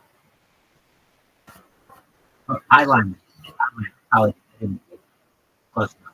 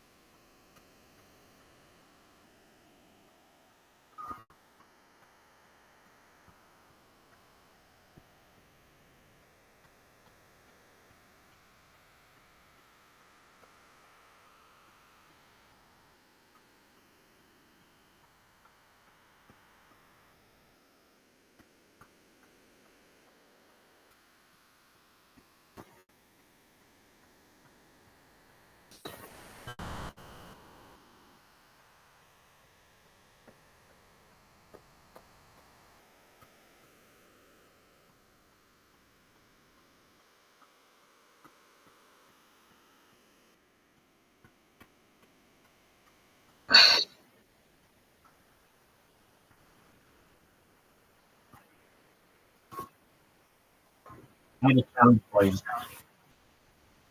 You ready? I'm going to give you time to start sucking in on that thing, and I want you to hold it. Take as big a inhale as you can into the body, like as big a hit as you can. Let's see how long you can.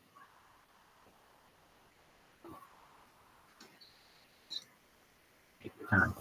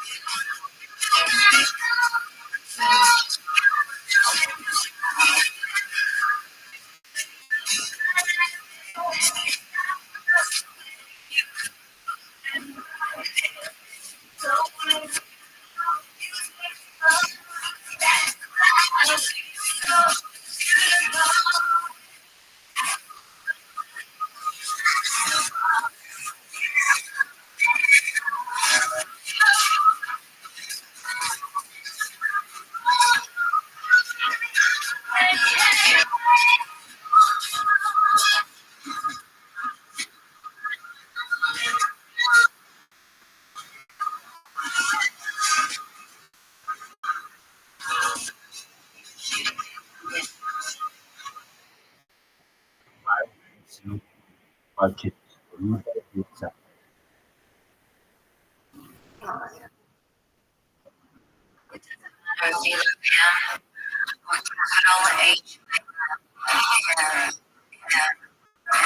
Girl, you're gonna be famous.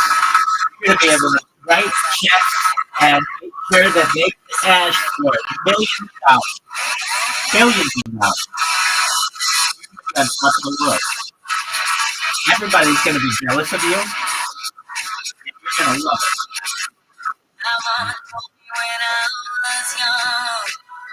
Yes. Hold on.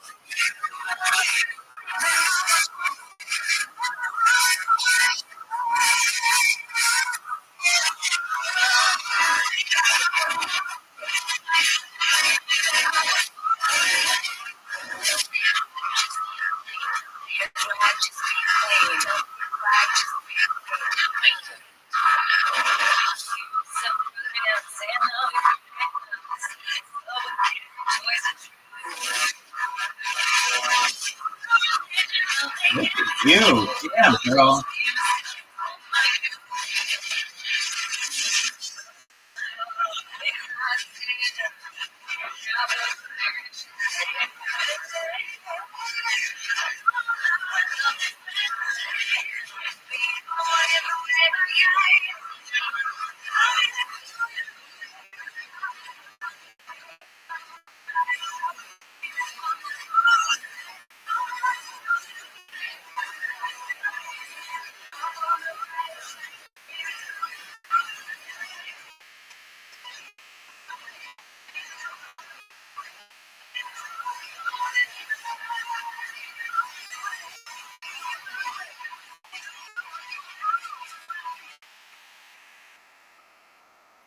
You're gonna be so famous. Everybody's gonna be jealous of you. You're gonna be top of all the data. Private planes wherever you know. You be a pop star if you want. Your kids could be pop stars if you want.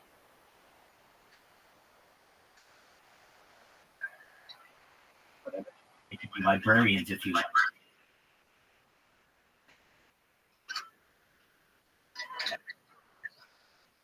All right.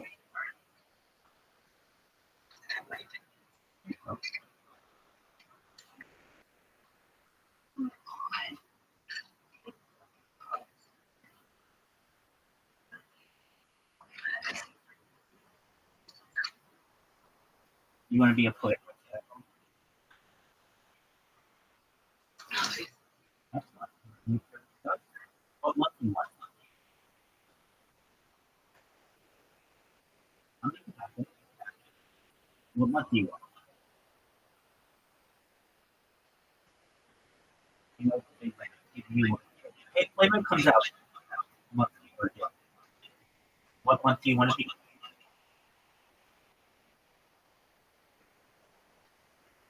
Absolutely, 100%.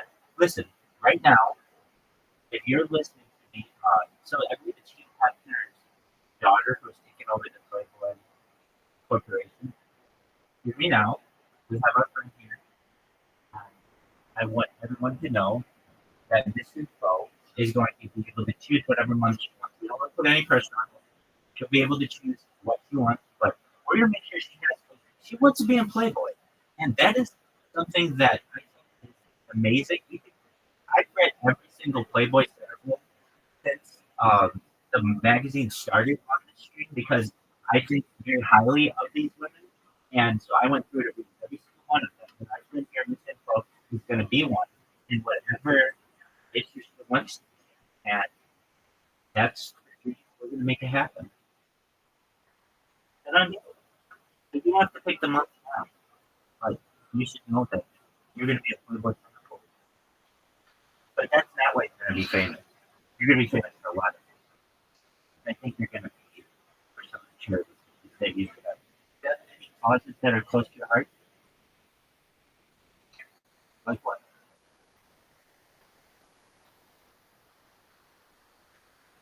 What's a cause close to you?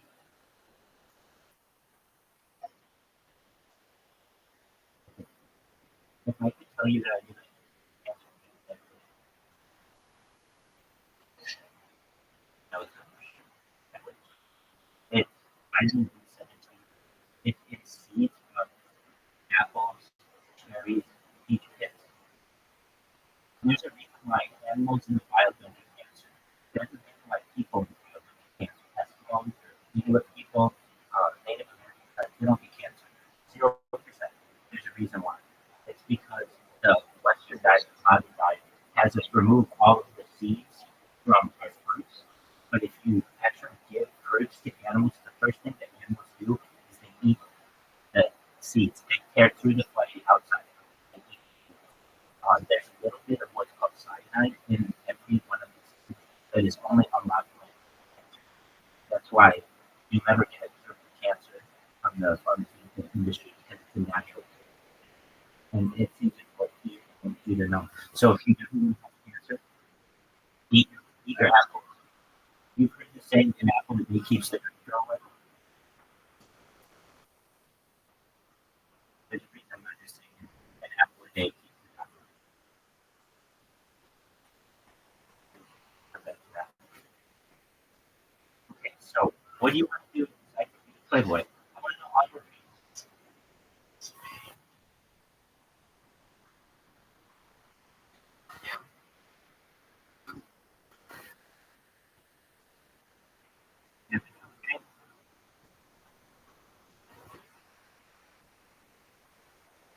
Okay. Well, if you ever do have it, you let me know. Let me talk to it. Okay. I want you to be successful. So with that said, I do understand you think big. I was just kidding.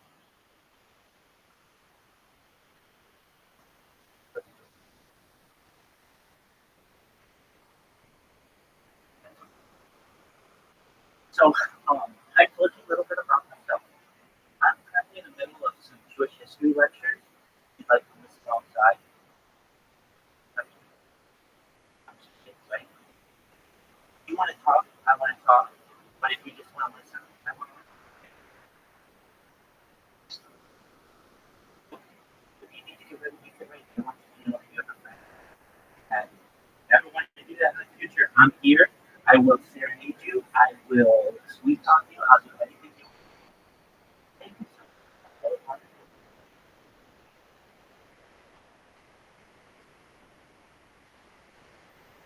Instructions of operation, that's not true. There it is, kid. Not drink Christian blood. Please do not get all upset and arrest the Jews and God forbid kill them. This was in keeping with Catholic doctrine, something called the doctrine of witness, which forbade this indiscriminate murder of Jews. But it seems that the church was unable to control the laity in this cause. There was sufficient popular energy.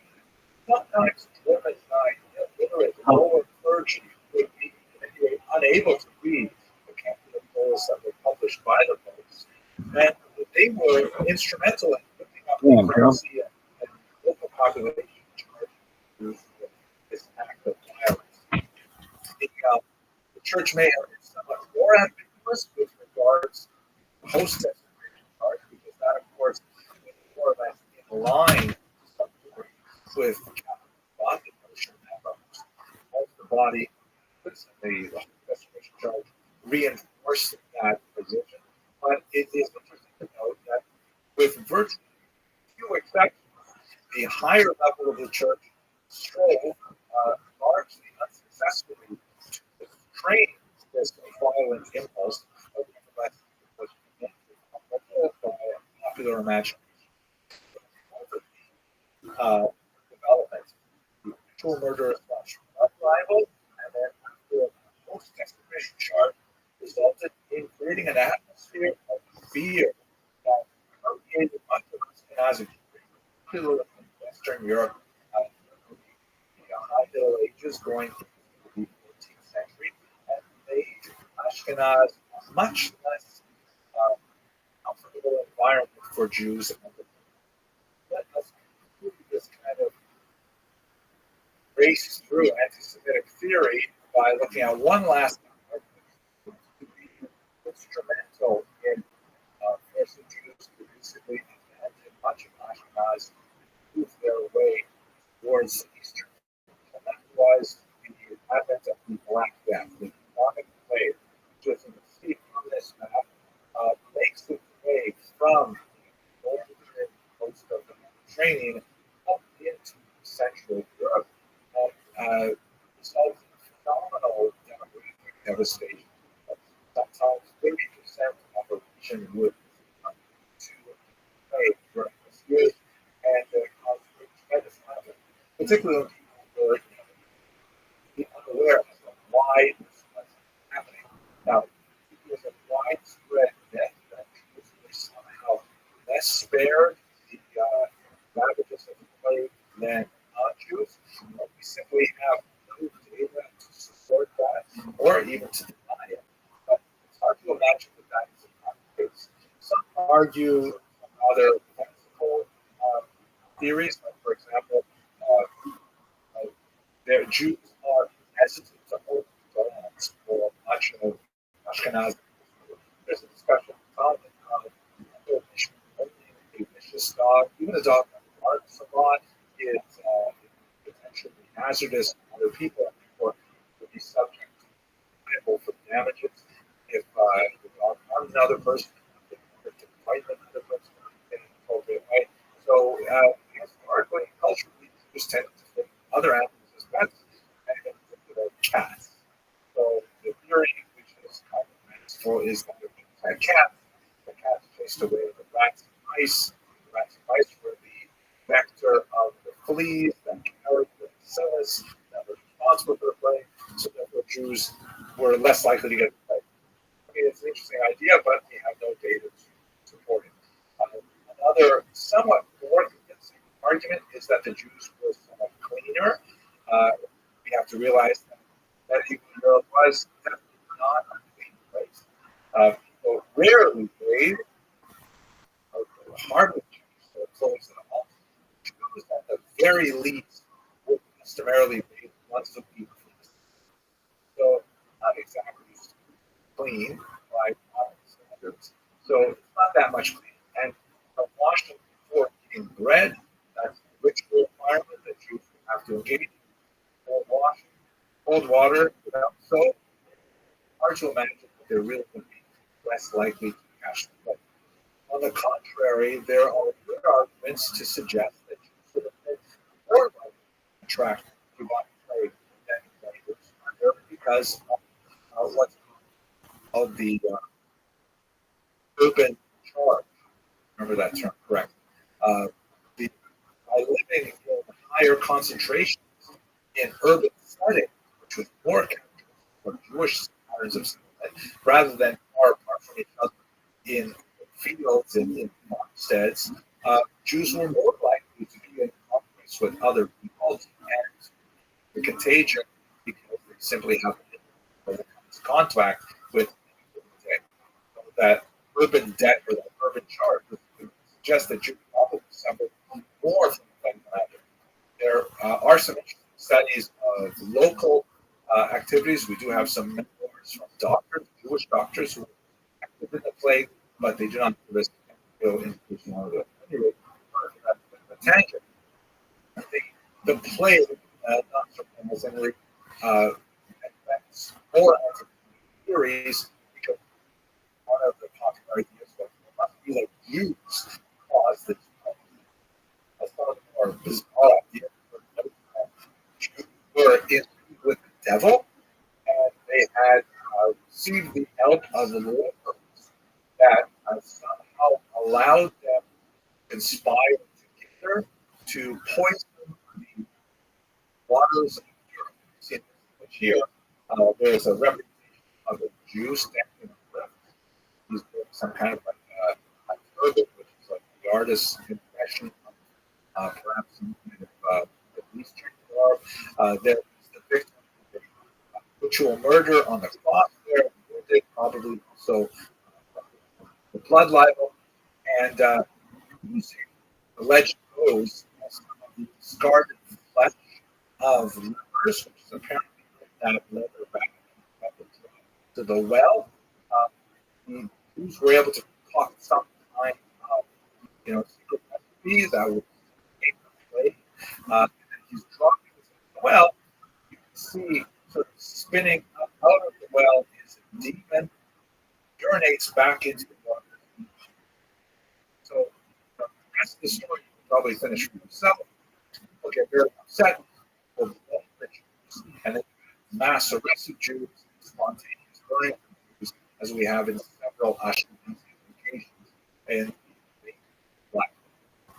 So taken together, this rather net theory of building anti-Semitism creates an environment which are not wanted, and Jews don't want to be that much.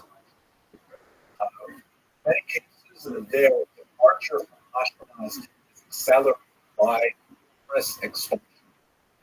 In this group, there's a whole range of them. This includes, of course, the expulsion from the Iberian Peninsula in the 15th century, but expulsions from places like France were primarily economic in nature, less associated with blood libels, post-desecration, but nevertheless very much connected with arguments over debt or things like that happening in England. Sometimes the expulsions are a result of the Jews are charged with various human hating through some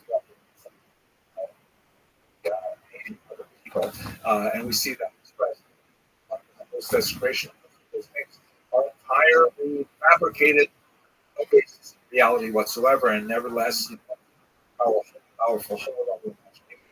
And then finally, you have expressions which relate over contagion to the Black Death. But taken together, economic, the ethnic, and various cultural popular movements inspired to make Ashkenaz more or less attractive to settle.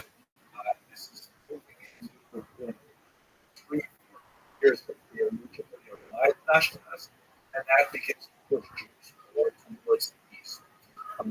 As they move to regions like Poland, Lithuania, Southern Hungary, there they find not only are we free, at least from our gifts, but they're also welcomed, much like they were earlier. Vegas and the Royal Chamber, they're welcomed as traders, middlemen in a Concordia-based economy. We'll discuss that to the Eastern European situation and its impact on the local operation. For the time being, it's been a lightning tour of pluralism and anti-Semitism in Western Europe and the homeland of Ashkenaz. I thank you very much for sticking with me through this lecture.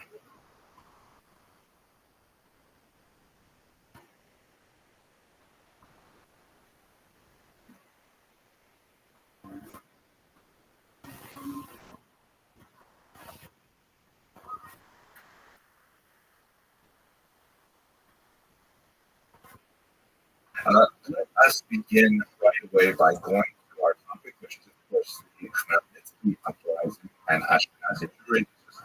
Part of the series Ashkenaz. I hope you can all see my screen all right.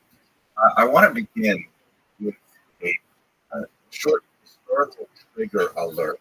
We're going to be speaking about some aspect of history which is especially in the present moment, somewhat controversial, and has actually been the source of a certain amount of grief for me personally, as I hope to explain. Let me begin by taking you into a little bit of a historiographic discussion, and we'll focus on the 17th century. So, introducing you here to very important historical thinkers. On the left, you have Leopold von Ranke, who is a one of the most important 18th century, 19th century, historians, whose approach to history was really very straightforward. A lot of people can appreciate it. He says that historians should really concentrate on, in this famous phrase, process identity, what actually happened. Just try and drill down on getting just the facts, as they would say in common parlance. And that's, a little bit more complicated than many would think, as one would explain as well. In the middle of the screen, you have Julius Rothschild, who was more for his discussion of ancient Israel and biblical studies in particular. And I think one of the most contributions that he brings to our discussion and to historical scholarship in general is the notion that historical works are more about the period in which they are written than the period which they purport to describe. It's a very important concept in that, we have to understand that historians are people too, and historians work with a certain set of assumptions, a way of looking at the world, and when they look at their data, they are participant observers in overall part of history, and so they interpret that historical data within the light of their appreciation of the human condition as a whole. And as we shall see, this is extremely relevant for today's topic. And then on the right, we have the incredible encyclopedic Jewish historian, Salo Baron, Columbia University, actually a native of Pennsylvania originally, who spoke about the present moment, in particular, 20th century Jewish historians, and he criticized what had been known as what he termed as the lachrymose conception of Jewish history. Lachrymose, meaning full of tears. Now, there's definitely a lot to say about Jewish history. Most of Baron's work was written